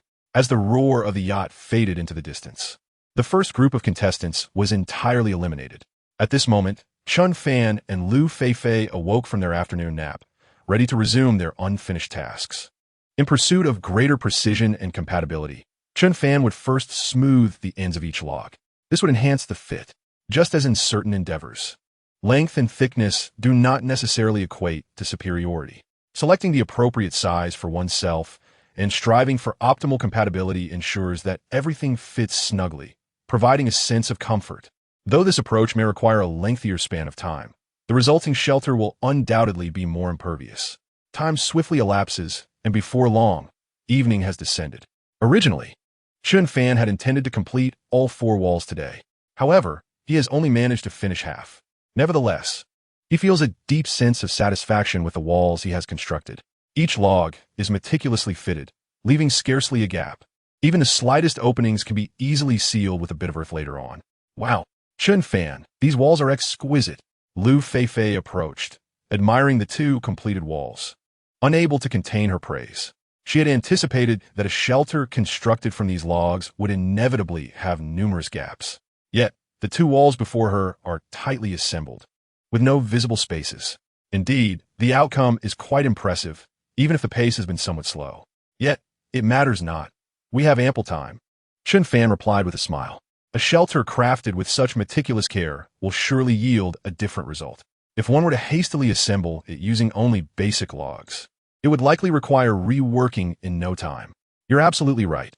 A slower pace is inconsequential. Our pursuit is quality. Liu Feifei nodded in agreement. After satisfying their basic living needs, it is indeed essential to seek spiritual fulfillment. A beautiful shelter marks the beginning of such a pursuit. By the way, my hot pot is nearly ready. Come and have a bite. After speaking, Liu Feifei busied herself once more. The rice noodles have been rolled out. Their appearance may be somewhat unappealing, but the flavor should suffice. Coupled with some fresh wild vegetables and mushrooms, the variety is quite abundant. As for the broth, it is made from a few pieces of chicken simmered from lunch. Ah, speaking of which, I'm a bit hungry, Chen Fan acknowledged, then set aside his work. Approaching the fire, he found the iron pot steaming, wafting delightful aromas of meat. It is a pity that they lack hot pot seasoning. A single packet would have made it perfect. Come, taste my culinary skills. See if it's any good? Liu Feifei eagerly handed him chopsticks. Chen Fan picked up a rice noodle and took a bite. The texture was indeed somewhat lacking, and the chewiness was not quite right. Yet the taste was reminiscent. Quite commendable. Do join me for dinner, Chen Fan praised, recognizing the importance of mutual encouragement and commendation among teammates. Such camaraderie fuels their motivation. I want to try too. Liu Feifei was also eager. In truth, the flavor of this pot of food was not particularly exceptional, as their sole seasoning was salt, with nothing else to enhance it. Naturally, the dish was not perfect. However, the 2 quickly devoured a large pot of hot pot. Though the hot pot we just had was composed of remarkably fresh ingredients, the seasoning we used was regrettably insufficient. Consequently, the flavors were rather lackluster, leaving us with a sense of waste regarding the ingredients.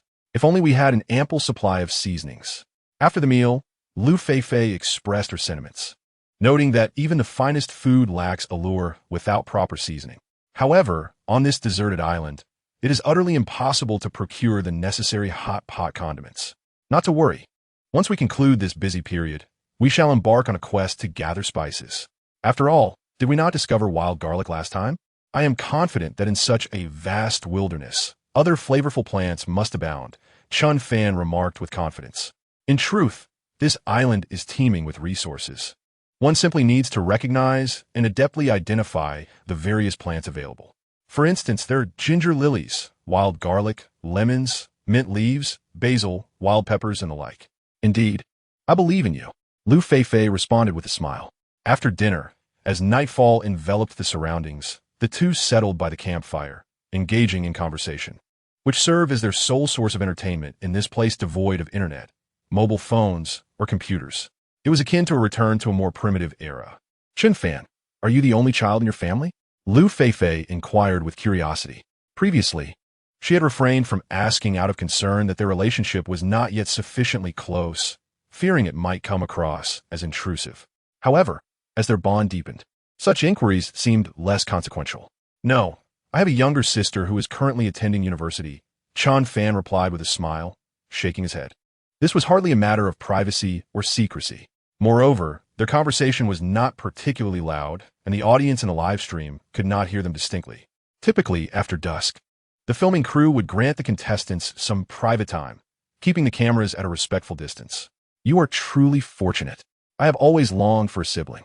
Having such an impressive brother like you must fill your sister with pride and happiness. A subtle tinge of envy graced Liu Feifei's expression. Growing up as an only child, compounded by her parents' divorce, she often felt deprived of affection. As such, she frequently envied her peers with siblings. In many instances, when she faced grievances or felt low, there was no one to confide in. Having a wonderful brother like Chen Fan would undoubtedly be a source of joy. Haha, perhaps Chen Fan chuckled softly. In the past, he had been an utterly ordinary worker, enduring the relentless grind of a 9-to-6 routine. I doubt my sister takes pride in me, he mused. Oh, I believe she does. She must be watching our live stream from school, and having such an exceptional brother would surely make her feel immensely proud, Liu Feifei continued. The two individuals conversed about their respective family circumstances. During this discourse, Chen Fan could distinctly perceive Liu Feifei's sense of despondency. After all, the eternal victims of parental divorce are invariably the children. Nevertheless, Liu Feifei could be considered relatively fortunate, as she seemed to be leading a commendable life. As time pressed on, Chen Fan, noticing Liu Feifei's low spirits, promptly suggested, "It's getting late. Let us retire for the night." He recognized that dwelling on such topics would only deepen her sorrow. "Indeed, I must admit I'm feeling a bit weary," Liu Feifei replied, understanding Chen Fan's intent. With a sweet smile, she rose and made her way back to the shelter. Before long, she succumbed to slumber. Meanwhile, Chen Fan awaited the system's sign-in notification. Today marked the 5th day on the island. He pondered what delightful rewards awaited him. Ding!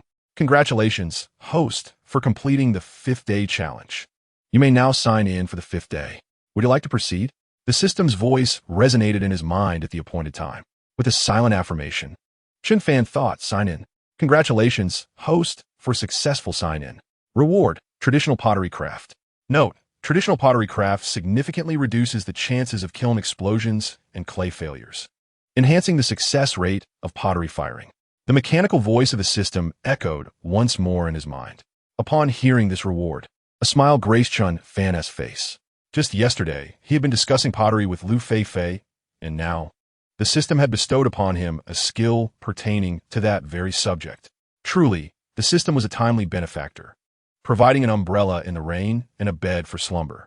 After receiving the sign-in reward, Chen Fan drifted off into a comfortable sleep. The following morning, he rose early once more. After a brief wash, noticing that Liu Feifei was still asleep, he decided to check on the snares he had set. Before long, he arrived at the site of the traps. 2 of the traps had been triggered, with a scattering of feathers on the ground. There are even faint traces of blood, yet the prey had vanished without a trace. More perplexingly, the bark-woven rope had been severed. What could have happened? Had the creature escaped after being caught? Chen Fan found himself bewildered. However, upon reflection, this seemed implausible.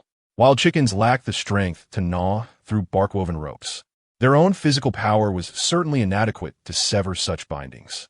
Furthermore, the evidence on the ground, along with the feathers, strongly indicated that the captured animal was indeed a wild chicken, rather than a rodent. Puzzled, Chen Fan continued to inspect the other traps. Among the remaining 4, 2 had also been triggered. One of those was entirely empty, yet feathers lay scattered around the trap, intensifying his sense of intrigue. Could it be that the wild chicken had fallen prey to another carnivorous creature? This thought began to take root in his mind. During a previous exploration of the island, traces of large felines had been discovered, not far from the current location. These magnificent creatures possess remarkable speed. and it is estimated that they could traverse this distance in no more than half an hour. Should a formidable predator indeed inhabit this area, the trap set would be rendered utterly ineffective. Upon reaching another triggered trap, the scene before Chen Fan confirmed his earlier suspicions. At the fourth trap, in addition to scattered feathers, there were copious bloodstains and the remains of a wild chicken. The gruesome state of the carcass suggested that it had been savaged by a large carnivore, perhaps having consumed 3 of its kind before. This one had only devoured a portion before feeling satiated. One could deduce that this predator was likely not starving or perhaps not particularly large. An adult apex predator would have easily devoured all 4 wild chickens without struggle. This was indeed a disheartening discovery.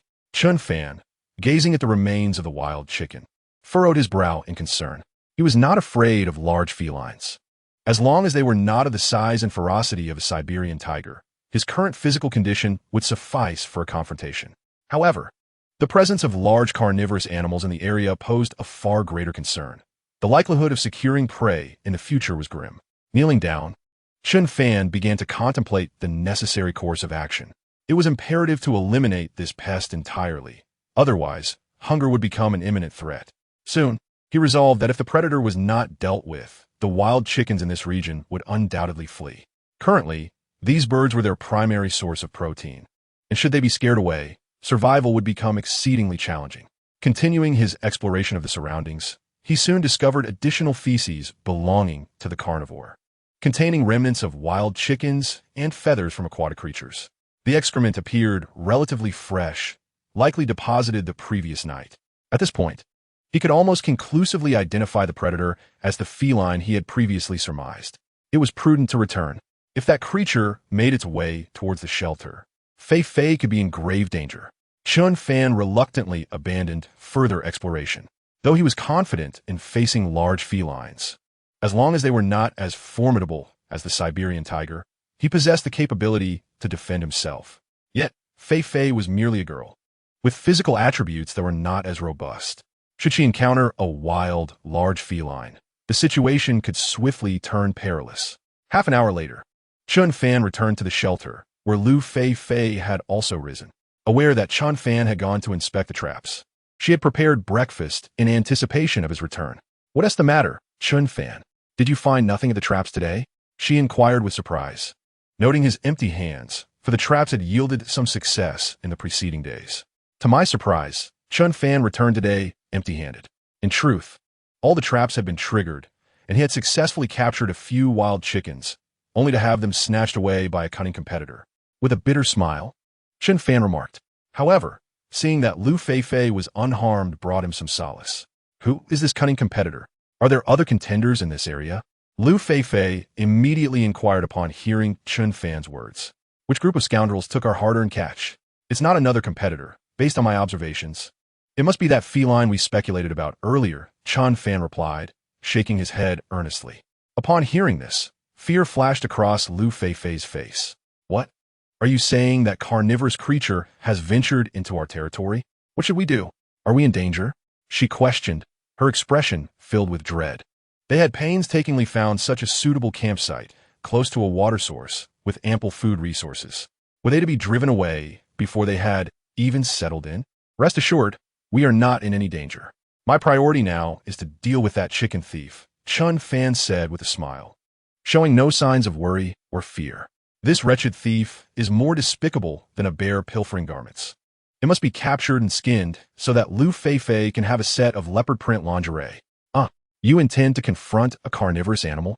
Liu Feifei looked at Chen Fan incredulously.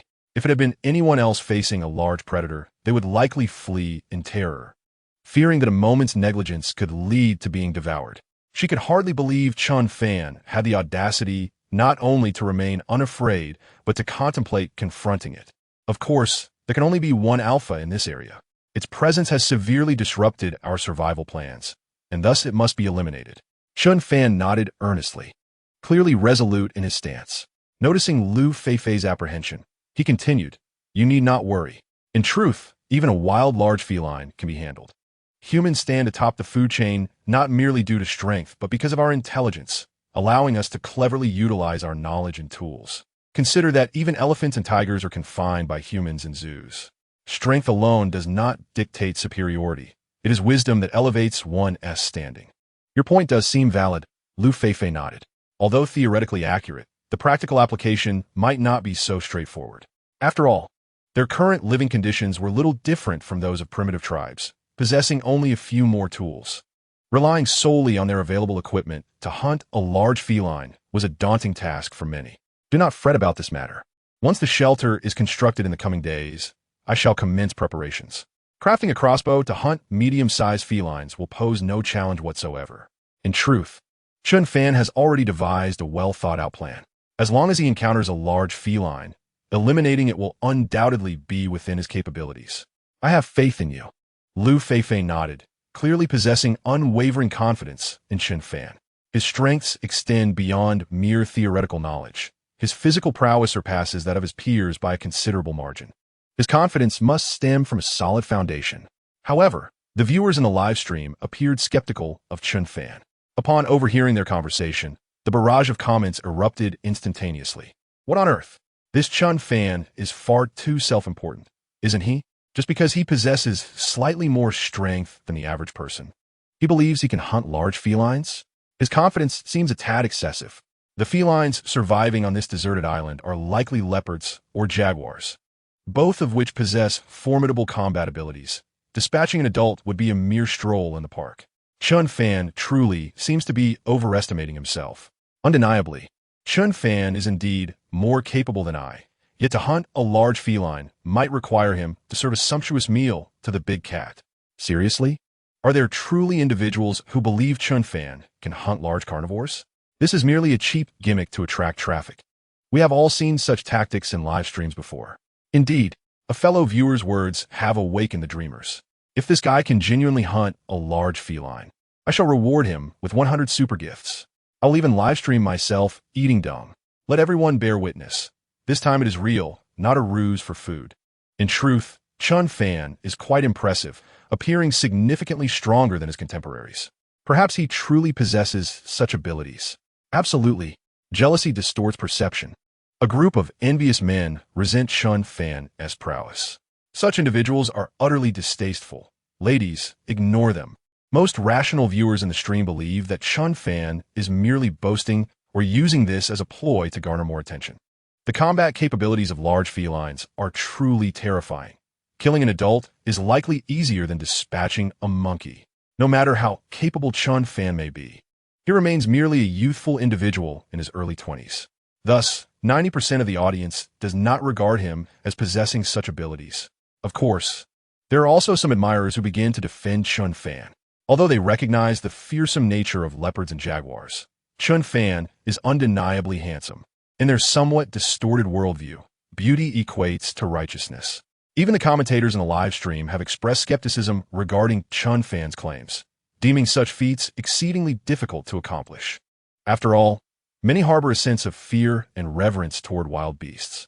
Upon encountering such formidable predators, one might lose even the desire to fight, let alone to hunt. Chen Fan is well aware that his recent statements will likely invite skepticism from numerous viewers. However, the method to dispel the doubts of netizens is quite straightforward. It involves hunting down a large feline creature for them to witness. Through action, one can demonstrate their prowess and prove that they are not merely posturing or boasting.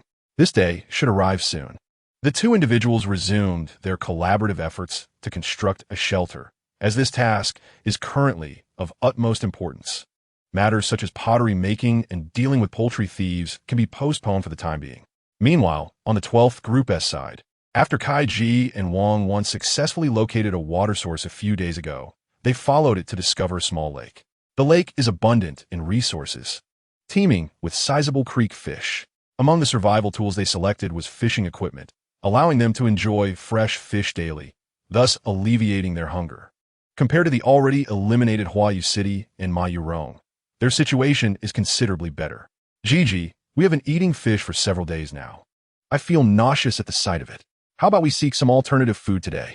Wang Wan looked at the roasted fish before her, gagging slightly. Were fish to be paired with other foods, consuming it for a month would pose no issue. Yet, the problem lies in the fact that their diet has consisted solely of fish lately, which is becoming unbearable. Although creek fish lack a strong fishy odor, The monotony of daily consumption is hard to endure. Do you think finding other food is that simple? Neither of us possesses wilderness survival experience, and we cannot identify edible plants. If we accidentally consume something toxic, it could lead to dire consequences. Kai Ji's tone turned cold. Compared to his gentle demeanor of a few days prior, he now appeared markedly different. He too felt a wave of nausea at the sight of fish. But in an effort to uphold his masculinity, he clenched his teeth and persevered. At the very least, he aimed to endure for 10 more days, thus establishing a foundation for future bragging rights. Although Kai Ji's words may have lacked charm, he did possess a sliver of truth. The risk of consuming toxic plants could indeed lead to severe repercussions. Even with prompt medical attention, one would still endure considerable suffering.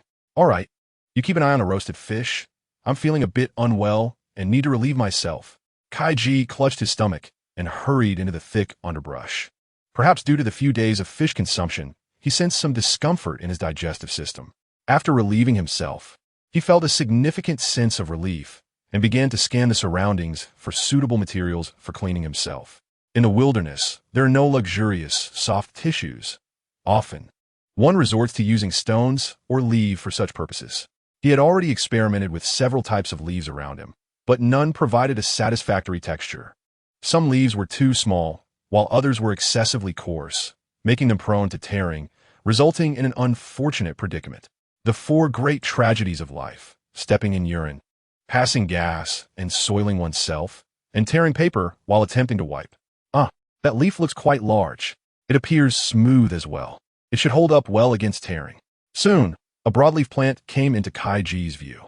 The leaves were quite large, measuring approximately 1 meter in length, with a heart-shaped form and a deep green hue, characterized by prominent veins and an exceptionally smooth surface. While the contestant was in the restroom, the camera did not intrusively capture his face.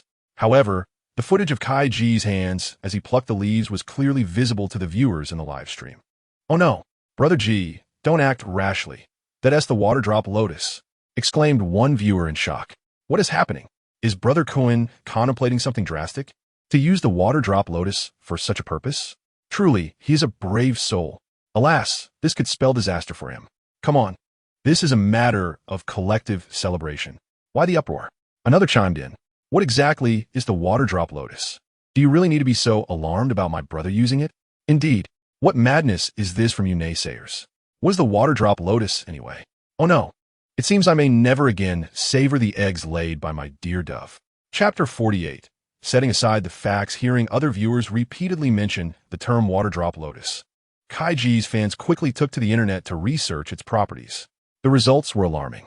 The water drop lotus is highly toxic, with its poison primarily derived from its sap. Contact with the sap can cause skin irritation, and if it enters the eyes, it may inflict damage to the cornea.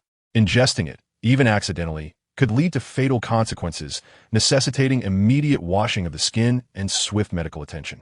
Clearly, Kai Ji and his companions were entirely unaware of this peril. "Oh no, Ji, wash yourself immediately. This plant is genuinely toxic," one fan exclaimed in a panic. "Quickly, sisters, call the production team and urge Ji to withdraw.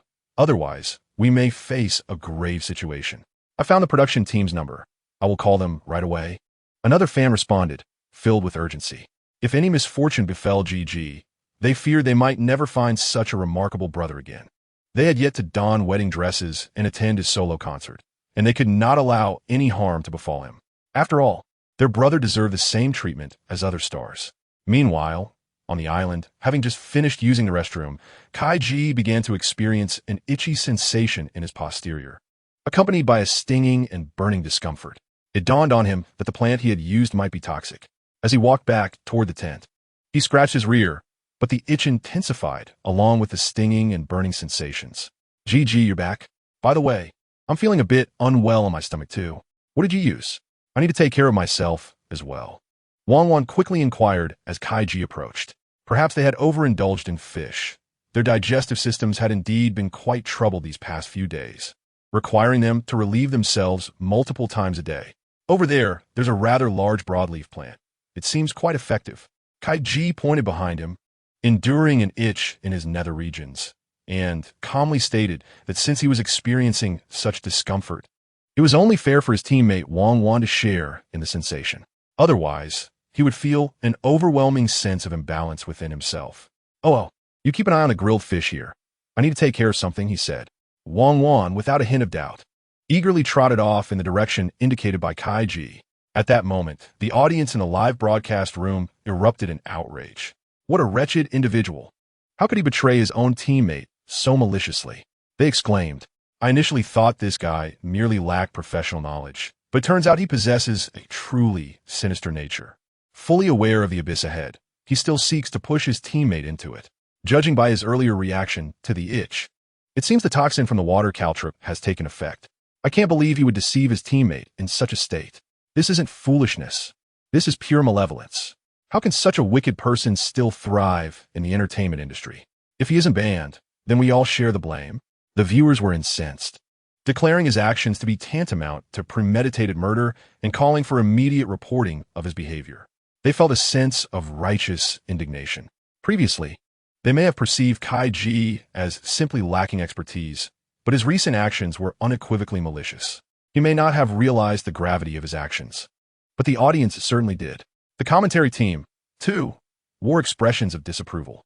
Initially, several of them were unaware of the dangers of the water caltrip, but after Xie Ming's explanation, they gained a clear understanding. This substance, upon contact with the skin, could induce severe itching and potentially lead to excruciating consequences. After experiencing such pain, Kai Ji still chose to push his teammate toward the flames. This was indeed pure malevolence. His actions were excessively egregious, even causing He Riwo, the typically amiable host, to lose his composure. Other contestants hoped for a better experience with their teammates, but Kai Ji's actions evidently drove his ally into peril. The potency of the water caltrip's toxin poses a significant danger upon skin contact, particularly for women. Kai Ji's behavior was undeniably outrageous. Zhang Xiaotong furrowed her brow in concern, as the proximity of a girl's anatomy to such a hazardous area raised the stakes considerably. Should an allergic reaction occur, the consequences could be dire and potentially affect a woman's entire life. Such despicable conduct is akin to premeditated murder. Unforgivable. This is utterly excessive. Wang Jia slammed his hand on the table, exclaiming loudly that it was intolerable for a popular star, as a public figure, to commit such vile acts. How could such an idol impart positive energy to their fans? The existence of such a public figure, unscathed by severe repercussions, was incomprehensible to him as a soldier filled with a profound sense of justice. In the live broadcast room, witnessing such an incident was simply unbearable, particularly given that there were millions of viewers watching. The repercussions of this situation were profoundly severe, leaving the production team in a state of distress. Should this incident become widely known, it would undoubtedly have a significant impact, potentially implicating even the production team itself. Presently, however, there seemed to be no viable solution. Meanwhile, on the island, Wang Wan returned from a brief respite, feeling rather unwell. She incessantly scratched at her sensitive areas, her face contorted in discomfort. "What's wrong? Are you feeling unwell?" Kai Ji feigned concern while inwardly grappling with his own discomfort. "Oh, it's nothing. Just suddenly feeling a bit itchy," Wang Wan replied, shaking her head. Yet, the sensation of irritation and pain was intensifying. Her lower body felt as if it were ablaze, akin to the sting of bees or nettles. "Given how uncomfortable you appear, perhaps we should simply opt to withdraw," Kai Ji remarked, pretending to be reluctant and disheartened. His earlier actions had proved to be a masterstroke, allowing them to extricate themselves from the challenge while simultaneously leaving a positive impression on their fans. After all, from the perspective of others, his choice to withdraw would appear justified due to his teammate's health condition. "All right," Wang Wan quickly nodded in agreement, as her discomfort grew increasingly unbearable, akin to a form of poisoning. "Okay, I'll make the rescue call. Let's South leave this place swiftly. After we exit the island, we can go to the hospital for a thorough examination," Kai Ji said with an air of feigned concern, promptly retrieving the satellite phone to contact the rescue team. At that moment, the incident had already sparked a considerable uproar online, trending across various websites and platforms. Shocking. A popular young star engages in such reprehensible behavior on a deserted island. They should be banned. The current crop of young celebrities exhibited alarmingly low standards, pure troublemakers. Such public figures ought to be permanently banned. After 2.5 years, a certain basketball-loving celebrity is once again embroiled in scandal. Regardless of the facts, isn't the girl also blameless? My brother was unaware that it was toxic. Certain individuals should refrain from stirring up trouble. Setting aside the facts, my dear Dove is also a victim to certain marketing accounts that resort to unscrupulous tactics for attention. I advise you to mind your own business and not blow things out of proportion. My brother is also a victim. The sheer volume of similar phrases and topics inundated the discourse, with many people left astounded by the comments of these fervent fans. The notion of setting aside the facts, stirring up trouble, and interfering unnecessarily flooded the discussions, leaving many bewildered by the naivete of the current fan base. Chapter 49. Kai Ji was finished. It was all over. The online chatter had reached a fever pitch. Any post related to the recent incident garnered hundreds of thousands of likes and tens of thousands of comments. Although the majority of people maintain a sound moral compass, it is advisable to impose a permanent ban on such inferior artists. Yet, there exist some fervent fans who ardently defend their beloved idol. Whenever they encounter comments they wish to ignore, they label them as envious and resentful of their idol's looks and achievements. The repercussions of this situation are profoundly significant, as it has become widely known within merely an hour. After all, we live in an age dominated by the internet, where information spreads with astonishing rapidity. Even those in higher echelons have taken note of the adverse consequences stemming from this affair. Meanwhile, on the island, the rescue team has located Kai Ji and Wang Wan. At this moment, both individuals are in a dire state. The itching sensation in their nether regions prompts them to disregard their dignity and scratch vigorously. However, the more they scratch, the more intense the itching becomes, accompanied by a sharp and burning discomfort. It feels as though even their minds are being affected. The rescue team leader, Zhang Xin, gazes at Kai Ji with palpable disdain and fury. Were it not for his celebrity status and the presence of millions of viewers, he would have relished the opportunity to deliver a resounding slap to this despicable individual. The actions taken earlier were utterly inhumane. Even the rescue team members behind him regard Kai Ji with unfriendly glares, as though they wish to consume him alive. As workers from the lower strata of society, they naturally sympathize more with Wang Wan, perhaps feeling a deeper connection to her plight. What is happening? Why do they regard me with such looks? Could it be that they are aware of my earlier missteps? Faced with Zhang Xin's unfriendly gaze, Kai Ji feels an unsettling panic. The way these individuals are looking at him evokes a sense of impending doom. It cannot be true. The production team had long assured that, to protect the contestants' privacy, filming would not occur while they used the restroom. The earlier scene could not possibly have been captured. Furthermore, he was unaware that the plan in question was toxic. Ignorance is no crime. Even if they did uncover some clues, he could simply assert his ignorance regarding the plan's dangers. As for subsequent matters, he would leave them to his team to resolve. Hey, what are you all staring at? Why do you look at me like that? Feeling increasingly uneasy under Zhang Xin's scrutiny, Kai Ji coldly inquires. Just a few lowly workers, yet they dare to regard him in such a manner. Do they not value their positions? Kai Ji, one may lack talent, but must not lack virtue. Misdeeds eventually bring retribution. Zhang Xin replies coolly. He has also noted the public sentiment online. If nothing unforeseen occurs, Kai Ji is likely to face dire consequences. Even if he employs manpower and financial resources to evade imprisonment, a ban is inevitable. Currently, public opinion online is boiling over. What are you saying? I can't comprehend it all. Your duty is to rescue the contestants. As for lecturing, it appears you lack the qualifications for that. Kai Ji was equally unyielding. How audacious for a mere worker to presume to lecture a rising star like myself. He truly overestimates his significance. Such individuals in the lower strata can be rendered jobless in an instant if they so wish. While I may not possess that authority, I firmly believe in the existence of justice within society. There will always be someone qualified to admonish you. Zhang Xin's tone remained chillingly frosty. He then glanced at the visibly distressed Wang Wan and turned to the other rescue team members, instructing them to provide the prepared ointment to Wang Wan. Prior to the rescue, they had anticipated the need for a pain-relieving and itch-soothing salve. However, given Kai Ji's resentful demeanor, he had no intention of allowing him to use it. Understood, Brother Xin. The two nodded and promptly handed the pre-prepared ointment to Wang Wan. In haste, she sought out a dense thicket and applied it to the affected area. The stinging and itching sensations were quickly alleviated.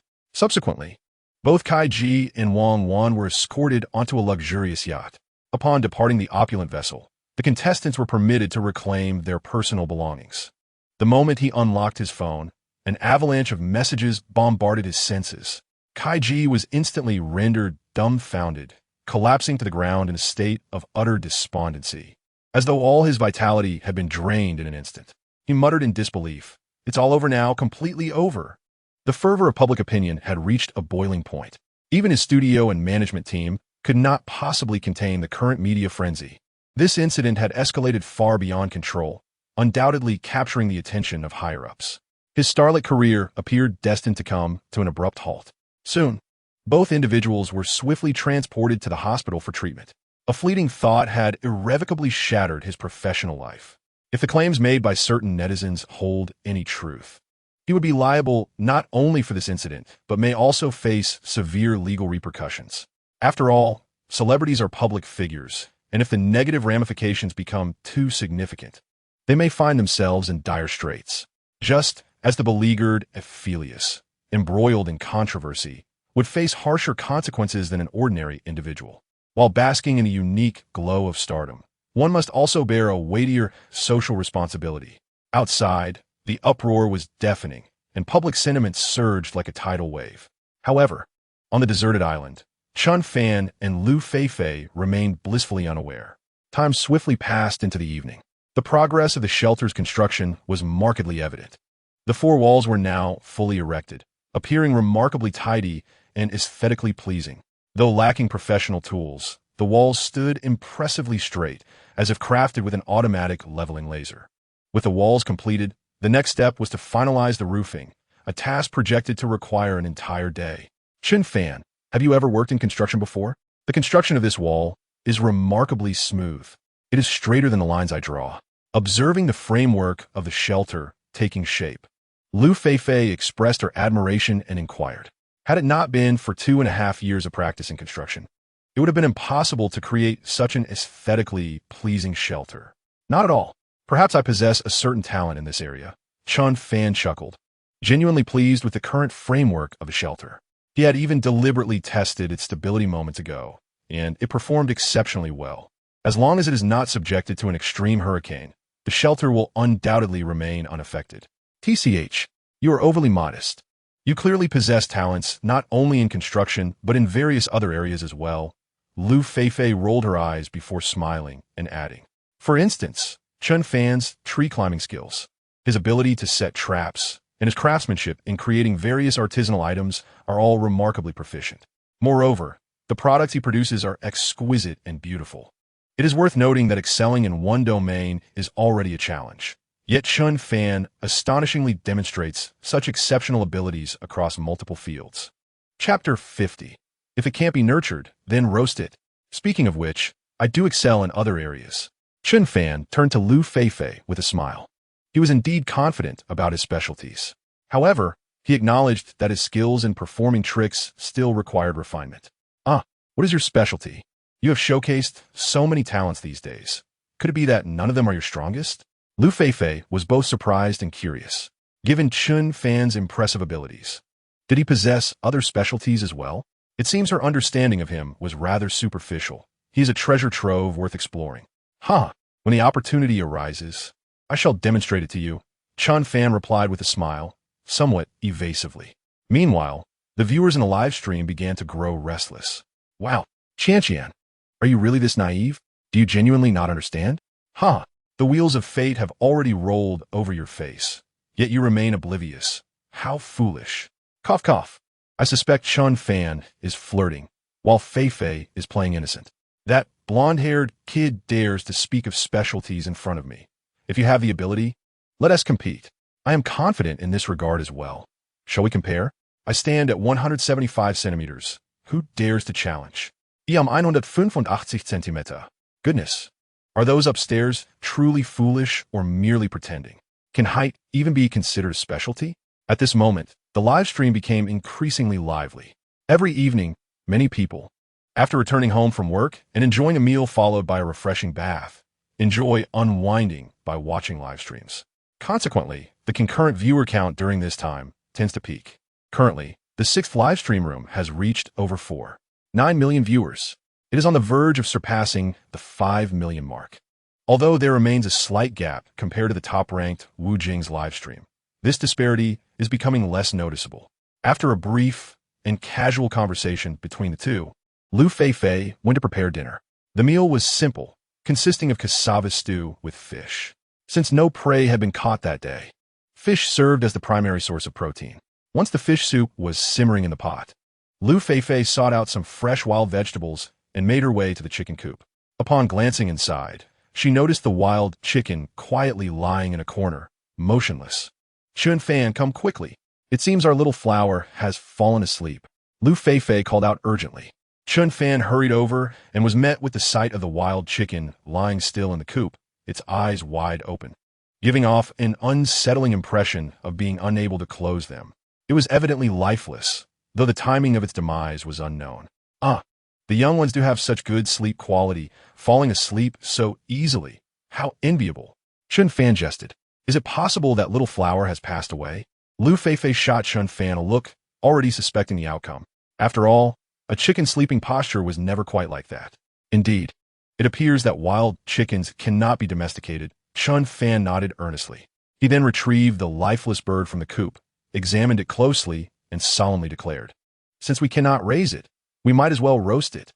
He then handed the chicken's body to Liu Feifei. "Great! Tonight, we can have an extra meal." Liu Feifei's expression was not one of sorrow as one might expect. Rather, she appeared exuberantly thrilled about the prospect of an additional dish. This reaction left the viewers in the live stream momentarily speechless.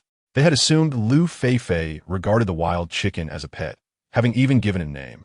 After nurturing it for a few days, one might expect some emotional attachment, as most girls tend to be quite sentimental and easily form deep bonds with such creatures. However, Liu Feifei seemed entirely unlike the majority of women. Wow, I've seen the Leshan giant Buddha countless times, but this is the first time encountering such a lively spirit. Many viewers expressed their astonishment. It is well known that many celebrities are quite conscious of their personas and images in front of the camera. Especially when it comes to displaying compassion, most strive to showcase their overflowing benevolence. Yet, Liu Feifei appeared completely indifferent to such expectations. Nevertheless, her candid nature garnered her many admirers, particularly in an era where the internet is rife with overly sentimental individuals. Subsequently, Chen Fan and Liu Feifei took the wild chicken to the stream for a refreshing wash before bringing it back to their shelter. The inedible entrails were disposed of in the fishing trap, while the wings and tail feathers were retained by Chen Fan. He intended to use these feathers in the future to craft a crossbow, as they made excellent materials for arrow fletching. An hour later, the two had finished their dinner. The meal was plentiful, featuring not only fish soup, but also a roasted chicken, leaving them both quite satisfied. I am so full. Tonight's feast was delightful." Liu Feifei gently caressed her flat abdomen, letting out a satisfied sigh. Observing her unremarkable midsection, Chen Fan felt a sense of incredulity. Despite the considerable amount of food Liu Feifei had just consumed, there was no indication of any distension. It was as if her stomach had remained unchanged. It must be said that, at times, a woman's abdomen can be truly enigmatic. "Chen Fan, what do you think about the living conditions of the other contestants? Could it be that some have already been eliminated?" Liu Feifei inquired curiously. In truth, she felt fortunate to have encountered someone as capable as Chen Fan. Otherwise, she might have faltered long ago. "There should be some eliminations," he replied ambiguously, sharing his conjecture rather than offering a definitive answer. In his mind, he envisioned several popular celebrities participating in this wilderness survival challenge, such as the likes of Master Huayu City, Kunkin Kai Ji, and the good-natured Chen Chichi. These stars, even in regular reality shows, rarely exhibit earnestness. One can only imagine their commitment to an endeavor as arduous as this wilderness survival program. Moreover, there were other celebrities like Yu Peng, Yang Mi, and Pang Di. Without a particularly resilient teammate, it would be quite challenging for them to endure. Perhaps some had already chosen to withdraw. After all, the income from a single endorsement or advertisement far exceeds the prize money for a month, rendering their suffering here unnecessary. If the roles were reversed, Chen Fan would not wish to endure such hardships either. Indeed, you make a valid point. When I initially received the invitation from the production team, I also entertained similar thoughts. just to make a fleeting appearance, garner some attention, and then withdraw. Thankfully, I met you. Liu Feifei remarked earnestly, nodding her head. After expressing her sentiments, she gazed at Chen Fan with a look of delight. If given the chance to persist longer, she would gladly embrace it. Moreover, after a few days of companionship, she found joy in surviving alongside Chen Fan. Each day felt fulfilling and substantial. Chapter 51. The new shelter completed. After chatting for a while, Liu Feifei began to feel drowsy and soon fell into a deep slumber. Meanwhile, Chen Fan awaited the system's sign-in notification.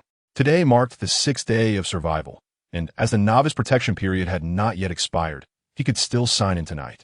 However, once the week-long protection period concluded, signing in would necessitate waiting an entire month. Time swiftly passed, and before long, it was past 10 in the evening. As expected, the system's voice resonated in his mind. Ding! Congratulations, host, for completing the 6th day challenge. You may proceed with the 6th day sign-in. Would you like to sign in? Sign in, Chen Fan silently affirmed his mind. Congratulations to the host for completing the 6th day of check-in. Reward, advanced free solo climbing technique. The mechanical, synthesized voice of the system echoed once more. Although this reward was an advanced skill, Chen Fan felt no joy. To him, the advanced free solo climbing technique seemed rather impractical. The terrain of this deserted island, while uneven, had yet to reveal any cliffs or steep precipices. Moreover, he would not take such risks unless in an emergency, making the climbing skill less significant for him. Nevertheless, as it was a system reward, it was certainly better than receiving nothing. Perhaps after completing the challenges and leaving this deserted island, he could become a free solo climbing streamer, which would likely garner considerable popularity. With his 7-fold superior physical abilities combined with the advanced climbing technique, he would undoubtedly surpass those renowned free solo climbers abroad with ease. After claiming his check-in reward, Chen Fan soon fell into a slumber. The next morning, at the break of dawn, he awoke.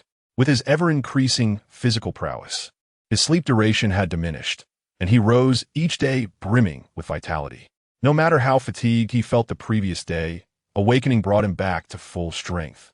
After a brief morning wash, he checked the fishing trap and found several small stream fish, though their size was diminishing and their numbers were gradually decreasing. It seemed unsustainable to rely on these stream fish for survival. Capturing prey remained paramount. Having survived for merely 6 days, Chen Fan noticed that Liu Feifei appeared leaner than at the beginning. Although they had not experienced hunger during this time and consistently consumed ample protein, the intake of fats was also essential for long-term survival. Both the previous wild chickens and stream fish were high in protein, yet lamentably low in fat content. Particularly these small stream fish, which had virtually no fat at all. If this continued, their weight would surely decrease, adversely affecting their survival prospects. It was clear that they needed to capture larger prey to ensure adequate fat intake. Chen Fan mused that if he could hunt a wild boar or another large animal, the fat content would be substantial, allowing them to sustain themselves for at least half a month. Not long after, Liu Feifei awoke as well. Good morning, Chen Fan. She greeted him sweetly, as always. After a brief refreshment, she began preparing breakfast. Liu Feifei could also distinctly feel that her weight had decreased significantly, yet she was puzzled as to why, since she had been eating well, even overindulging the previous night. The intake of protein, carbohydrates, and other vitamins had been ample. Why then was her weight dropping? After a simple breakfast, the two set about continuing the construction of their shelter. Due to the inverted structure of the roof, the walls on both sides must be constructed into 2 isosceles triangles. This step proves to be rather cumbersome, as all necessary materials require precise measurement and cutting, inevitably prolonging the time spent. Chen Fan, what should I do now? With Chen Fan engrossed in the roofing work, Liu Feifei found herself with little to occupy her time. You should first go to the creek and gather some broadleaf plants, preferably banana leaves or palm leaves, which we can use for the roofing. Then, seek out some hibiscus bark to secure the rafters and main beams. Chen Fan assigned Liu Feifei some tasks. Recognizing that the multitude of activities and the accompanying noise rendered it impossible for him to manage alone, even if he could complete the tasks. These trivial matters would consume a significant amount of time. Delegating these responsibilities to Liu Feifei would undoubtedly enhance their efficiency. All right, leave these minor tasks to me. Liu Feifei cheerfully nodded and, armed with a machete, skipped off to work. She was not afraid of fatigue. Her greatest fear was idleness, which made her feel useless and unable to assist Chen Fan. Meanwhile, Chen Fan diligently worked on the isosceles triangle framework, ensuring it was exceptionally sturdy. Binding with regular bark would result in looseness as it dried, rendering it unsuitable for securing the structure. The optimal method involved the mortise and tenon technique, wherein two logs are cut with complementary notches to achieve a perfect fit. This technique is favored by many traditional craftsmen, as it provides a robust connection that remains unaffected by the passage of time. The satisfaction derived from achieving such a tight and flawless joint is unparalleled, as the dimensions align perfectly. This method is equally applicable in woodworking. The only drawback is the considerable amount of time it consumes. However, for the sake of the shelter's durability, Chen Fan proceeded with the mortise and tenon approach without hesitation. Time passed swiftly. For some, a day may seem long, but for Chen Fan and Liu Feifei, it felt fleeting. Soon, the clock approached 5 or 6 in the evening, and the basic framework of the shelter was nearly complete. The main beams and rafters had been secured, employing both the mortise and tenon technique and supplementary bindings with woven bark in certain areas. A refined wooden frame had now been achieved. Now, all that remained was to lay waterproof fabric and broadleaf plants on the roof to finalize the structure, ensuring it would effectively shield against wind and rain. Wow, is our house finally ready for construction? I am so thrilled. Chen Fan, can we move into our new home tonight? Liu Feifei exclaimed, her joy evident as she danced with excitement at the sight of the exquisite little wooden house before her. The mere thought of residing in the new abode tonight fills my heart with indescribable joy. Such exhilaration surpasses even that of winning a multi-million-dollar prize. Indeed, it should pose no issue. Please transport the sleeping bags and other tools into the new dwelling. Chen Fan nodded and proceeded to finalize the construction. He securely fastened the tarpaulin and banana leaves to the roof, signifying the completion of the project. The primary purpose of the banana leaves, aside from providing shelter from rain, is to shield the tarpaulin from sunlight, thus preventing its deterioration due to exposure. Chapter 52. The Summons from a Police Station. Kaiji was stunned as the last rays of sunset faded into twilight. Chen Fan and Liu Feifei's sanctuary was finally completed. All their belongings had been moved into this new shelter, which was notably more spacious and comfortable than the previous one. The only remaining flaw was that the 2 front windows and the door had yet to be constructed. However, this was a minor concern that could be easily rectified in a couple of days when they had the time. This sanctuary is remarkably spacious. It is truly comfortable to reside in. It undoubtedly surpasses the tents chosen by the other contestants. Liu Feifei exclaimed with delight, unable to resist the urge to compare with the others. While sleeping in a tent is quite pleasant, the confined space is a significant drawback. Though the production team provided a 2-person tent, the space is exceedingly limited. In time, our sanctuary will become even better. We can construct a bed here and over there, set up a table with 2 stools.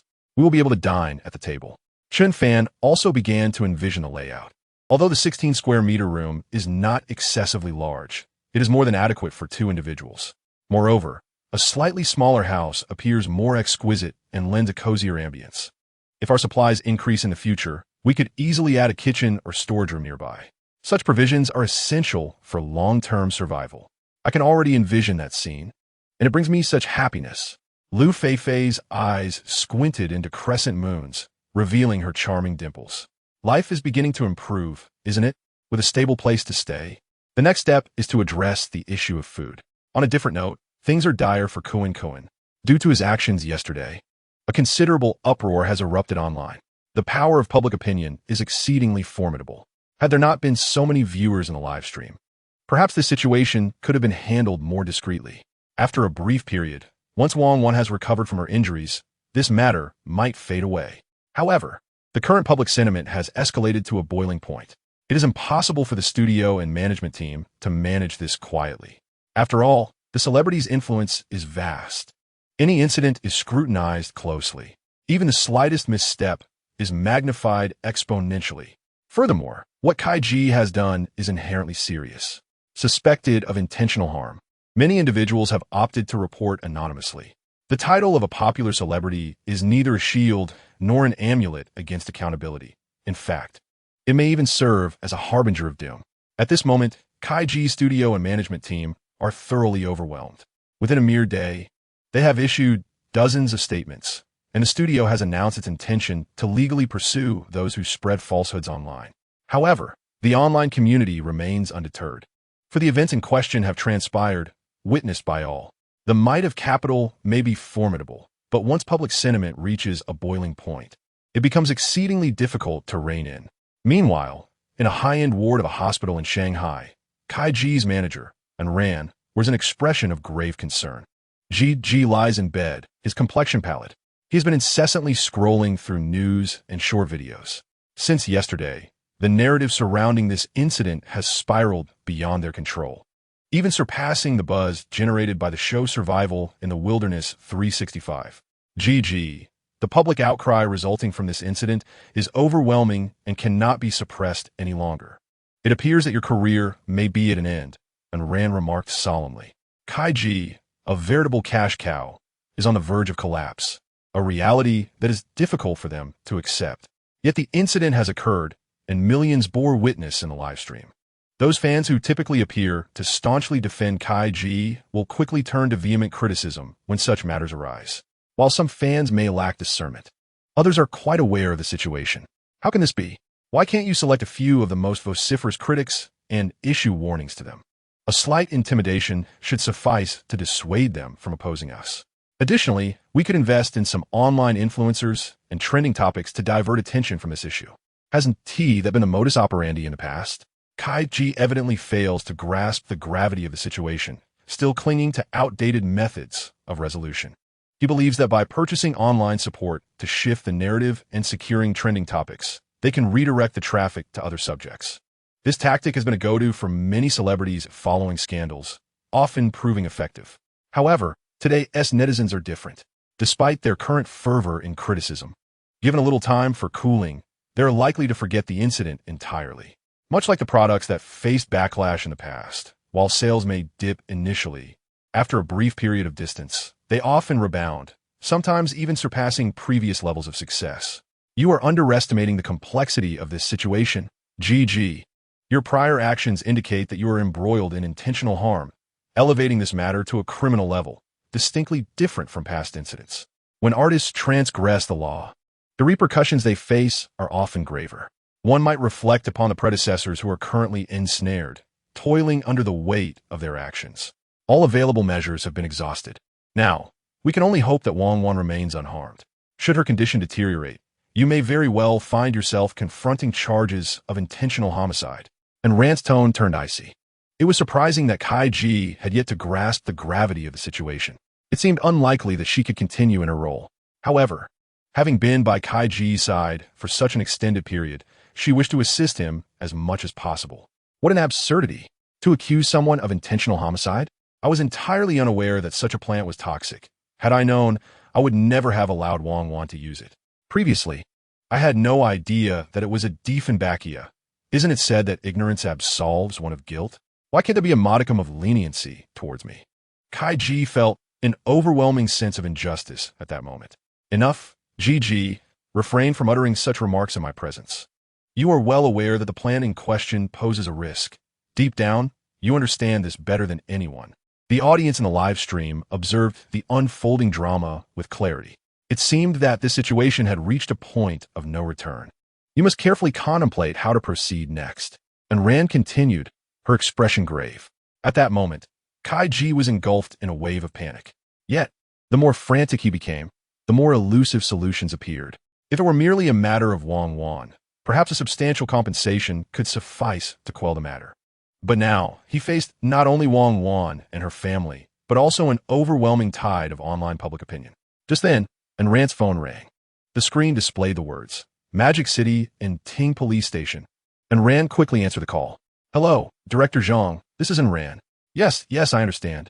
I will convey the message. A minute later, Ran ended the call, her expression even more somber as she turned to Kaiji. Director Zhang from the Ting Police Station just called, summoning us to the station tomorrow.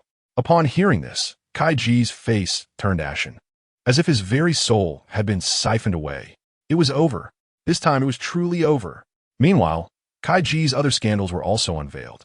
Rumors about male idol stars engaging in dubious activities swirled around, leaving one to question their veracity. Perhaps some individuals were merely seeking attention at the expense of others. Or perhaps there was truth to the allegations. After all, when the news about Ephily's no worries broke, many believed it was merely a ploy by the girl to gain notoriety. Yet, when faced with undeniable evidence, the public was compelled to accept the reality. In truth, most male celebrities are prone to such errors. While some may be able to govern their words, they may not necessarily reign in their hearts. Meanwhile, on the island, Chen Fan and Liu Feifei had already dined and were now reclining in their sleeping bags, relishing the warmth of their new abode. Wow, this new sanctuary is truly remarkable.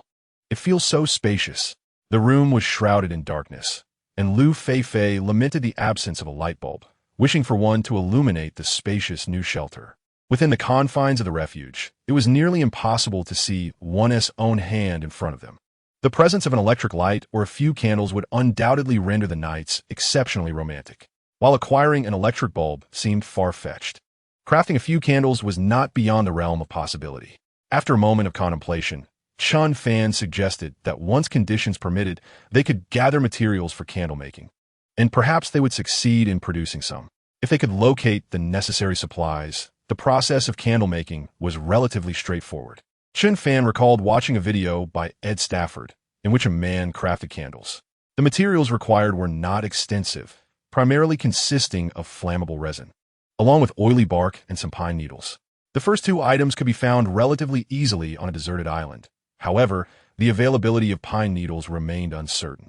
After all, locating a pine tree in such a desolate place was no simple task, if not altogether impossible. Nevertheless, it should be feasible to find suitable alternatives. Really? You can make candles? Liu Feifei's eyes sparkled with excitement upon hearing Chen Fan's words.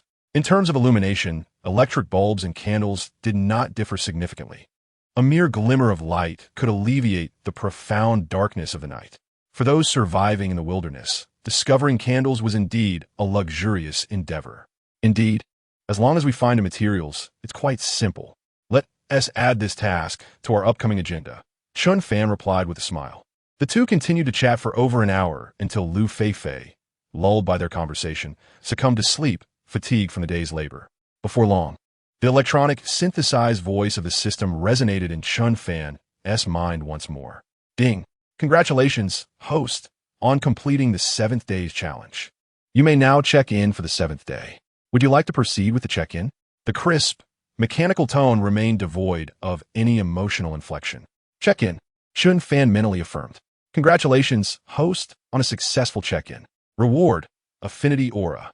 The Affinity Aura significantly enhances the favorability of animals, including humans, towards the host, with the exception of mosquitoes.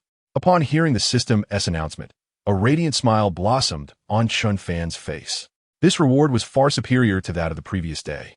The Affinity Aura resembled the charm attributes found in many novels, capable of substantially increasing others' favorability towards the host, along with various animals. Impressively, it even excluded mosquitoes, an undeniably thoughtful feature. Could this mean that hunting would become easier for him in the future? Certainly. The inquiry will be resolved by venturing out tomorrow morning to assess the situation. The first rays of dawn have torn through the veil of night. At this moment, Chen Fan has risen and freshened up. Soon, he discovered a dung beetle on the ground. Hey, little fellow, am I not handsome? Don't run away. I'm asking you a question. Hey, could you at least grant me the courtesy of a glance? Alas, could it be that this dogged system is merely toying with me? The dung beetle shows no reaction whatsoever. At this juncture, Chen Fan squatted down, cradling the beetle in his hands, muttering incantations. The beetle gazed at him in confusion, perhaps pondering if this bipedal creature had lost its wits. Rumor has it that foolishness can be contagious. I ought to distance myself from this imbecile, it thought. Consequently, the beetle began to struggle violently. Reduced to a diet of dung, what more could this bipedal creature desire? Chen Fan, too, wore a face of utter exasperation. According to the system's hints from the previous night, his aura of charm seemed to affect all creatures except mosquitoes. Yet, the beetle's response was utterly futile. Blast it! I feel as though I've been deceived, leading to a night of restless excitement. Chen Fan was on the verge of tears. Just then, as Chen Fan adopted a pose of profound bewilderment, an awkward cough resonated from behind him. He turned to find Liu Feifei staring at him in utter bewilderment. The sleepiness in her eyes, combined with her puzzled expression, made it seem as though she were gazing upon a fool. Their eyes met, creating an atmosphere thick with embarrassment. Chen Fan, are you all right? Did you catch a cold last night? Liu Feifei broke the silence, her face a mixture of embarrassment and concern. Witnessing Chen Fan converse with a dung beetle so early in the morning left her questioning her own consciousness. Was she still dreaming, or had Chen Fan truly lost his mind? Who in their right mind would engage in deep conversation with a dung beetle at such an hour? No, not at all. Chen Fan quickly shook his head, glancing at the obstinate beetle in his palm before tossing it aside. It's a relief. Just now I thought I was dreaming. Liu Feifei could only manage an awkward smile in response. Meanwhile, the audience in the 6th live streaming room shared the same bewilderment. What the heck? Has this kid gone mad from boredom? Conversing with a dung beetle at dawn? This is it. Another one has lost his mind. The young man is quite handsome. Could he possibly have some peculiar affinity? The beetle, being so diminutive, was hardly capable of engaging in profound dialogue. What a stroke of bad luck for the beetle to encounter such an imbecile so early in the day. Is there a possibility that Chen Fan is practicing communication with small animals? Someone jested. No way. Surely no one could be that foolish. This joke has gone too far. Even with 2.5 years of practice, one could hardly converse with small creatures, especially a senseless dung beetle. On the island, Liu Feifei remained somewhat concerned. Chen Fan, are you truly all right? Or were you merely practicing earlier? She was anxious about having encountered such a dashing and formidable teammate, hoping he wouldn't spiral into madness. Ha! I assure you, I'm perfectly fine. I merely greeted the dung beetle out of sheer boredom upon rising in the morning. Chen Fan stood up, awkwardly brushing the soil from his hands with a smile. Liu Feifei shot him a disapproving glare. It was one thing not to greet oneself at dawn, but to run over and acknowledge a dung beetle. Was she to be deemed less significant than such a creature?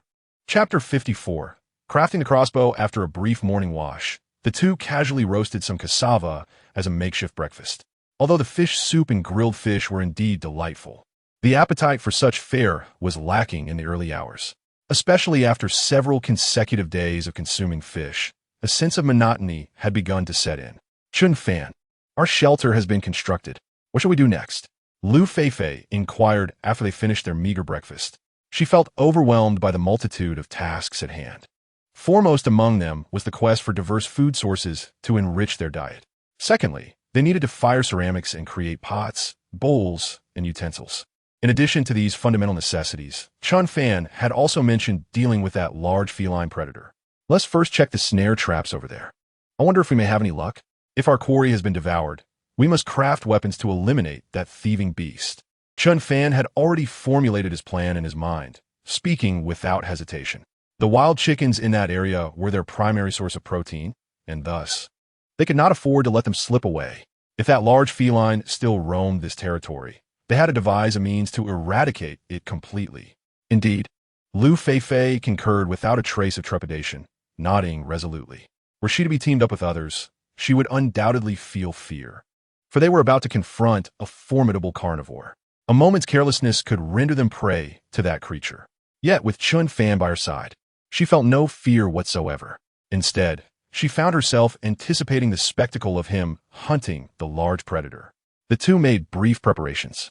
Chen Fan wielded a machete and a backpack, while Liu Feifei brandished a spade.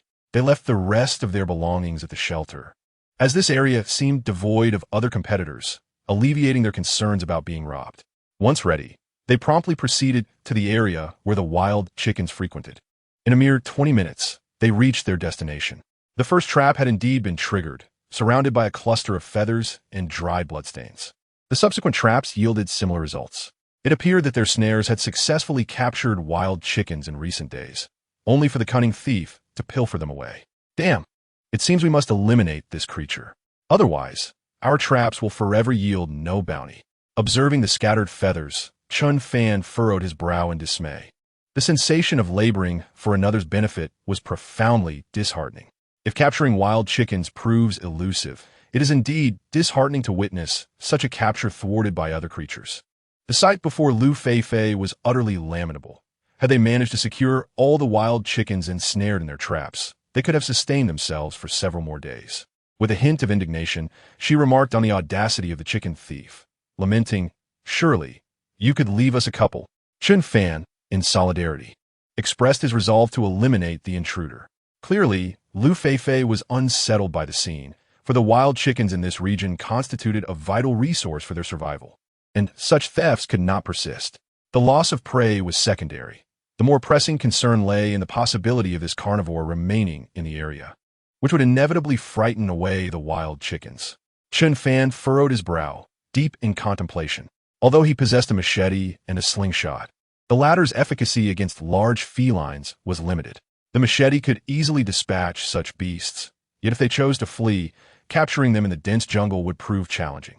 Animals are inherently adept at navigating their environments, and even Chen Fan might struggle to keep pace.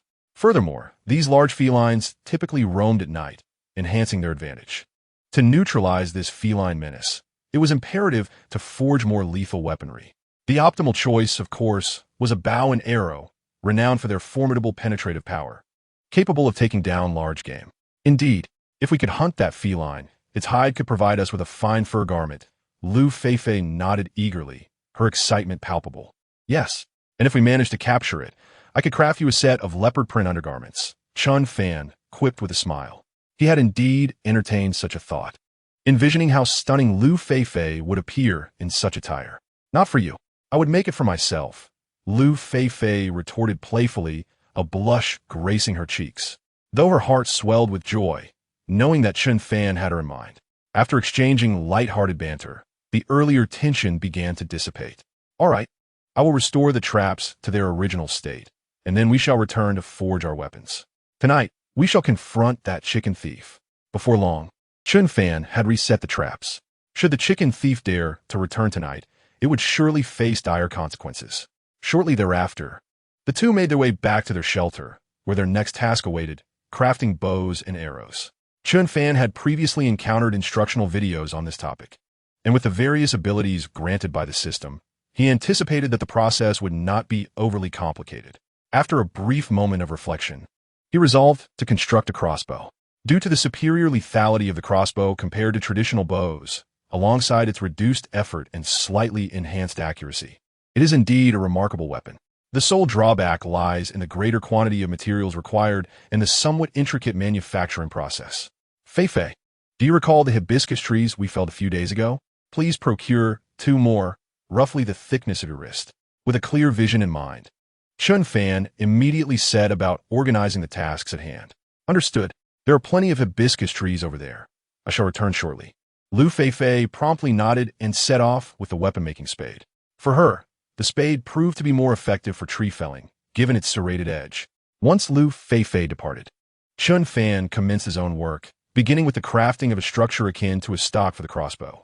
This component, approximately 50 centimeters long, resembled a gun stock. With some logs remaining from the shelter construction, they served as the ideal material for creating the stock. After shaping the stock, the next step involved boring a horizontal hole at the front.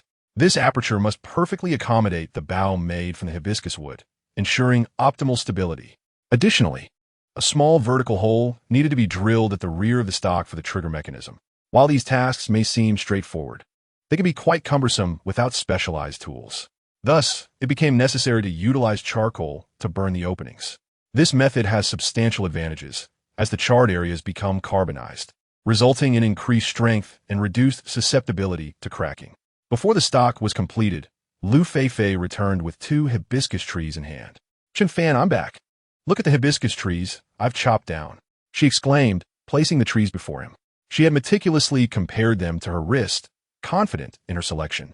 Indeed, they are quite perfect, Chen Fan remarked with a smile. The thickness of the trees matched Liu Feifei's arm, nearly identical to his own. However, he felt slightly inferior regarding their length. Alas, how disheartening. What are you crafting? This does not resemble a bow, but rather a stock, Liu Feifei inquired. Her brow furrowed in confusion as she observed the stock in Chen Fan's hands. Having experience with traditional archery, she noted that the process was not akin to this, nor did it require such a stock-like component. Indeed, it is not a conventional bow. I intend to create a crossbow with greater power and accuracy. This enhanced lethality may better assist in eliminating any chicken thieves, Chen Fan elaborated earnestly. In truth, Chen Fan did not possess exceptional talent in archery, which is why he sought to construct a crossbow with superior accuracy. This approach would likely yield favorable results. Oh, I believe I have heard of such a thing. I think I saw it on television once, Liu Feifei remarked, nodding in a semblance of understanding. Although it seems that similar films and television series have been produced in the past, with plots featuring such props, she had not paid much attention to these aspects. Hence her impressions were rather vague. She then inquired, "What should I do now? Please assign me a task." Aware that crafting a bow and arrow would undoubtedly be more complex, she was eager to assist further. First, strip the bark from the hibiscus tree, and then separate the white fibers within it into thin strands.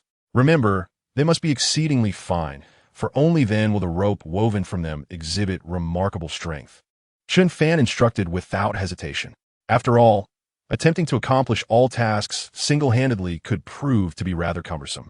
"All right," Liu Feifei replied cheerfully, nodding her head.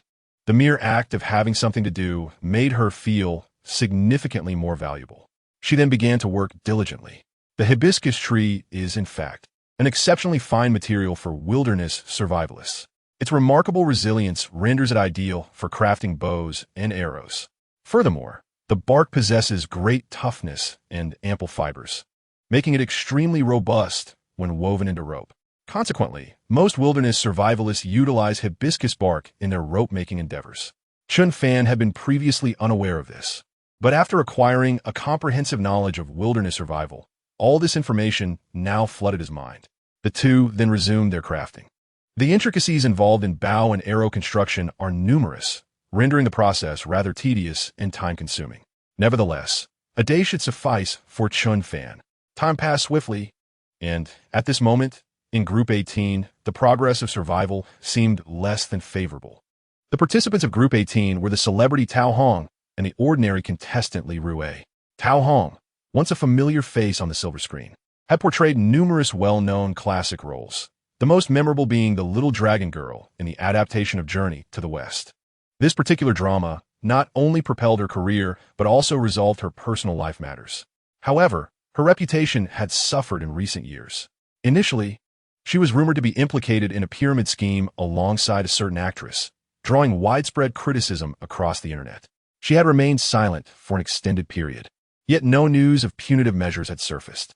Thus, the veracity of these allegations remains uncertain to most netizens. Her last brush with controversy arose from a statement that incited considerable outrage among many online. "Must one consume meat to survive?" she proclaimed from her moral high ground. This remark was met with immediate backlash from netizens. It has only been a few decades since our countrymen have had enough to eat. And how long has it been since they could afford meat? How dare she stand on a moral pedestal to criticize those who eat meat? Many netizens felt that it was precisely because of the abundance provided by figures like Yuan that such individuals had the luxury of making such lofty statements. They wondered if she would still voice such high-minded sentiments, if she were to toil like the common person every day. It is precisely due to a series of events that the once favorable reputation of the Little Dragon Girl has been utterly diminished. Even now, many netizens remain perplexed as to why the production team would invite such a universally disparaged celebrity. Is it truly for the sake of traffic, disregarding all else? This blatant neglect of the audience's sentiments is evident, as the live stream boasts a mere 90,000 viewers. The comments and bullet screens in the chat are overwhelmingly negative. "Oh, is that not the sister vegetarian? So noble, one might have thought she had renounced the world. Yet here she is, seeking profit." I recall that she was rumored to have been apprehended for promoting a pyramid scheme. I had assumed she had indeed been caught. The production team must be utterly deranged in their desperate pursuit of viewership to invite someone like her. Apologies, Tao Hong, but I would rather starve than partake in that morsel. Hence, I choose Li Rui. Is this what is referred to as bad publicity is still publicity? A gaggle of young viewers might argue. Sister Hong is merely striving to prove that a vegetarian's constitution is no inferior to that of a meat-eater. Indeed, how magnificent she is. What right do you have to criticize her? Of course, every celebrity has their loyal defenders, no matter how egregious their actions may be. After all, there are still many young girls who await Fan's return. Meanwhile, on the side of Tao Hong and Li Rui, The latter is an outdoor survival blogger, possessing commendable wilderness survival skills and experience. However, he harbors a strong aversion towards his older teammate. Just her remarks about abstaining from meat evoke his disdain. It is bewildering what level of ignorance would prompt such statements. Furthermore, if you choose not to consume meat, that is your prerogative, but as a public figure, you lack the authority to advocate for others to forsake it. Consequently, their interactions over the past few days have been far from harmonious. At this moment, Tao Hong is consuming boiled wild vegetables, while Li Rui has just caught a few mountain rats, grilling them and relishing every bite, grease dripping from his mouth. Gulp. As Tao Hong struggles to swallow the unpalatable wild greens, she occasionally casts a sidelong glance at Li Rui, her throat involuntarily twitching. The sight of him not only devouring his meal with abandon, but also smacking his lips nearly brings her to tears of longing. Though she professes a preference for vegetarianism, deep down, she yearns for meat. Observing this scene, netizens in the live stream find amusement. Is this not someone who abstains from meat? That expression clearly suggests he is on the verge of internal injury. Cough, cough, Li Rui, do you dare eat that rat meat? I've heard it is foul and harbors bacteria. I truly cannot fathom how you meat eaters consume everything. Tao Hong cautiously inquires. This is mountain rat. It carries far fewer bacteria, and the meat is not rancid. After grilling, it has a crispy chicken flavor, with protein content several times that of beef, Li Rui replies. Continuing to indulge in his feast, the smacking of his lips growing louder. Gulp. Tao Hong gazes longingly at him. Watching him, she thinks, how delectable. I desire to partake. However, it is quite difficult to speak up. Sister Hong, the flavor is truly exquisite, reminiscent of the fried chicken legs from KFC. Would you care for a bite? Li Rui inquired with a smiling face, secretly thinking to himself how long he could endure her pretentiousness. If he were to reach the brink of starvation, he would not hesitate to consume anything, even human flesh if it came to that. Those self-proclaimed vegetarians are merely those who have indulged far too much. Could I possibly resist? I must admit, the thought of tasting meat is becoming increasingly irresistible.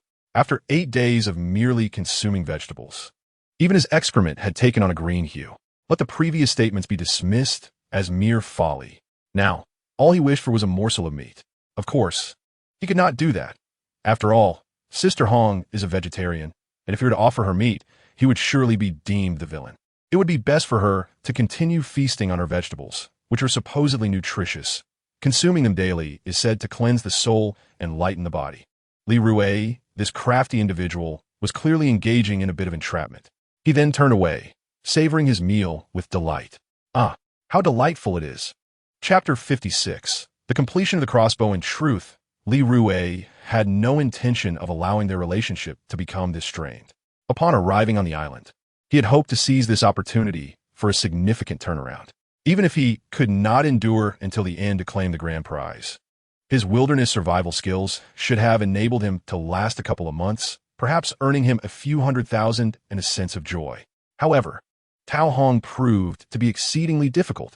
On the very first day on the island, after he had finally managed to catch 2 fish, she insisted on releasing them back into the water, claiming it was an act of charity and virtue.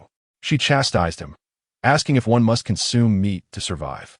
From her moral high ground, she scolded him thoroughly. At that moment, Li Rui felt hesitant to argue, especially considering her celebrity status. He feared that if she chose to withdraw from the competition in a fit of rage, all his preparations would have been in vain. He had initially believed that things would gradually improve. At the very least, if he could hold out for 10 days, he would secure a prize of 100,000 yuan. Yet in the following days, Tao Hong became increasingly demanding. She did nothing all day, yet directed him with a condescending attitude, refusing to let him share a tent with her, insisting on the principle of gender separation, and compelled him to pitch his own tent outside. This was utterly absurd. While there is some merit to the idea of gender separation, her persistent condescension over several days left him feeling increasingly uncomfortable.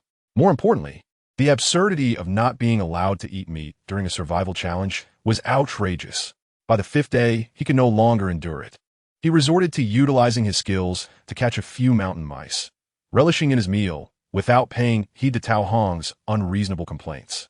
Although he was acutely aware that such words might invite retaliation once he departed from his place, and that if Tao Hong chose to withdraw, he too would forfeit his eligibility to compete. He felt that participating in wilderness survival alongside such individuals would inevitably lead to elimination. Being ousted sooner rather than later would afford him a measure of peace. Day by day, they incessantly prattled on, akin to a loquacious monk whispering in his ear, which was utterly exasperating. As for this so-called old Buddha, whoever wished to serve could do so. He certainly would not. What a relief. The audacity of Li Rui was commendable. He was a man I admire. Is this what they call vegetarianism? It has surely made my mouth water. Some celebrities epitomize hypocrisy to an astounding degree. In response to Li Rui's cunning antics, the viewers in the live stream did not voice dissent, but rather applauded in approval. After all, one's character is evident to all. Li Rui, I can no longer tolerate competing alongside someone as ruthless as you. Hence, I have resolved to withdraw from the competition. Should you wish to continue, do so alone. After a moment's contemplation, Tao Hong coldly articulated her decision, even choosing to brand Li Rui with the label of cruelty before her departure. Do as you will. To speak frankly, you may be suffering from a lack of protein, leading to your inability to endure the competition. However, it matters little. I had anticipated this outcome long ago. Liu Feifei nonchalantly. The moment he released the fish he had caught, he recognized that this day would come. For him, wilderness survival was akin to a daily routine. He would merely consider it a brief excursion. Say what you will. As a senior, I would advise you to refrain from excessive cruelty. With that, Tao Hong stood and retreated to her tent to retrieve a satellite distress signal device. Before long, both were eliminated, marking the third group of contestants to be ousted thus far. Time sped by, and before they knew it, midday had arrived. On the side of Chen Fan and Liu Feifei, the crossbow had been successfully crafted. It appeared remarkably well made. If they could find a piece of bamboo to serve as an arrow chamber, the accuracy would surely increase. However, as bamboo was nowhere to be found, they could only make do with what they had. Chen Fan, I must say, you are truly a genius. Your craftsmanship is extraordinary. With just a knife, you have fashioned such an exquisite crossbow. At that moment, Liu Feifei stood in awe, her mouth agape. Previously, she had already lavished praise upon Chen Fan's physical prowess, convinced that there was no one among their peers who could rival him. Little did she expect that he possessed such an array of skills. Within a mere 3 to 4 hours, he had produced such a finely crafted weapon. Under normal circumstances, with all tools at their disposal, constructing a crossbow might not be overly challenging. Yet, armed only with a machete, and considering the intricate detailing and precision required, their swift progress was indeed commendable. Due to the modest means of my childhood, I often found myself tinkering with various items, as we had few toys to play with. I even crafted a cart for a rabbit. Chen Fan replied with a smile. This was not an attempt to impress Liu Feifei, but rather a truthful account. In rural homes during my youth, poverty was common, and there was little money for toys. Consequently, most playthings were fashioned by the children themselves, which fostered a remarkable level of craftsmanship among us. However, each experience has its own merits. When it comes to games like Honor of Kings and Peacekeeper Elite, it is undeniable that today's children possess skills far superior to those of my generation, particularly in terms of knowledge. Ah, so you were quite talented even as a child. No wonder you excel now, Liu Feifei remarked, her admiration for Chen Fan growing stronger. The contrast between their childhoods was striking. While Chen Fan engaged with rudimentary rural toys, Liu Feifei immersed herself in dance, music, and piano, having never encountered such simple pastimes. Her advantages were evident, with notable achievements in music and dance, effortlessly executing challenging moves like the backbend and splits, unlocking new postures with ease.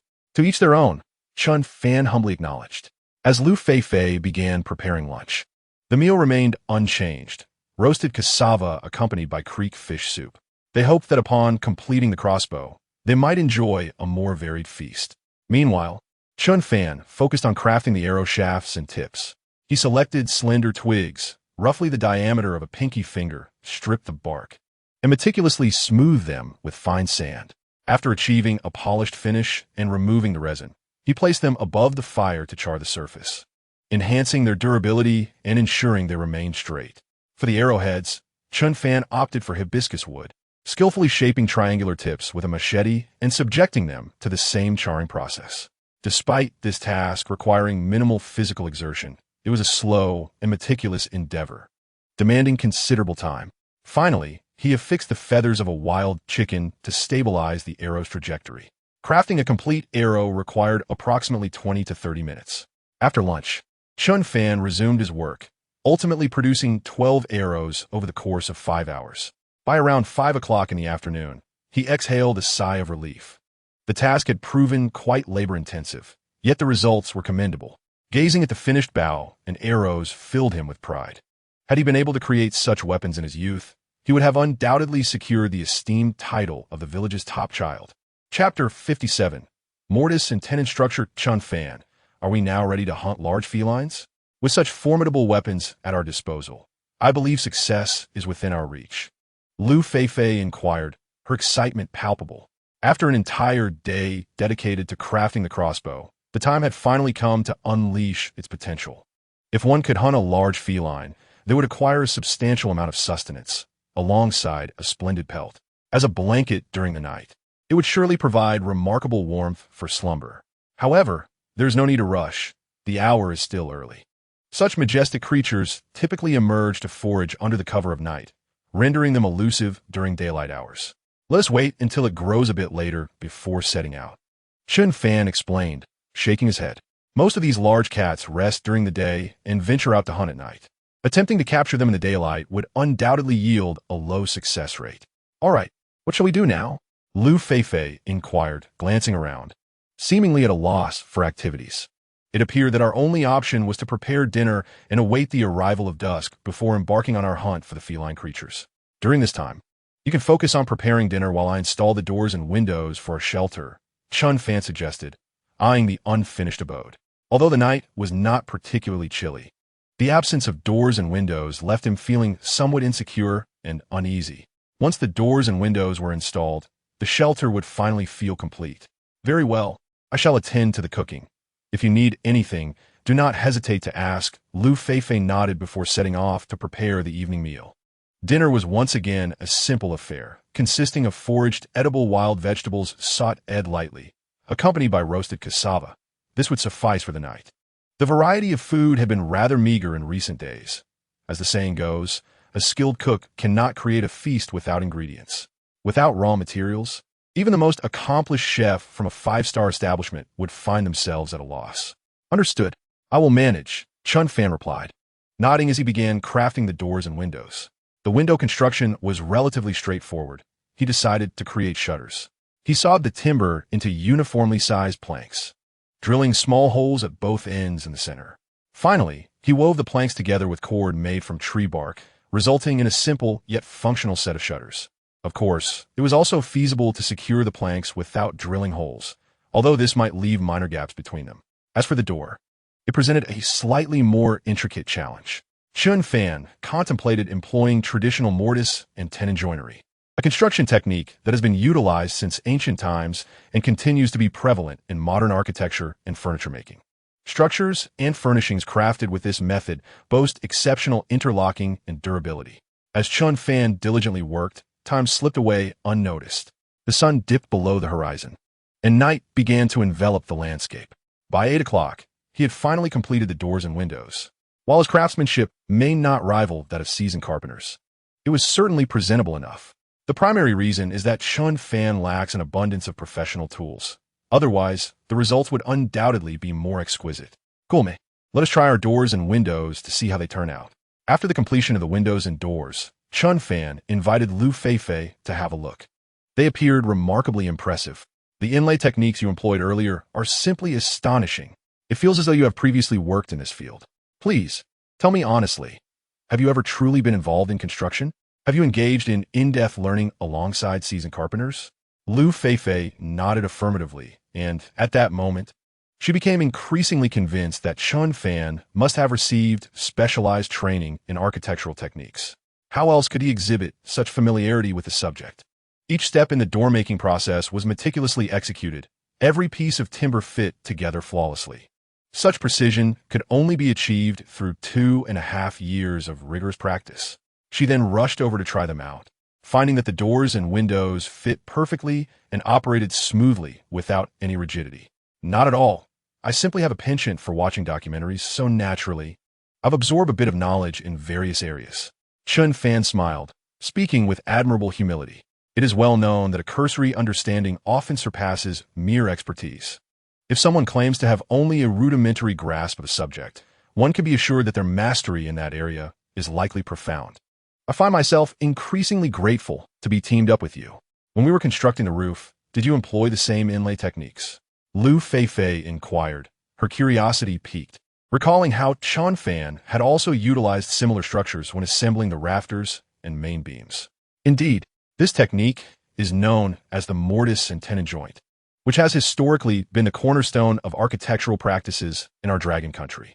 This method allows for a more seamless and perfect alignment of structural nodes, becoming increasingly robust over time, a testament to ancient wisdom. Chen Fan nodded with a smile. Without employing mortise and tenon joints, the stability and cohesion of wooden shelters will be severely compromised, increasing the risk of collapse. You possess an impressive breadth of knowledge, Liu Feifei exclaimed, her admiration evident.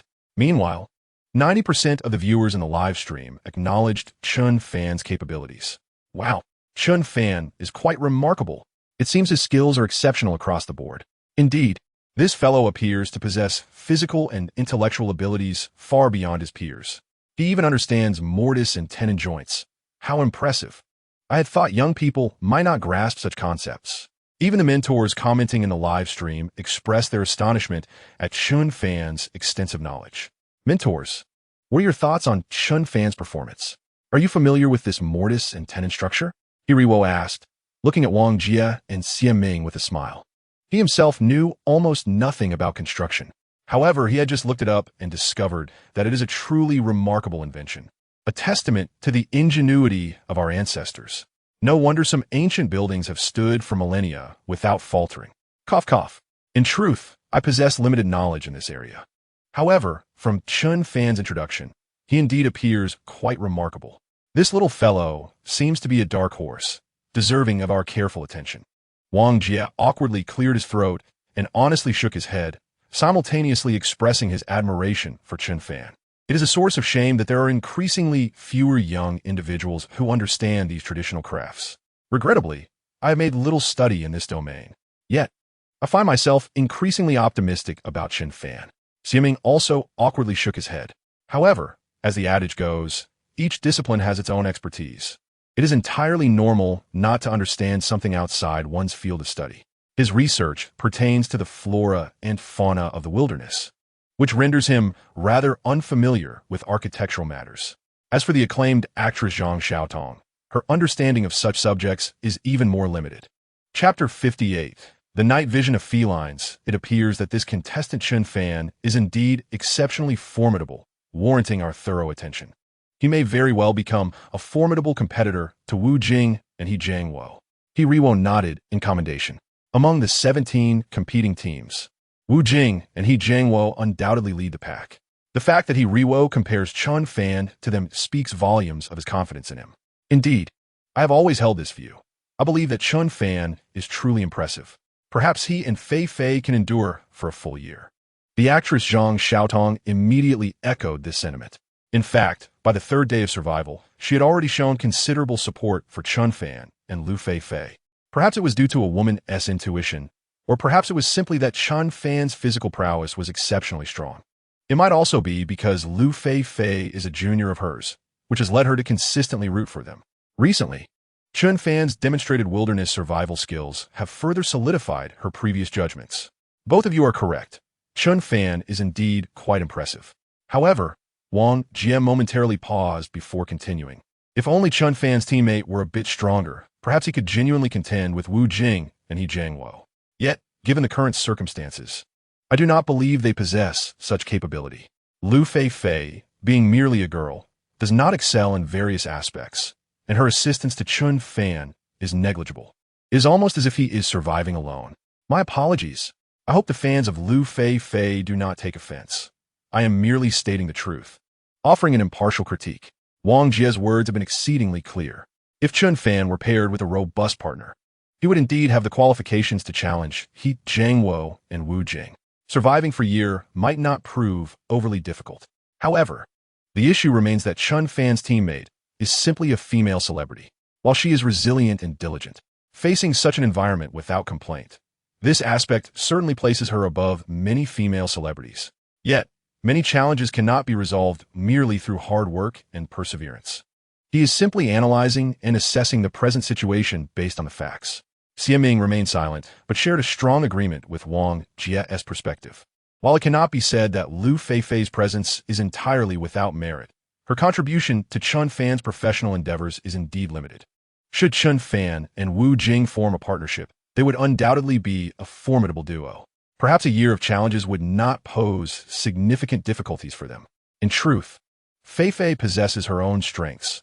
She is diligent and proactively takes on numerous minor tasks. I believe their collaboration would be more harmonious, akin to a couple in real life, each fulfilling their most suitable roles. Chen Fan boasts extensive knowledge and experience in wilderness survival, while Feifei manages domestic matters. In my view, this represents the ideal partnership, and thus, I hold higher hopes for them. Zhang Xiaotong continued with a smile, remarking that if both individuals in a household are strong, the family may not necessarily experience smooth sailing or happiness. Conversely, if one is strong and the other is somewhat weaker, with admiration flowing from the latter towards the former, then that household is bound to be happy. Moreover, despite the multitude of tasks Chen Fan undertakes, he has never shown disdain for Liu Feifei. In fact, he feels fortunate to be teamed up with her. Upon hearing Zhang Xiaotong's words, Wang Jie chose to remain silent. Time is the sole arbiter of truth. It will ultimately reveal which team is superior. That said, it is quite late now, and the island is enveloped in darkness. Surely, they did not intend to hunt that feline creature at this hour? Iriwo swiftly diverted the topic.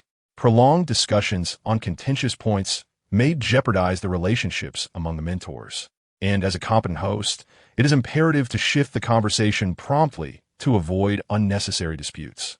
Indeed, they had mentioned such a plan, but the visibility on the island at night is exceedingly low, and felines typically operate under the cover of darkness. Their vision far surpasses that of humans, and their sense of smell is remarkably acute. This approach strikes me as perilous. Wang Ye interjected. Even elite soldiers would hesitate to engage in such risky endeavors at night. Teacher Wang's assertion is entirely correct. Many feline species possess night vision capabilities. Their eyes contain a unique structure known as the tapetum lucidum, which acts like a mirror, a splendid masterpiece of nature's design. This structure reflects light onto the retina, allowing more light to reach the photoreceptor cells, thereby rendering their prey vividly visible when the tapetum is activated.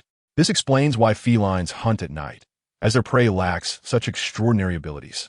Thus, if Chen Fan and Liu Feifei intend to hunt felines under the veil of night, the danger is exceedingly high. It is likely that they may not only fail to capture a feline, but could also find themselves preyed upon. Chen Fan's wealth of wilderness survival knowledge should encompass such fundamental principles. I am perplexed as to why he would make such a seemingly foolish decision. Could it be that he possesses a profound confidence in his own abilities? Xiaming enlightened the crowd with a brief explanation, subsequently expressing his own doubts. If Chen Fan chose to hunt felines at night, despite being aware of such information, then that action would indeed be both audacious and foolish. At this moment, the viewers in the commentary live stream were fervently typing 666. Although many understood that felines are not significantly hindered by reduced visibility at night, the specific reasons remained elusive until they were elucidated. Terms like tapetum and retinal layer were, to be honest, encountered for the first time by many. Meanwhile, on Chen Fan and Liu Feifei's side, Liu Feifei inquired, "Chen Fan, shall we embark on our hunt now?" She gazed into the pitch-black night, feeling as though stepping away from the warmth of the fire would render her completely blind, unable to discern anything at all. Indeed, it is only at night that one can hunt felines. Perhaps you should remain safely within the shelter while I venture out alone, as long as the fire remains alight. The shelter is assuredly safe, Chen Fan replied, nodding before addressing Liu Feifei. Having undergone physical enhancement, Chen Fan's night vision was commendable. While it might not rival that of felines, he could still make out shapes within a radius of several meters. Moreover, His enhancement extended beyond mere strength to include heightened perception and olfactory senses. Thus, he preferred Liu Feifei not accompany him. Her inability to see clearly at night posed a considerable risk. "No, I want to go with you. I can't sleep alone in the shelter. It frightens me." Liu Feifei vehemently shook her head in response to Chen Fan's suggestion. The thought of being alone in the wilderness, confined to the shelter, filled her with trepidation, compelling her to choose the thrill of the hunt alongside Chen Fan. Chapter 59. The prey appears very well. If you wish to accompany me, then let us go together. After a moment of contemplation, Chen Fan decisively acquiesced. The darkness of the island felt eerily unsettling, whether one remained in the shelter or ventured out alone.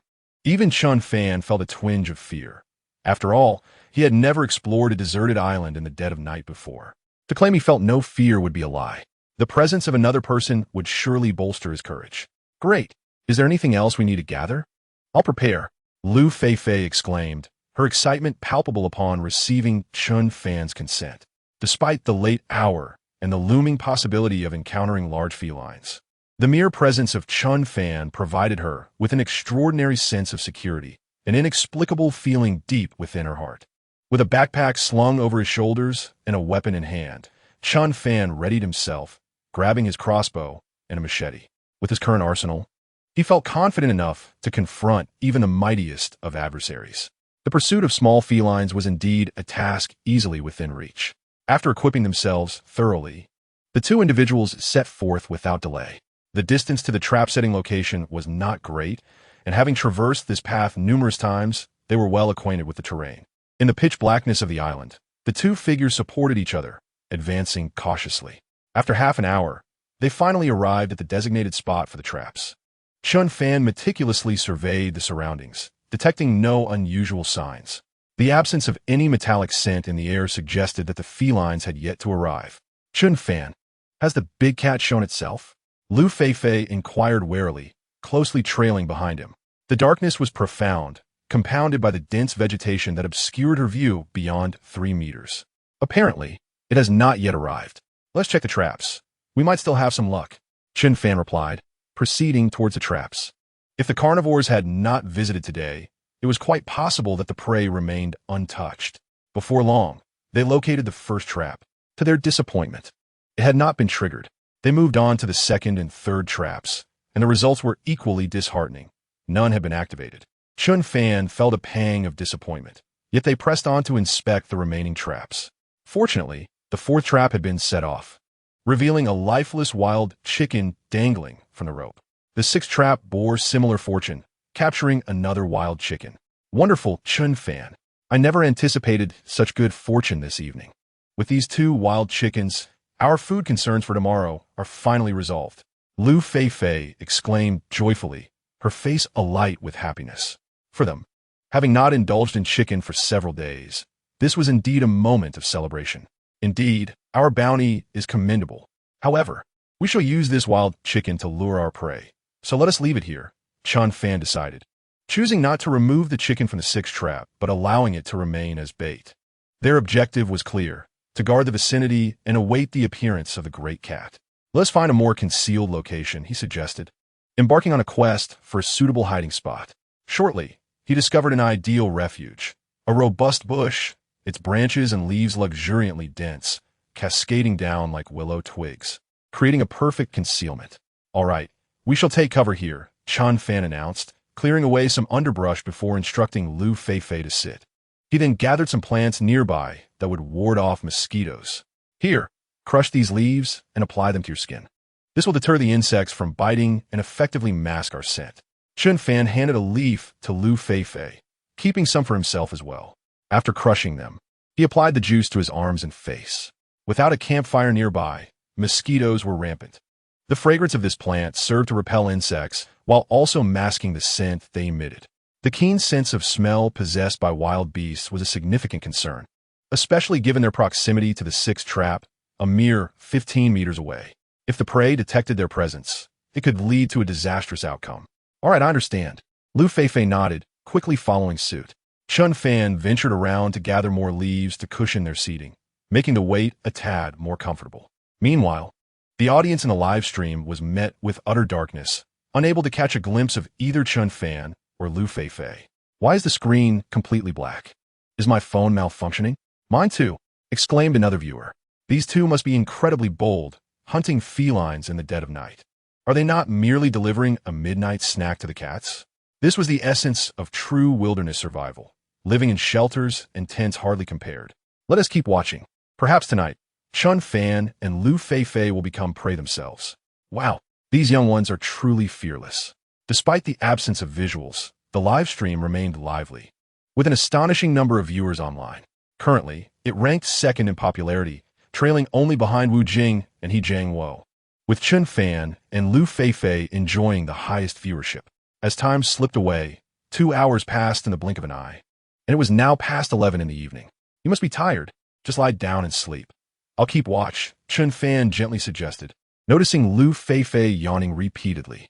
Typically, she would be fast asleep by this hour, and it was evident she was struggling to stay awake. With someone by his side, Chen Fan felt a sense of reassurance. I'm not sleepy. I'll stay up with you, Liu Feifei insisted, shaking her head vigorously to rouse her spirits. All right, if you're tired, just sleep. If anything happens, I'll wake you, Chen Fan smiled, returning to the long wait ahead. Time dragged on, and Chen Fan lost track of how long they had been waiting. Each passing moment felt like an eternity. Suddenly, a faint rustling sound broke the silence. It was distinct from the wind brushing through the leaves, resembling footsteps on dry foliage. Although subtle, Chen Fan heard it clearly. They're coming, he whispered to Liu Feifei. Instantly, her tension heightened, the previous drowsiness evaporating as she became fully alert, her gaze fixed ahead, holding her breath in anxious anticipation. Fearful that even the slightest sound of his breath might startle his prey, Chen Fan swiftly adjusted his breathing, knocking an arrow onto his bow and aiming at the wild chicken ensnared in the trap. The moment that creature appeared, he would not hesitate to release the trigger. At this moment, Chen Fan's heart raced with anxiety. This was his first encounter with a large carnivorous animal, and the identity of his foe remained a mystery. He could only speculate about the imposing figure that might unexpectedly emerge. In such circumstances, tension is a natural human response. The footsteps drew nearer, unmistakably belonging to a seasoned chicken thief, as it cautiously approached the first trap before progressing to the sixth one. It was evident that this creature was no stranger to these grounds, and it seemed to possess a considerable level of intelligence. As the footsteps grew closer, Chen Fan could hear the animal's deep, rhythmic breaths, suggesting it had yet to notice his presence or that of Liu Feifei. The rustling of leaves gradually intensified, and through the dense foliage, he caught a glimpse of a shadowy figure, approximately the size of an adult Siberian husky. For felines, this size is not insignificant. Many wildcat species do not reach such dimensions. However, it was not excessively large, considering the vast diversity within the feline family. Liu Feifei, too, sensed the commotion and froze in place, her gaze fixated on Chen Fan. Now was the moment. As the prey tore into the wild chicken, Chen Fan recognized the optimal opportunity for his hunt. Without hesitation, he triggered the mechanism of his crossbow. Whoosh! In the next instant, the arrow soared through the air. Thud! The faint sound of the arrow piercing flesh followed. The sudden shock and intense pain caused the creature to emit a piercing cry. Instinctively, it severed the trap's cord, clenching the wild chicken in its jaws, and fled in a frenzy, disappearing from sight in an instant. I hit it. Witnessing the prey vanish, Chen Fan's spirits soared. Although it had escaped, the angle of his shot had been exceptionally precise, striking just a few centimeters behind the front, penetrating its body at an advantageous angle. This trajectory was likely to have pierced the lungs. Once hit in the lungs or the liver, the creature was doomed. Its demise was merely a matter of time. Did you hit it, Chen Fan? Liu Feifei inquired anxiously after hearing the creature's anguished cries. Although the sound suggested success, she sought confirmation, as the darkness had obscured her view of the prey and the outcome of the shot. Yes, I hit it. It should be a vital wound. Chen Fan affirmed with a nod. Splendid. Your aim is remarkably precise. Each shot finds its mark with both speed and accuracy. Liu Feifei, brimming with excitement, danced joyfully. This was splendid news. They could finally indulge in a variety of meats once more. Furthermore, should they capture a large beast, its pelt would hold significant value. possibly allowing them to craft a warm blanket. The two swiftly emerged from the dense thicket, surveying their surroundings. The wild chicken had been taken away, leaving only the severed trap line behind, indicating the strength of their quarry. What shall we do now? Should we continue the pursuit? Liu Feifei inquired eagerly, understanding the principle of seizing the opportunity when the prey is weakened. A well-aimed shot to a vital area signified that death was near for the animal. If they could catch up, the prey would soon be theirs. Chen Fan examined the fresh bloodstains on the ground and leaves, then shook his head. There's no need to pursue it now. It's already quite late. We should return. The prey has been wounded, and its vigorous movements and blood loss will lead it to its demise. If we chase it now, we risk provoking a desperate defense in its final moments, especially if it has companions nearby. The situation could become quite perilous for us under the cover of night. Let us follow the blood trail in the morning. It will be safer that way. At this hour, it was likely already 2 or 3 in the morning. Venturing into unfamiliar dense jungle at such a time posed considerable danger, particularly with the possibility of encountering other large predatory animals. The final desperate struggle of a wild creature should not be underestimated. A careless scratch from its claws could lead to infection, a severe threat for wilderness survivors. Given that Chen Fan had crafted triangular arrowheads, the wounds would be of a shape that facilitated rapid bleeding. Coupled with vigorous exertion, the prey should succumb shortly. Thus, they resolved to return at dawn to assess their success. You make a valid point. We shall pursue it tomorrow. Liu Feifei nodded in agreement after hearing Chen Fan's reasoning. They quickly tidied up and made their way back toward their shelter. Navigating through the dense jungle at night was indeed cumbersome, but fortunately, they were familiar with this stretch of terrain. In an unfamiliar environment, it was easy to become lost, heightening the risk. Once back at the shelter, exhaustion overtook them, and they fell asleep swiftly. The next morning marked the 9th day of their wilderness survival. As dawn broke, Chen Fan awoke early, revitalized after a brief rest. You're up quite early, Chen Fan, he heard Liu Feifei exclaim, having risen for the first time so early since their survival journey began. It is likely that thoughts of the prey occupied your mind throughout the night, which is why you awoke so early, remarked Chen Fan with a smile. Hee, aren't we supposed to go hunt for the prey soon? That's why I woke up early, Liu Feifei replied with a sweet smile. As the saying goes, what one thinks about during the day often manifests in dreams at night. If one ponders a particular matter before sleep, the likelihood of dreaming about it increases significantly. At this moment, many classmates were intrigued. Last night, I was clearly engrossed in some fanciful thoughts. Why then did I not dream of anything romantic upon falling asleep? The answer is quite simple.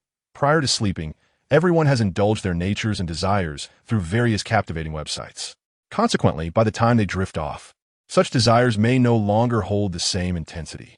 Now that we have broached this topic, it naturally leads to a fill-in-the-blank question for all the students. What is it? Exactly? Chapter 61, Prey. The Leopard. Meanwhile, in Room 6 of a live broadcast, a number of office workers had begun to awaken. The first thing they habitually did upon rising was to check their phones and open their favorite applications. They tuned into the live stream or checked their WeChat messages. At this time, the audience count in Room 6 began to surge dramatically. Hello, brothers. How did things go last night? Did Chen Fan manage to capture that prey? One viewer inquired. I was so exhausted last night that I couldn't stay awake, another chimed in. I too wonder, is Chen Fan merely putting on a show? Or has he truly hunted a large animal? Don't ask. Those of us who stayed up late are still half asleep, protested another. No, I was up all night and haven't closed my eyes at all.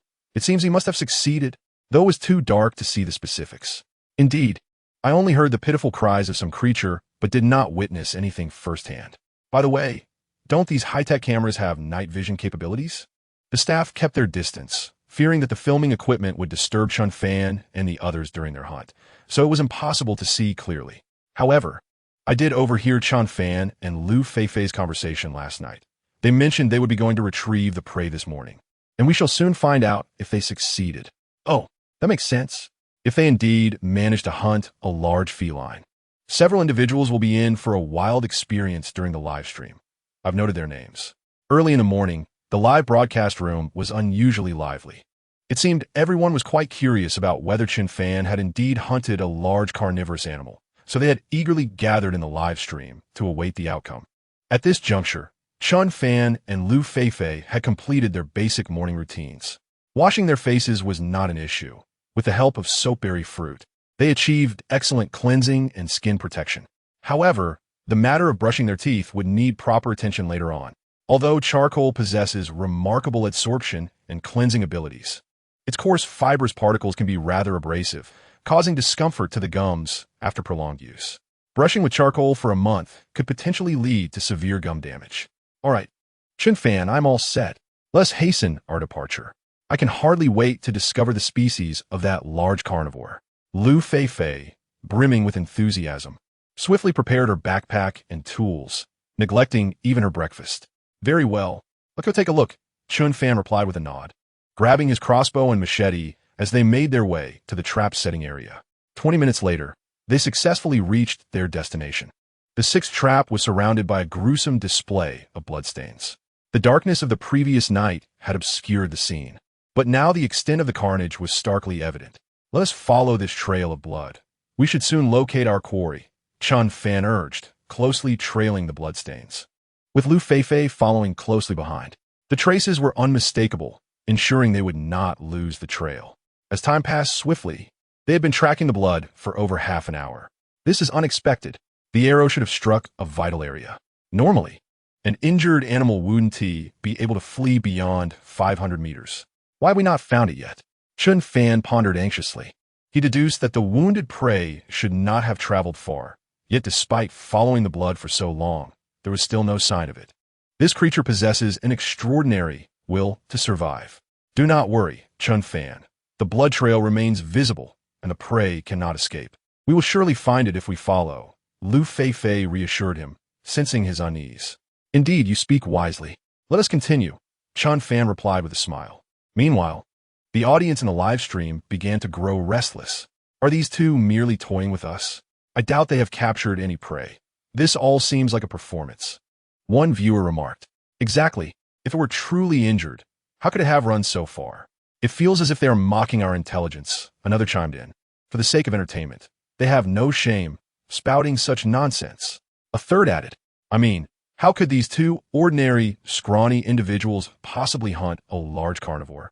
If it were Wu Jing and he Jiang Wo, I might believe it, someone quipped. Can you all stop spreading negativity? I personally heard the cries of the prey last night. Another viewer defended. Indeed, can you not see the blood trail? Can we not wait for the outcome before casting judgment? Frustration echoed among the viewers, who were divided into two factions.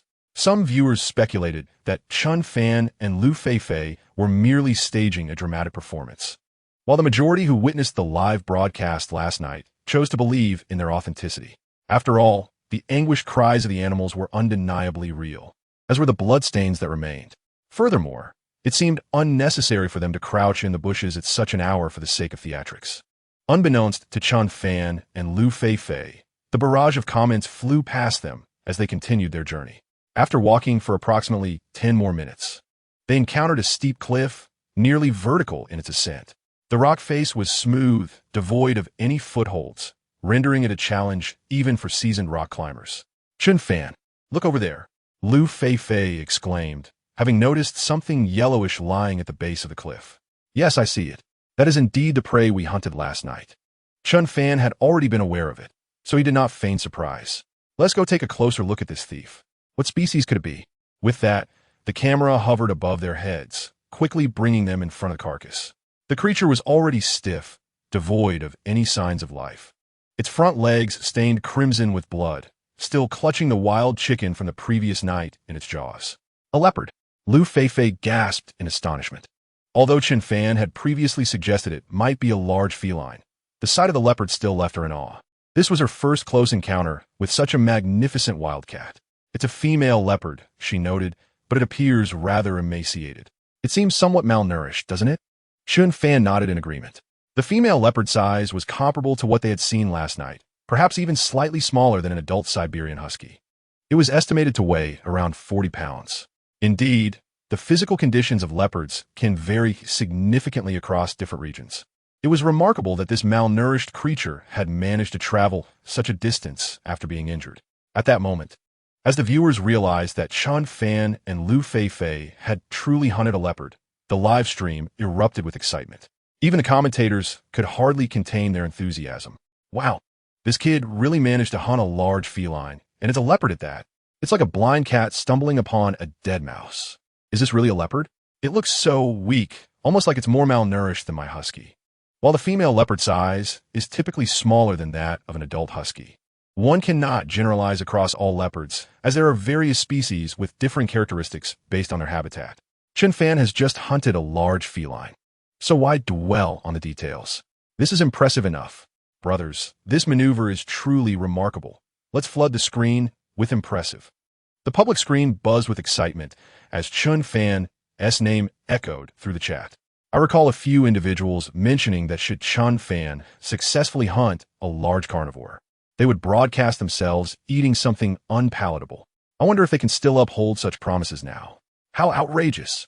These individuals merely seek to exploit the live stream for their own gain, and you actually believe such statements. I pride myself on my integrity. I will honor my commitments made in this space. At this moment, the live stream is bustling with activity. The number of concurrent viewers is nearing a staggering 6 million. The barrage of comments and the sheer volume of donations is astonishing. Special effects are launching one after another, and within a brief span, the donation total has surged into the hundreds of thousands. The live stream has never been short of affluent patrons and influential figures, nor has it lacked those who, despite feasting on instant noodles, generously contribute to the streams. Even more absurdly, the individual who claimed he would broadcast himself consuming something distasteful actually went ahead with it, all for the sake of increasing traffic and engagement. Although that stream was ultimately banned for its crassness, the audacious streamer undeniably gained a following. After all, the internet is a melting pot of diverse individuals. If one dares to indulge in the unthinkable for attention, then I shall follow their journey with anticipation. My only losses are time and battery. While they partake in the most unsavory of experiences, they may profit handsomely, but I shall never be at a loss. At this juncture, the trio of commentators and hosts in the live stream, including the renowned Hiriwo, found themselves at a loss for words. They previously dismissed Chen Fan's hunting prowess, yet now they are compelled to extol his skills, perhaps as an apology for their earlier skepticism. It must be said that these commentators possess a commendable sense of integrity. Upon realizing their misjudgment, they are willing to extend apologies. Simultaneously, an abundance of trending topics regarding Chen Fan has emerged across various platforms. Shocking headlines proclaim, a young star engages in shocking acts in the wild. The wanton hunting of protected species. Is it a distortion of humanity or a decline in morals? Such sensational titles abound, as everyone in the realm of media competes for attention, each employing their unique tactics. As for Chen Fan and Liu Feifei, Chen remarked, "This leopard appears to be quite meaty. We could feast for a fortnight." He gestured towards the exquisite pelt, which could serve as a fine blanket. However, the question lingered. How should they proceed? Liu Feifei gazed at the lifeless leopard and inquired. Chen crouched down to touch the animal, which had succumbed entirely, its body now rigid. Fortunately, the flesh seemed intact and suitable for consumption. Yet, he pondered the taste of such exotic meat. What tenacity had compelled this frail creature to flee such a distance despite its grievous injuries? What conviction had driven it to endure? Even in the face of imminent demise, the wild chicken clutched in its mouth remained steadfast. Let's first drag this leopard back, Chen Fan suggested, rising from his seat. We can handle it briefly by the creek. Any excess meat can be smoked later. It was somewhat regrettable that this female leopard was rather lean, yielding little flesh, and likely possessed minimal fat. In fact, due to their muscular build, most felines contain scant body fat. Thus, hunting other animals rich in fat remains a priority. All right, I shall gather some vines and sticks. We can lift it together, Liu Feifei declared, preparing to search for the necessary materials. No need for that. I can carry this 70 to 80 pounds alone without any strain, Chen Fan replied, shaking his head. After all, weights of 300 to 400 pounds posed little threat to him, let alone this comparatively lighter burden. At that moment, however, Chen Fan's keen hearing detected peculiar sounds. Wah-oh, wah-oh, wah-oh. The calls were faint, reminiscent of some juvenile creature. Without attentive listening, they could easily be overlooked. Liu Feifei, standing nearby, had not heard the subtle cries at all. What is wrong, Chen Fan? You seem lost in thought, she inquired, noticing his dazed expression. I believe I heard the cries of a small animal. Could it be? Chen Fan's realization dawned upon him. He glanced at the lifeless body of the leopard sprawled on the ground, raising an eyebrow as he mused. Could these cries belong to the cubs of this leopard? In that instant, a profound clarity washed over him. If there were leopard cubs nearby, the mother's desperate struggle to drag food such a distance became comprehensible. Just as humans can unleash their latent potential under extreme conditions, wild animals likely possess similar capabilities. Was her unwavering determination to survive driven by the desire to prevent her offspring from going hungry? What? The cries of leopard cubs? How come I can't hear them? Liu Feifei responded, her face a mask of confusion. She then strained to listen, one hand cupped behind her ear, but after a prolonged effort, all she discerned was the rustling of leaves stirred by the sea breeze, completely oblivious to any animal sounds. Ignoring Liu Feifei, Chen Fan continued to focus on the faint cries, striving to pinpoint their source. Typically, the nests of such wild felines are nestled within dense jungles, thickets, or caves. During the day, they favor resting in trees or caves, as these environments provide a sense of safety. With this thought, Chen Fan lifted his gaze toward the precipice before him. At a height of 5 to 6 meters, he spotted a small cave. Moreover, to the right of the cave, there was an extremely narrow stone path. Could it be that the cubs were hidden within that cave? Chen Fan pondered, murmuring to himself. The possibility seemed quite plausible. Even the fierce leopard, a carnivorous creature, harbors a deep-seated fear for the safety of its young. Thus, during childbirth, it typically selects remarkably secluded and relatively secure locations. The cave nestled within the cliff face stands as an optimal choice. For humans or other animals, such a precipice presents a perilous risk. A careless slip could result in a fractured limb or, in the worst-case scenario, a fatal fall. However, for felines, such heights pose minimal danger. Adult cats can effortlessly descend without the slightest risk of injury. Chapter 63. Alas, the young leopard has perished. The sound that echoed appeared to emanate from a cave. Please wait. I shall ascend to investigate, Chen Fan declared to Liu Feifei after pinpointing the source of the noise. What? Don't jest, Chen Fan. This sheer cliff is not something even a seasoned climber could scale. It is far too dangerous for an ordinary person, Liu Feifei urgently interjected. Observing the cave's position high above, at least 5 meters from the ground, she emphasized the inherent risks of such an endeavor without any climbing gear. A misstep could lead to broken bones, or worse, a tragic demise. Fear not. I practiced climbing in my youth and possess adequate skills, Chen Fan replied, disregarding Liu Feifei's protests as he commenced his ascent. Were it not for the climbing expertise bestowed by the system, he would never have dared to take such a risk.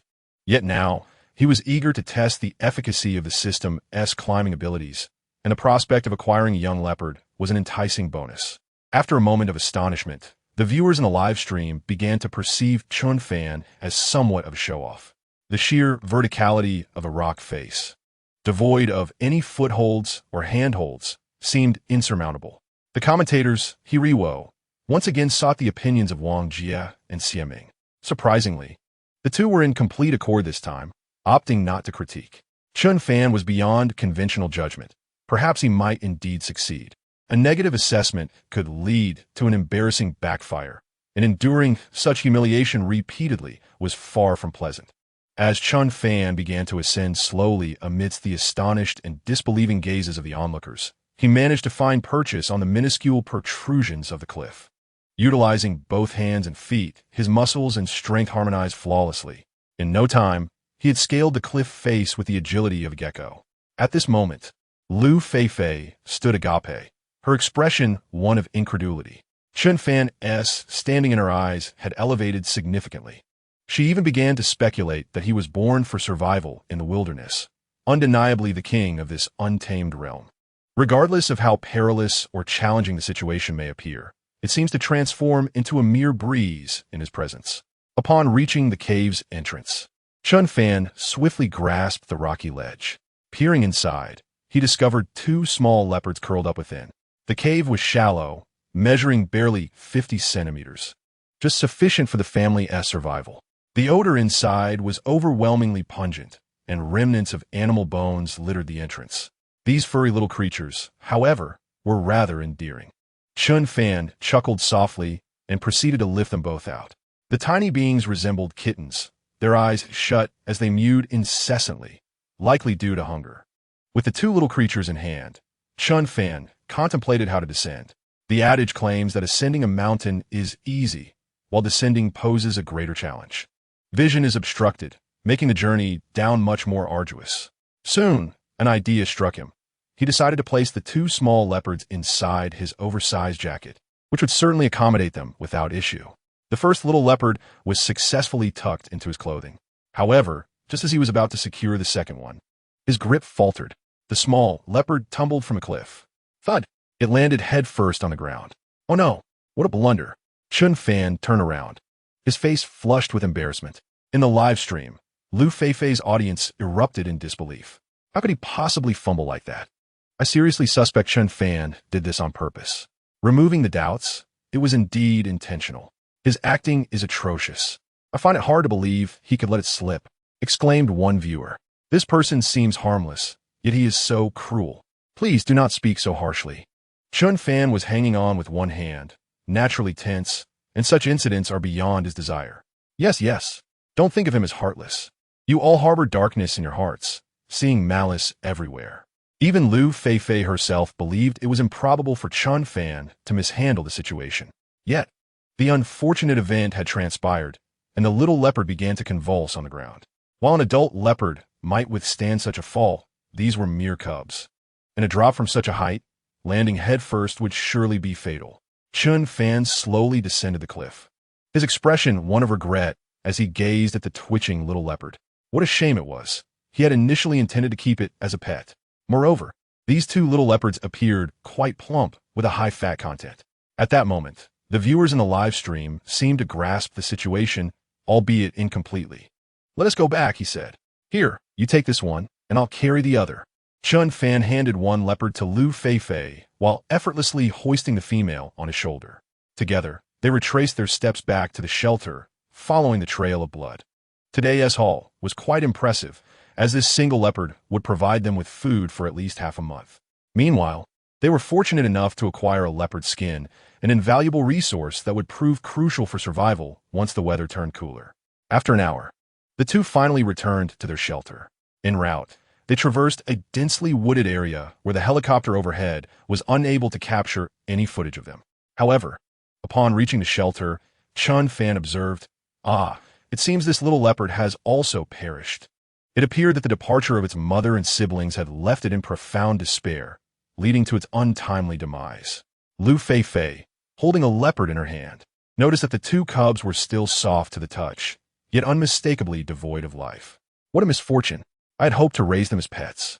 But perhaps it is best for the family to remain together. Since they have passed, let us prepare them for a stew.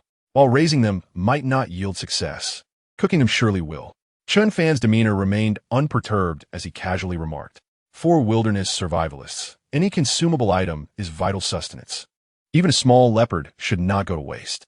After all, the meat from this little leopard far exceeds that of a wild chicken, and its plumpness is rich in fat, which is far more substantial than that of a wild fowl or stream fish. These fats are precisely what Chen Fan and Liu Feifei desperately need, and thus, they must not be squandered. All right then, I shall go gather firewood and boil some water, Liu Feifei declared as she set down the two cubs and proceeded to start fire. Meanwhile, Chen Fan dragged the three leopards to the creek for some preliminary processing.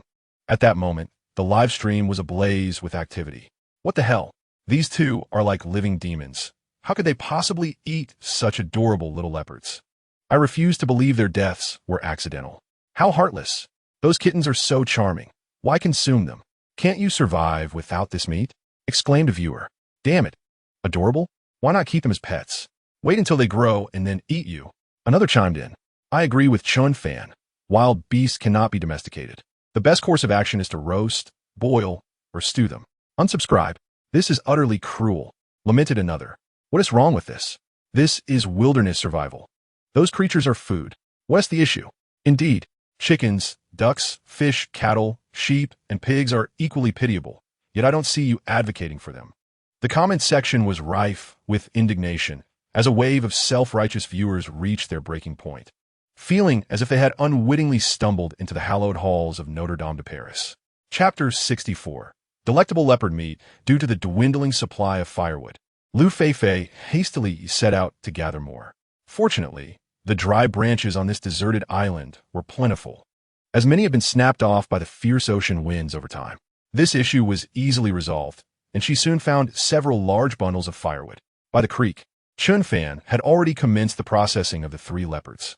A family lies together in perfect harmony, creating a heartwarming scene. If only they could capture that irresponsible leopard back, the picture would be even more enchanting. They begin with the 2 young cubs, which are larger than the average wild hare, and the leopard mother is evidently dutiful, despite her own meager sustenance. Her 2 cubs are plump and well-fed.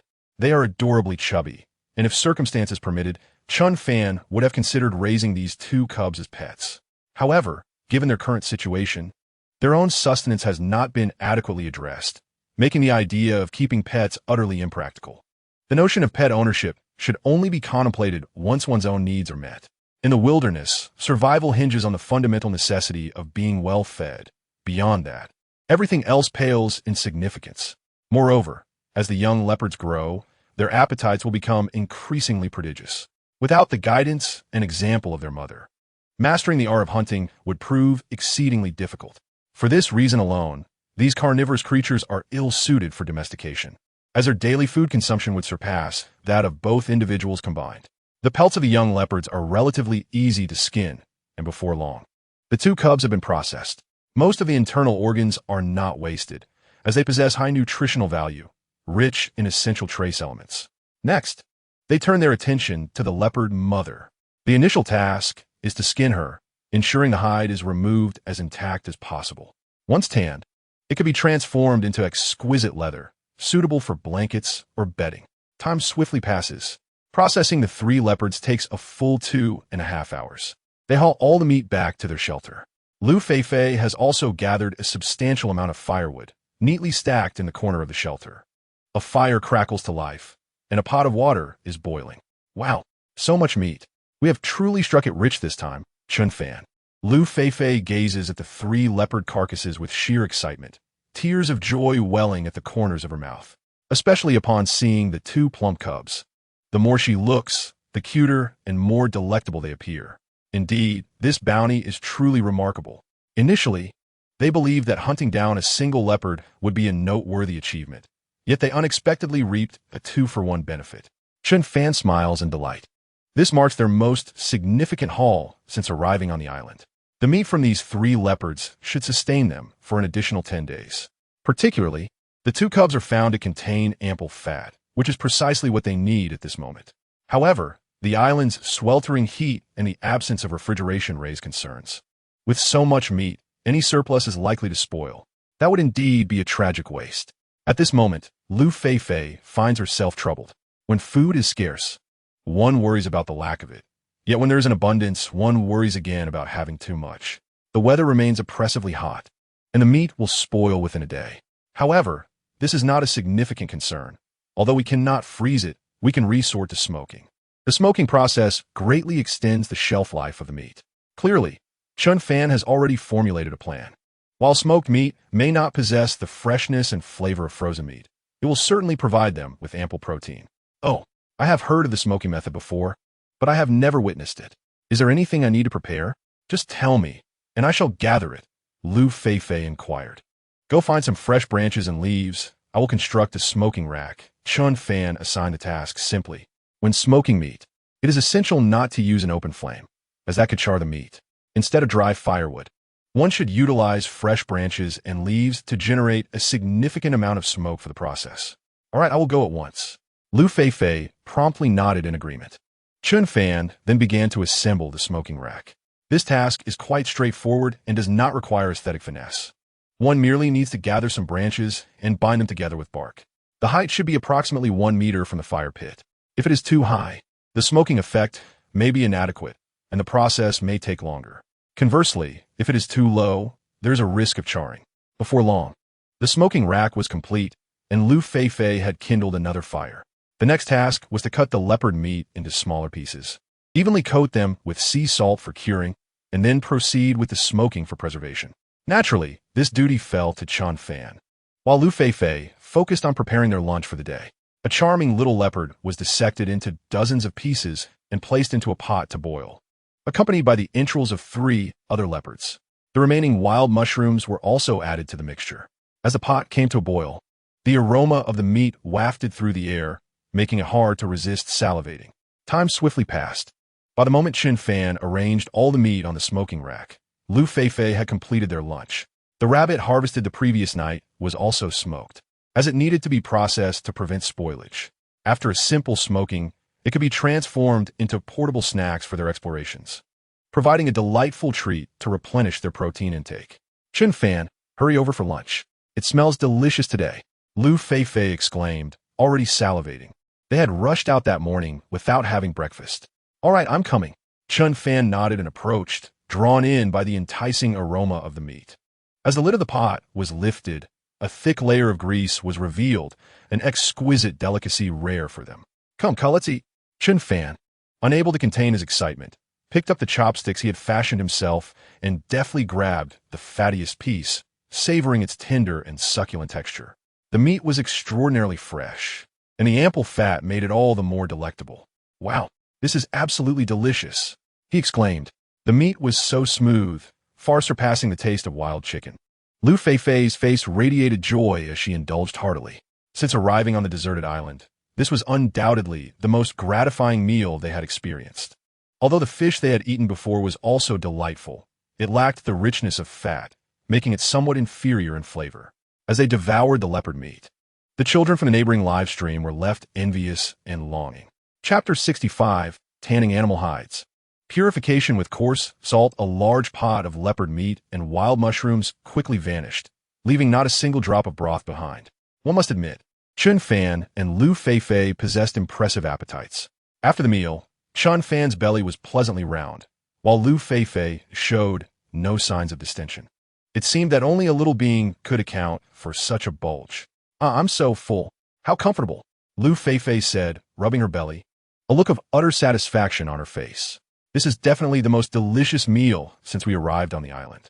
Especially the rich, greasy fat still lingers deliciously in my mouth. Indeed, fatty meat is undeniably more flavorful. Even the broth was exquisite, Chen Fan agreed, equally enraptured.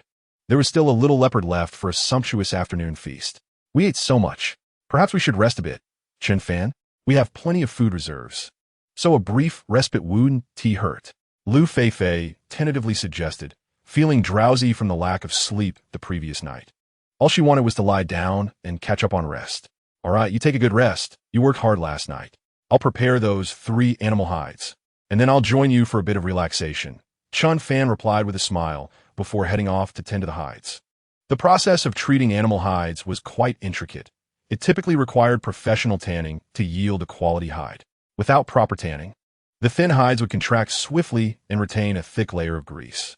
More importantly, the foul odor would be exceedingly difficult to eliminate. Even if they were made into blankets, the thought of that smell was quite daunting. Do you need my help? Liu Feifei inquired. No need.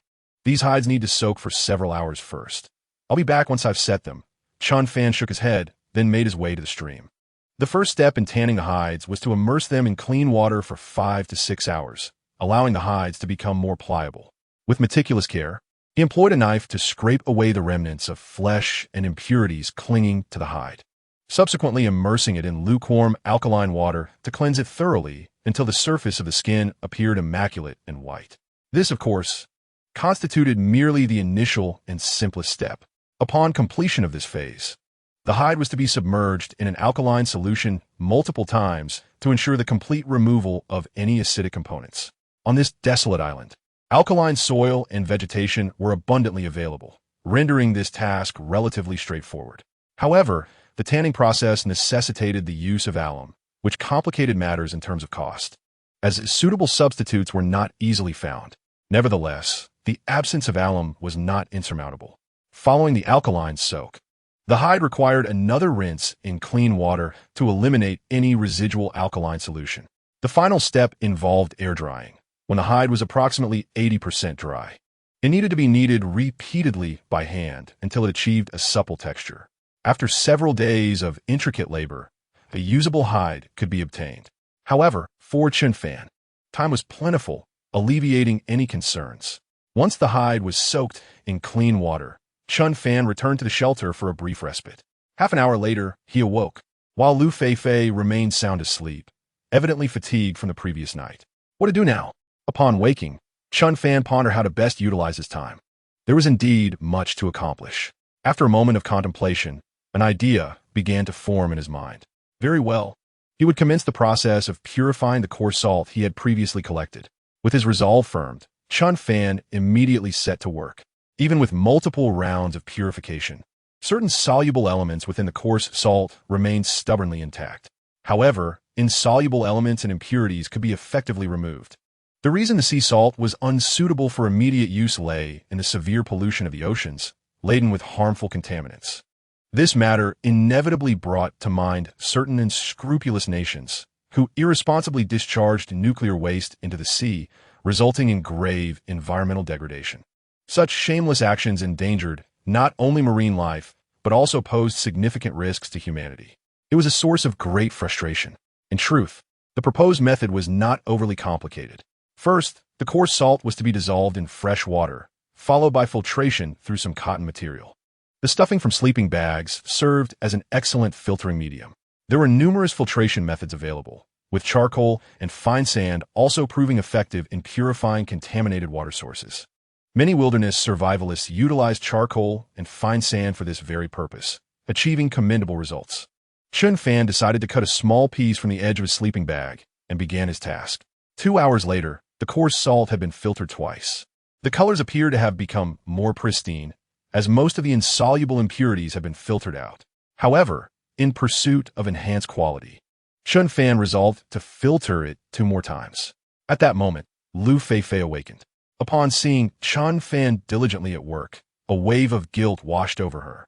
She hurried over and said, "I sincerely apologize, Chen Fan. I must have slept far too long. Allow me to take over from here. You should rest at the shelter and simply direct me." In an effort to alleviate her guilt, Liu Feifei took on the subsequent tasks entirely. "All right, I entrust this to you," Chen Fan replied, noticing her remorseful expression and deciding not to refuse her offer, nodding decisively. To have done so might have deepened Liu Feifei's sense of guilt. He then sat down to rest while guiding Liu Feifei in the process of purifying the coarse salt. After completing 2 rounds of refinement, Chen Fan glanced at the sun's position and estimated that it was around 3 o'clock in the afternoon. This level will suffice. With our current technology and tools, we cannot achieve a higher level of refinement. He looked at the pristine coarse salt and decided to leave it as is for the moment. With this coarse salt, when combined with table salt, they should be able to sustain themselves for a year. If necessary, they could always extract more from the seaside later. Since the time was still early, Chen Fan resolved to explore the surrounding area a bit more, as there might be unexpected discoveries. At present, their quality of survival was quite satisfactory. Most of their survival issues had been resolved, and the food they possessed would last them for about 10 to 20 days without difficulty. The next step was to elevate their standard of living slightly by seeking out fruits to replenish their bodies with sugars and vitamins. The variety of fruits growing on tropical islands is indeed abundant, including guavas, mangoes, bananas, dragon fruits, and passion fruits. If fortune smiled upon them, they might find some delicious fruits, thereby naturally enhancing their quality of life. Chapter 66. Finding bananas, let us go. There is still plenty of time. Let us explore the surroundings to see if we can find anything else useful. After tidying up, Chen Fan led Liu Feifei once again into the dense jungle. This time, they chose a direction entirely different from their previous excursions, as this would increase their chances of finding food and resources. The two moved forward, and time slipped away unnoticed. Before long, an hour and a half had passed. Along the way, they discovered numerous wild vegetables and, in areas with ample sunlight, found wild garlic and ginger. These made excellent seasonings, perfect for cooking meat, effectively masking any gamey flavors. After waiting so long, let us take a break, Chen Fan said, glancing ahead. Although it was nearly 5 in the afternoon, the temperature on the island remained quite high. Especially in the dense forest, the oppressive heat can quickly lead to exhaustion. Liu Feifei nodded in agreement, acutely aware of the fatigue creeping in after their long trek. She found a place to sit and began to massage her legs. Walking for over an hour on flat terrain would typically pose no issue, but the treacherous paths of the jungle proved to be quite a challenge. After a brief respite, the two continued their journey. Minutes later, a cluster of broadleaf plants came into view. Chen Fan, look over there. Is that a bunch of bananas? Liu Feifei exclaimed, excitement bubbling within her as she spotted the plants resembling bananas. They were indeed green, indicating their immaturity.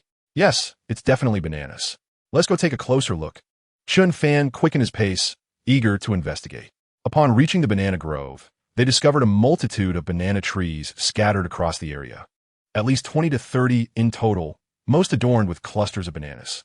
Unfortunately, the majority were unripe. What a pity. They're all green and seem to be far from ripe, Liu Feifei said, a disappointment evident. Had the bananas been ripe, their fruit supply for an extended period would have been secured. Furthermore, these bananas could be sliced and dried for long-term storage, providing essential sugars and vitamins. Look at that tree over there. The bananas seem to be turning a bit yellow. They should be ripe enough to eat. Chen Fan scanned the surroundings and soon spotted a banana tree bearing a few early ripening fruits amidst the predominantly green bunches. As long as the skin showed a hint of yellow, the bananas were likely edible. Even the green ones could be consumed in the wilderness, provided they were not overly astringent. They soon stood beneath the banana tree, counting roughly 5 or 6 yellow bananas among the bunch. Others were beginning to show slight signs of ripening as well. This indicated that the bananas on this tree would soon be ready for harvest. The green ones could also be set aside to ripen fully after a few days back at their camp. Fantastic, Chen Fan. There are several ripe bananas. We finally have fruit to eat, Liu Feifei exclaimed, her excitement causing her to leap for joy. The earlier fatigue and leg soreness vanished in an instant. It was their first genuine taste of fruit since arriving on the island, and it was her favorite, bananas. Pure bliss. Not only do we have fruit now, but for the foreseeable future, we will have plenty to enjoy. Chen Fan's face radiated with excitement. Discovering such a vast expanse of banana trees meant a significant improvement in their living conditions. From now on, even if there are occasional periods when hunting proves fruitless, one can rely on bananas to sustain oneself. Moreover, barring any unforeseen circumstances, these bananas should ripen in due time. At that point, they can be transformed into dry bananas, which should be preserved for several months without issue. Please wait a moment. I shall fell the banana tree, Chen Fan declared before commencing his task. His strength was undeniable, and with just 3 powerful strikes, he sent the banana tree crashing to the ground. The banana tree, being an annual herbaceous plant, is typically harvested by cutting it down entirely. After all, allowing the tree to remain here serves little purpose now. Once felled, it will return to the earth, nourishing the island in the process.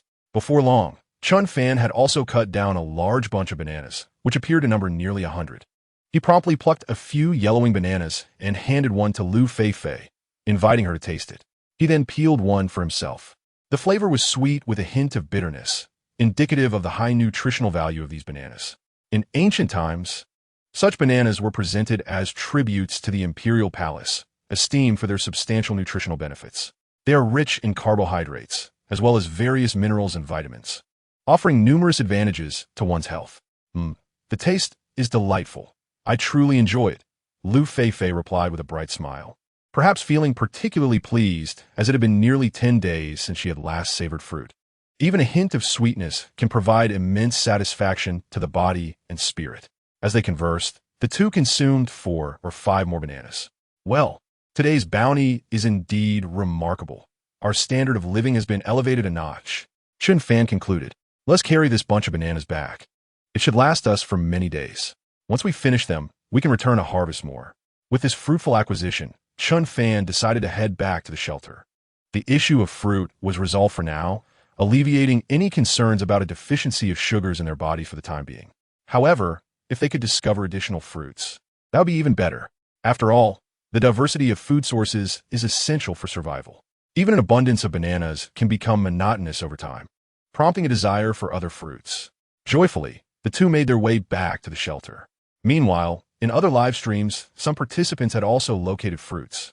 For instance, in the 20th live stream, contestants Wang Qianbei and Wang Defa had found a fruit that was particularly suitable for Wang Qianbei. Chapter 67. You are what you eat after enduring many days of survival. They finally stumbled upon a fruit tree. Papayas, which are quite common on islands. Wow, so many papayas, and they're enormous. Wang Qianbei exclaimed, exasperated to find that they were indeed larger than herself. Gazing at the bountiful papaya tree before her, she felt a pang of frustration at the disparity in size. Perhaps it is due to her diminutive stature and profound insecurities that every time she encounters something larger than her own modest frame, she becomes acutely sensitive. Is this not entirely natural? Even if confronted with a mere mung bean, one would likely feel a twinge of envy. Teammate Wang Defa cast a derisive glance at Wang Qianbei, his face a mask of disdain. After uttering his words, he stole a glance at Wang Qianbei's impressively ample bosom. How absurd! In what way am I small? Open your eyes wide and take a good look. Does this appear diminutive to you? Wang Qianbei retorted defiantly, proudly puffing out her chest and swaying her slender waist, making a concerted effort to flaunt her figure. Though undeniably ample, no matter how she wiggled, it lacked the tumultuous allure she aspired to. After all, regardless of how grand the packaging may be, if the contents are non-existent, there will be no resonance. You are perpetrating a fraud, deceiving the audience in the live stream. Don't think that simply donning a size 36 bear suit will bestow upon you such a physique. This is nothing short of a scam. Are you truly oblivious to your own size? Wang Defa showed no signs of leniency. After all, how could someone who even confused their own front and back while cupping their back suddenly appear so large? You infuriate me. If it weren't for the sheer terror of a certain individual on the island, I would seriously contemplate throttling you, Wang Qianbei exclaimed, glaring fiercely at Wang Defa. The phrase one should not dismantle their own pillars of support comes to mind, yet this fellow consistently exposes her shortcomings, undermining her confidence. Throttling me would be futile. Even if you did, two backs would still remain two backs. That immutable fact cannot be altered, so you might as well embrace it. Van Defa replied earnestly. Although he was not an ardent admirer of Wang Qianbei, he had frequently encountered her in short videos and found her performances in the live stream to be remarkably similar, whether she was lying down or propped up. It is no exaggeration to say that even two ping-pong balls could make a noticeable difference, yet she fell short of even that measurement, rendering her hard to distinguish. Ah, how infuriating! I could just strangle him.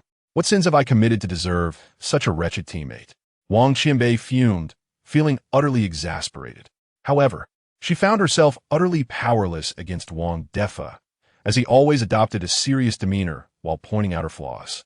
Enough of your anger. The more you fume, the smaller you become. Look, I've even found you a papaya tree. Eat a few more. It might just provide some nourishment and perhaps a glimmer of hope. Let us strive to reach the level of a mung bean before we depart from here, shall we? Wang Defa maintained his grave expression. Although it sounded like an attempt to console Wang Qianbei, it was also a strategy to encourage her to embrace change. Nevertheless, everyone could discern that each word he uttered harbored a hint of mockery. Many viewers in a live stream erupted in laughter. Ha ha ha. Wang Defa truly lives up to his name, being utterly cheeky. Every word he utters could send Wang Qianbei into a frenzy. Wang Defa seems to be speaking the truth. She has indeed gone too far by choosing such oversized clothing.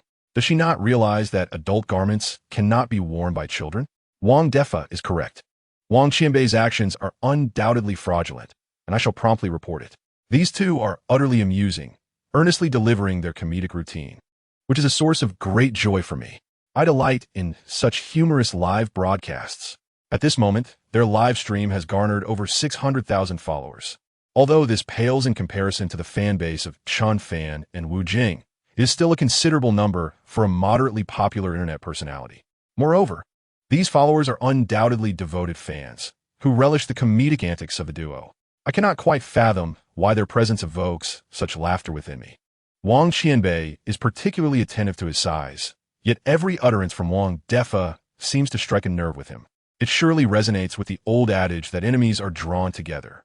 Despite Wang Defa's sharp tongue, which relentlessly exposes Wang Qianbei's vulnerabilities, he possesses genuine skills and is no slouch in survival tactics. Otherwise, they would not have lasted 10 days. In contrast to those competitors who maintain a polite demeanor, this duo appears to be more favored by the audience. Here, have a couple of papayas. Once you finish, you're not allowed to be angry anymore. I've heard that this fruit is quite beneficial for you, Wang Defa said, casually handing Wang Qianbei 2 papayas. Humph. Don't think that this will earn my forgiveness. Wang Qianbei retorted, still feigning anger. In truth, he was not genuinely upset. It was merely a habit to engage in banter with Wang Defa. You can forgive me or not. It makes no difference to me, Wang Defa remarked nonchalantly as he began to eat the papaya, which left Wang Qianbei fuming. This fellow is truly one of a kind. With such a commendable physique and decent looks, he displays no interest in himself whatsoever. If he claims to lack interest, that would suffice, but he constantly brings up his shortcomings and flaws, which is infuriating. Can we discuss something? Wang Defa suddenly said with a grin, his eyes twinkling with mischief.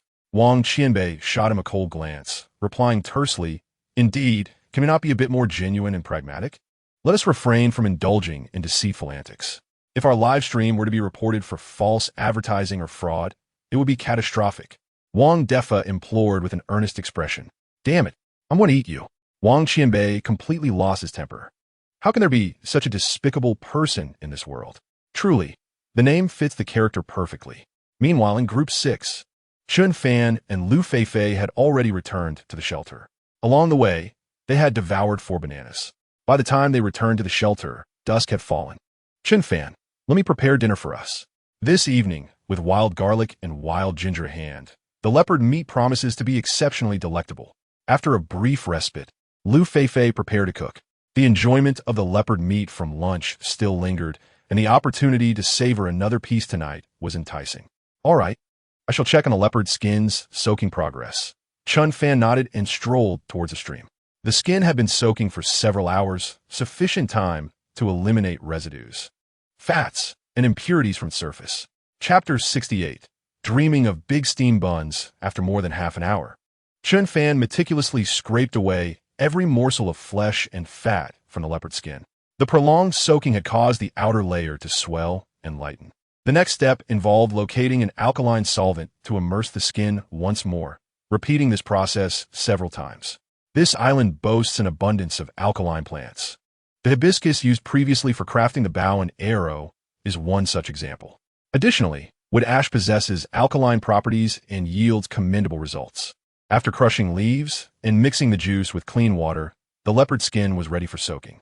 Both sides would require thorough immersion, a process that would span approximately 3 days. Upon completion, the skin would need a rinse with clean water, followed by a gentle kneading to enhance its suppleness.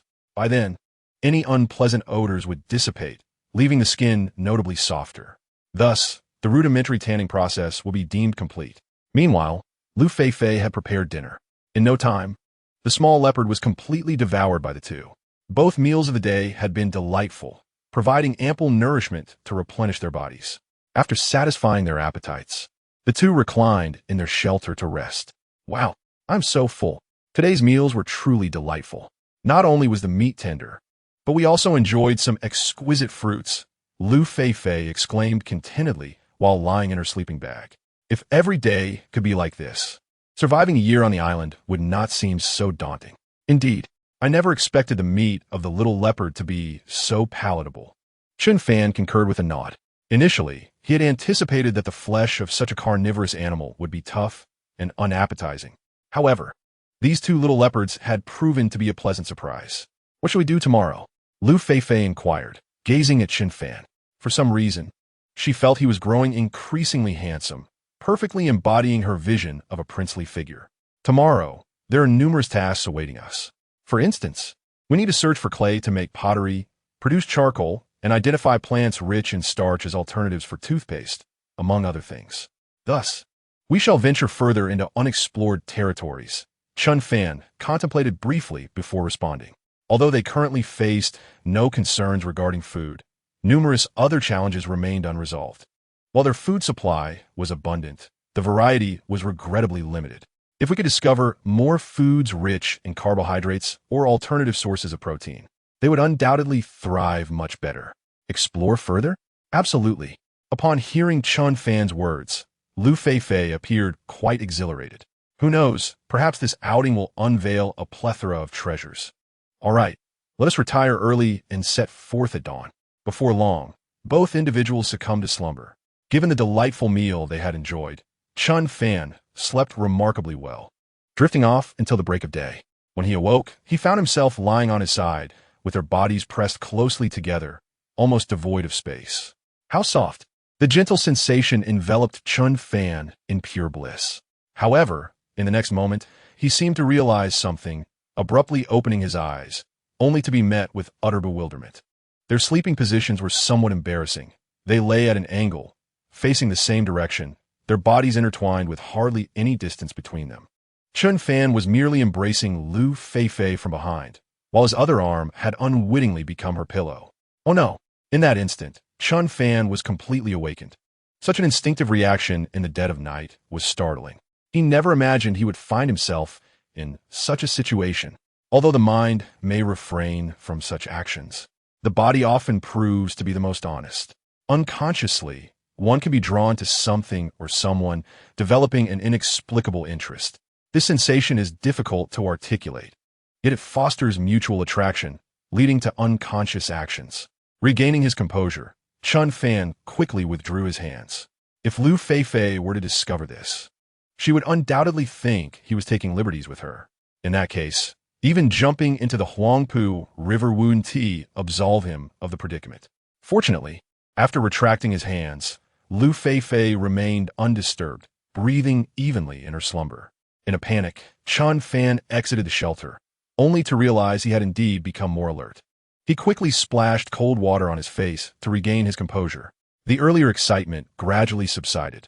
Goodness, sleeping together at such an hour certainly invited trouble.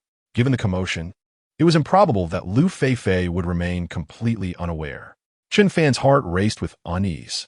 If she hadn't awakened under these circumstances, her quality of sleep must be extraordinary. Or perhaps she had noticed everything but chose to remain silent. Just then, Liu Feifei emerged from the shelter, still drowsy. Greeting him as usual, "Good morning, Chen Fan.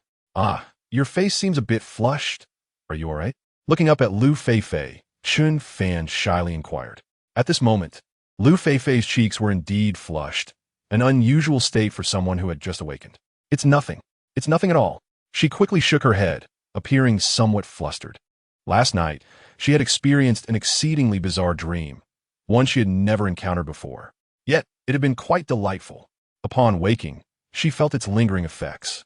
Moreover, for some inexplicable reason, she had a slight ache in her bear. Chapter 69.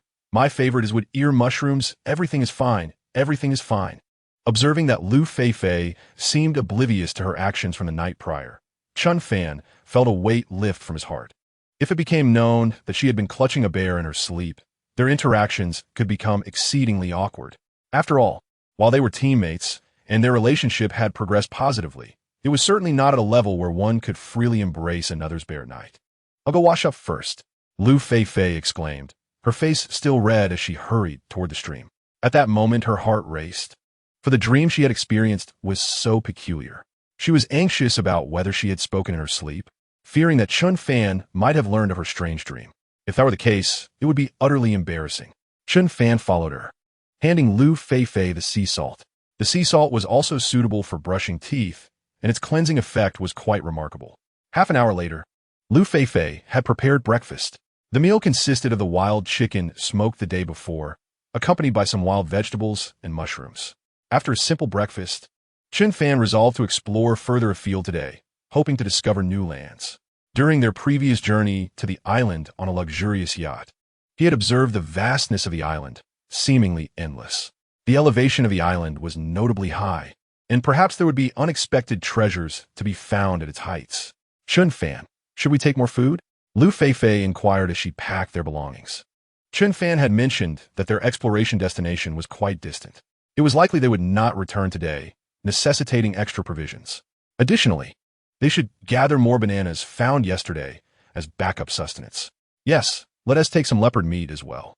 And let us prepare a few more bananas." Chen Fan nodded, then ignited the fire starter they had previously made. Crafted from charcoal and some resin, it burned very slowly but would not extinguish in a short time. Thus, it was the best method for preserving fire on a deserted island. Even if they had to spend the night elsewhere, they would still be able to kindle a fire. "All right," Liu Feifei nodded, then asked, "What should we do with the remaining bananas? Should we hide them?" Those fruits had been hard-earned. and it would be disheartening if other animals or competitors snatched them away. Let me gather some dry grass to conceal the bananas, Chen Fan replied, nodding, before setting off to collect supplies. Indeed, unripe bananas can be hastened to ripen by utilizing the method of covering them with dry grass. In my rural days, I also employed this technique to ripen some wild sour pears that I had picked when they were not yet mature. The process of ripening bananas is quite similar in nature. I estimate that within a few days, this bunch of bananas will be perfectly ripe. As we completed this task, the sun had yet to fully rise, and the island still enjoyed a refreshing coolness in the early morning. The two of us set off, carrying our baskets along with survival tools and provisions. This time, we decided to follow the stream upward, eager to behold the scenery from the highest point of the island. Chen Fan quickly made a decision. Perhaps from a higher vantage point, we could discover sights and resources that typically elude our gaze. Indeed, when we reach the pinnacle of the island, we may experience the exhilarating sensation of standing atop the world, surveying the lesser mountains below. Liu Feifei was equally enthusiastic about this spontaneous journey. Regardless of whether we could find food or other survival necessities, we would at least enjoy the opportunity to witness a different landscape. With that, we commenced our expedition along the stream, filled with vigor and determination. Time passed swiftly. We walked for a full 2 hours. Chen Fan did not feel fatigued, yet Liu Feifei was already panting, clearly reaching her physical limits. The path along the stream was inherently difficult, compounded by the uphill climb, and now that the sun had emerged, the exertion was even greater. Chen Fan, I find myself quite exhausted. Perhaps we should take a short break? Liu Feifei gasped as she looked at him. Had she possessed any surplus energy, she would certainly not have uttered such words. Compared to her earlier spirited demeanor, she now appeared utterly wilted and drenched in sweat. All right, let us rest here for a moment. I will check to see if the fire starter is still lit. Chen Fan nodded with a smile, then set down his basket and began inspecting the fire starter. Fortunately, the quality of the fire starter was satisfactory. After a few gentle breaths, sparks soon appeared. You stay here and rest. I shall gather some firewood nearby, so we can boil some water to replenish our hydration. After speaking, Chen Fan promptly went to collect firewood. Given the damp environment by the stream, he needed to venture a bit farther. Meanwhile, Liu Feifei busied herself by taking out a double-handled pot to begin boiling water. In the clear stream, she discovered some water mushrooms. This delicacy is not only smooth in texture, but also highly nutritious. However, it thrives only in exceptionally clean water sources and environments. One would never find such a treat in polluted waters. Of course, this was knowledge imparted to her by Chen Fan. After several minutes, Chen Fan returned, carrying a large bundle of dry firewood. Chen Fan, look, I found a multitude of water mushrooms. We can make soup with them shortly. Upon seeing Chen Fan's return, Liu Feifei immediately showcased her laborious achievements. Wow, so much, she exclaimed. This is wonderful. We'll have some soup soon. Moreover, I have a particular fondness for wood ear mushrooms, having cherished them since childhood. Observing the water-soaked wood ears Liu Feifei had gathered, Chen Fan smiled and remarked, with a bit of water on the wood ears, they are simply delightful. Hee. I feel the same, Liu Feifei responded. However, I must admit that I also have a great love for sausages. It's been ages since I've savored a roasted sausage. I truly miss it. Liu Feifei nodded, her expression turning slightly melancholic. Unfortunately, it seems that obtaining a roasted sausage on this deserted island is not so simple. Roasted sausage?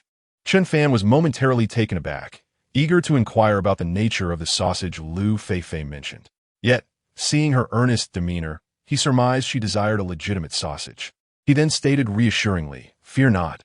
Once we return, we can craft some sausages ourselves." In truth, making sausages is not difficult as long as we have the raw materials. Really? Liu Feifei inquired. Indeed, truly. Soon, the two kindled a fire and brewed a pot of water wood ears, adding some wild ginger and salt. The flavor was quite pleasant, serving to replenish their hydration while providing nourishment. After thoroughly hydrating and resting for over 20 minutes, they resumed their ascent. Chapter 70. Fishing with a harpoon under the blazing sun, the temperature soared, and the island grew increasingly warm. As noon approached, Chen Fan and Liu Feifei decided to take another respite. The prolonged journey had left Liu Feifei utterly fatigued. It must be said, her stamina was commendable, having trekked for over 4 hours with only a brief 30-minute intermission. Before them lay a precipice, where water cascaded from the cliff's edge, forming a breathtaking waterfall. Wow, what a stunning waterfall! Liu Feifei exclaimed. Below, a small pool awaited, flanked by lush green trees and shrubs, while the waterfall poured into the crystal-clear basin, where several sizable fish frolicked joyfully. Such a pristine and beautiful sight is rare to behold in many places. All right, let's take a moment to adjust here and prepare some lunch, Chen Fan proposed, surveying the surroundings. He quickly located a relatively flat spot by the waterfall. Given the sun's position, it was indeed lunchtime. Yes, I must admit, I'm feeling a bit weary, Liu Feifei concurred, nodding. The two then unloaded their bags. Liu Feifei, glistening with perspiration, wiped her brow with her sleeve.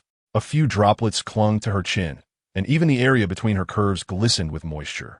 The prominent contours were accentuated, and with her rosy cheeks, she appeared particularly alluring. There are several sizable fish in this little pool. Let us enjoy roasted fish for lunch today. Chen Fan gazed at the small pond nearby, where a few catfish swam gracefully. They appeared to weigh around 5 or 6 taels. If he could catch a few, lunch would be effortlessly resolved. The water was remarkably clear. Isn't it said that water that is too clear harbors no fish? Liu Feifei remarked with a look of skepticism. Indeed, that's the old adage. Water that is too clear has no fish, and a discerning person has no followers. Haha, in truth, this clarity is merely superficial. There must be a plethora of microorganisms and minerals within, allowing the fish to thrive, Chen Fan explained with a smile. He then handed a fire starter to Liu Feifei, instructing her to collect some firewood while he ventured to procure a few fish spears. After saying this, Chen Fan plunged into the dense thicket.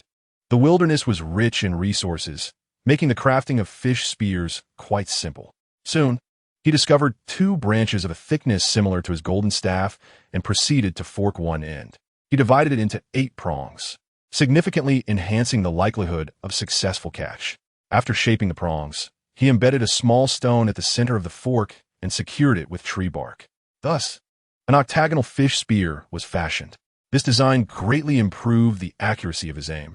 Within 20 minutes, he had crafted 2 spears. Meanwhile, Liu Feifei had successfully ignited a fire and was boiling water. Let's venture into the water and catch some fish, Chen Fan exclaimed, handing one of the spears to Liu Feifei before rolling up his pant legs in preparation to wade into the pond.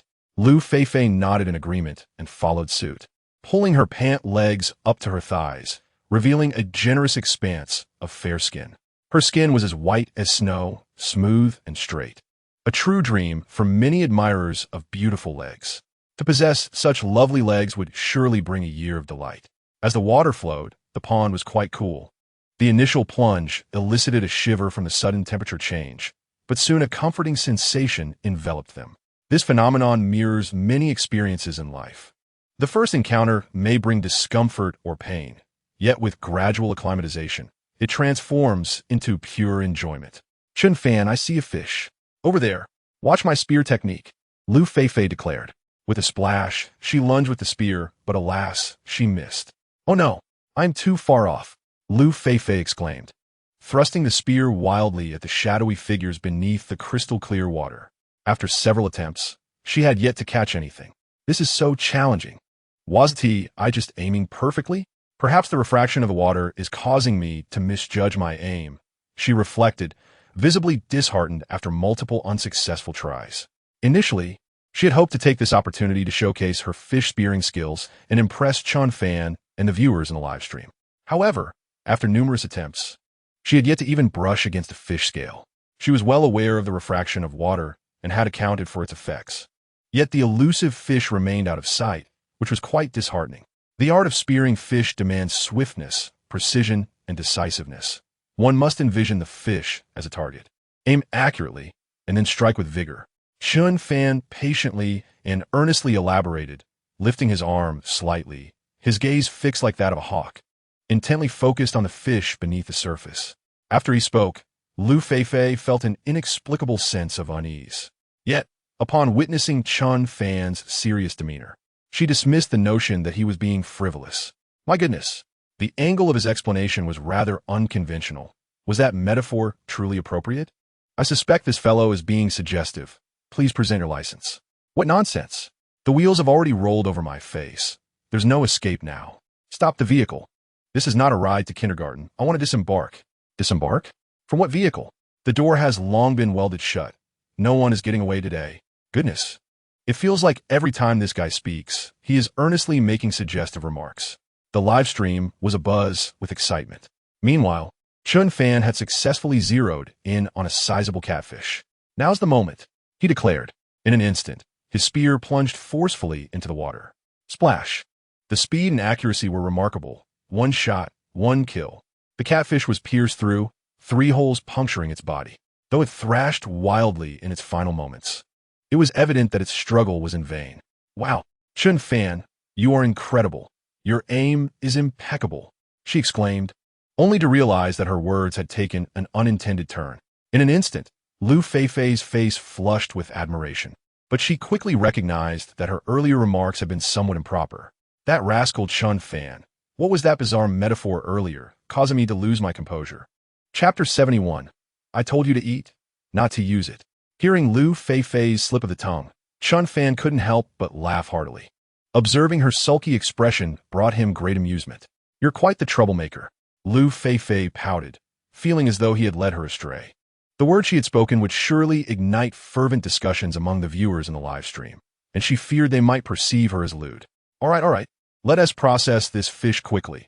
I'll catch a couple more, Chen Fan continued, chuckling at the flustered Liu Feifei. Life shouldn't be so rigid. We can't always maintain such formality with each other. If we did, it would inevitably become dull and tedious over time. Occasionally sharing harmless jokes can lighten the mood and perhaps even strengthen our friendship. Let this pure friendship be elevated. Liu Feifei did not say much, and soon she took the fish to prepare it.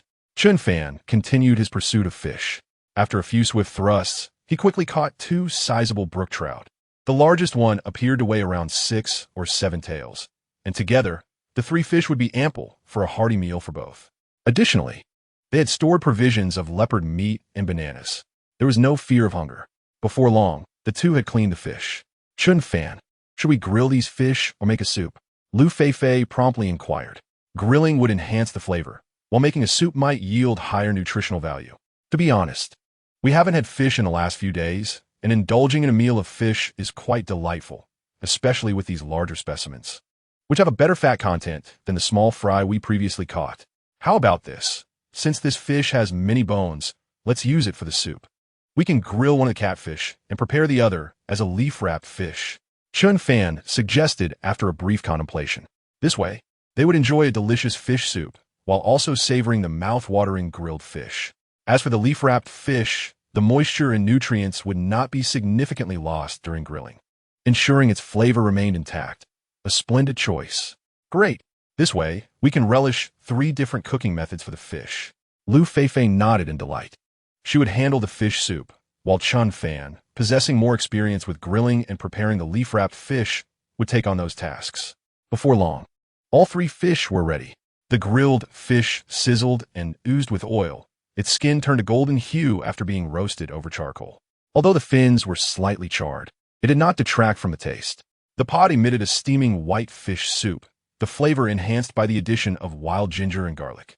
The leaf-wrapped fish, although the outer leaves were charred black, left the fish meat unscathed. Seeing such a lavish lunch, many viewers in the live stream were left salivating. Wow, what a divine life. Surviving in the wilderness, yet eating so well. I live in a first-tier city and can only afford a bowl of bland pickled noodle soup for lunch. Sigh, I'm also stuck with instant noodles for my lunch. We are truly unfortunate, living worse than those in wilderness survival shows. Is this really a survival show? It feels more like a culinary extravaganza. Wow, I'm already salivating. This kind of fish I can hardly have even once a month. Even if I have money, I wouldn't dare spend on good food burdened by mortgage, car loans, and children's milk formula. The brother upstairs has truly struck a chord with me. It seems we are the same ilk. It's so tough. Isn't this the current reality for most men? I empathize as I live this life too. It's incredibly hard. Sometimes, even the belief in living can waver. Brother, hold on. Do not let your thoughts wander. Although life is arduous and exhausting, does it not also brim with surprises and sweetness? Reflect on your family. Consider the moments that bring us joy. Life encompasses both bitterness and sweetness. This is the essence of the myriad forms of existence. What the elder brother above said resonates profoundly. I shall first raise this bowl of broth in tribute, and once finished, I shall return to my labors. Upon entering the live streaming room and engaging in conversation, many began to share their own life experiences. The majority of those watching the live stream are individuals dwelling at the lower rungs of society. After all, the affluent and powerful would not squander their time on such trivialities. Hence, when this topic arises, most men find a sense of camaraderie in it. After all, many lives unfold in this manner. At this moment, on the island, Chen Fan and Liu Feifei had devoured 3 fish, and the fish soup was entirely consumed. The invigorating sensation of energy flooding their bodies instantly revitalized Liu Feifei. The previous pangs of hunger and fatigue vanished in an instant. Wow, is truly delightful. Liu Feifei beamed with satisfaction. On this deserted island, being satiated is indeed a remarkable blessing. If one harbors excessive desires, happiness becomes elusive. Here, have a banana. Chen Fan offered a banana to Liu Feifei, noticing her satisfaction as a post-meal treat. Oh dear, I ate too much just now. I can't. Liu Feifei shook her head. The fish and soup had filled her to the brim, leaving no room for anything else. I meant for you to eat it, not to use it. Chen Fan replied earnestly. Huh? Use? Eat? Wow, you rascal. How annoying. Liu Feifei exclaimed. When I said I can't, I meant I won't eat it. After a brief moment of surprise, Liu Feifei quickly grasped the implication. As a mature woman, she naturally recognized that bananas have uses beyond mere consumption. After all, one can find numerous accounts online. Bananas are relatively standard fare. Some go beyond, such as cucumbers, eggplants, and bitter gourds. Even more extreme are winter melons and durians. Of course, while fruits and vegetables might be deemed somewhat normal, the notion of eel is quite perplexing. What Chen Fan had just said had evidently taken her by surprise. She playfully punched his arm in jest. Ha! Since you won't eat it, I shall. Chen Fan chuckled, then began to enjoy the banana. Chapter 72. A startle from third sister Chen Fan. I haven't bathed in several days. I am drenched in sweat. There happens to be a small pond nearby, and I wish to wash myself. After resting for a while, Liu Feifei spoke up. Since her last bath, time had eluded her, and now she felt rather uncomfortable. Moreover, given the excessive perspiration today, her body felt sticky and particularly unpleasant. All right, go take a shower. I happen to bring some soapberry fruits. Chen Fan nodded and then produced the soapberries. Liu Feifei proceeded to the shower. At this moment, Chen Fan was struck by a new idea. The soapberry fruits were indeed quite useful, but he yearned to create a few bars of soap. The cleansing efficacy of soap might prove even more remarkable. Moreover, crafting 1 or 2 bars of soap in the wilderness was not an insurmountable task. As long as he could procure suitable materials, he would be able to concoct it. He had often encountered such processes while browsing videos, so he felt confident. Meanwhile, the viewers in the live stream began to express their dissatisfaction vocally. The high-definition camera failed to capture the scenes they cherished most, and many declared that such a photographer should be dismissed immediately. The prospect of missing out on chicken legs was evident. Their filming technique simply did not merit such a reward. In truth, the photographer was equally disheartened. However, he had a family relying on him, and he was reluctant to jeopardize his job. Ah, Chen Fan, come here quickly. There's a lizard in the water.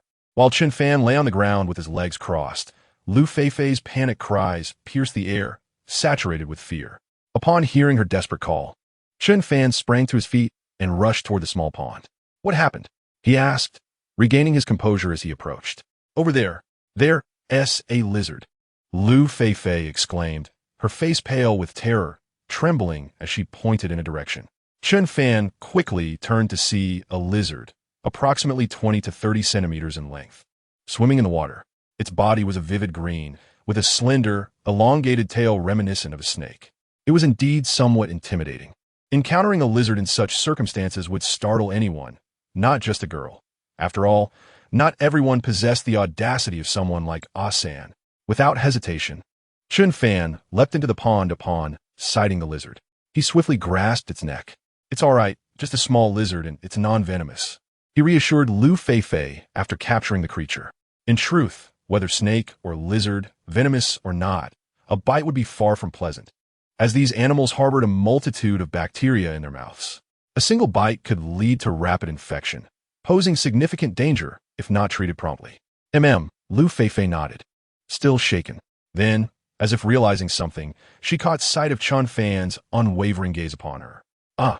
she screamed, quickly crossing her arms over her chest. "Don't look. Hurry up." Following her shriek, Liu Feifei implored him with an almost pleading tone. Having grown up, she had never felt so embarrassed in front of a boy. All the fear she harbored moments ago transformed into shyness in an instant. All right, I shall go up now." Chen Fan was startled by Liu Feifei's commotion and quickly turned his head, fleeing from the small pond. He returned to the position where he had been lying moments earlier. Alas, what a cruel turn of events. Just when the crisis is averted, I am cast aside. Women can be so heartless. Chen Fan muttered to himself as he stood up. Even if it was unattainable, at least he hoped for a visual feast. He glanced at the lizard in his hand and decisively began to skin it. Most of the bacteria were stored in its mouth, so the flesh was rich in protein, a resource not to be wasted. Tonight, once roasted, it could serve as a delightful treat. Moments later, Liu Feifei approached Chen Fan, her hair dripping wet. Her face was flushed, resembling a perfectly ripe apple, and she seemed somewhat shy about meeting his gaze. After pondering, she asked, "Chen Fan, you didn't see anything just now, right?" Chen Fan wore a look of incredulity. Did she truly believe his eyes were mere decoration? In such circumstances, how could one possibly see nothing? Being an honest person, he was reluctant to lie.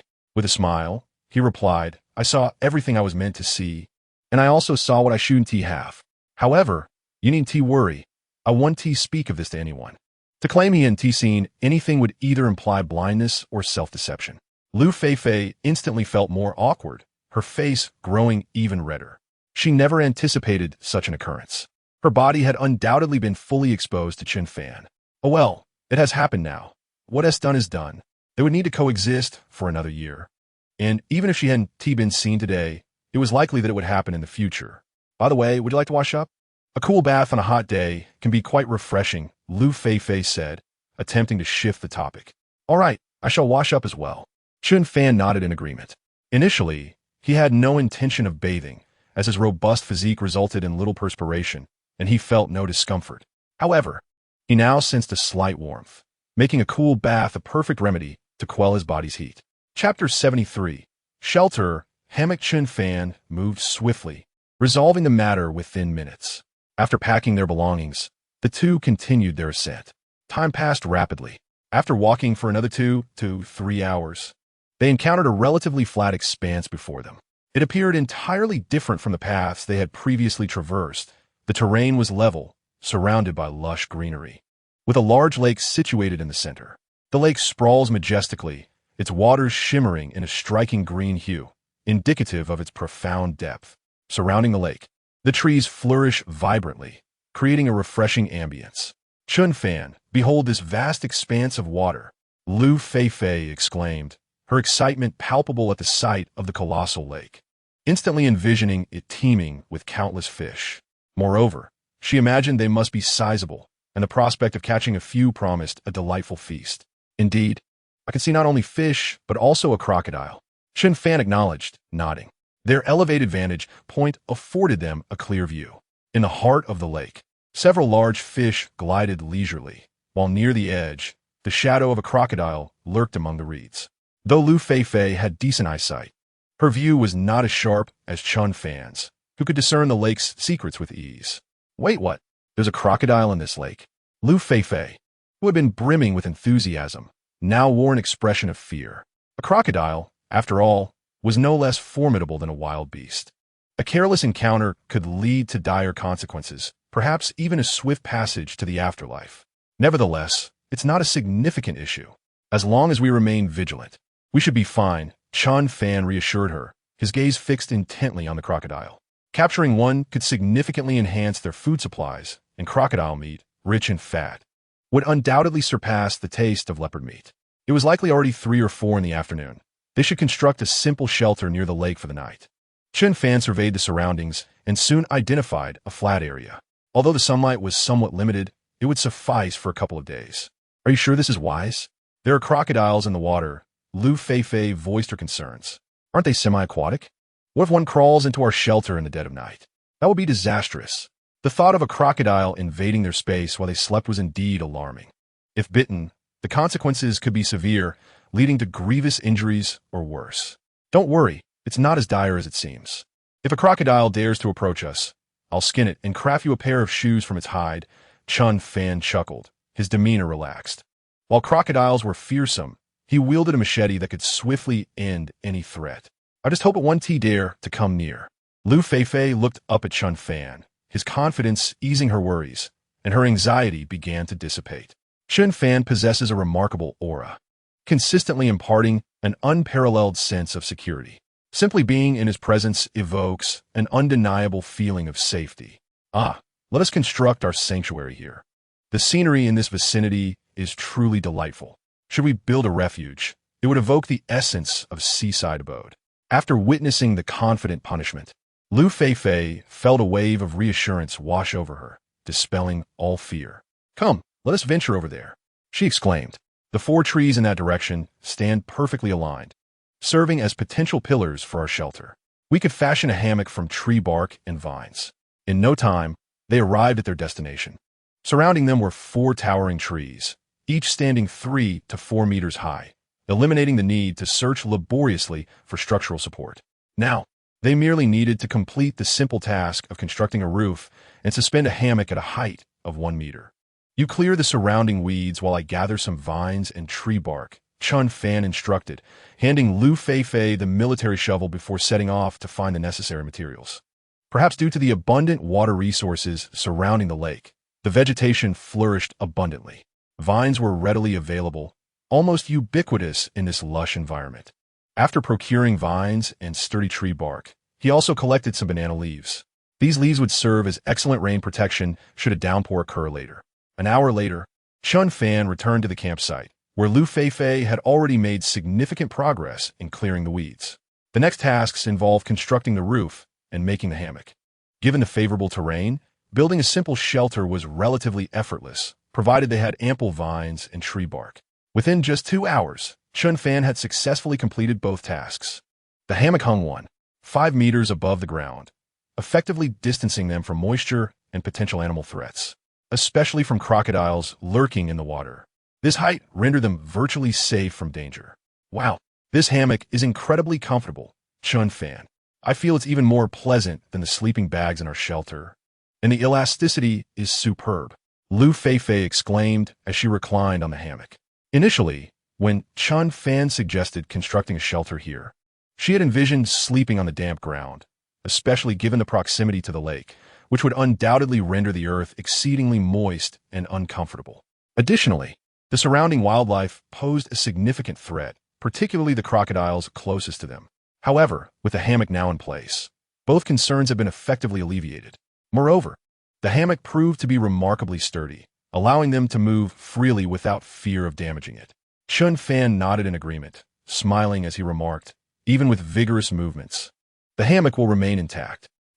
Tonight we can finally enjoy a restful sleep. Liu Feifei chuckled, her satisfaction evident in her voice. However, before retiring for the night, it is advisable to satiate one's hunger, ensuring a more restful and comfortable slumber. Chapter 74. Large Game, Snare Trap.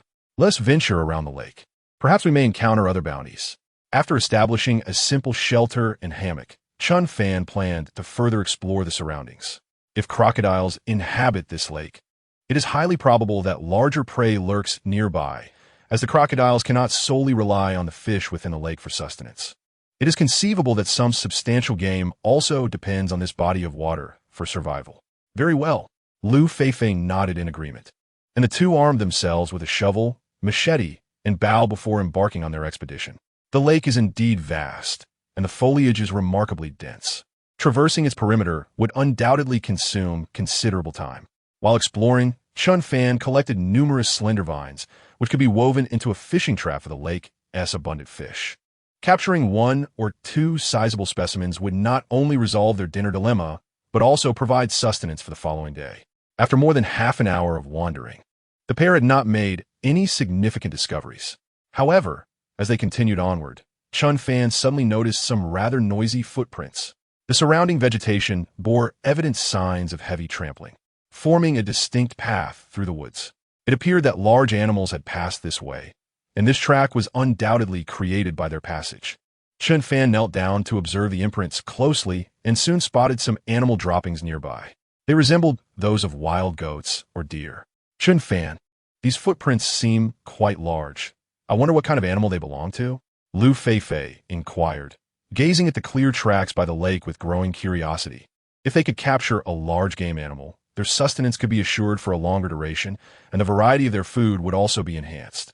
They do bear a resemblance to wild goats or deer, Chen Fan speculated. This conjecture seemed quite plausible. Wild goats? How splendid. If we managed to hunt one, we could feast on fresh lamb chops. Hearing the mention of wild goats, Liu Feifei's face instantly lit up with excitement. Indeed, therefore, I plan to set a snare trap here, hoping to capture some prey.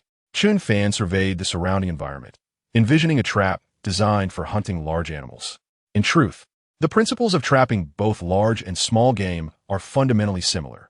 One merely needs to use thicker rope and select a larger tree. What shall I do now? Just command me. Liu Feifei responded with eagerness, as the prospect of crafting a trap that could potentially ensnare a goat invigorated her spirit. At that time, fresh lamb chops will be within reach, and even the capture of a young lamb would be delightful. After tasting the meat of a young leopard last time, I discovered that the flesh of such small creatures is far more tender and delectable than that of larger game.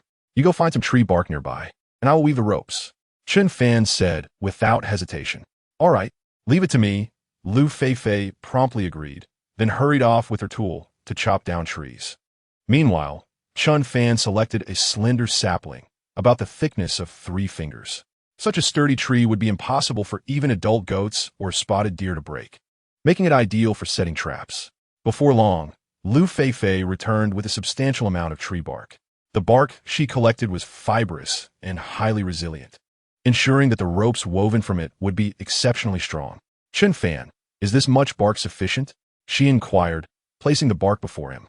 Yes, it's more than enough. Next, we shall set up the hunting traps. Chen Fan nodded and began his work. The first step was to weave the tree bark into a robust rope. The rope used for hunting large game must be considerably thicker than that for smaller animals like wild chickens or rabbits. The minimum requirement was to be as thick as a little finger, ensuring that once the prey is captured, it cannot escape. Weaving the rope was a trivial task for Chen Fan. Within 20 minutes, he had completed it. Next, he needed 2 branches to create the triggering mechanism. First, he sought a branch with a hook, which he drove into the ground. 30 units away, he similarly anchored a straight branch. The trunk should protrude about 5 units above the ground. If it is too visible, the prey might notice it. He then tied one end of the woven rope to the top of the sapling and bent the trunk into an arc based on the position of the ground hook. He fashioned the trigger mechanism, attaching a small stick measuring 3 to 4 centimeters in length. He used a 30-unit long stick to prop the small stick against the trigger mechanism and the straight branch, allowing it to hang in midair. Next, he placed branches of the same length on either side of the straight branch, thus creating a coordinated trigger mechanism. If any of these branches are disturbed, the trap will be instantly activated, increasing the likelihood of capture. He then placed the knotted rope atop the trigger mechanism. With that, a simple rope trap was completed. Now, as long as a prey passes through this narrow path and steps on the small stick triggering the mechanism, it will activate swiftly. Of course, to enhance the trap's concealment, it will be prudent to cover it with a layer of fallen leaves or branches. In this way, any creature passing by would be unable to escape once it triggered the mechanism. The entire process of crafting the trap took an hour. While it may sound straightforward, the actual execution required considerable time. All right, the snare trap is now complete. As long as animals pass through this area, they should be captured. Brushing off the dust from his hands, Chen Fan felt an overwhelming confidence in the trap he had crafted. Previously, Liu Feifei had little understanding of snare traps, but due to Chen Fan's meticulous construction, she had learned by observing him. In truth, such traps are remarkably simple. One can master them with just a glance or 2. However, for those unfamiliar with the technique, devising such an ingenious trap would be utterly impossible. It seems there are traces of animals in that direction. Let us set up similar traps there. Chen Fan observed nearby, noting the signs of animals having tread upon the ground. By placing an additional hunting trap, their chances of success would be slightly enhanced. The two then resumed their task of setting traps. Chapter 75. Let us sleep a little longer. After successfully establishing another snare trap, dusk began to envelop the surroundings, and the temperature slightly dropped. Perhaps this was due to the elevation of their current location compared to the shelter they had previously occupied. Let's head back now, Chen Fan suggested. It seems we shall not dine on fish tonight. We will have to make do with something simple when we return. Having set the traps, Chen Fan and Liu Feifei planned to return to their shelter. Crocodiles roamed nearby, posing a significant danger to ordinary individuals. If Chen Fan were to encounter one, he might swiftly eliminate it with a couple of strikes. However, should Liu Feifei be unfortunate enough to be bitten, a fatal roll could seal her fate there. All right, if we don't catch anything, we don't catch anything, Liu Feifei replied with a nod, undeterred. Perhaps tomorrow our traps will yield a bountiful catch. If we manage to capture a wild goat or deer, fish will be of little interest to us. Soon, the pair returned to their shelter as darkness deepened. Chen Fan, let me prepare us a meal, Liu Feifei offered, taking the initiative to handle dinner. Fortunately, there was still plenty of leopard meat left.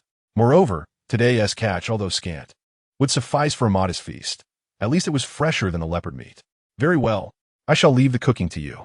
I plan to weave a fishing cage with these vines. If I complete it tonight, we may have a fruitful catch by morning. Chen Fan nodded and began crafting the fishing cage. Now, weaving such items was second nature to him, presenting little challenge. In just half an hour, he completed a beautifully crafted fishing cage. Though the vines varied in thickness, this did not detract from the aesthetic appeal of the cage. Once the fishing cage was ready, Chen Fan hurried to dig for some worms nearby.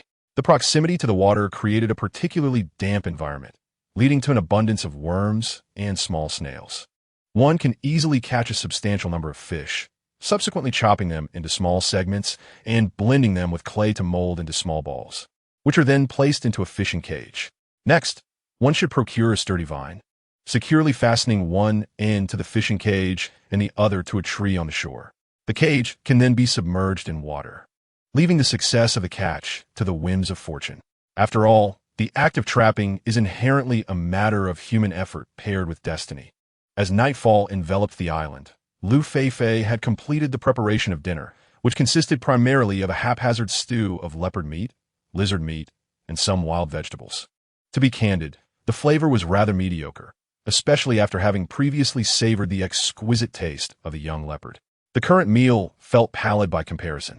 However, it was reassuring to know that it was rich in protein, providing the essential nourishment for the body.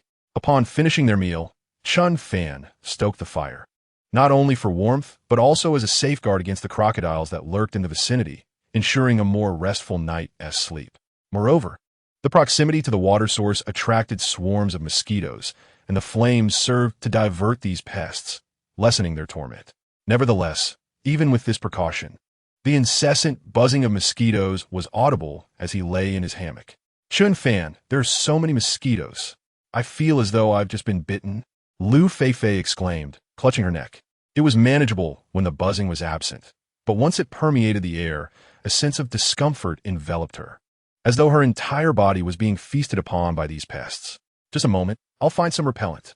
Chen Fan, equally vexed by the mosquitoes, rose from the hammock and ventured into the darkness to gather some plants. He returned with leaves from the yellow camphor tree, known for their mosquito-repelling properties, particularly when burned, creating a natural incense. Applying the sap to their skin further protected them from bites. On this deserted island, such repellent flora was plentiful. With sufficient knowledge, locating these resources proved to be a simple task. Chen Fan placed some yellow camphor branches and leaves onto the fire to burn while crushing the remainder into a paste, which he then evenly applied to himself and Liu Feifei. Ah, this feels much more comfortable. Let us hurry and get some sleep, he declared. Liu Feifei nodded in agreement. Before long, both succumbed to slumber. The temperature here at night seemed slightly cooler than at their previous shelter. In the dead of night, a gentle chill could be felt, prompting the sleeping Liu Feifei to instinctively clutch Chen Fan tightly. His warmth enveloped her like a natural hearth, providing ample comfort through the night. The following morning, as was his custom, Chen Fan awoke early. Upon opening his eyes, Chen Fan was greeted by the sight of Liu Feifei, who resembled an octopus completely entwined around him. With the weight of both individuals pressing down on the hammock, the central area sagged, creating a snug fit between them. Were it not for the wretched garments serving as a barrier, he would have undoubtedly slipped into her embrace by now. After rising, Chen Fan did not immediately get up. Rather, he quietly admired Liu Feifei, who was merely an arm's length away. Even at such close proximity, her face bore no blemish whatsoever. Her skin was as fair as snow, and her features were strikingly beautiful. The rhythmic sound of her breath, accompanied by gentle warmth, stirred both his mind and body. After all, dawn is the time when hormones are most active. Gazing at the exquisite Liu Feifei before him, he felt an overwhelming urge to kiss her. Much like a starving husky encountering a delectable piece of meat after days of hunger. Particularly in their current positions, they seemed perfectly intertwined, with Chen Fan's strengths complementing Liu Feifei's slight imperfections. This sensation was maddening. Though she was right before him, within reach, he had to suppress his most primal desires. The agonizing minutes ticked by, and after about half an hour, Liu Feifei gently opened her eyes. Upon seeing Chen Fan gazing at her, with unwavering attention and a tender expression, devoid of any lewdness, she felt an immense sense of comfort and security. "Good morning, Chen Fan," she greeted him with a sweet smile as their eyes met. Perhaps due to their extended time together or their familiarity with each other's movements. She felt neither bashful nor flushed in this perfectly harmonious state. "Hammocks are like that," she mused. "Good morning," Chen Fan replied with a smile. Her delightful smile was indeed a sight for sore eyes. "Shall we rise, or linger a little longer?" Liu Feifei inquired. After all, this position was quite comfortable for sleeping. A little indulgence and laziness was hardly a crime. Let's sleep a bit more. Chapter 76. Engaging in profound communication with nature. The two of them lingered comfortably on the hammock for a while before finally getting up. After a brief wash, they set out to inspect their hunting traps. Even from a considerable distance, Chen Fan could already hear the cries of their quarry. The sound was sharp, reminiscent of a certain avian species. "We've caught something. Let us hurry and take a look." Upon hearing that piercing and urgent cry, Chen Fan realized the trap must have ensnared prey. Animals only emit such frantic calls when threatened or injured. Moreover, given the sharpness of the cries, it was likely not a goat, but rather a fawn, as the calls of young deer are akin to that. "Ah, you've already heard the sound?" Liu Feifei gazed at Chen Fan with a hint of astonishment, for she had not perceived any sound apart from the gentle rustling of leaves stirred by the breeze. "Ah, I can hear the call of the prey," Chen Fan acknowledged with a nod, prompting both to quicken their pace. In no time, they arrived at the location of the first trap. The trap had been triggered, and a small creature dangled helplessly, struggling and emitting sharp cries. However, the rope was excessively thick, rendering its efforts futile. "Chen Fan, look, it appears to be a fawn," Liu Feifei exclaimed, her excitement palpable as tears of joy streamed down her cheeks. Although the creature was but a young one, its potential for a delectable meal was undeniable. And indeed, the flesh of young animals tends to be more tender and succulent. "It does look quite appealing. Let's hasten to inspect it," Chen Fan replied with a smile. They soon stood before the trap, and upon noticing the two bipeds, the fawn intensified its struggles, its cries growing more frantic, as if foreseeing its fate. "These little fawns are utterly adorable," Liu Feifei remarked, unable to suppress her admiration. Both the earlier leopard cubs and the current fawn were undeniably striking. Were it not for their need for sustenance, they could easily be considered as delightful pets. "Indeed, they are quite beautiful," Chen Fan concurred with a nod. "What shall we do now? Should we dispose of it immediately?" Liu Feifei inquired, aware of Chen Fan's decisive nature. To him, whether it was a juvenile or an adult fawn, it was merely a source of savory protein. "Let's not be hasty. This little creature is rather charming. Moreover, our food supplies are not critically low at the moment. We could keep it for a while, as a reserve. Should we ever find ourselves in a predicament without food, we need not worry too much," Chen Fan suggested, shaking his head. He had no intention of slaughtering the fawn just yet, as their current provisions were ample. Killing it would result in an excess of meat that would inevitably spoil if left for too long. By nurturing it, they could avoid such concerns. When the time came that their food supplies dwindled and prey became scarce, they could then consider its fate. Besides, keeping it for a few more days would surely yield more meat. In truth, there existed a significant distinction between the fawn and the two leopard cubs. His earlier reluctance to adopt the cubs stemmed from the fact that leopards are carnivorous and possess large appetites. As they grow, their consumption would become increasingly daunting. After a month or two, Chen Fan might find it financially untenable to sustain them. Conversely, the fawn was a herbivore, presenting a different set of considerations. As long as it is tethered in a lush area, there is no need to worry about it starving. Indeed, I share the same sentiment. It is so adorable and so small. Consuming it now would be quite illogical. At the very least, we should wait until it matures a bit before considering such an act. Liu Feifei wholeheartedly agreed with Chen Fan's perspective. Moreover, having a pet would be quite delightful. The two of them often found their lives to be somewhat monotonous and solitary, and a pet could effectively alleviate this boredom. All right, please wait a moment while I engage with it, Chen Fan said with a smile as he approached the little deer. He wished to test whether his charm could have an effect on the deer. Previously, when he attempted to use it on a dung beetle, it seemed utterly ineffective. Surely, a creature of such size as a deer would respond in some manner. Otherwise, the system's rewards would be rather lackluster. Well, off you go. Liu Feifei replied with a hint of resignation. She recognized Chen Fan's considerable prowess, particularly in wilderness survival and practical skills, which surpassed that of his peers. However, communicating with animals ventured beyond the realm of scientific understanding. Such an achievement seemed implausible. Despite Chen Fan's remarkable abilities, conversing with animals remained an impossibility. At this moment, Chen Fan had reached the little deer and gently lifted it from the trap. Concerned it might escape, he secured a rope around its neck. He then spoke earnestly to the deer. "Little one, please do not be so anxious. We have no intention of harming you. You shall become our pet. And in times of abundance, we promise to treat you kindly." After uttering these words, he softly caressed the deer's forehead. In that instant, a miraculous occurrence unfolded. The little deer, which had been struggling fiercely moments before, gradually calmed down, raising its head to gaze at Chen Fan with its round eyes. It seemed to sense no danger from this unfamiliar creature, and instead felt an innate affinity towards him, though the reason eluded understanding. However, at that moment, Liu Feifei and the viewers in the live stream were taken aback. Goodness, what sorcery is this? Can Chen Fan truly communicate with animals? The little deer had indeed quieted down, leaving Liu Feifei astonished with her mouth agape. In her understanding, such a phenomenon should be impossible. How could a human converse with an animal? Yet, after Chen Fan's words, the deer had indeed settled.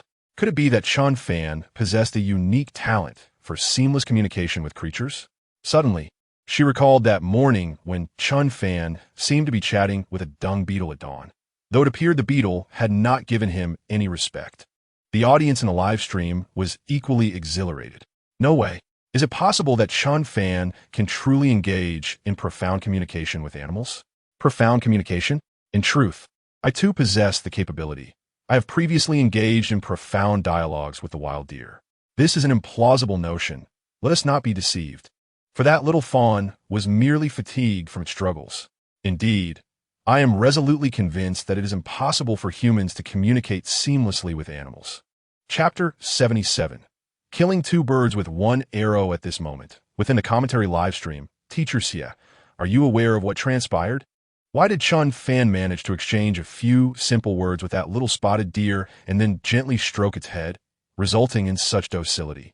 It had been thrashing about so violently before, appearing rather irritable.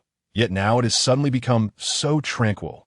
Could you elucidate this phenomenon from a scientific perspective? Upon witnessing the events in the 6th livestream, Hiriwo also inquired of Xian Ming, harboring a sense of curiosity. After all, Xian Ming is an expert in this domain, and perhaps he could provide the most professional explanation. Evidently, as a specialist in wildlife and plant life, Xian Ming bore an expression of perplexity. After much stammering, he could not conjure a plausible explanation, for he had never encountered such a situation before. Finally, he could only smile wryly and suggest that, as the viewers in the live stream had posited, the little spotted deer must have been exhausted from its struggles, thus conceding to its fatigue. Alternatively, akin to a foolish roe deer, it may have initially approached out of a degree of curiosity upon encountering something novel. Oh, I see. Hiriwo nodded, though it was evident he did not fully believe Xian Ming's explanation. Upon hearing Chen Fan's words, The little spotted deer not only ceased its agitation, but also regarded Chen Fan with a rather peculiar gaze. There was no hint of surprise or fear. Rather, it appeared to harbor a fondness for him. From the deer's expression, he indeed received such an impression. Could it be that Chen Fan is so handsome that even the little spotted deer is intrigued by him? At this moment, Zhang Xiaodong jestingly remarked, clearly intending to lighten the atmosphere. From a conventional human aesthetic perspective, it is true that Chen Fan possesses striking features. However, each species perceives beauty differently, and thus the deer might not share this sentiment. I tend to agree with what old Xie said earlier. Perhaps the little spotted deer quieted down simply because it was fatigued from its struggles, Wang Jie chimed in. Comparatively, the possibility posited by Xie Ming indeed seems far more plausible than Zhang Xiaodong's playful suggestion, and aside from that, it is challenging to conceive of other alternatives. Meanwhile, on the island, Chen Fan had fashioned a headpiece for the little spotted deer, ensuring that it would not constrict its neck while being led, resembling the headgear used for mules in rural areas. All right, from now on you shall accompany us. As long as our provisions remain abundant, you shall be free from peril. Chen Fan continued, addressing the little spotted deer. It is uncertain whether the little creature comprehended Chen Fan's words, as a flicker of fear shone in its eyes. Chen Fan's message was unmistakable. With ample sustenance, one is secure. Without it, one becomes a potential meal. Chen Fan, let us hasten to inspect the next trap. Perhaps it too will yield a bounty. Observing the charming fawn, Liu Feifei felt a surge of anticipation. If they could capture another fawn, their day as harvest would be remarkable. With these two fawns, their worries about food would dissipate. Once the fawns matured, slaying one could provide sustenance for at least half a month. All right, let us proceed swiftly. I have a strong premonition that the other trap will bear fruit as well. Chen Fan nodded in agreement, and the pair, guiding the fawns, ventured forth to examine the second trap. Before long, the familiar sharp cries reached Chen Fan's ears once more. The fawn they led responded with spirited enthusiasm, and the two fawns exchanged greetings across the distance. Their current situation was far from ideal. Let's quicken our pace. It seems the other trap has yielded results. Upon hearing the urgent calls, Chen Fan quickened his steps. Upon arriving at the second trap, they found it had indeed been triggered, ensnaring another fawn of similar size, a small spotted deer. Indeed, we have captured another fawn. Our luck today is extraordinary, Chen Fan. The sight of the fawn suspended in midair ignited greater excitement in Liu Feifei. Initially, she believed that capturing one fawn would be a stroke of good fortune. Yet now they had ensnared a second. Observing that both fawns were of comparable size, it was likely they were born in the same season. Yes, our luck today is truly remarkable, Chen Fan agreed with a smile. He promptly released the other fawn. While the chances of survival for a single fawn might be slim, raising two together would significantly increase their odds. Now that we have two fawns, if one is male and the other female, we could establish a farm. Perhaps in a few months, we may even welcome a litter of fawns. As Liu Feifei gazed at the two fawns before her, her imagination began to soar. Dreams, after all, are essential. What if they came to fruition? Indeed, you are correct. Upon our return, it is imperative that we create a farm. They might even capture other game in the future, such as wild goats and boars. Chen Fan nodded in agreement, smiling. If their goal was merely to survive for a month or two, such preparations might not be necessary. However, they required at least a year to secure the ultimate prize. Thus, establishing a farm and pasture was indeed essential and should be prioritized. This way, when they desired food, they would not have to laboriously seek it out. All right, let's take these two little ones back. By the fishing trap, I believe there will be a bountiful catch. After securing two young deer, Chen Fan took Liu Feifei to inspect the fishing trap.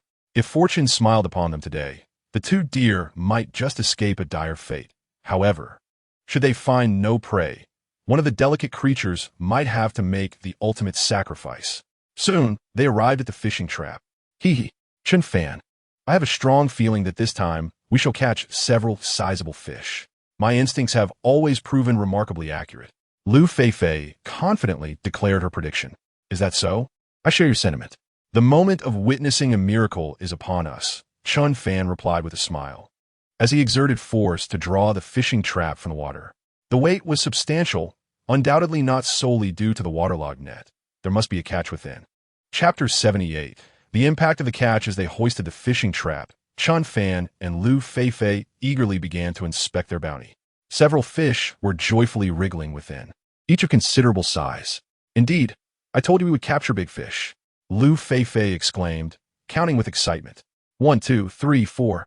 We have a total of 4 splendid fish. Each fish was impressively robust, appearing to match the girth of Chen Fan's arm. Well, the thickest part is arm. Today's haul is truly remarkable, Chen Fan remarked, nodding with delight. It seemed that the resources in this area far surpassed those around their shelter.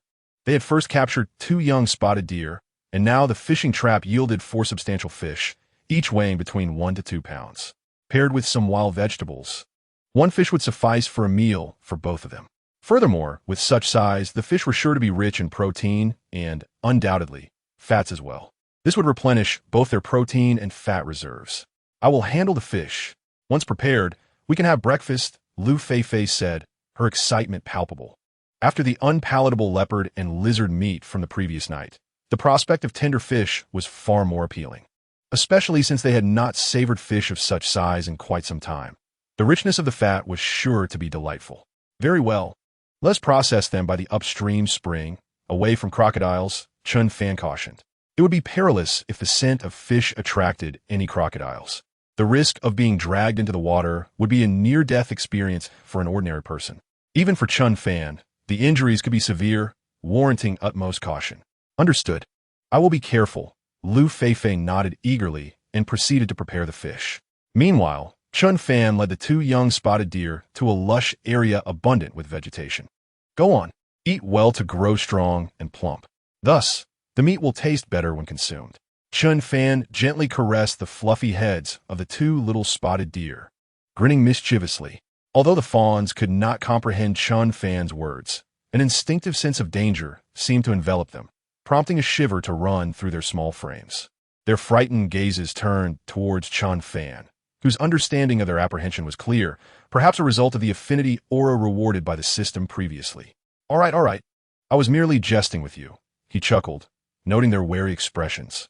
It appeared that these 2 little creatures could indeed grasp a semblance of his intended meaning, if only slightly.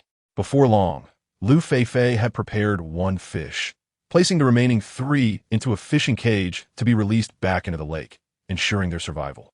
In such sweltering weather, it was imperative to avoid processing all 4 fish, as the meat would likely spoil within mere hours, adversely affecting its flavor. Even if they were to make smoked fish, it would never rival the taste of fresh fish. Utilizing the available seasonings, Liu Feifei swiftly crafted a dish reminiscent of braised fish, albeit lacking soy sauce and cooking wine, which would have rendered it perfect. Nevertheless, with the inclusion of wild ginger for seasoning, the fish still boasted a delightful flavor, rich in oil content. The 2 of them soon consumed the fish entirely, while the fawns happily nibbled on fresh, tender leaves and shoots.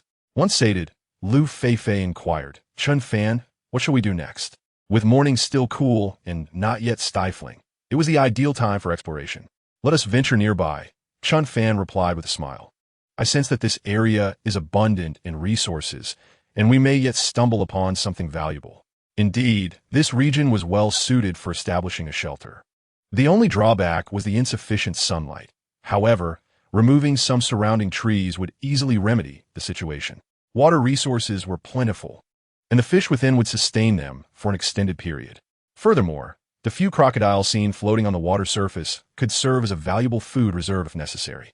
With the evidence of large animals like the spotted deer in the vicinity, there was no need for concern regarding sustenance. If they could also discover some edible plants or other survival materials nearby, they could feasibly construct a long-term shelter in this location. Let's set off at once, Liu Feifei exclaimed eagerly. Perhaps today we shall find some delectably sweet fruits.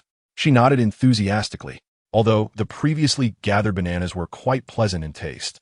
She found them lacking in sweetness. On this island, the variety of fruits was indeed abundant. Mangoes, papayas, guavas, dragon fruits, durians, and the like, should any of these be discovered, it would undoubtedly elevate the quality of life to new heights. This notion resonated with me, and I earnestly hoped for a bountiful harvest this time. Chen Fan nodded in agreement, then gathered his survival tools, leading 2 fawns into the dense jungle. The fawns needed to be tethered, If left unrestrained at the shelter, they would surely escape. However, should they be tied up and encounter predatory beasts or crocodiles emerging from the water, their fate would be sealed. Chen Fan was unwilling to take such risks, for these two fawns represented a vital source of protein. The pair navigated through the thick underbrush, with Liu Feifei trailing behind, occasionally scratching her rear and the sensitive area between her legs. The mosquitoes from the previous night had been particularly malevolent, inflicting bites in such private regions. Had they chosen to feast upon her arms or neck, she could have scratched with abandon. Yet now, even with the intense itch, she felt too embarrassed to scratch openly in front of Chen Fan. What perplexed her further was that she had worn pants at night. How had the mosquitoes managed to reach such a concealed spot? Did they possess some intricate network, even in that area? Chen Fan noticed her peculiar behavior and turned to Liu Feifei, inquiring, "What is the matter? I see you scratching. Did a mosquito bite you and cause discomfort?" As a member of the team, it was only natural to show concern for his companion. Liu Feifei, feeling rather embarrassed, nodded. She had not anticipated that her discreet actions would be observed by Chen Fan. The mosquitoes on this island were indeed formidable, leaving her in discomfort after their bites. It seemed the bites bore an additional irritating effect. Regrettably, Chen Fan felt somewhat helpless. Had the bites occurred elsewhere, he could have offered assistance by gently rubbing the area, perhaps even soothing it with a lick, as saliva and mucus often provided relief for insect stings. However, given the awkward location, he felt it inappropriate to assist in such a manner. "What is this additional effect?" Liu Feifei asked, her face a picture of confusion. "It's merely a game-related damage attribute." Chen Fan chuckled, providing a brief explanation. He then began to survey the surroundings, seeking plants that could alleviate the itch. In this vast, desolate island, the plant life was remarkably diverse, with both mosquito-repelling and itch-relieving flora readily available. He wished to spare his companion the embarrassment of her predicament, for if she scratched too vigorously, it could lead to unsightly consequences. Before long, Chen Fan discovered a plant capable of alleviating the itch. One variety is the relatively common mint, a plant well known to many, renowned for its extensive distribution and resilience, thriving in most regions. It possesses a notable ability to repel mosquitoes and serves as an exquisite seasoning and decorative element in Western cuisine.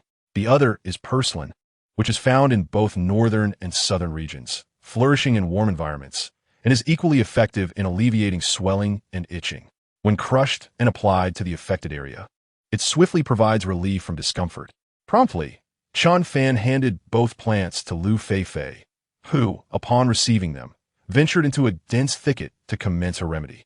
As the locations of her mosquito bites were rather private and unsuitable for public display, shortly thereafter, Liu Feifei emerged from the bushes, having applied the freshly crushed juice to the irritated spots, experiencing a refreshing and soothing sensation that effectively alleviated her earlier distress. The duo resumed their journey. As they walked, Chen Fan suddenly spotted a vibrant yellow fruit ahead, half consumed by small creatures and the other half in a state of decay. "That resembles a mango. Let us hasten to investigate," he exclaimed, quickening his pace, with Liu Feifei closely following.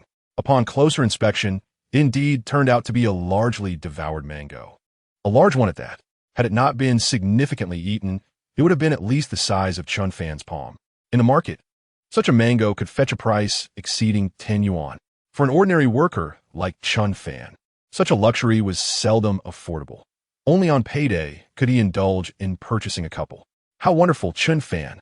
Since there is a mango here, there must be mango trees nearby.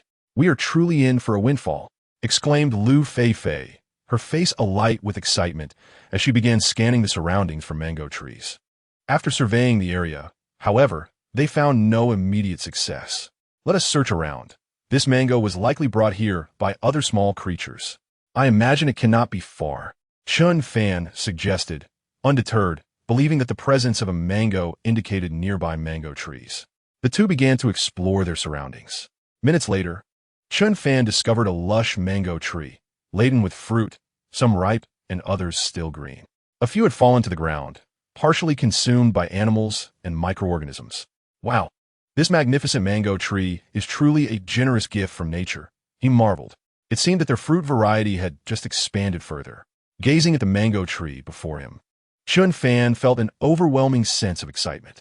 Although they currently lacked for food, the diversity of their diet would undoubtedly enhance their survival.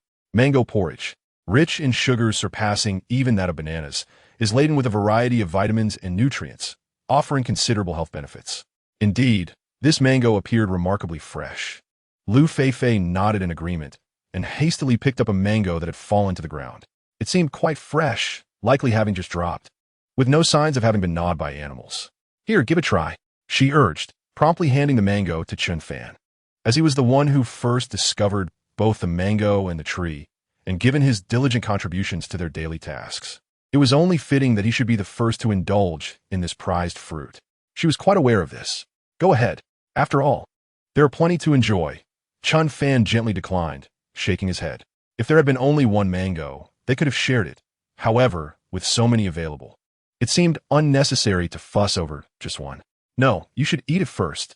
You discover the mango and the tree, plus you work so hard every day. This first mango is rightfully yours," Liu Feifei insisted.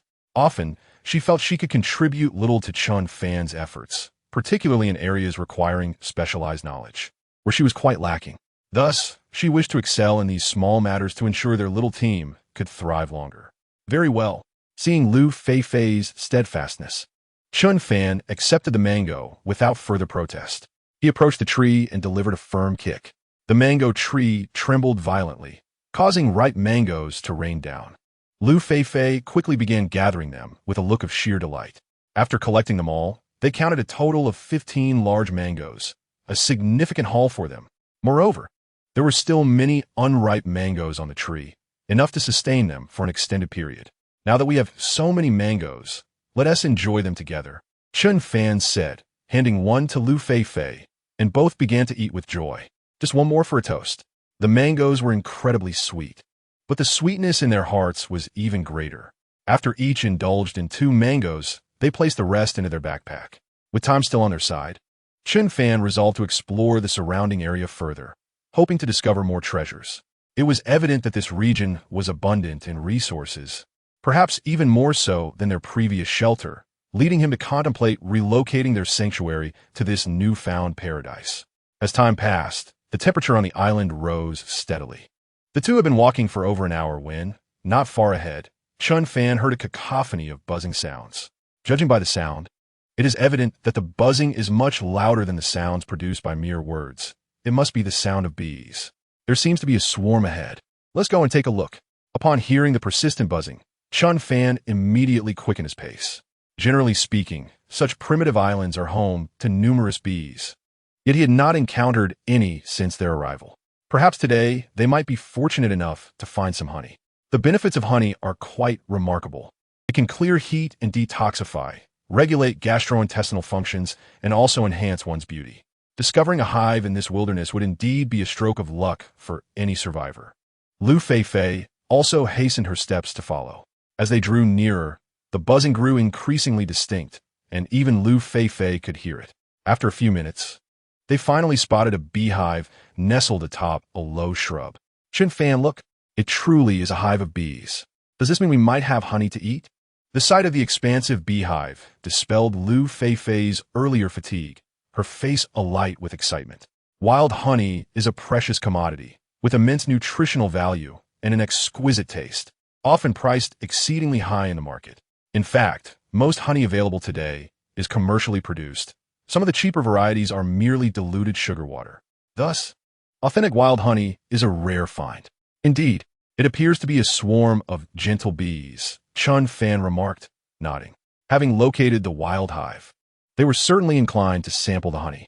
Moreover, given that these bees belong to a more docile species, harvesting the hive would generally not pose a significant risk as long as one was not overly aggressive. "So what should we do now? Should we start a fire and use smoke to drive the bees away?" Liu Feifei suggested. Bees can indeed be perilous. A careless sting could be quite distressing. Although she had never been stung herself, she had seen numerous accounts online of those who had, particularly when the sting occurred near the eyes, leading to severe swelling. She even recalled a particularly humorous image of a small dog that had been stung, its head swollen to a size greater than its body. One can only imagine the discomfort of being stung by wild bees. "No need for that. You stay put," Chen Fan replied, shaking his head. While using smoke would indeed be safer, it would also result in the loss of many bees and potentially drive them away from the area. To ensure sustainable harvesting and cultivate a working colony, the method of smoke and fire must be avoided.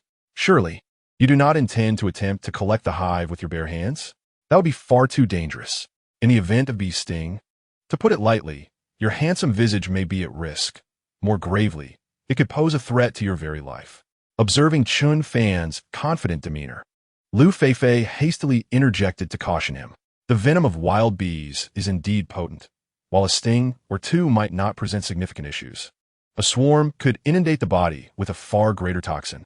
In severe cases, it could even lead to immediate shock. This is no exaggeration, for there have been instances of such occurrences. A single bee's venom may be negligible, but the venom from an entire hive is a different matter altogether. Understand. I will attempt a brief interaction first. Should any danger arise, I will withdraw immediately. Chen Fan replied with a smile, still brimming with confidence. After all, he possessed a certain charm, which, although ineffective against dung beetles, should be advantageous with bees. Additionally, during his rural upbringing, many households kept bees, and when they harvested honey, most approached the task barehanded. If one is gentle enough not to harm the bees, they generally do not retaliate. With that, Chen Fan strode toward the beehive, which was swarming with bees diligently at work, writhing in a manner that would be torturous for anyone with a fear of clusters. Meanwhile, the live streaming room erupted into a flurry of excitement. Wow, this Chen Fan is truly reckless. Is he really attempting to retrieve the beehive with his bare hands? I believe he is being excessively overconfident. Wasn't Feifei's suggestion much more sensible? I can't wait to see him get stung into a pig's head. The imagery was vividly amusing, and it reminded me of that young boy who sold honey, his eyes swollen to slits from stings. Just the thought elicits laughter. Did no one recall that poor Chinese rural dog? Yes, that one. Image, exactly, that's the one. Haha, forgive my unseemly laughter. At that moment, the commentary shifted back to the sixth live streaming room. Mr. Xia, do you believe Chen Fan's method is feasible? Is it truly possible to collect wild honey with bare hands? He inquired, his expression a blend of skepticism and concern, seemingly representing the collective apprehension of the audience. After all, in his view, this was an exceedingly perilous endeavor. The risk ranged from being stung into a grotesque state to potentially facing shock or even life-threatening situations. It is indeed viable. Chen Fan's assertion is correct. These small bees are generally docile. As long as one approaches gently during the collection, they typically do not attack. Moreover, we must understand that once a bee stings a person, it cannot survive the encounter, so they rarely attack unless provoked, Xia Ming affirmed, supporting Chen Fan's previous statements. As for Wang Jie and Zhang Xiaotong, due to their lack of knowledge in this area, they refrained from offering any commentary. Moreover, Chen Fan had previously instilled in them a multitude of astonishments, leaving them hesitant to voice any further opinions for fear of being publicly rebuffed. At that moment, Chen Fan stood merely 50 centimeters away from the beehive. He cautiously wielded a machete to clear the surrounding branches and foliage, then severed the branch that cradled the hive. With that very branch in hand, he proceeded to gently grasp a handful of bees. The sensation was slick, soft, and remarkably comfortable, as if cradling a mass of fluid entities that writhed continuously in his palm. It is noteworthy that such an endeavor is best undertaken on a sunny day or during high temperatures, as the bees tend to be rather lethargic at those times. Conversely, on cloudy or rainy days, the bees become agitated, making such attempts precarious. Subsequently, Chen Fan placed the bees on the ground and resumed his task. After several attempts, the bees from the hive were nearly cleared away, revealing the golden comb, glistening with translucent honey. Liu Feifei, observing from the side, felt a surge of trepidation, fearing that the bees might suddenly become irate and sting them both mercilessly. Nonetheless, she could not help but admire Chen Fan's audacity. He dared to capture bees with his bare hands. Chapter 81. The Structure of Quen. The millions of viewers in the live stream were equally bewildered. Was it not widely believed that wild bees possessed exceedingly aggressive temperaments? Why then did the bees in Chen Fan's grasp display such docility, with not a single one taking flight? Could it be that Chen Fan harbored some clandestine connection with the bees? Questions lingered. Yet most viewers held a deep respect for Chen Fan's courage. After all, if they were in his position, they would certainly hesitate to engage in such a perilous act. The risk of being stung by a bee, while potentially not life-threatening, still posed considerable pain and the imminent danger of elimination. As the audience remained in a state of confusion, Chen Fan had already divided the hive in two. The honey was primarily concentrated in the upper section of the comb, while the lower segment housed some bee larvae and drones. Thus, Chen Fan secured this portion using 2 twigs, anchoring it to a forked branch. This way, the bees would remain in place, diligently continuing their labor of building a hive. In fact, bee larvae can also be consumed. Briefly roasting them yields a delightful crunch. Akin to chicken, with protein content surpassing that of beef by tenfold. It is indeed a rare delicacy. In certain regions, this practice is not uncommon. However, in consideration of future honey consumption, Chen Fan had no intention of partaking in such actions, especially given their ample protein sources at present, rendering such consumption unnecessary. Once the bees were settled once more, Chen Fan returned to Liu Feifei, proudly displaying the substantial cluster of honeycomb, abundant with honey, which should suffice for their sustenance for quite some time. Chen Fan also showcased his recent findings to Liu Feifei. Through the small openings in the beehive, one could glimpse the translucent honey, which was undeniably mouth-watering. You are quite audacious. Do confess, do you share some clandestine relationship with those wild bees? Otherwise, how is it that none of them stung you? Liu Feifei found it perplexing that so many bees failed to attack Chen Fan. Was it possible that his handsome appearance earned him favor even among animals? If we were to speak of clandestine relationships, I might claim that I have studied the structure of the character with them. Do you believe that? Observing Liu Feifei's serious expression, Chen Fan teased her playfully. For many city dwellers, bees might indeed seem aggressive, instilling fear and caution. However, Chen Fan, having grown up in the countryside, was more acquainted with their behaviors. Of course, some bees could be exceedingly aggressive. For instance, wasps would chase and sting anyone who approached their nest, creating a sense of relentless pursuit. The structure of, "Oh, you sly one, we were having a pleasant conversation, and then you veered off in a high-speed territory. Aren't you afraid of a crash?" Initially, Liu Feifei was taken aback, but upon seeing Chen Fan's mischievous grin, she quickly understood. The structure of, if read separately, doesn't that mean son and compare? This fellow had an odd assortment of knowledge. Rest assured, I am the king of racing at Xiaoming Mountain. A crash is simply out of the question, Chen Fan chuckled, subsequently gathering some broad leaves and wrapping them around the honey. The honey was immensely valuable to them at present, and even the beehive had its uses. Let's return. After tidying up, Chen Fan and Liu Feifei made their way towards the lake. Their harvest for the day was quite fruitful, having discovered a mango tree initially, and now a beehive. Both the mango tree and the beehive promised a continuous supply of sweetness. It appeared that the resources in this area were far superior to those of the shelter, further solidifying Chen Fan's resolve to relocate. On their return, they did not retrace their steps, but instead opted for a longer route, as taking different paths could unveil a greater variety of survival supplies. After walking for over half an hour, Chen Fan stumbled upon a new discovery, a small bamboo grove. Bamboo, something he had longed for since arriving on the island. Dubbed the hardware store of the wilderness, its utility was immense. It could be used for constructing shelters, making furniture, or even crafting cups. A bamboo grove. How splendid. I have finally found bamboo. Although the grove was not particularly vast, Chen Fan was overwhelmed with joy. With this bamboo, constructing shelters in the future would undoubtedly become much easier. At present, he is in dire need of bamboo. After extracting the honey, he finds himself in a predicament without a container to hold it. Fortunately, with the bamboo at hand, this issue is effortlessly resolved. Chen Fan, do you think there might be bamboo shoots in this grove? Liu Feifei inquires. With honey available, they could concoct honey-glazed bamboo shoots, and perhaps even stir-fried bamboo shoots with meat. Gazing at the verdant bamboo forest, Liu Feifei expresses her anticipation. The flavor of bamboo shoots is delightful, packed with nutritional value, and offers a pleasing texture. When paired with honey, the taste would undoubtedly reach perfection. Let us search for them later. They should be around, she suggests.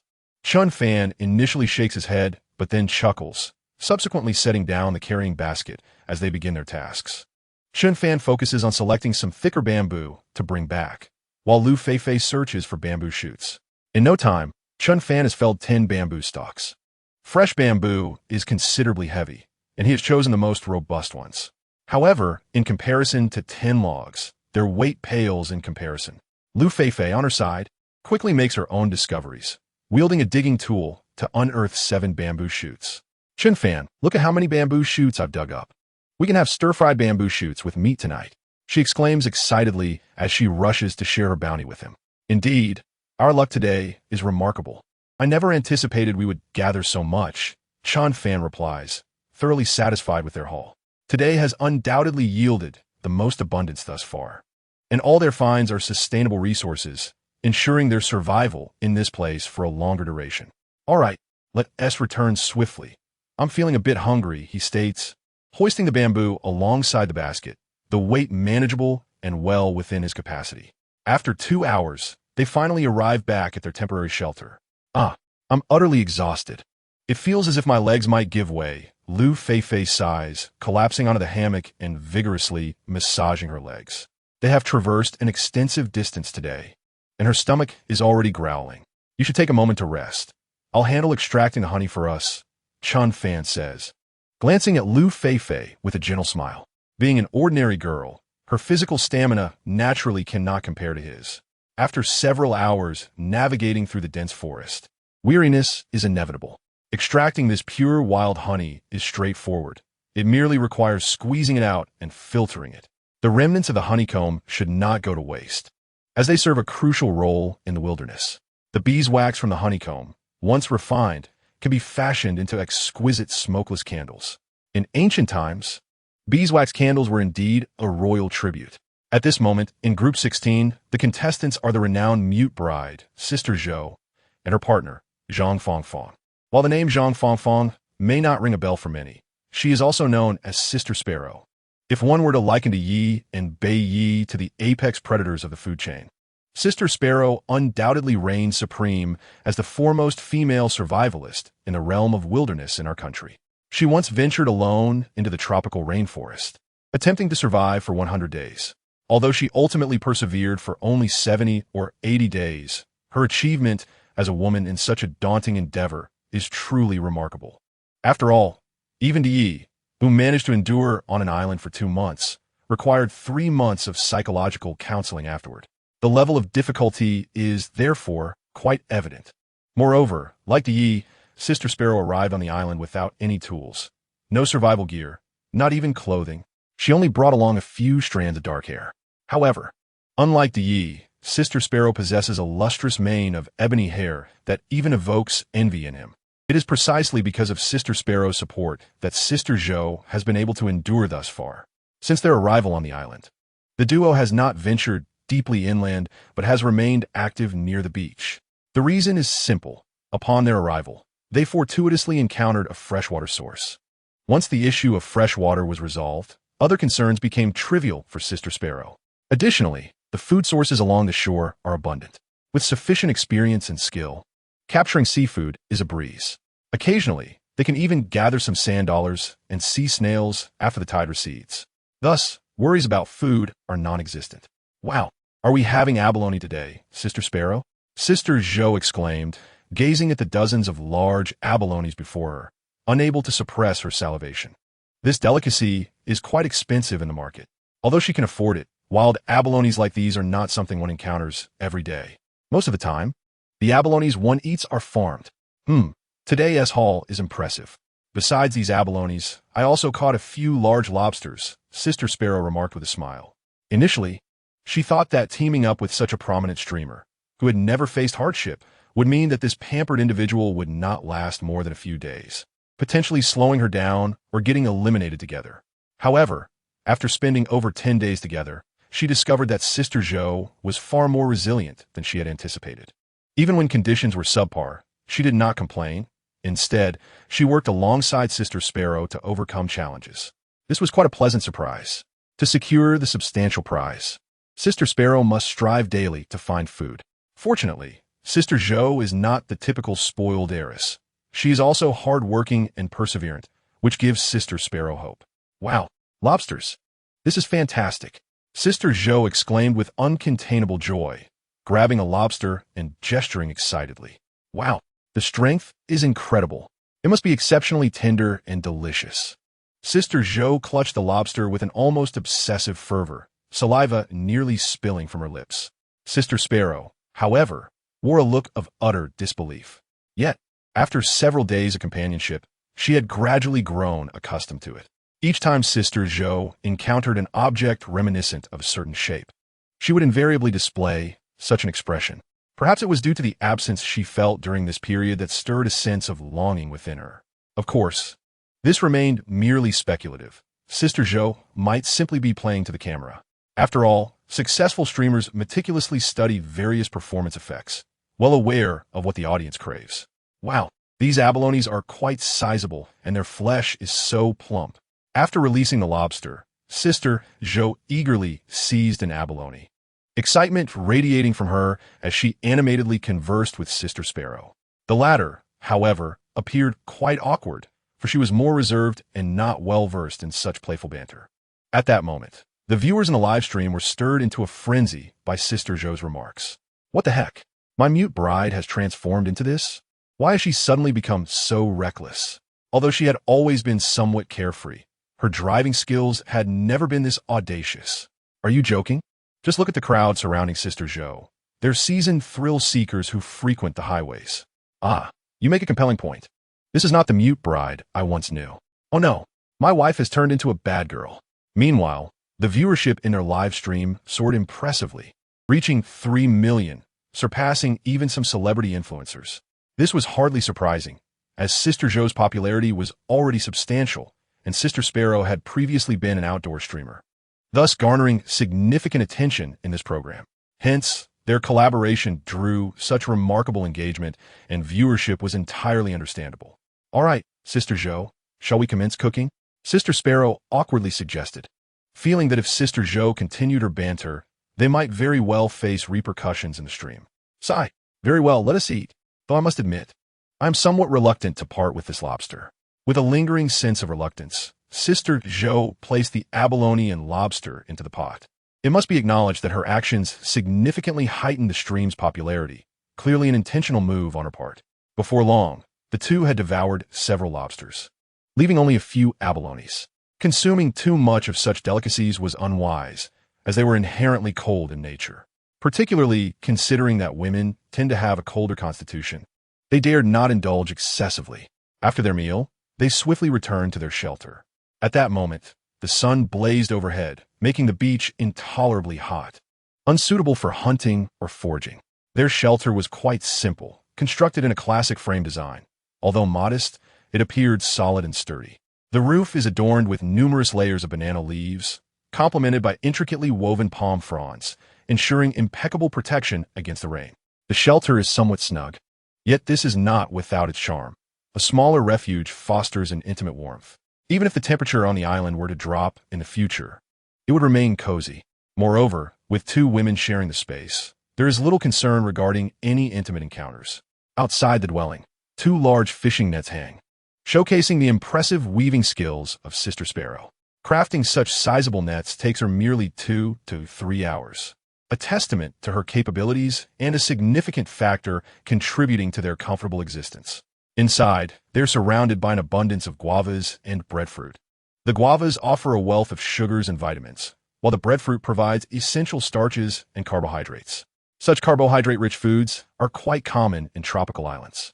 Although the breadfruit bears a resemblance to the baobab tree, they are fundamentally different species, each requiring distinct growth conditions and environments. The breadfruit thrives in tropical rainforests, whereas the baobab flourishes in arid regions of Africa. The availability of these resources clearly indicates that the two women's living conditions are quite favorable. After all, Sister Sparrow possesses formidable wilderness survival skills. While their circumstances may not quite rival those of Chen Fan and Wu Jing, they certainly stand as a commendable third, especially considering that none of the other contestants possess such expertise in survival. Conversely, the 19th group, represented by Socks, has not been as fortunate.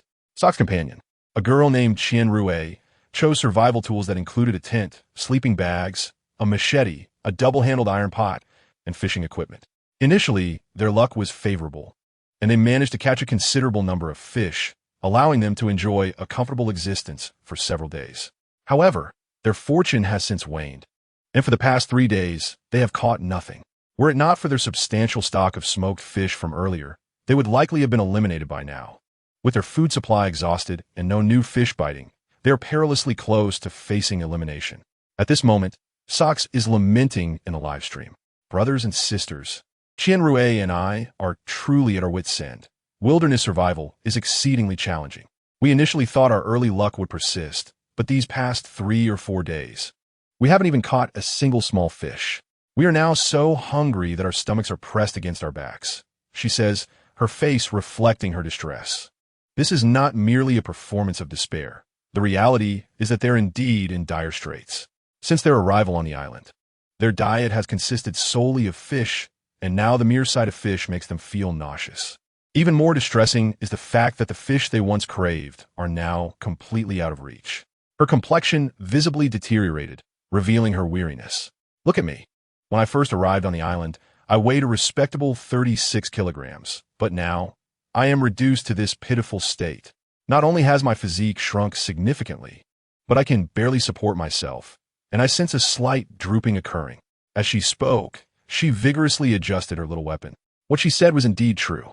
The viewers in the live stream could clearly see that she had indeed diminished in size. It seems that this young lady requires proper care and nourishment. Indeed, these past few days have been incredibly arduous for her. At this stage, if you were to cover her face, one could easily mistake her for Sister Zhou or the silly girl. Her teammate, Chen Rue, hastily chimed in, recognizing the potential benefits of eliciting sympathy in the live stream, which might lead to unexpected rewards. Affluent patrons could generously donate small sums to procure some nutritional supplements for them to adequately nourish their weapons. This tactic has proven to be remarkably effective. Witnessing the plight of the two, many wealthy viewers in the live stream began to open their wallets generously, creating a lively atmosphere. Sister Zhou, silly girl, are we innocently caught in the crossfire? Can we not be humane? Sister Zhou, once we escape this wretched place, I shall take my revenge. It must be noted that both Sister Zhou and the silly girl appear quite frail, seemingly withered away. Chen Rue is indeed an experienced hand. Her partnership with Sox is simply perfect. Oh, how pitiful these two young ladies are. They have truly shrunk. I possess a secret remedy that could restore their former glory. May I share it? A remedy? What nonsense are you concocting? Don't think we are oblivious. Such good fortune cannot be monopolized by you alone. Speaking of remedies, I am also aware of one. Why don't we all extend a helping hand? Yes, we must extend a helping hand. We're just too kind-hearted. A Flying Pig rewards with a supercar. CC rewards with a super fire. Family Harmony rewards with shark balls. Family Harmony, sir, your generosity is commendable. Do you not fear your wife will have you kneel on durian upon returning home? It is undeniable that the live stream is filled with affluent patrons. Following Sox and Chen Rue's heartfelt appeal, the donations quickly surpassed 100,000. A supercar and super fire require 2,000 yuan, meaning they could each earn 1,000 yuan through 50-50 split. For a live stream boasting millions of viewers, a 100,000 yuan donation in 1 hour is indeed modest. After all, some possess genuine wealth, while others merely wish to flaunt their status. Remaining at the top of the leaderboard is a form of honor, at least for those whose vanity drives such aspirations. Meanwhile, on the island, Sox and Chen Rue seemed fatigued from their discourse and decided to take a break. They had not consumed anything for an entire day and were on the verge of collapse from hunger. If they failed to catch any fish today, they might regrettably have to withdraw. Shall we withdraw from the competition? Sox suggested, a look of despair etched upon her face. We truly cannot endure any longer. Even if we were to catch fish today, we have consumed fish for over 10 days now, and I simply cannot stomach any more. Upon returning to their tent, Chen Rue echoed her sentiments, her brow furrowed with worry. She understood that to survive healthily, one's body requires more than mere protein. Carbohydrates and other essential nutrients are equally crucial. Neither of them possessed substantial wilderness survival experience. To put it bluntly, they would hesitate to consume even edible plants if presented with them. Chapter 84. Curiosity is the beginning of a woman's downfall, in fact. Many contestants shared a similar plight, such as the comedians Yu Peng, Gui Qilin, and Wu Sanshi. despite their positive reputations within the entertainment industry. Amassing a viewership of 3 to 4 million in their live streams, popularity is not the currency in wilderness survival. Rather, it is expertise and survival skills that matter.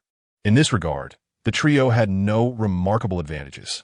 Their teammates were also ordinary individuals without any wilderness survival experience. Wu Sanshi's teammate, a chef from a 5-star hotel, appeared to be of little assistance on the deserted island. As the saying goes, a skillful woman cannot cook without rice. No matter how exquisite his culinary skills, they are rendered useless without food and ingredients. Over the past few days, several contestants have been gradually eliminated, including Chen Chi and Su Xiao Wan from the second group, as well as Huang Bo and Wang Chong. Chen Chi's elimination was anticipated by all. After all, this individual had exhibited extreme laziness even in regular variety shows. Enduring 10 days in such a challenging wilderness survival scenario was already a feat, exceeding the expectations of most viewers. Thus, withdrawing from the competition was a logical conclusion. As for Huang Bo and Wang Chong, Huang Bo's age hindered him, rendering his physical capabilities inferior to those of younger contestants. Prolonged nutritional deficiency had left him unable to continue surviving. In terms of luck, Huang Bo could not compare to Deng Xiaoqiao and Huang Lei. Although Deng Xiaoqiao lacked wilderness survival skills, and his only specialty was light-hearted antics to enliven the atmosphere, his fortune was remarkably favorable, as his teammate, Liu Jun, was a retired soldier. Thus far, they had not encountered significant challenges and had ample food, rarely experiencing hunger. Conversely, Huang Lei possessed considerable individual strength due to his well-rounded knowledge, with a particular interest in wilderness survival. After being invited by the production team, he dedicated several days to studying survival materials, thereby amassing a wealth of knowledge in this area. His partner, a recent graduate excelling in sports, was physically formidable, leading to a harmonious collaboration between them. Huang Lei focused on the theoretical knowledge while Li Zihao contributed with physical labor. The situation for Boss Yang and Pundi is equally dire, as both of them are partnered with female companions. Particularly concerning is Yang Boss's teammate, Shen Sisi, who is not only quite young, but also lacks any specialized knowledge in wilderness survival. For this duration, Yang Boss has been shouldering the burden alone, but he is now on the brink of exhaustion. As for Pundi, although her teammate Lu Ziki is a skilled marksman, the hunt for prey is largely a matter of luck. On fortunate days, they might encounter a couple of animals, while on others, they could go several days without a sighting. This unpredictability in their survival efforts underscores the necessity of knowledge in this domain for long-term sustainability on a deserted island. Meanwhile, on Chen Fan and Liu Feifei's side, Chen Fan has extracted all the honey from the beehive, carefully storing it in bamboo tubes. Although the quantity is modest, if rationed judiciously, it should suffice for at least half a month. As for the remnants of the hive, Chen Fan plans to craft beeswax candles. He had contemplated making candles upon arriving on the island, but the lack of materials had postponed that endeavor. Now, equipped with such excellent resources, he is eager to attempt it. Chen Fan, I'm feeling refreshed. I'll prepare our meal, Liu Feifei announced after a brief rest. Today's lunch will once again feature grilled fish. All right, go ahead. I'll make a few candles for us, and we can enjoy a candlelit dinner tonight. Chen Fan replied with a smile before getting to work. In truth, crafting beeswax candles is quite simple, even without specialized tools. The first step involves adding fresh water to a pot, then breaking up the remnants and mixing them into the water. The mixture is stirred until the beeswax completely dissolves. Next, a fine bamboo mat is woven to serve as a filter, ensuring it is delicately crafted. The boiling beeswax mixture is then filtered, allowing any coarse debris to be removed. As the beeswax merges with the hot water, it is left to sit for about an hour. Due to the significantly lower density of beeswax compared to water, it will float to the surface and solidify. Once it has set into a solid form, a second filtration can enhance the purity of the wax. After this, the mold for the candles can be fashioned using bamboo. Selecting a piece of bamboo about the thickness of a thumb, a segment is cut, and a string made from the cotton filling of the sleeping bag is placed in the center to serve as a wick. The solidified beeswax is then reheated in the pot until melted and poured into the mold to solidify. After 1 or 2 hours, a natural candle is ready. Although this process sounds straightforward, it is quite time-consuming, taking nearly 3 hours in total. Nevertheless, The results left Chen Fan immensely satisfied. A half piece of beeswax yielded 4 exquisite candles. With 1 candle used each night, they could last for 4 days. After a simple meal of grilled fish, the two sat in quiet anticipation as they awaited the candles to set. At last, the candles were ready. "Let us see how they turned out," Chen Fan exclaimed. Eager to remove the mold, Liu Feifei watched with wide-eyed excitement, her heart brimming with anticipation. Crafting candles in the wilderness was something she had never imagined before arriving on the island. With the candles now complete, they could enjoy a romantic candlelit dinner that evening. Once the mold was removed, 4 translucent candles emerged before them, their pale yellow hue revealing the purity of the beeswax, which had been filtered twice, leaving almost no impurities. They resembled the candles sold in stores perfectly. "These are truly candles. Chen Fan, you're incredible. It feels like there's nothing you don't know or can't do." "I'm increasingly in awe of you," Liu Feifei said, her admiration for him reaching fervent heights. She perceived Chen Fan as a treasure trove of secrets, igniting within her a desire to delve deeper and uncover his mysteries. "Hey, are you curious about how I know so much? Do you feel compelled to explore further?" Chen Fan responded with a playful smile, noticing the admiration in Liu Feifei's eyes. As the saying goes, women are notoriously curious beings, their inquisitiveness rivaling that of a cat. "Yes, indeed, I am incredibly curious. If you were an onion, I would love to peel back your layers to discover the hidden secrets you possess," Liu Feifei replied earnestly, clearly expressing her thoughts. It was astonishing that a young man in his 20s could possess such knowledge. "Beware of your curiosity. As the old adage states, it may lead a woman to her downfall," Chen Fan said, still smiling at Liu Feifei's earnestness. His words rang true. When a woman is deeply intrigued by a man, she is drawn to explore further. Yet, venturing too deep may lead one to become ensnared. "I'm not like most women. I want to fall so easily," Liu Feifei retorted, crossing her arms defiantly. Despite Chen Fan's handsome looks and remarkable abilities, her own qualities were not to be underestimated. While she admired him, she had not yet reached the point of complete infatuation. Perhaps one day, but not now. "Indeed, you are Liu Tianxian. It's no exaggeration to say that those who admire you could line up all the way to France. Among them are surely many wealthy heirs. So it's not so easy to ensnare you." Chen Fan replied with a chuckle, his tone sincere. Liu Tianxian boasts an enormous fan base, a significant portion of which comprises loyal admirers. Consequently, he does not believe that Liu Tianxian would succumb to infatuation simply due to his recent commendable performance. If that were the case, Liu Feifei would not have debuted in her teens without any romantic rumors to date. Although he acknowledges that he has received considerable attention, he candidly admits that he has yet to encounter anyone as remarkable as her. Perhaps true feelings are revealed in times of adversity, as Liu Feifei shares her genuine thoughts. Among those who pursued her in the past were many affluent heirs, yet none matched Chen Fan's capabilities. "How proud should I feel?"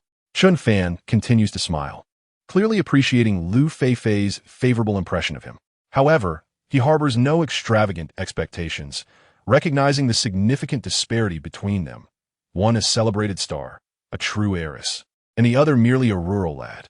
Awareness of one's place is crucial, and Chen Fan is acutely aware of this reality. It is possible that their paths may diverge after their collaboration concludes, though unforeseen circumstances may arise on this island. The nature of emotions is indeed mysterious, and the future remains unpredictable. "Oh, I didn't mean it that way. I genuinely believe you are exceptionally talented, far surpassing any boys I have encountered before," Liu Feifei quickly clarifies. Her words resonate with sincerity. For many young women today, financial stability often serves as a primary criterion in choosing a partner. However, she has no such requirements, as her own earnings afford her a comfortable life. Thus, for someone of her stature, the sole standard for selecting a partner is personal affection. If one is fond of someone, their economic situation becomes irrelevant. Chen Fan nods in understanding, recognizing the authenticity in Liu Feifei's statement. The day is still young. Why don't we continue to explore the surroundings? Liu Feifei suggests, eager to shift the conversation from the previous awkward topic. Sound good? Let's take a stroll.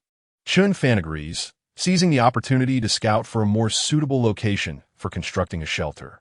Although the current makeshift refuge has adequate lighting, Its proximity to the water source invites an abundance of mosquitoes at night, not to mention the lurking crocodiles, which adds an element of danger. If they could discover a more suitable campsite for their shelter, they could relocate it for better survival resources. With that, the two of them armed themselves with tools and began to explore around the lake. After half an hour, Chen Fan suddenly spotted a very familiar leaf. The leaves are not large and exhibit a heart-like shape, and the vines are quite long. This expansive area is predominantly occupied by this vine plant. Chen Fan hastily crouched down to examine it closely. Chen Fan, is this plant edible? Liu Feifei inquired anxiously upon witnessing his actions. Generally, when he observed something with such precision, it certainly indicated that the plant possessed some unique utility. Indeed, not only is it edible, but it is also exceptionally delicious and highly nutritious, Chen Fan replied, turning to Liu Feifei and nodding with delight. What exactly is this plant? Liu Feifei's curiosity heightened following his explanation. This is wild yam, also known as wild huaishan, Chen Fan elucidated. To discover wild yam in this location is truly a gift from nature. Yam, we have actually found yam, she exclaimed, recognizing it as a starchy and carbohydrate-rich plant. This is fantastic. Since we did not bring cassava this time, yam can completely serve as a substitute. Upon learning that this plant is yam, Liu Feifei became exceedingly excited. In truth, the previous cassava did not have an appealing texture, but she had tasted yam before, which is delightfully sticky and has an exquisite mouthfeel. More importantly, yam is a plant that serves both culinary and medicinal purposes, boasting high nutritional value and significant health benefits. Not only is its taste superior to that of cassava, but its nutritional benefits are also greater. Yes, and this entire area is filled with wild yam, which should suffice for us for quite some time, Chen Fan remarked, surveying the surrounding intertwined vines that seemed to cover at least half an acre. The vines and foliage were flourishing, indicating that the root tubers must be substantial as well. Wild yam is a superior variety of yam, known for replenishing the qi of the spleen, lungs, and kidneys, while also nourishing the yin of these organs. It can be considered a rare food in the wilderness that serves both medicinal and culinary purposes. So what do we do now? Should we dig some up to take back? Liu Feifei quickly asked. If they could harvest some yam today, they could simmer it with fish soup for dinner, ensuring a delightful flavor and nutritional richness. Even simply steaming it and dipping it in honey would yield a delectable taste. Yes, let's dig some up today. From now on, this vast expanse of yam belongs to us, Chen Fan affirmed, feeling a sense of territorial ownership. He longed to stand atop the highest point and proclaim, "This is ours." "All right, you take a break. I'll handle this little task," Liu Feifei immediately responded, transforming into an energetic individual and insisting that Chen Fan rest. This was partly due to her having rested for over half an hour while Chen Fan had not, which made her feel somewhat guilty. "Fine, I will leave it to you. If it becomes too difficult later, I will switch with you," Chen Fan agreed without hesitation, mindful of Liu Feifei's feelings. If he did not allow her to exert herself or showcase her abilities, she might feel a lack of significance. After spending some time together, Chen Fan realized that Liu Feifei was quite a determined young woman. Liu Feifei promptly agreed and began to excavate around the expansive lake with a small shovel. It took nearly half an hour for her to unearth several fragmented sections of yam. Although the soil here was not excessively dry, digging for yams was inherently a labor-intensive task, proving to be far more challenging than anticipated. The endeavor of extracting a perfect yam was even more arduous. "How exhausting. I thought this would be simpler, but it turned out to be quite tiring," Liu Feifei exclaimed as she stood up and rubbed her back, displaying a weary expression. She then glanced at Chen Fan with a hint of embarrassment, as she had yet to unearth a single complete yam after half an hour of effort. Reflecting on her earlier bravado only intensified her discomfort. "Haha, this is indeed a physical endeavor. However, the yams you've gathered will suffice for now. Moreover, since we are close to the temporary shelter, we can return to dig some more after our meal, ensuring the food remains fresh," Chen Fan replied with a smile, placing the yams into a basket on his back as they made their way back to the shelter.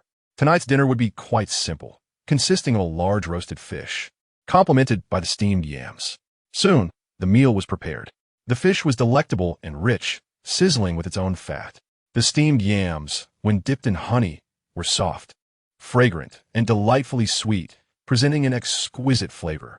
These yams are truly delicious, especially when dipped in honey, I've never tasted such exquisite yams before, Liu Feifei exclaimed, savoring every bite.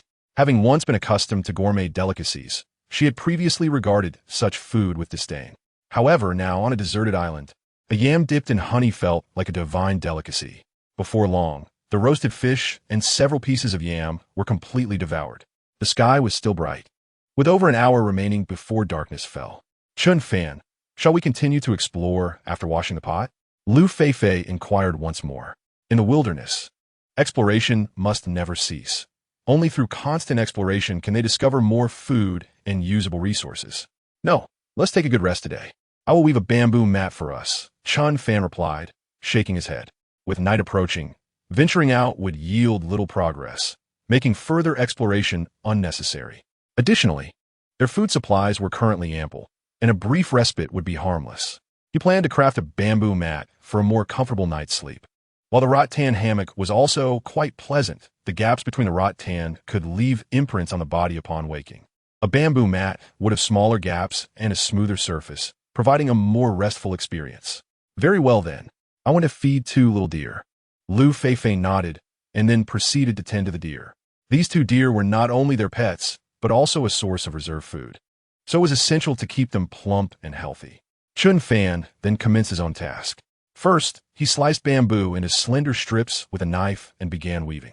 With the skill of weaving rewarded by the system, crafting a bamboo mat was a breeze. After 2 hours, the mat was completed, perfectly sized for the hammock, with minuscule gaps between the strips, ensuring a comfortable sleep without pinching the flesh. As nightfall enveloped the entire island, only a small cluster of flames flickered in the darkness. The 2 sat beside the fire, continuously adding camphor leaves to it. These leaves were known for their excellent mosquito-repelling properties, thus preventing insect bites. Chen Fan, sitting here doing nothing is quite dull. How about we think of a game to play? After chatting for a while, Liu Feifei found herself rather bored. As their survival journey had concluded earlier than usual, she wasn't as tired as she typically would be and felt no inclination to sleep yet. A simple 2-player game could alleviate the monotony. All right, what game do you want to play? Chen Fan responded with a smile, since they had time to spare. Engaging in a game would also strengthen their bond.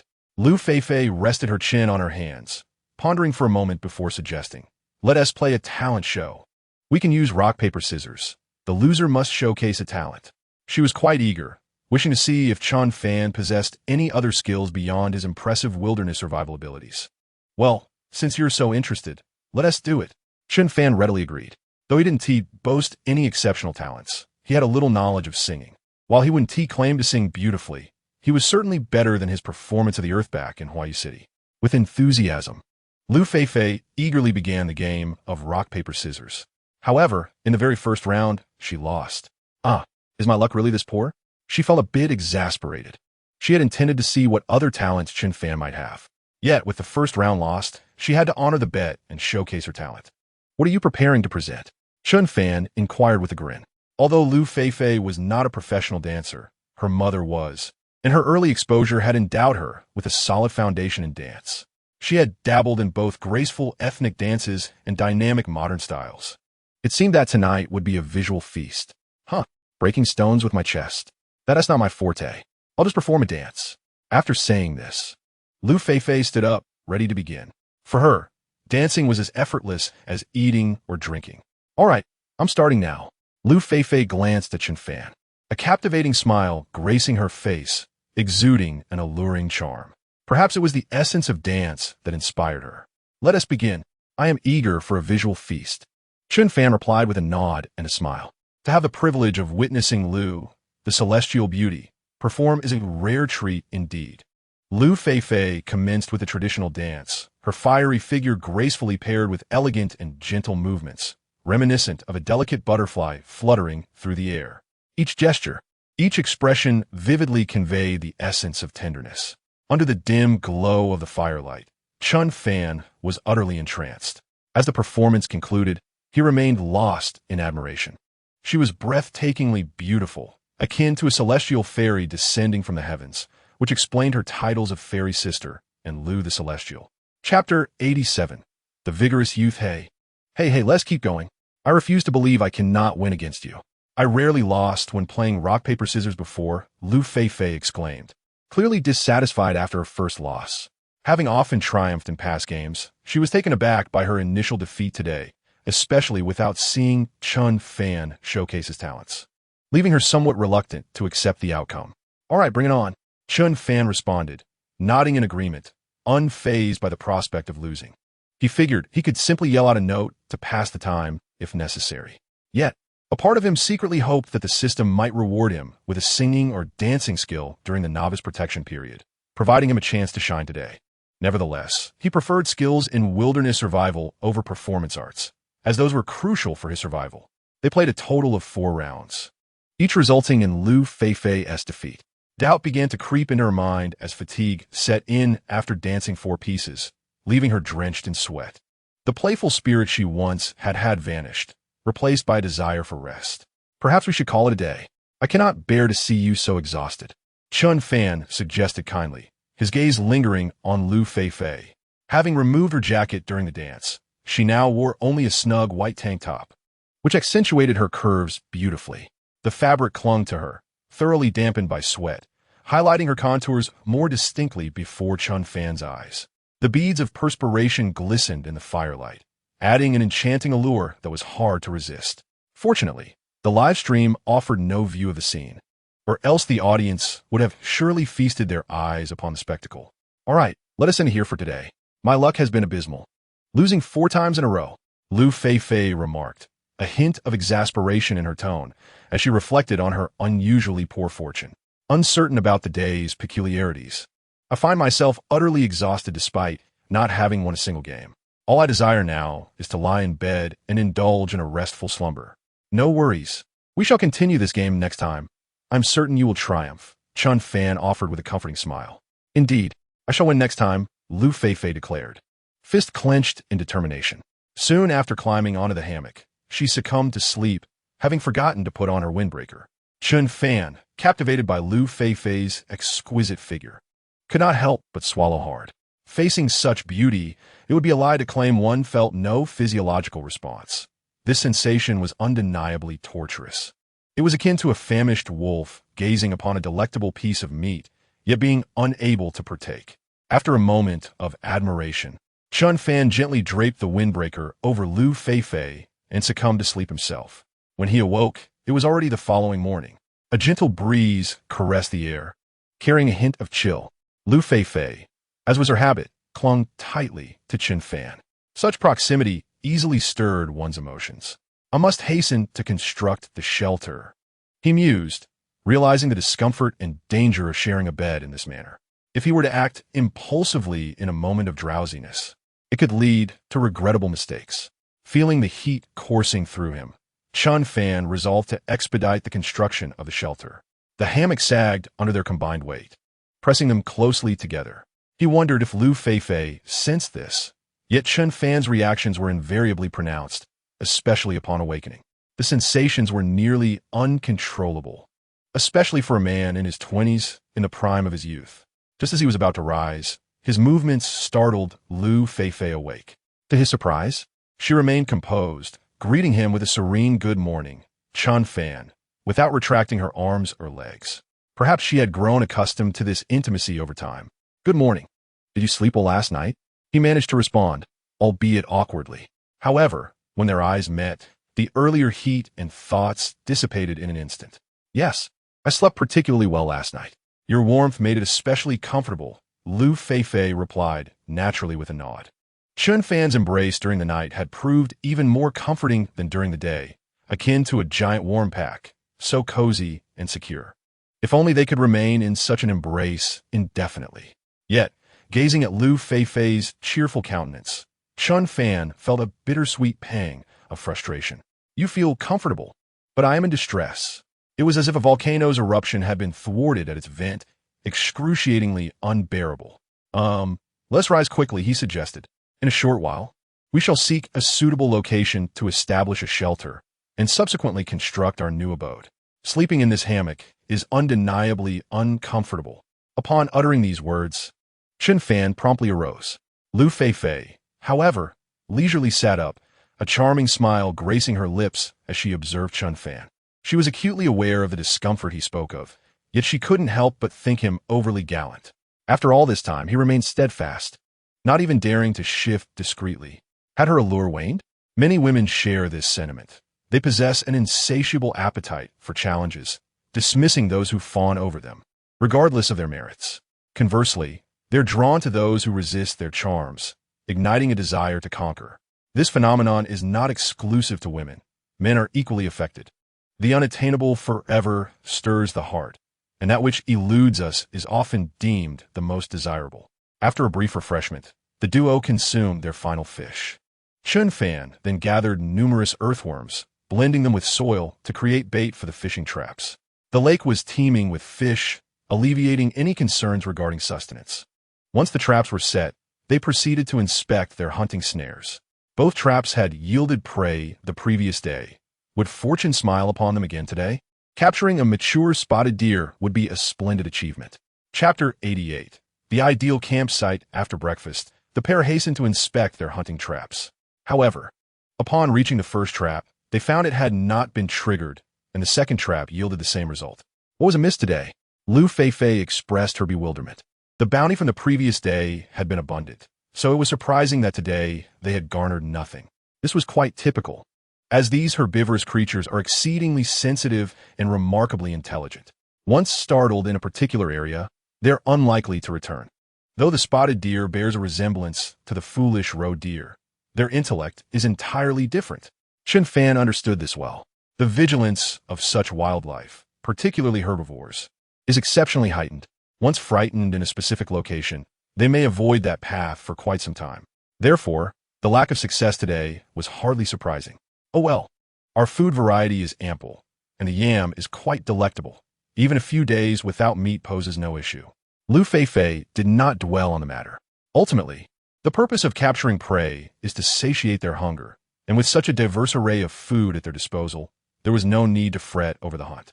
Let us proceed to explore other locales. May we discover the perfect campsite today.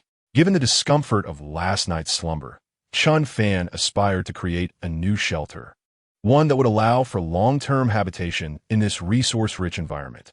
In contrast, the primary sources of protein energy at the previous shelter were primarily wild chickens, along with small fish and shrimp. While this sufficed for a short duration, it was undoubtedly inadequate for long-term survival.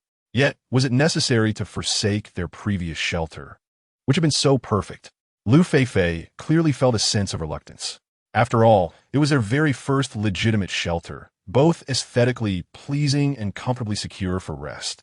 The thought of abandoning it stirred a pang of nostalgia within her. Although the resources for survival in that location were rather scarce, rendering it unsuitable for prolonged habitation, she was reassured by Chen Fan's promise that their new shelter would be even more beautiful, situated in an environment far superior. Observing Liu Feifei's reluctance, Chen Fan assured her, and they proceeded to embark on their exploration around the expansive lake. Due to the lake's vastness and uneven terrain, they had been exploring downstream for the past couple of days. Today's mission was to venture upstream, where the elevated terrain would offer a broader perspective. After trekking for over half an hour, they found themselves overlooking the entire lake, which presented a scene of extraordinary beauty. Viewed from the heights, the landscape would undoubtedly be even more breathtaking. The lake appeared as a flawless blue emerald, nestled amidst the island. While it may not stand out when compared to the entire island, its beauty was undeniable. What a magnificent vista! Liu Feifei was astonished by the splendor that unfolded before her eyes.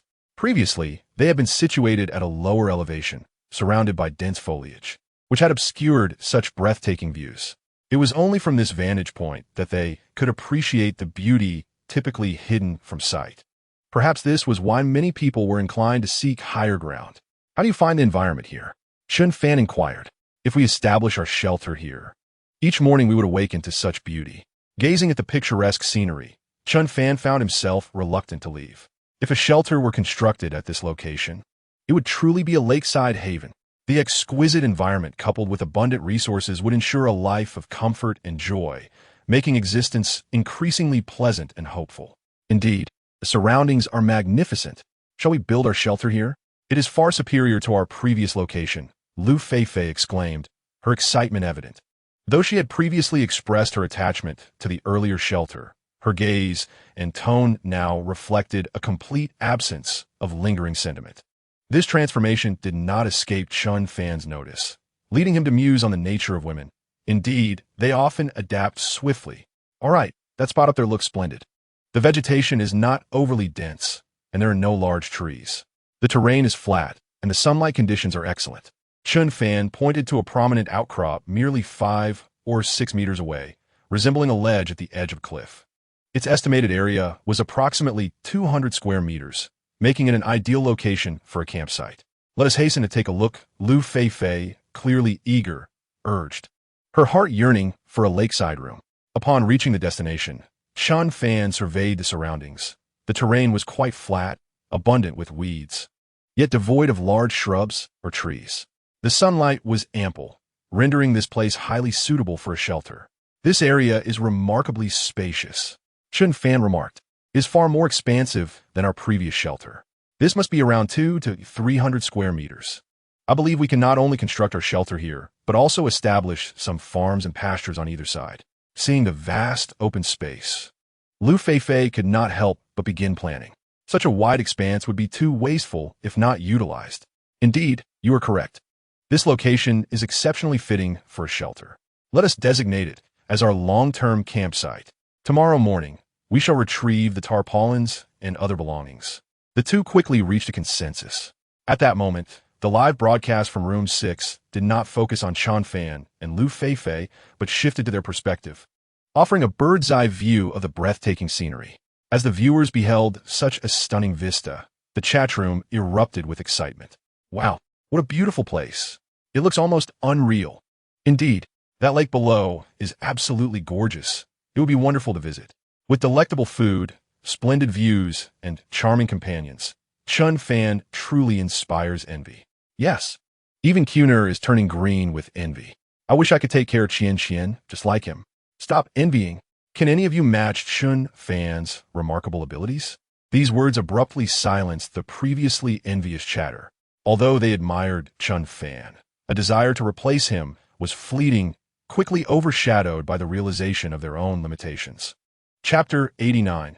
Thank you for your hard work. Chen Fan, after selecting the campsite, the two were like dry kindling meeting a flame, ready to act, and set out to find materials for constructing the shelter. The previous shelter had been built with logs, which were sturdier but required considerable physical effort and time. However, in this new location, there was no need to continue using logs, as the nearby bamboo grove would serve excellently. While a bamboo shelter may not be as robust as one made of logs, it was aesthetically pleasing and significantly less time-consuming to construct. With such excellent materials at hand, Chen Fan was determined not to waste them. Both were exceedingly pleased with their choice of shelter location, and thus they worked diligently, armed with machetes and folding shovels. They swiftly made their way toward the bamboo grove. Before long, they had once again found the bamboo thicket. Feifei, please continue to gather some bamboo shoots for us. I will take care of the bamboo. Upon arriving at the bamboo grove, Chen Fan assigned a task to Liu Feifei. Bamboo shoots are highly nutritious, and when stir-fried with meat, they offer a delightful flavor.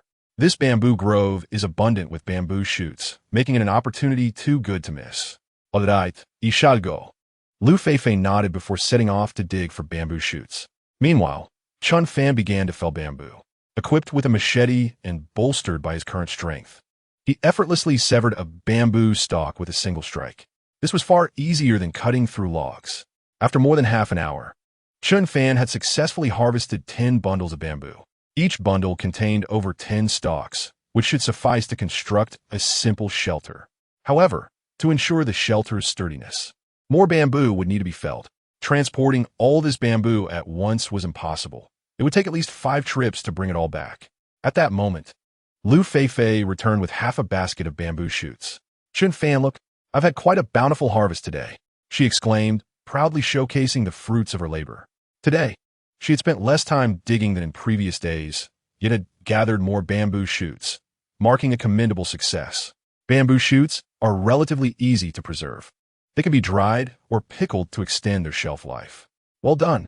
You are truly becoming more skilled, increasingly resembling a seasoned survivalist, Chen Fan complimented with a smile, admiring Liu Feifei's proud expression.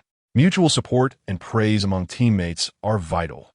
Only then can a team progress further. Hearing the praise, Liu Feifei beamed with happiness. Most girls appreciate compliments, especially from those they care about.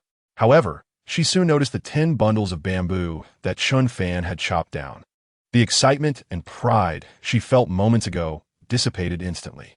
She had only managed to gather a small amount of bamboo shoots, while Chen Fan had amassed 10 bundles. In comparison, she felt utterly inadequate.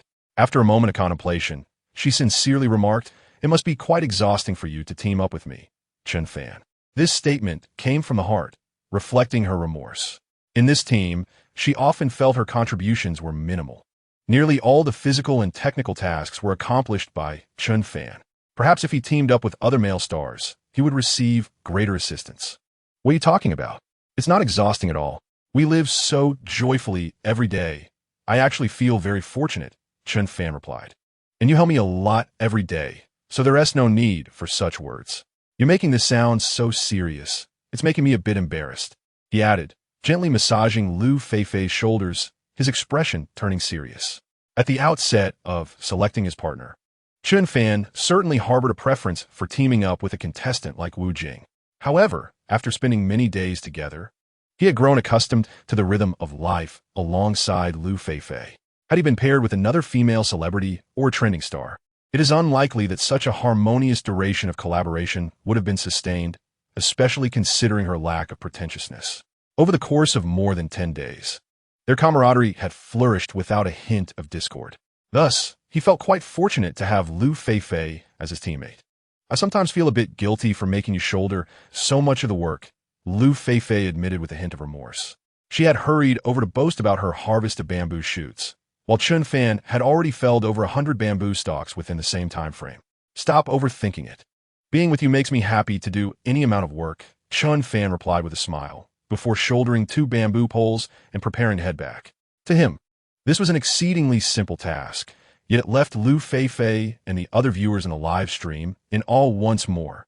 However, after her previous experience with carrying logs, she understood the effort involved, as the logs had undoubtedly been heavier than the bamboo. After approximately an hour, they finally arrived at the campsite designated for constructing their shelter. They set down the bamboo and took a brief 10-minute respite. "Why don't you stay here and rest well this time? I can manage the bamboo on my own," Chen Fan suggested after their break. Given that Liu Feifei could only carry a few poles, it would be a waste of her energy to accompany him. "No, I won't go with you. While I may not carry as much as you, I can still help lighten your load." Liu Feifei resolutely shook her head in refusal.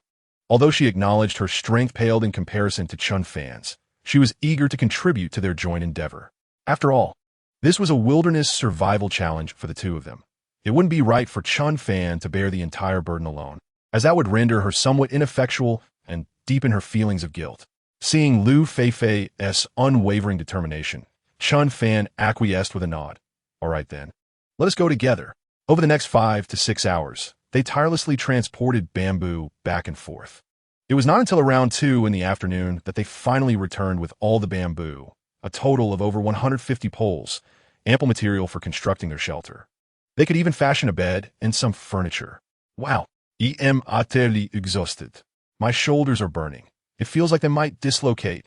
After bringing back the last batch of bamboo, Liu Feifei collapsed on the ground, repeatedly massaging her shoulders. The sensation was indeed unpleasant, as even the slightest movement sent sharp pains coursing through her shoulders. Apart from the persistent pain in his shoulders, both his waist and legs ached considerably. Nevertheless, a profound sense of happiness enveloped him, for he had contributed to the establishment of the new shelter. Chapter 90. Constructing a 2-story cottage after an entire morning of relentless labor, both Chen Fan and Liu Feifei found themselves ravenously hungry. Chen Fan commenced clearing the surrounding weeds, for the terrain was relatively flat, making the task quite manageable without the need for tilling the soil. Observing that she could offer little assistance, Liu Feifei suggested, "Chen Fan, I shall check our fishing traps for any catches and prepare some lunch." Their stomachs growled with hunger, necessitating the arrangement of a meal. After all, only a well-fed body could muster the strength to tackle the tasks ahead. "All right, be cautious," Chen Fan replied, his concern evident. When retrieving the fishing traps, Ensure the surrounding environment is safe, checking for crocodiles both in the water and nearby. He nodded, offering a meticulous reminder to Liu Feifei. For the presence of a crocodile would pose a significant danger to a girl. I understand. Liu Feifei responded with a smile, before making her way toward the traps. After days of survival, she felt her courage had notably increased. In the past, she would never have dared to venture so far alone, especially with the lurking threat of crocodiles. While Liu Feifei prepared the meal, Chen Fan resumed his work. He first cleared the weeds and then proceeded to stake and dig holes. Assessing the surroundings, he resolved to construct a small two-story cottage. The ground floor would serve as storage for supplies, while the upper floor would provide living quarters. This elevation would afford a broader view and help mitigate disturbances from nocturnal creatures. Given that the shelter would be 2 stories high, the supporting beams required greater thickness, sturdiness, and length. A total of 6 support columns would be needed, arranged in 2 rows, with 2 measuring 4.5 meters in length, while the middle 2 should be slightly longer, ideally around 6 meters. Fortunately, he had prepared in advance, selecting several bamboo poles, each as thick as a calf, to serve as the support columns. After choosing the 6 columns and cutting them to the appropriate lengths, the next step was to dig holes to securely anchor these pillars. To enhance the shelter's stability, Chen Fan excavated holes 70 centimeters deep, ensuring that even in the face of a hurricane, the shelter would remain steadfast. If this task were entrusted to the who possessed no survival tools, it would likely take an entire day to dig these few holes. However, equipped with ample tools, including a military shovel and a machete, Chen Fan worked with remarkable efficiency. In just an hour and a half, he had completed digging the 6 holes for the support columns. At that moment, Liu Feifei appeared, carrying a large iron pot. Chen Fan, it's time to eat. Take a break for a while. Today's lunch was rather sumptuous, featuring a grilled fish, several pieces of yam, and a pot of fish soup enriched with wild greens and bamboo shoots. The nutritional balance of the meal was commendable. Additionally, Liu Feifei had thoughtfully filled 2 bamboo tubes with chilled boiled water, recognizing that in such sweltering heat, Chen Fan's body would undoubtedly deplete its moisture rapidly. With this consideration in mind, Chen Fan nodded appreciatively, ready to savor his meal and take a moment to rest. Once they finished dining, he could embark on his work with renewed vigor. Constructing the 2-story villa would be a time-consuming endeavor, likely requiring at least 4 or 5 days to complete. Here, have a sip of water. You've worked up quite a sweat, Liu Feifei said, handing the bamboo tube to Chen Fan while gently wiping the perspiration from his brow with the sleeve of her windbreaker. Mutual support among teammates is vital. When one is in need, the other is there to lend a hand. Thank you, Chen Fan replied politely, taking the bamboo tube and drinking the cool water eagerly. He was pleasantly surprised by Liu Feifei's proactive gesture. It seemed their relationship had progressed closer to intimacy. Cut it out with the formality, Liu Feifei remarked, rolling her eyes, clearly feeling that Chen Fan was being overly courteous. After replenishing their hydration, they began their meal. As they ate, Liu Feifei kept an eye on the progress of the shelter. Chen Fan, why are the support columns so tall this time? They must be around 4 to 5 meters. Why construct the house so high? She inquired, her face reflecting confusion. Generally, a height of 3 meters suffices, and anything taller might appear awkward. The 2 central support columns in the camp seemed to exceed 5 meters in height, creating a rather disproportionate appearance for the shelter. The reason I aim for a 2-story villa is that the main structure needs to be elevated. We can store supplies on the lower level and reside above. A higher design will safeguard us from nocturnal disturbances by animals and mitigate threats from small crawling creatures, Chen Fan explained, relishing the grilled fish while articulating his vision. He had seen a foreign gentleman employ such methods in wilderness survival videos. Moreover, a shelter crafted from bamboo would possess striking aesthetics. Had the system not rewarded building skills, his manual dexterity would surely allow him to construct a commendable 2-story villa. Wait, you intend to build a 2-story villa out here in the wilderness? That's preposterous, Liu Feifei exclaimed, her expression one of incredulity. If they were in an urban setting with access to professional tools and architects, it would indeed be a straightforward task. However, now the entire deserted island consists solely of the 2 of them, and their only construction tools are a military shovel and a machete. In his view, completing a 2-story villa seems utterly impossible. More importantly, if they make too much noise while sleeping at night, could it potentially cause the two-story villa to collapse? This is entirely plausible, as without professional equipment and materials, even if they were to construct a two-story villa, it would undoubtedly lack sturdiness. Chen Fan's physical strength and robust build are formidable enough to bring down the structure. Of course, that is a matter for later. Although she has great faith in Chen Fan, the construction of a two-story villa is certainly not as simple as it seems. In Chapter 91, Body Against Body, there is no need to worry about that. I have watched similar short videos before, so I possess some recollections in my mind. I am quite sensitive to knowledge regarding wilderness survival, making it easy for me to remember after viewing. Chen Fan smiled and casually fabricated an excuse. After all, he could not disclose the existence of his system to anyone, not even to those closest to him, much less Liu Feifei, who had not yet reached that level of understanding. Doesn't that mean you have a photographic memory? Liu Feifei exclaimed in astonishment, gazing at Chen Fan. Even if I were to go over it 10 times, I might not remember it clearly. She was taken aback that Chen Fan could simply recall a building's construction structure after watching a video. Could this be what they call a genius with an extraordinary memory? In the midst of their conversation, they had already finished their lunch. All right, having eaten our fill, let us now get to work, Chen Fan declared, patting his round belly as he rose to his feet. Well, since we are to build the small second floor, let's embark on a vigorous endeavor today. Liu Feifei also stood up, clenching her fists with confidence. Although she might not match Chen Fan in physical prowess and technical expertise, she was certainly quite resilient. Thus, assisting Chen Fan should not pose a problem. With the foundation stakes and load-bearing columns already arranged, the next task was to prepare the second floor's flooring. This task was relatively straightforward. First, small holes would be made 2 meters apart along 2 rows of load-bearing bamboo. Then, a uniformly thick bamboo pole would be threaded through the holes, perfectly connecting the 3 load-bearing bamboos. The same method would be applied horizontally, using 4 bamboo poles to seamlessly connect the 6 load-bearing columns, thereby completing the main framework of the first floor. The subsequent task involved laying evenly sized bamboo planks closely alongside the horizontally fixed frame. In doing so, the structural framework of the second floor would be complete. However, this arrangement might be a bit uncomfortable underfoot, so Chen Fan decided to refine it further.